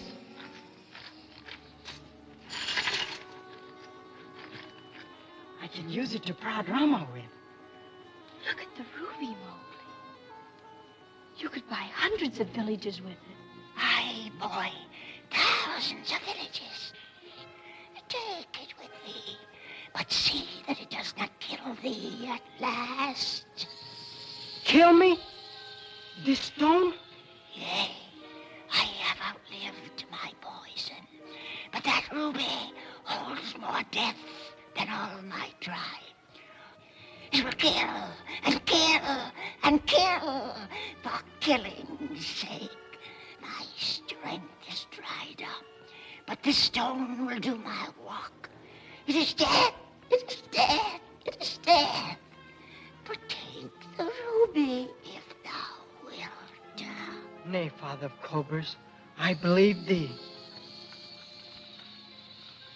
We shall go as we came.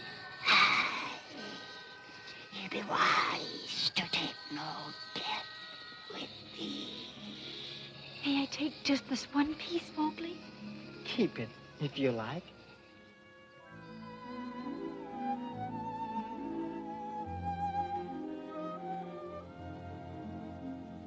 Get up, lazy bones.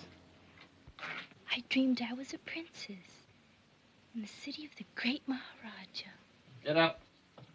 There's no fire in the grate, and there's no rice here. But it was not a dream. I saw the great king's city. Get on with you. Enough of this talk.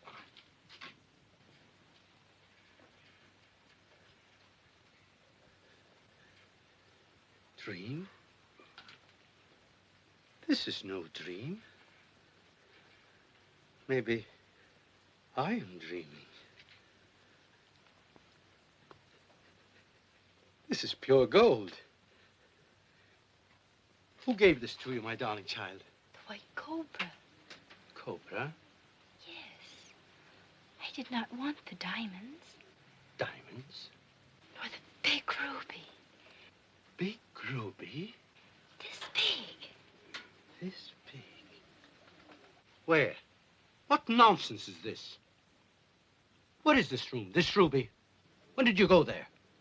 Whose gold is this, Mahala? The great king's gold. In the treasure chamber of the king's palace. I tell you, Father, Mowgli said I might keep just this one. Mowgli? You have been in the jungle. Last night Mowgli took me there. But, Father, you will not hurt him. I would not harm a hair of his head. But you must never let anyone know about this. Not a living soul, do you hear? Yes, Father.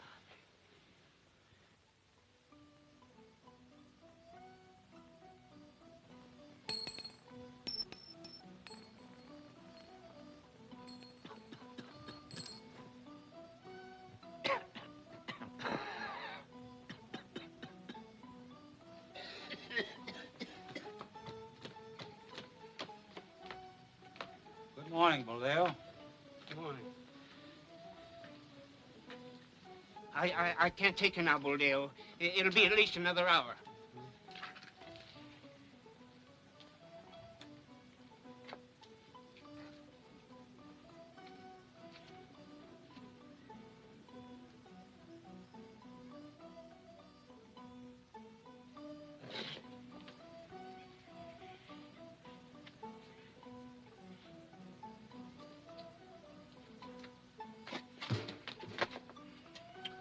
Now, wait a minute, Barbara. There is no river between us. Oh, my poor leg. This lumbago is killing me. I can't go around with half my beer cut. Oh, this lumbago is terrible. I can hardly bend my knee. What makes you tremble like wash upon a line? Now, you keep out of this, Buldeo. If I cut him, he doesn't have to pay. You want to cut me? No. Now, listen here, Barbara. I'm not a man to be shorn like a sheep in the midst of a brawl. I'm one... Barbara. Move your left foot.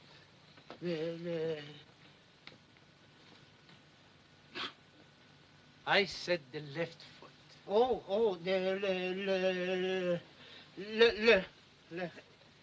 Left. His foot.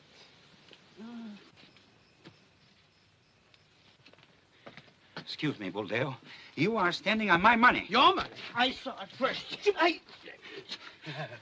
It's mine. There's no need to quarrel. There's enough for all. Where? There's a lost city. In the jungle. You have found a treasure. Where? Shh. Do you want to tell the whole village? Not a word now. My daughter found it with the jungle boy.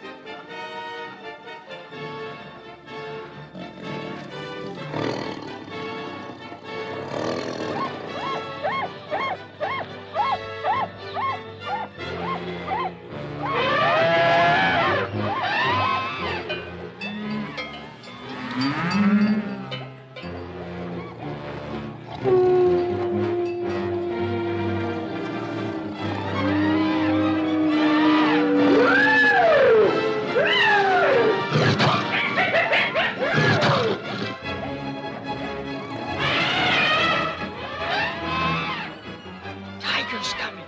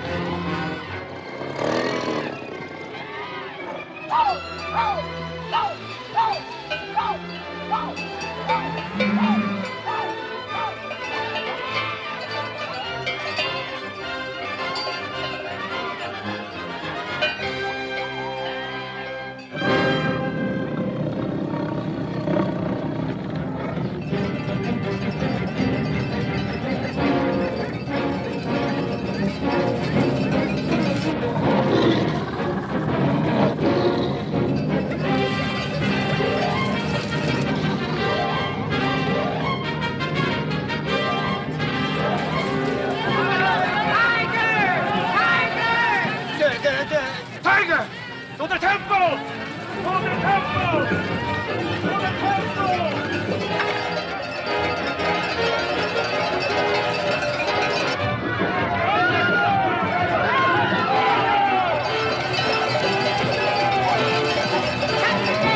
Shut the gate!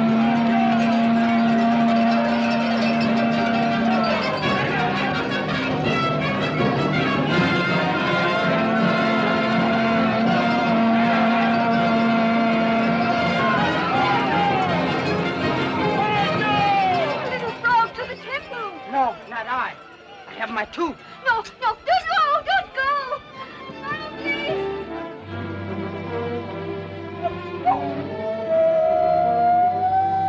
Wait! Don't go, he will kill you. No. I shall bring back his yellow hide. Mowgli! Mowgli!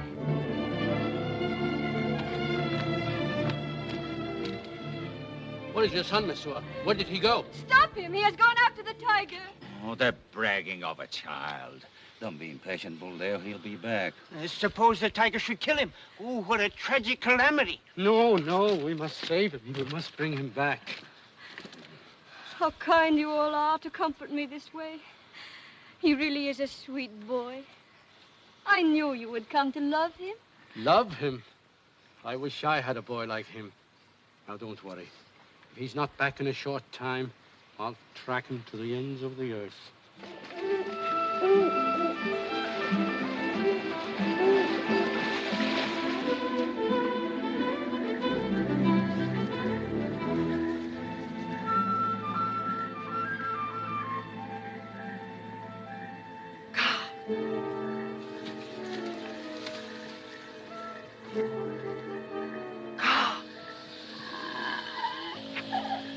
I want to sleep. Go away. I have to talk to you. Who are you? Can't you see, Ka? What does the law of the jungle say? We be of one blood, he and I. Come.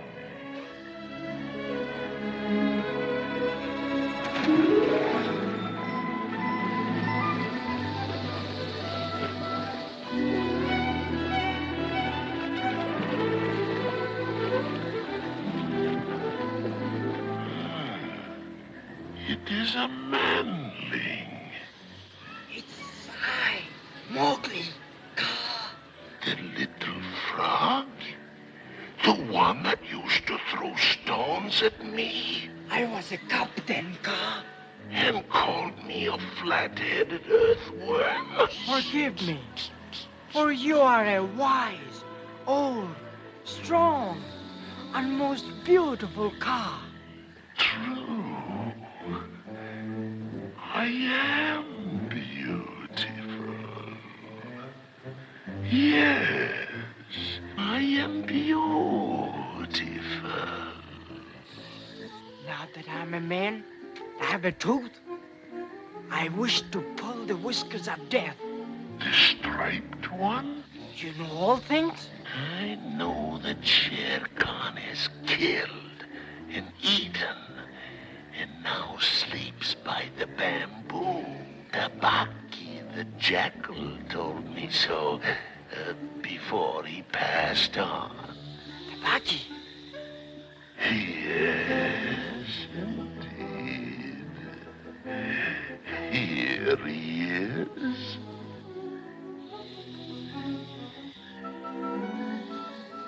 How may I slay his master, Ka? He'd kill you with one blow. Let us go upstream.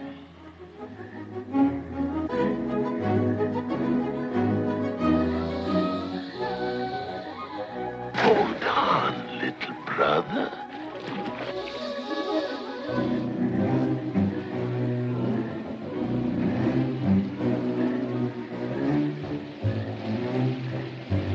Shere Khan is nothing but a big cat. And all cats fear the water. But Shere Khan will not follow me into the river. Since you're a man, use your cunning. And if I made him angry, Ka, will he follow me into the river? If he will not catch you first.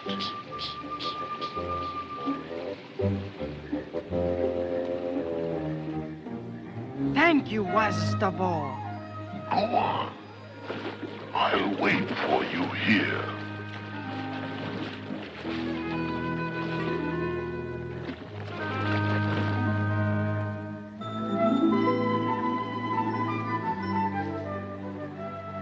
Wish me good hunting, O wise, strong, and most beautiful Ka. Good hunting.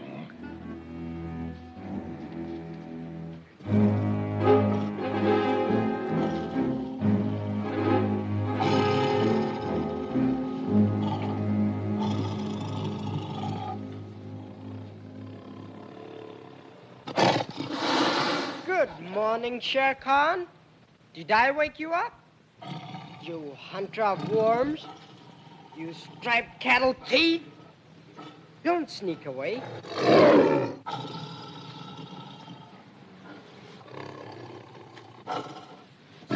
Coward. You mangy yellow dog. Come back.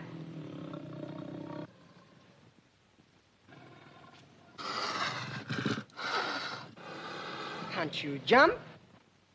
Are you too old, you frog eater, fish killer?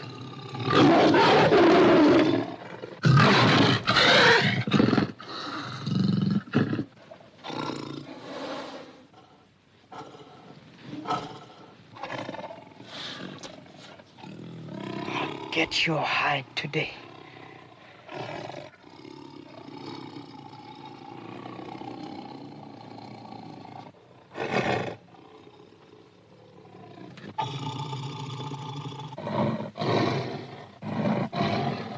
No, I won't come down.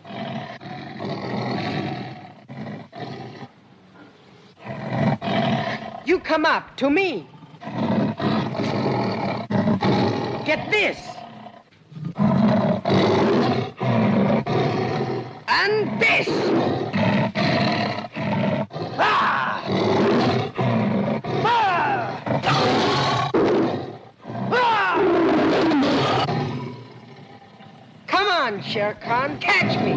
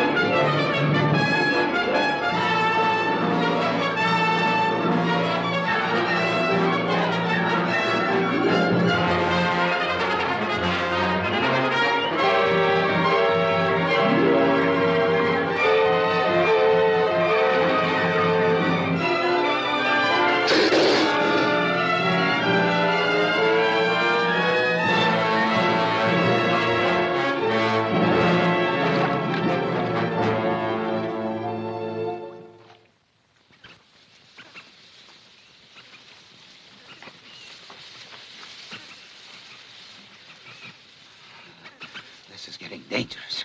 Yes. Maybe the tiger is waiting for us in this tall grass. All right. Stay here.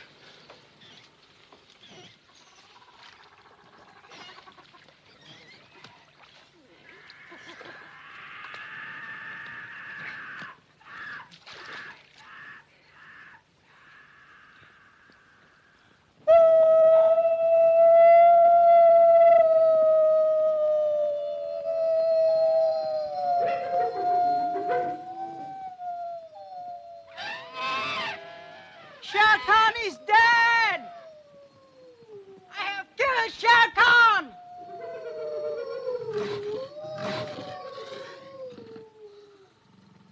What if he finds the boy and tears the secret from him and then says he didn't find him? You're right. We cannot trust him.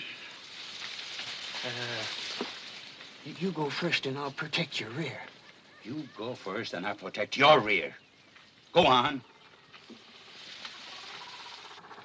By the bull that bought me, I made a promise. A little promise. Only thy code is lacking before I keep my word. Come, Shere Khan. Lend me your code. You won't need it anymore.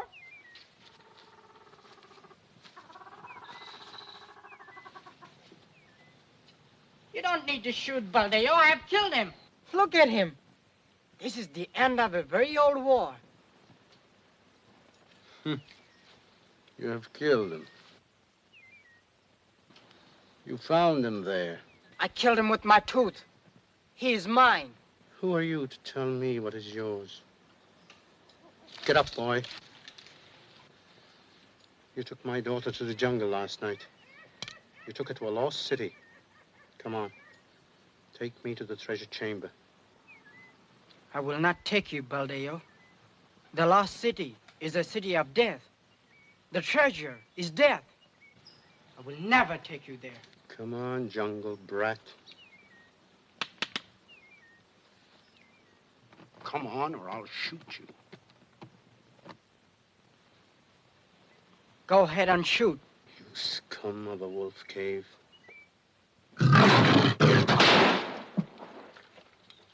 I hope he didn't shoot the boy. No. No. That's a sign for us.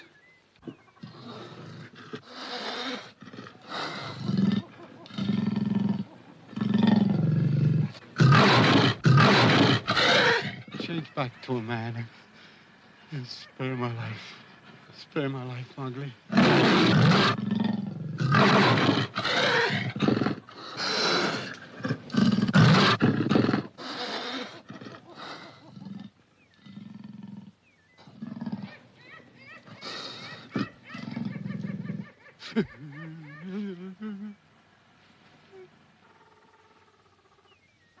I did not know you were anything more than a herd boy. May I rise up and go away, my lord? Get up.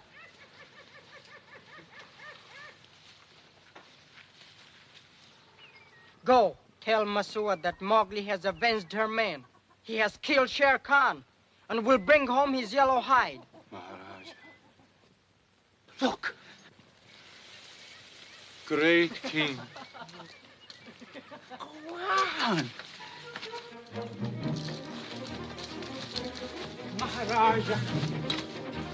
Maharaja. Great king. Tell me the secret, too. Tell me, too. They say there's enough for 3. Great king. Great. 3 old vultures? Go back to your village. Yes, my lord. Maharaja, my king.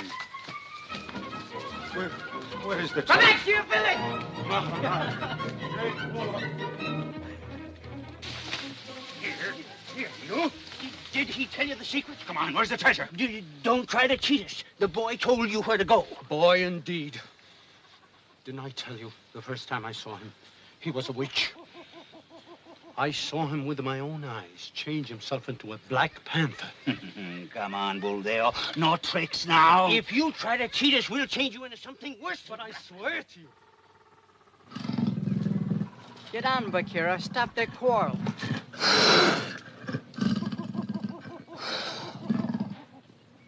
The boy turned himself into a Black Panther before my eyes. He is a witch, I tell you. I must warn the village. Bagheera, I still think you're lying, and I'll soon find out.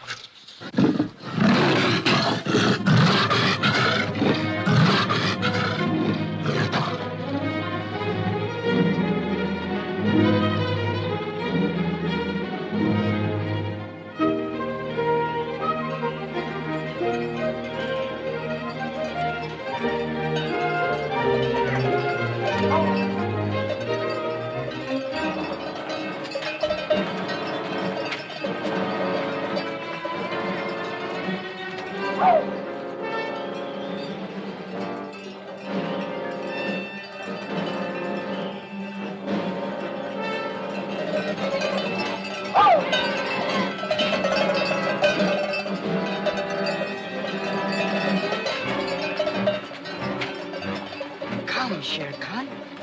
Look at Baldeo, the mighty hunter.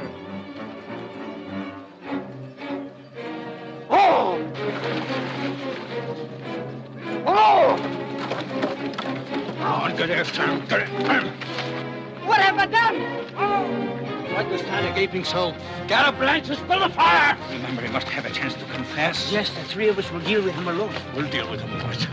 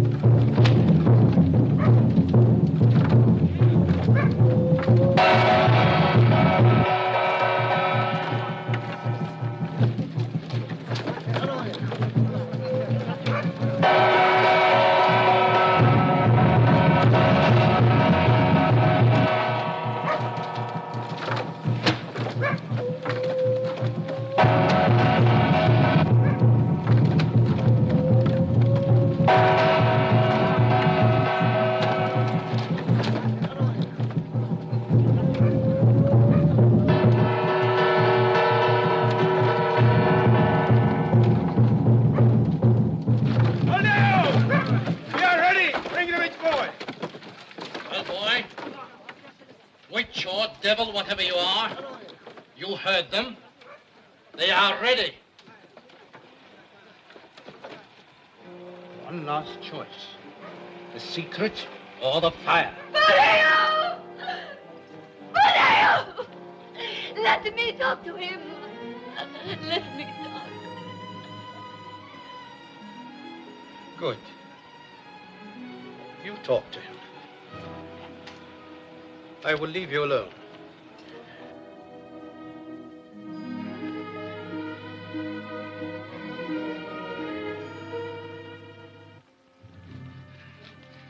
He won't tell. I think we'll have to burn him. Then we would never find the treasure. We'll burn him, but not now. The boy will lead us to the lost city first. Not to my little son. Why won't you tell them the secret? Never will I take them into the jungle. But they will set you free. Free to live with me. Live with you. I have a jungle mother, too. And these two things fight together in me. Like the snakes fight together in the spring. I was a wolf. The jungle cast me out. I'm a man. The man pack cast me out. But you have killed Shere Khan. You can go back to the jungle. Aye, you can be lord of the jungle. I have nowhere to go but into the red flower. The fire. No. But it does not matter. The jungle will know from Bagheera that I have killed Shere Khan. No, the jungle will know from you, Mowgli. See, here is your tooth. Mother. Watch.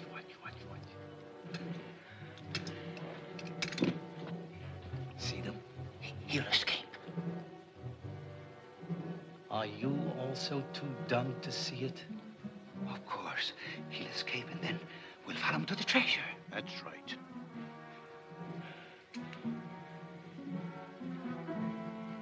You two go to the edge of the jungle.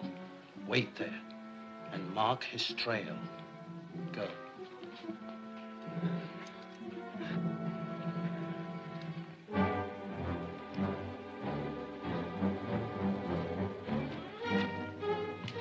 Your time is up.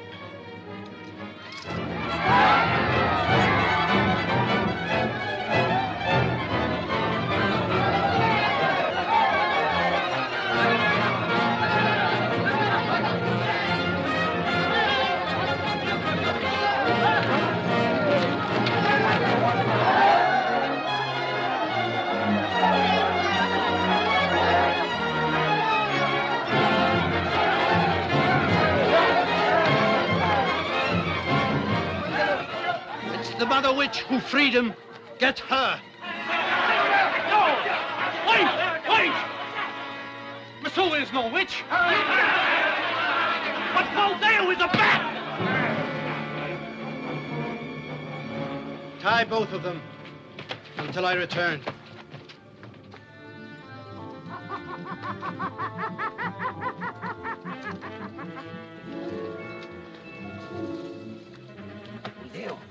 He entered by this tree. He never suspected we'll let him escape. Don't say that. See, there is his trail.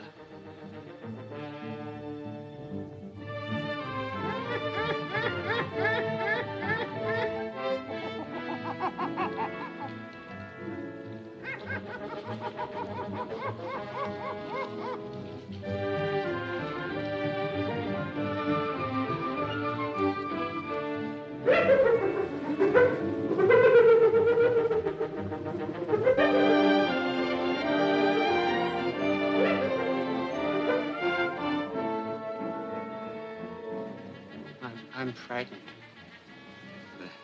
There's nothing to be afraid of. We have our guns.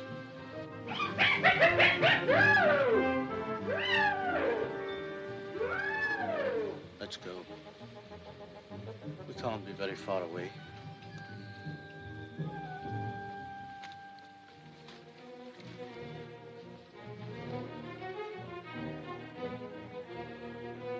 Listen, brothers. I have planted tracks for them, as deep as elephants.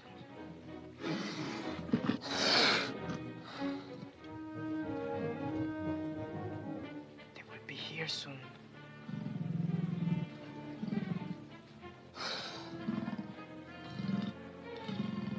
Quiet, you grinning black shadow. Quiet, Gray brother. This is not our kill. Look, look!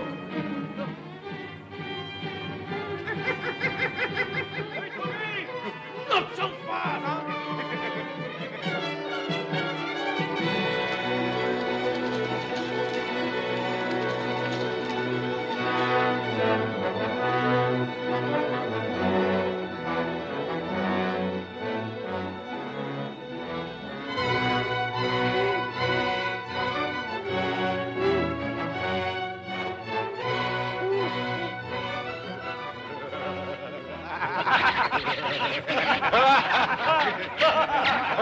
I will be the Maharaja! I will be the Maharaja of this mighty city!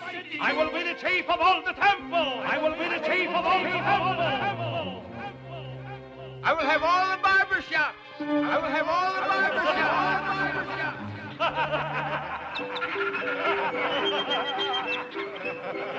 Let's look for the treasure. Let's look for the treasure.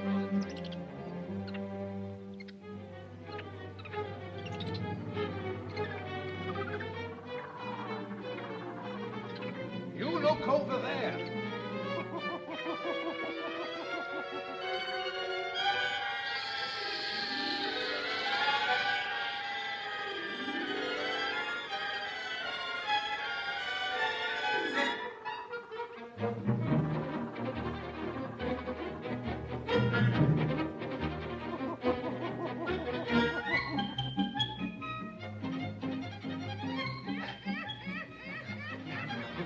Look.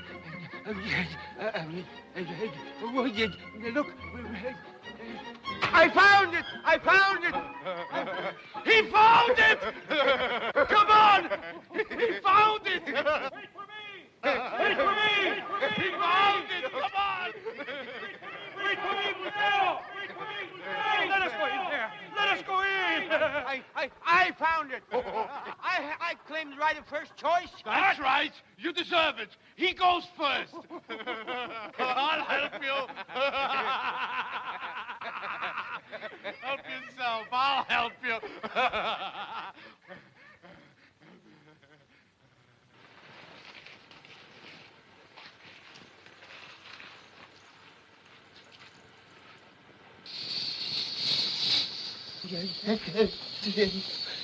Shoot! Shoot!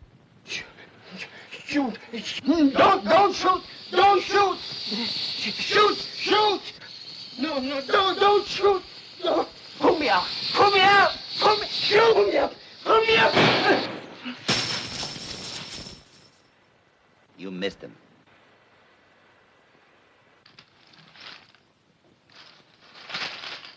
One, two, three, 4, 5, 6, 7.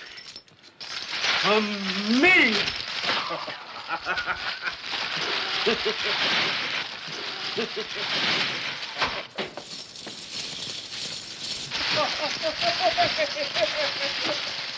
I'll never have to count again.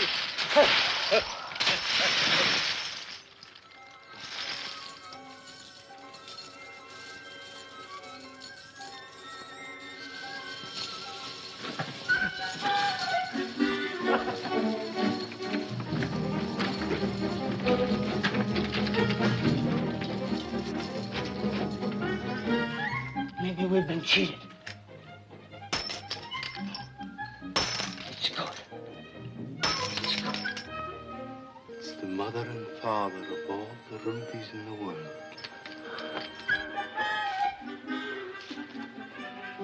Where's my royal turban? They're all pure and they're all mine.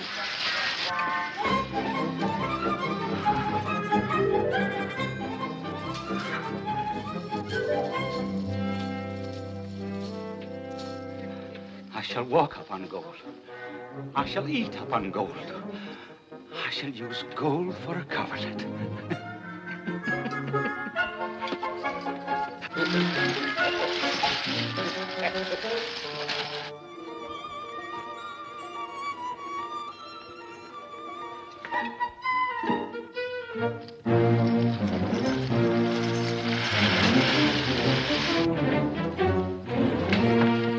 Give it to me. Give it to me. It's mine. Give it to me. Are you man? Shall I bash your heads in? Give it to me. I had first choice. No, it's mine. The old cobra was right.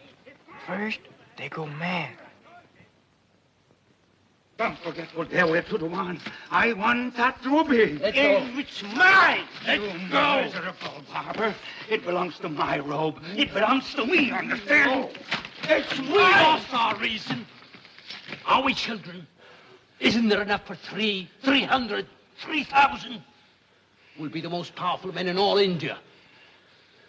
Here, I can buy thousands of rubies like this with my share. Buldeo, you are wise and good. You saved my life. You killed the cobra. You are my friend. Then stop quarreling. Load yourselves up. We have to get out before nightfall.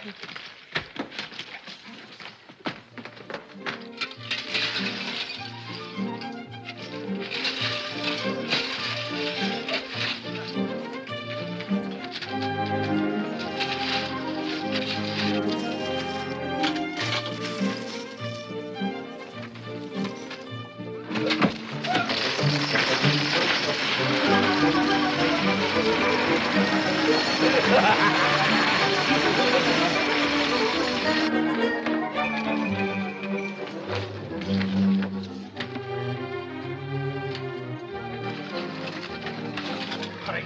We've got to get out of here now.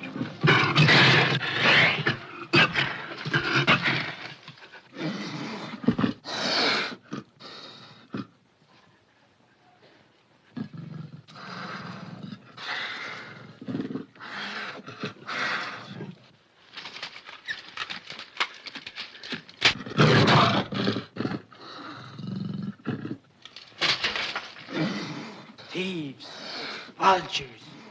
Get out of the jungle. Get out. Did I hear what I heard? The panther spoke with the tongue of the boy. Yes. The boy spoke with the tongue of the panther. This place is bewitched.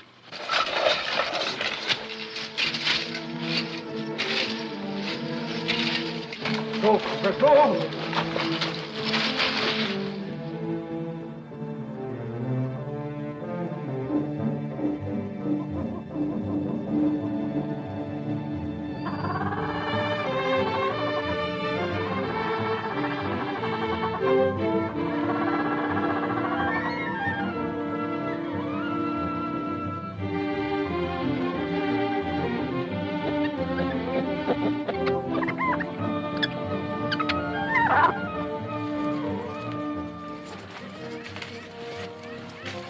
This is the way.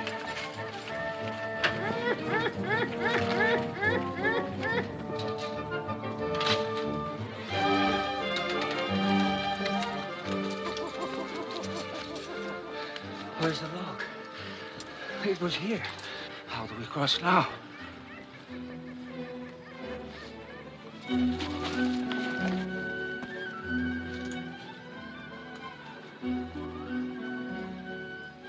We can wade through.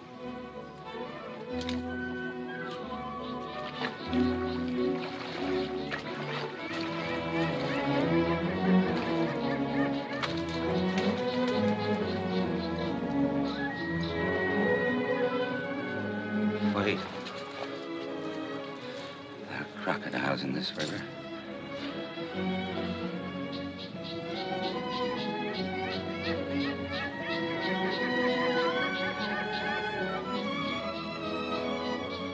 What are you waiting for?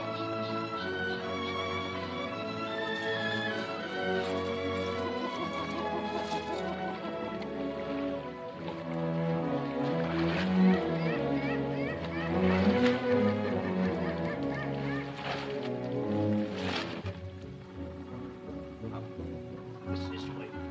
No, we came past this tree. I tell you it's this way. Come on. Quiet, don't harm. Barber. You're going the wrong way. You're going the wrong way. Here's the big tree. Yeah. Sure. Come on, come on. Look. They're heading back to the lost city. Come on, that was right. Let's go.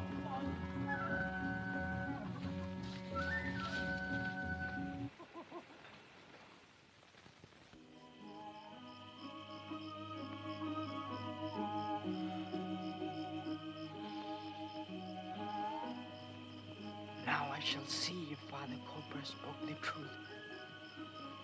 If the thing is dead, these men will die.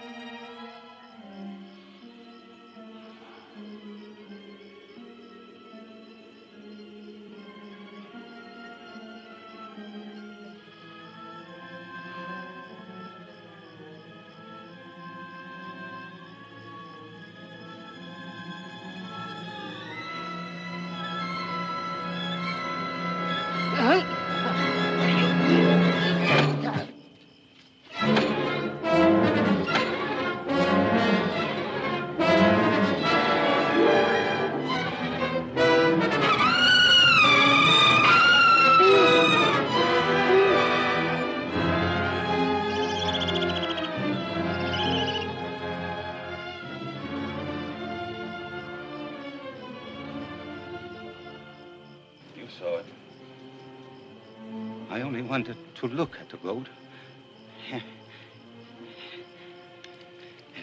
He tried to kill me. I had to do it, Buldeo.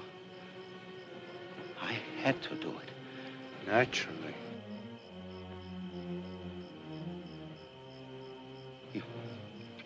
You must bear witness. You must bear witness, Buldeo.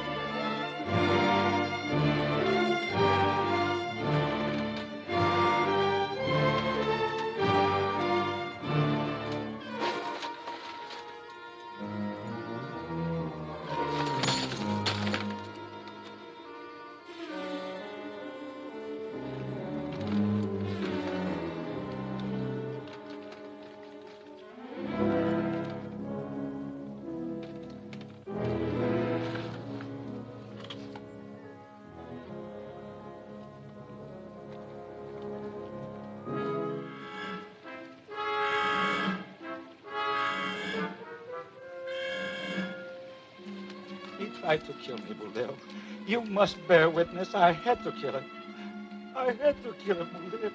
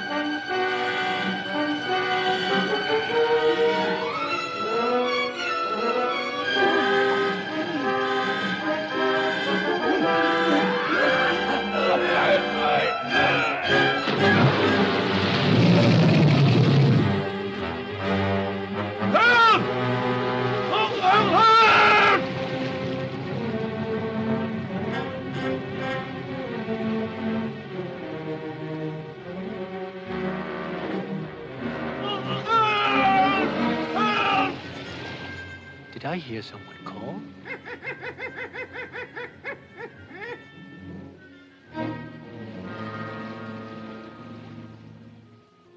Now, Grey Brother, there is only one. Bagheera, Grey Brother, chase him out of the jungle. Send him home.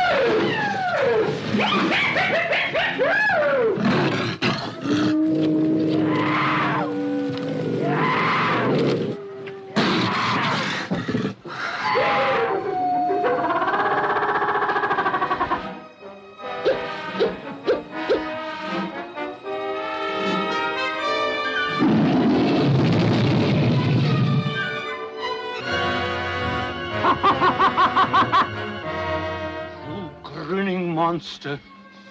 Change into any beast you will. Wolf, panther, any beast you will. I'm not afraid of you. Change! Change!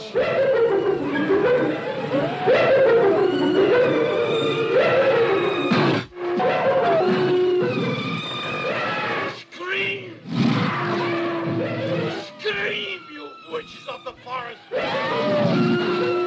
Scream! I'll burn that mother witch with sure. Then I'll come back with 100 strong and set fire to your jungle when the east wind blows. I'll burn you all. Burn you all. Burn you all. Hatti, thou knowest the village of the man-pack that cast me out? They are idle, senseless, and cruel. They do not kill the weaker for food, but for sport. When they are full fed, they would throw their own breed into the red cloud. This I have seen. It is not well that the man-pack should live here anymore.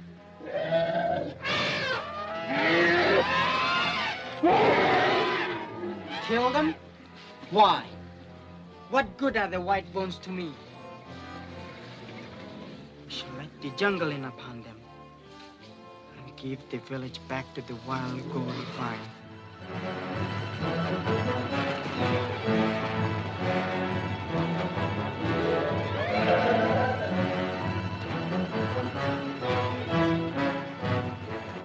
They will burn us both. Why did you fight them, Durga? Why did you defend me? It was I who brought him into the world. He is my son. Aye, mistress. You could have saved yourself, Durga. No, mistress. If you must leave the world tonight, it is written that I shall go with you.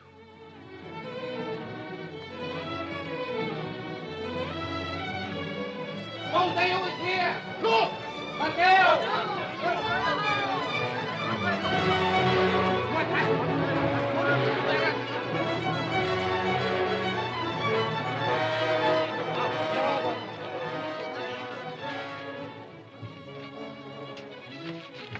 Where is the pundit? Where is the barber? Dead. Both dead. Killed by the wolf boy. But I know how to deal with him. I'll burn him! Burn him all! I'll burn him!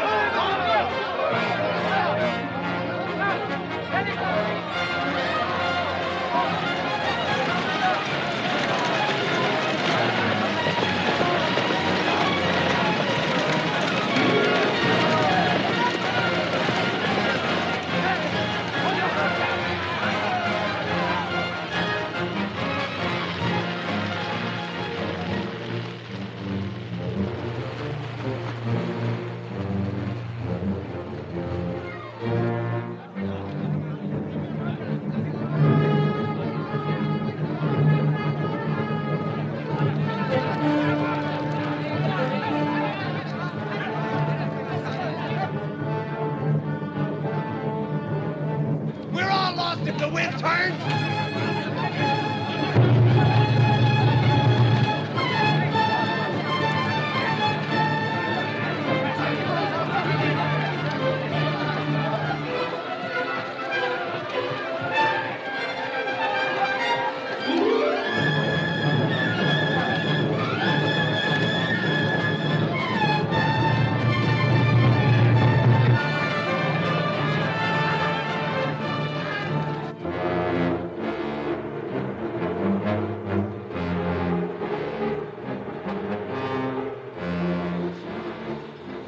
The jungle is burning. Hurry up, Hatti!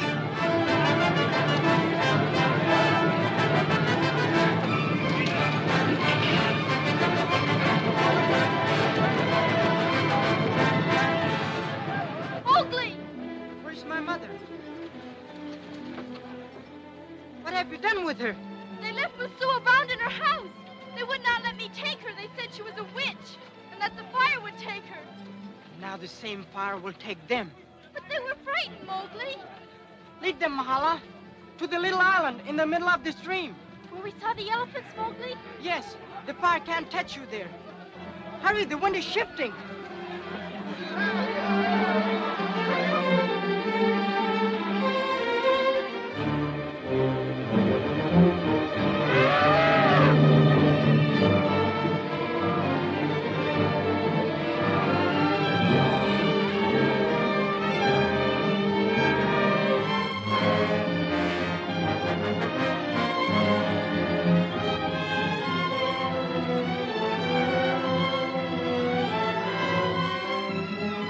Break the door! Break the door! Push! Push! Harder! Push!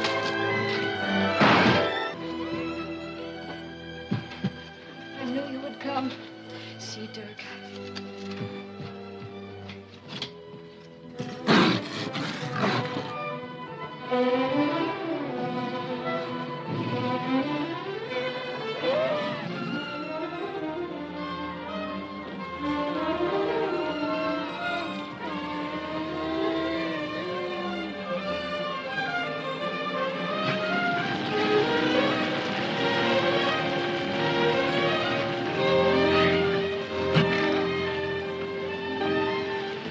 You'll be safe among them now. But you, my son, come with us. Not while one little cub is in danger.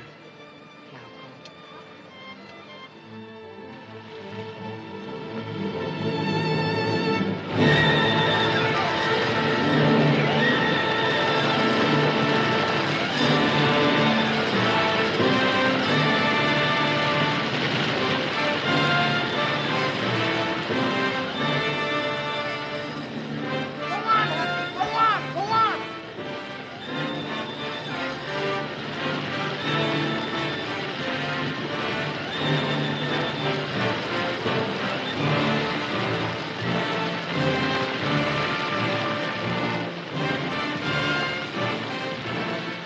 Swim, Gray brother, follow me!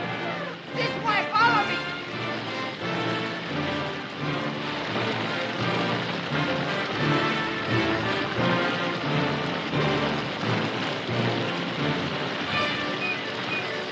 Come on, Bagheera! Go on, Husky, go on, go on!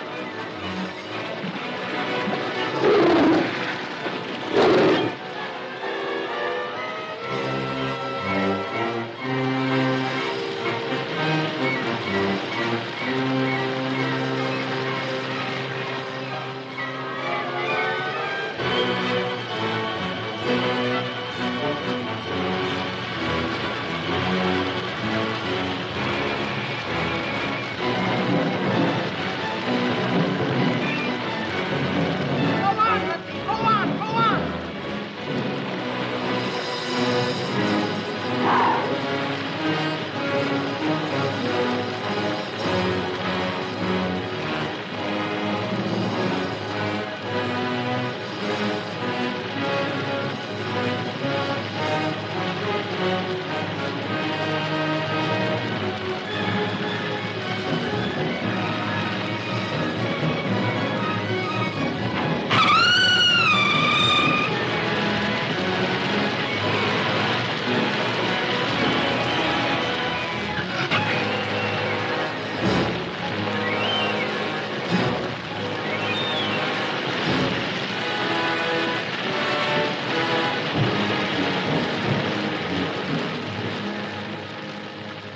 Mowgli!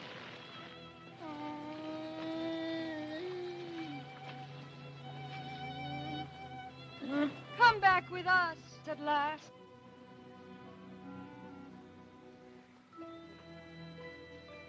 I'm of the jungle. Their lair is my lair. Their trail is my trail. Their fight is my fight.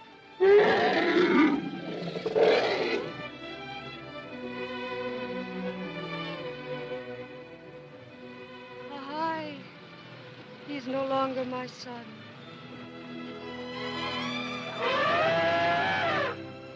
He's a godling of the woods.